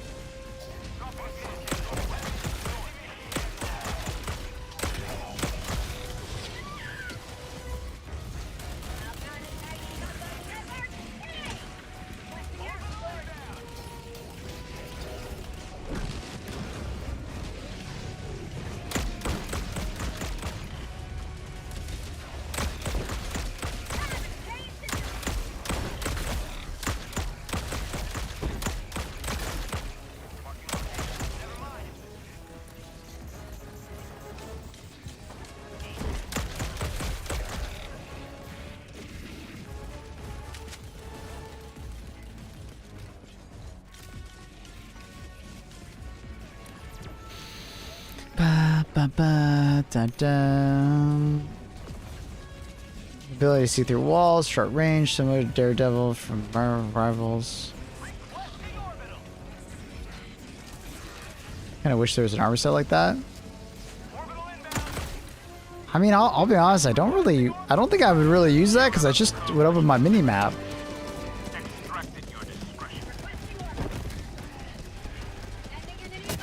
Oh god.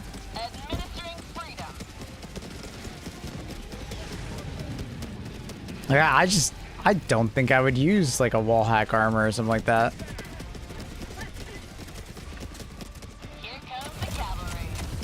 Ow. I don't know how that guy hit me.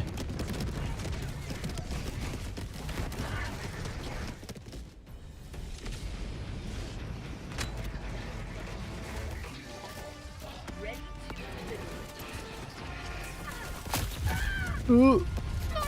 Ooh.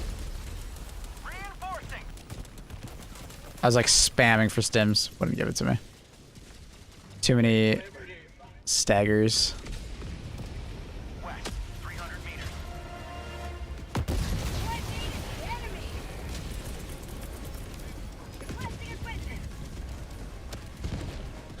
Maybe you could show objectives.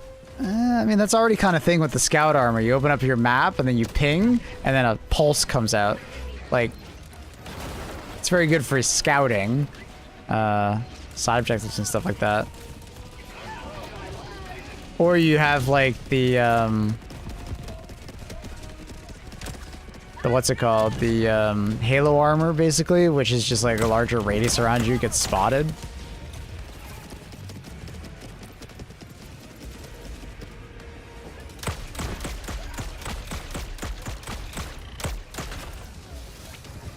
I don't know. I don't know if I would use wall hack armor. I really don't think I would. Would be cool though, so maybe fuck it.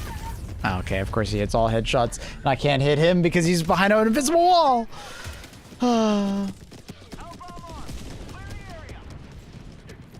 Of course.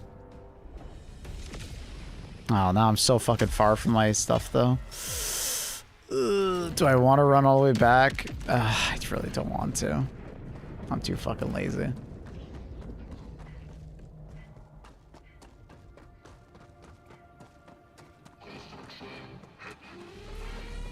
Damn, he saw me?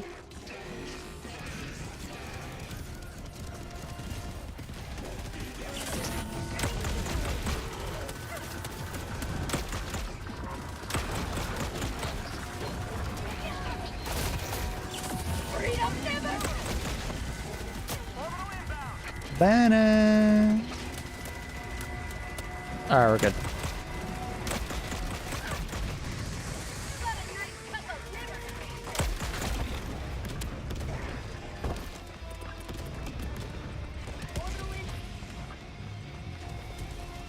Orbital barrage incoming. Stand clear. Democracy's on its way.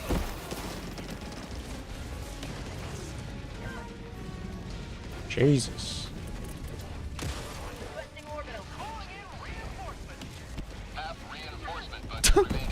just pieces of ship are just like flying all over the place, smacking me.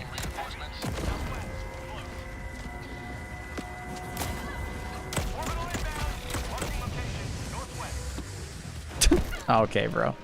What is this ragdoll?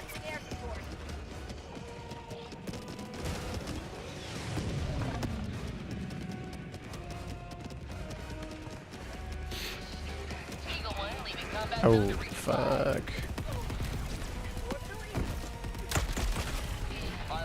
Can smoke grenade also pop fabricators? No. It can only pop, these boys.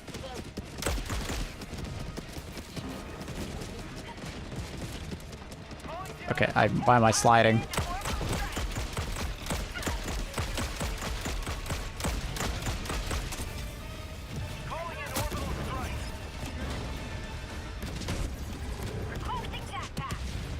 I saw a dude get decapitated by shrapnel. Talk about realism. A rupture will do that to you. Oh. Okay. Requesting tac pack. Extraction request confirmed. Shuttle inbound.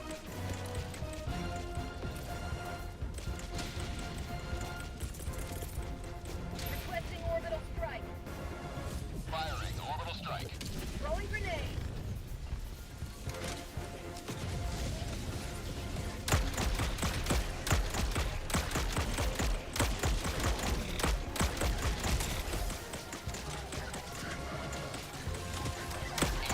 T-minus 1 minute, 30 seconds.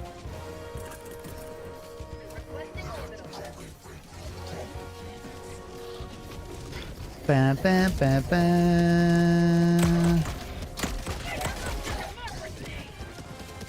Does sound like there's a cyborg right next to me.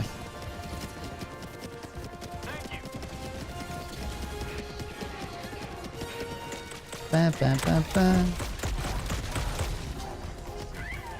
T-minus 1 minute. Why didn't you just do your missiles, bro? Orbital inbound. Reinforcing. Orbital inbound.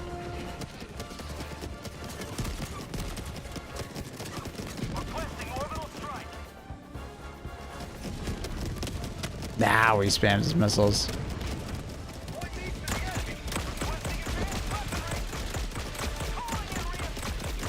I kind of wish their rocket pods didn't block the back of their head. Minus 30 seconds. So I'm just not close enough to see it.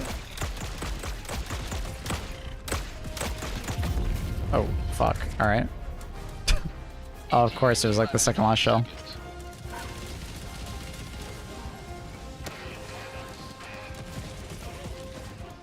T-minus 10 seconds. Clear landing zone. Heavy. Southwest. 50 meters.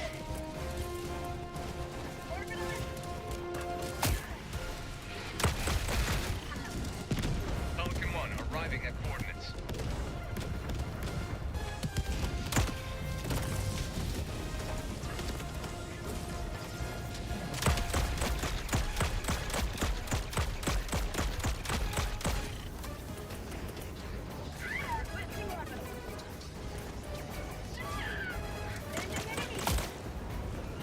Delivering payload.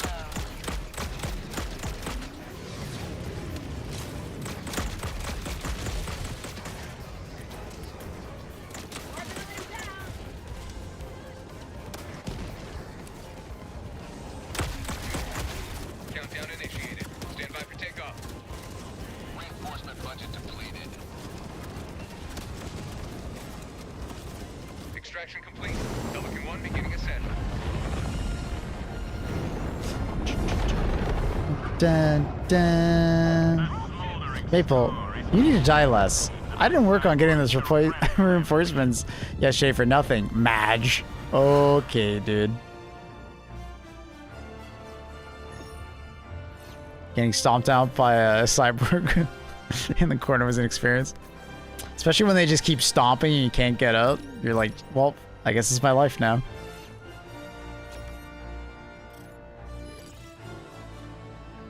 What's the benefit of diving around? Smaller hitbox, you know. Another one is like explosive damage is like extremely, well, mostly it's more like explosive radius is reduced by a ton. You just take way less damage on average if you're just dick in the dirt kind of thing. But also like when you're wearing heavy armor, it can sometimes should be faster, especially if you're out of stamina, to just do that. Also, when you're prone, your weapon is usually more accurate, depends on the weapon, but you know, less recoil, less sway. And if you're diving, it counts as being prone, even if you're midair. It's kind of funny. Coordinates locked. Hellpods primed. Engaging orbital thrusters. Allied destroyer has left squadron. Orbit synchronized. We max pain diving, basically. It's super fun.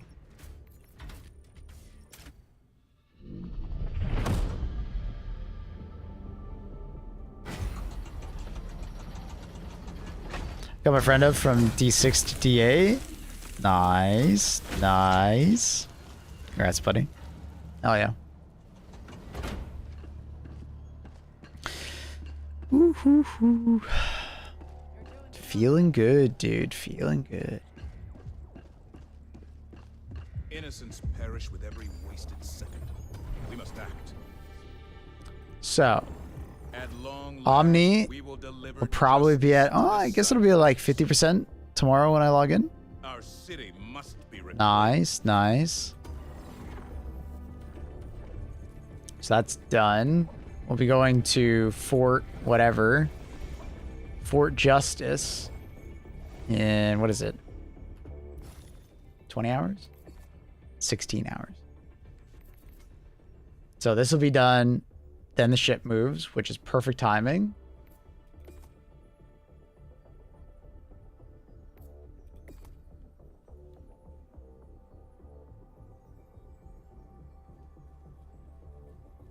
Thank you, hard work, genius. He's a railgun and supply pack enjoyer. I love that for him.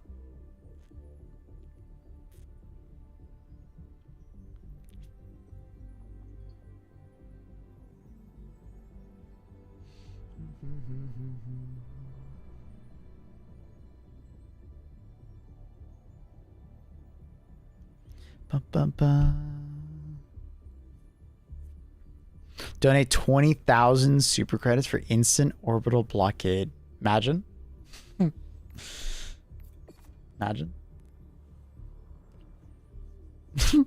The pay to win simulator. All right, chat. I'm going to call it here. Calling a little early today. Just have a bunch of stuff to do after stream today. Got to get myself some food. Finish getting ready for when my sister and her fiance show up. They're staying with us for a bit. And I got to record a video. So I got a bunch of stuff. So I'll be back on tomorrow. There should be a tweet from the Helldivers devs on Twitter about what's happening tomorrow. But basically, it's like a community day around 9 to 10, or I think it's 9 to 11 a.m. EST. So basically like 3 hours prior to this. It's like a community event where we're going to randomly select people from chat to play with me. And we're going to have like a challenge present. And if we are able to actually complete the challenge, the people in my party will receive super credits. So I think it's like a war bond's worth of super credits. So that's pretty neat. So I'll be doing that tomorrow. I think it's going on for like 2 hours. I'll be streaming prior, but that event will be for about 2 hours. So yeah, that should be fun. Obviously, thank you to Arrowhead ahead of time. Hopefully it happens tomorrow. I'm kind of jinxing it by saying it now, but I did get a heads up that the tweet should go out in a few hours. So that's cool. But yeah, if you guys haven't already, do check out the YouTube link down below. The Discord as well is there. Check out the YouTube stream and sub. Can anyone join? It'll be anyone. It'll be just random though. Like I won't choose who it is. I'm gonna randomly pick people from chat. I'm probably gonna use like Nightbot and just like pick 3 names kind of thing. So yeah, should be a fun time. And hopefully you guys get some super credits, which should be nice. So let's quickly find someone to host, but I'll be back on tomorrow for more. Hope you guys enjoyed yourself today. Consider dropping a follow if you haven't already.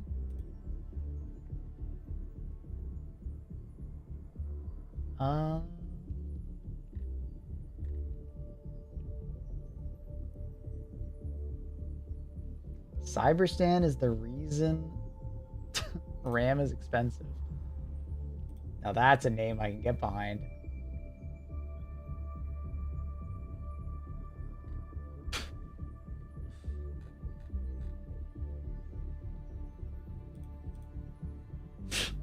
That's funny.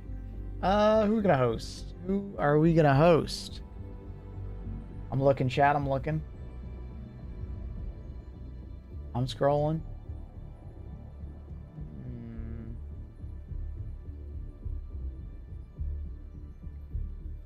It always impresses me how many VTubers there are in the Helldiver section. There's so many. Heavy metal Helldivers from the UK? Oh. Wait, it's Daz. I think I've hosted him before. I have. He was a nice guy. Daz Worldwide. Alright, chat. Show him some love. Join them. I'm not a VTuber, bro. Show him some love. Be nice, be kind. It's a smaller Helldiver streamer. Spread some love. You guys have a great rest of your day. Thank you for watching today. Appreciate your faces. And I'll see you guys tomorrow. Bye, everybody. Peace. Dun, dun.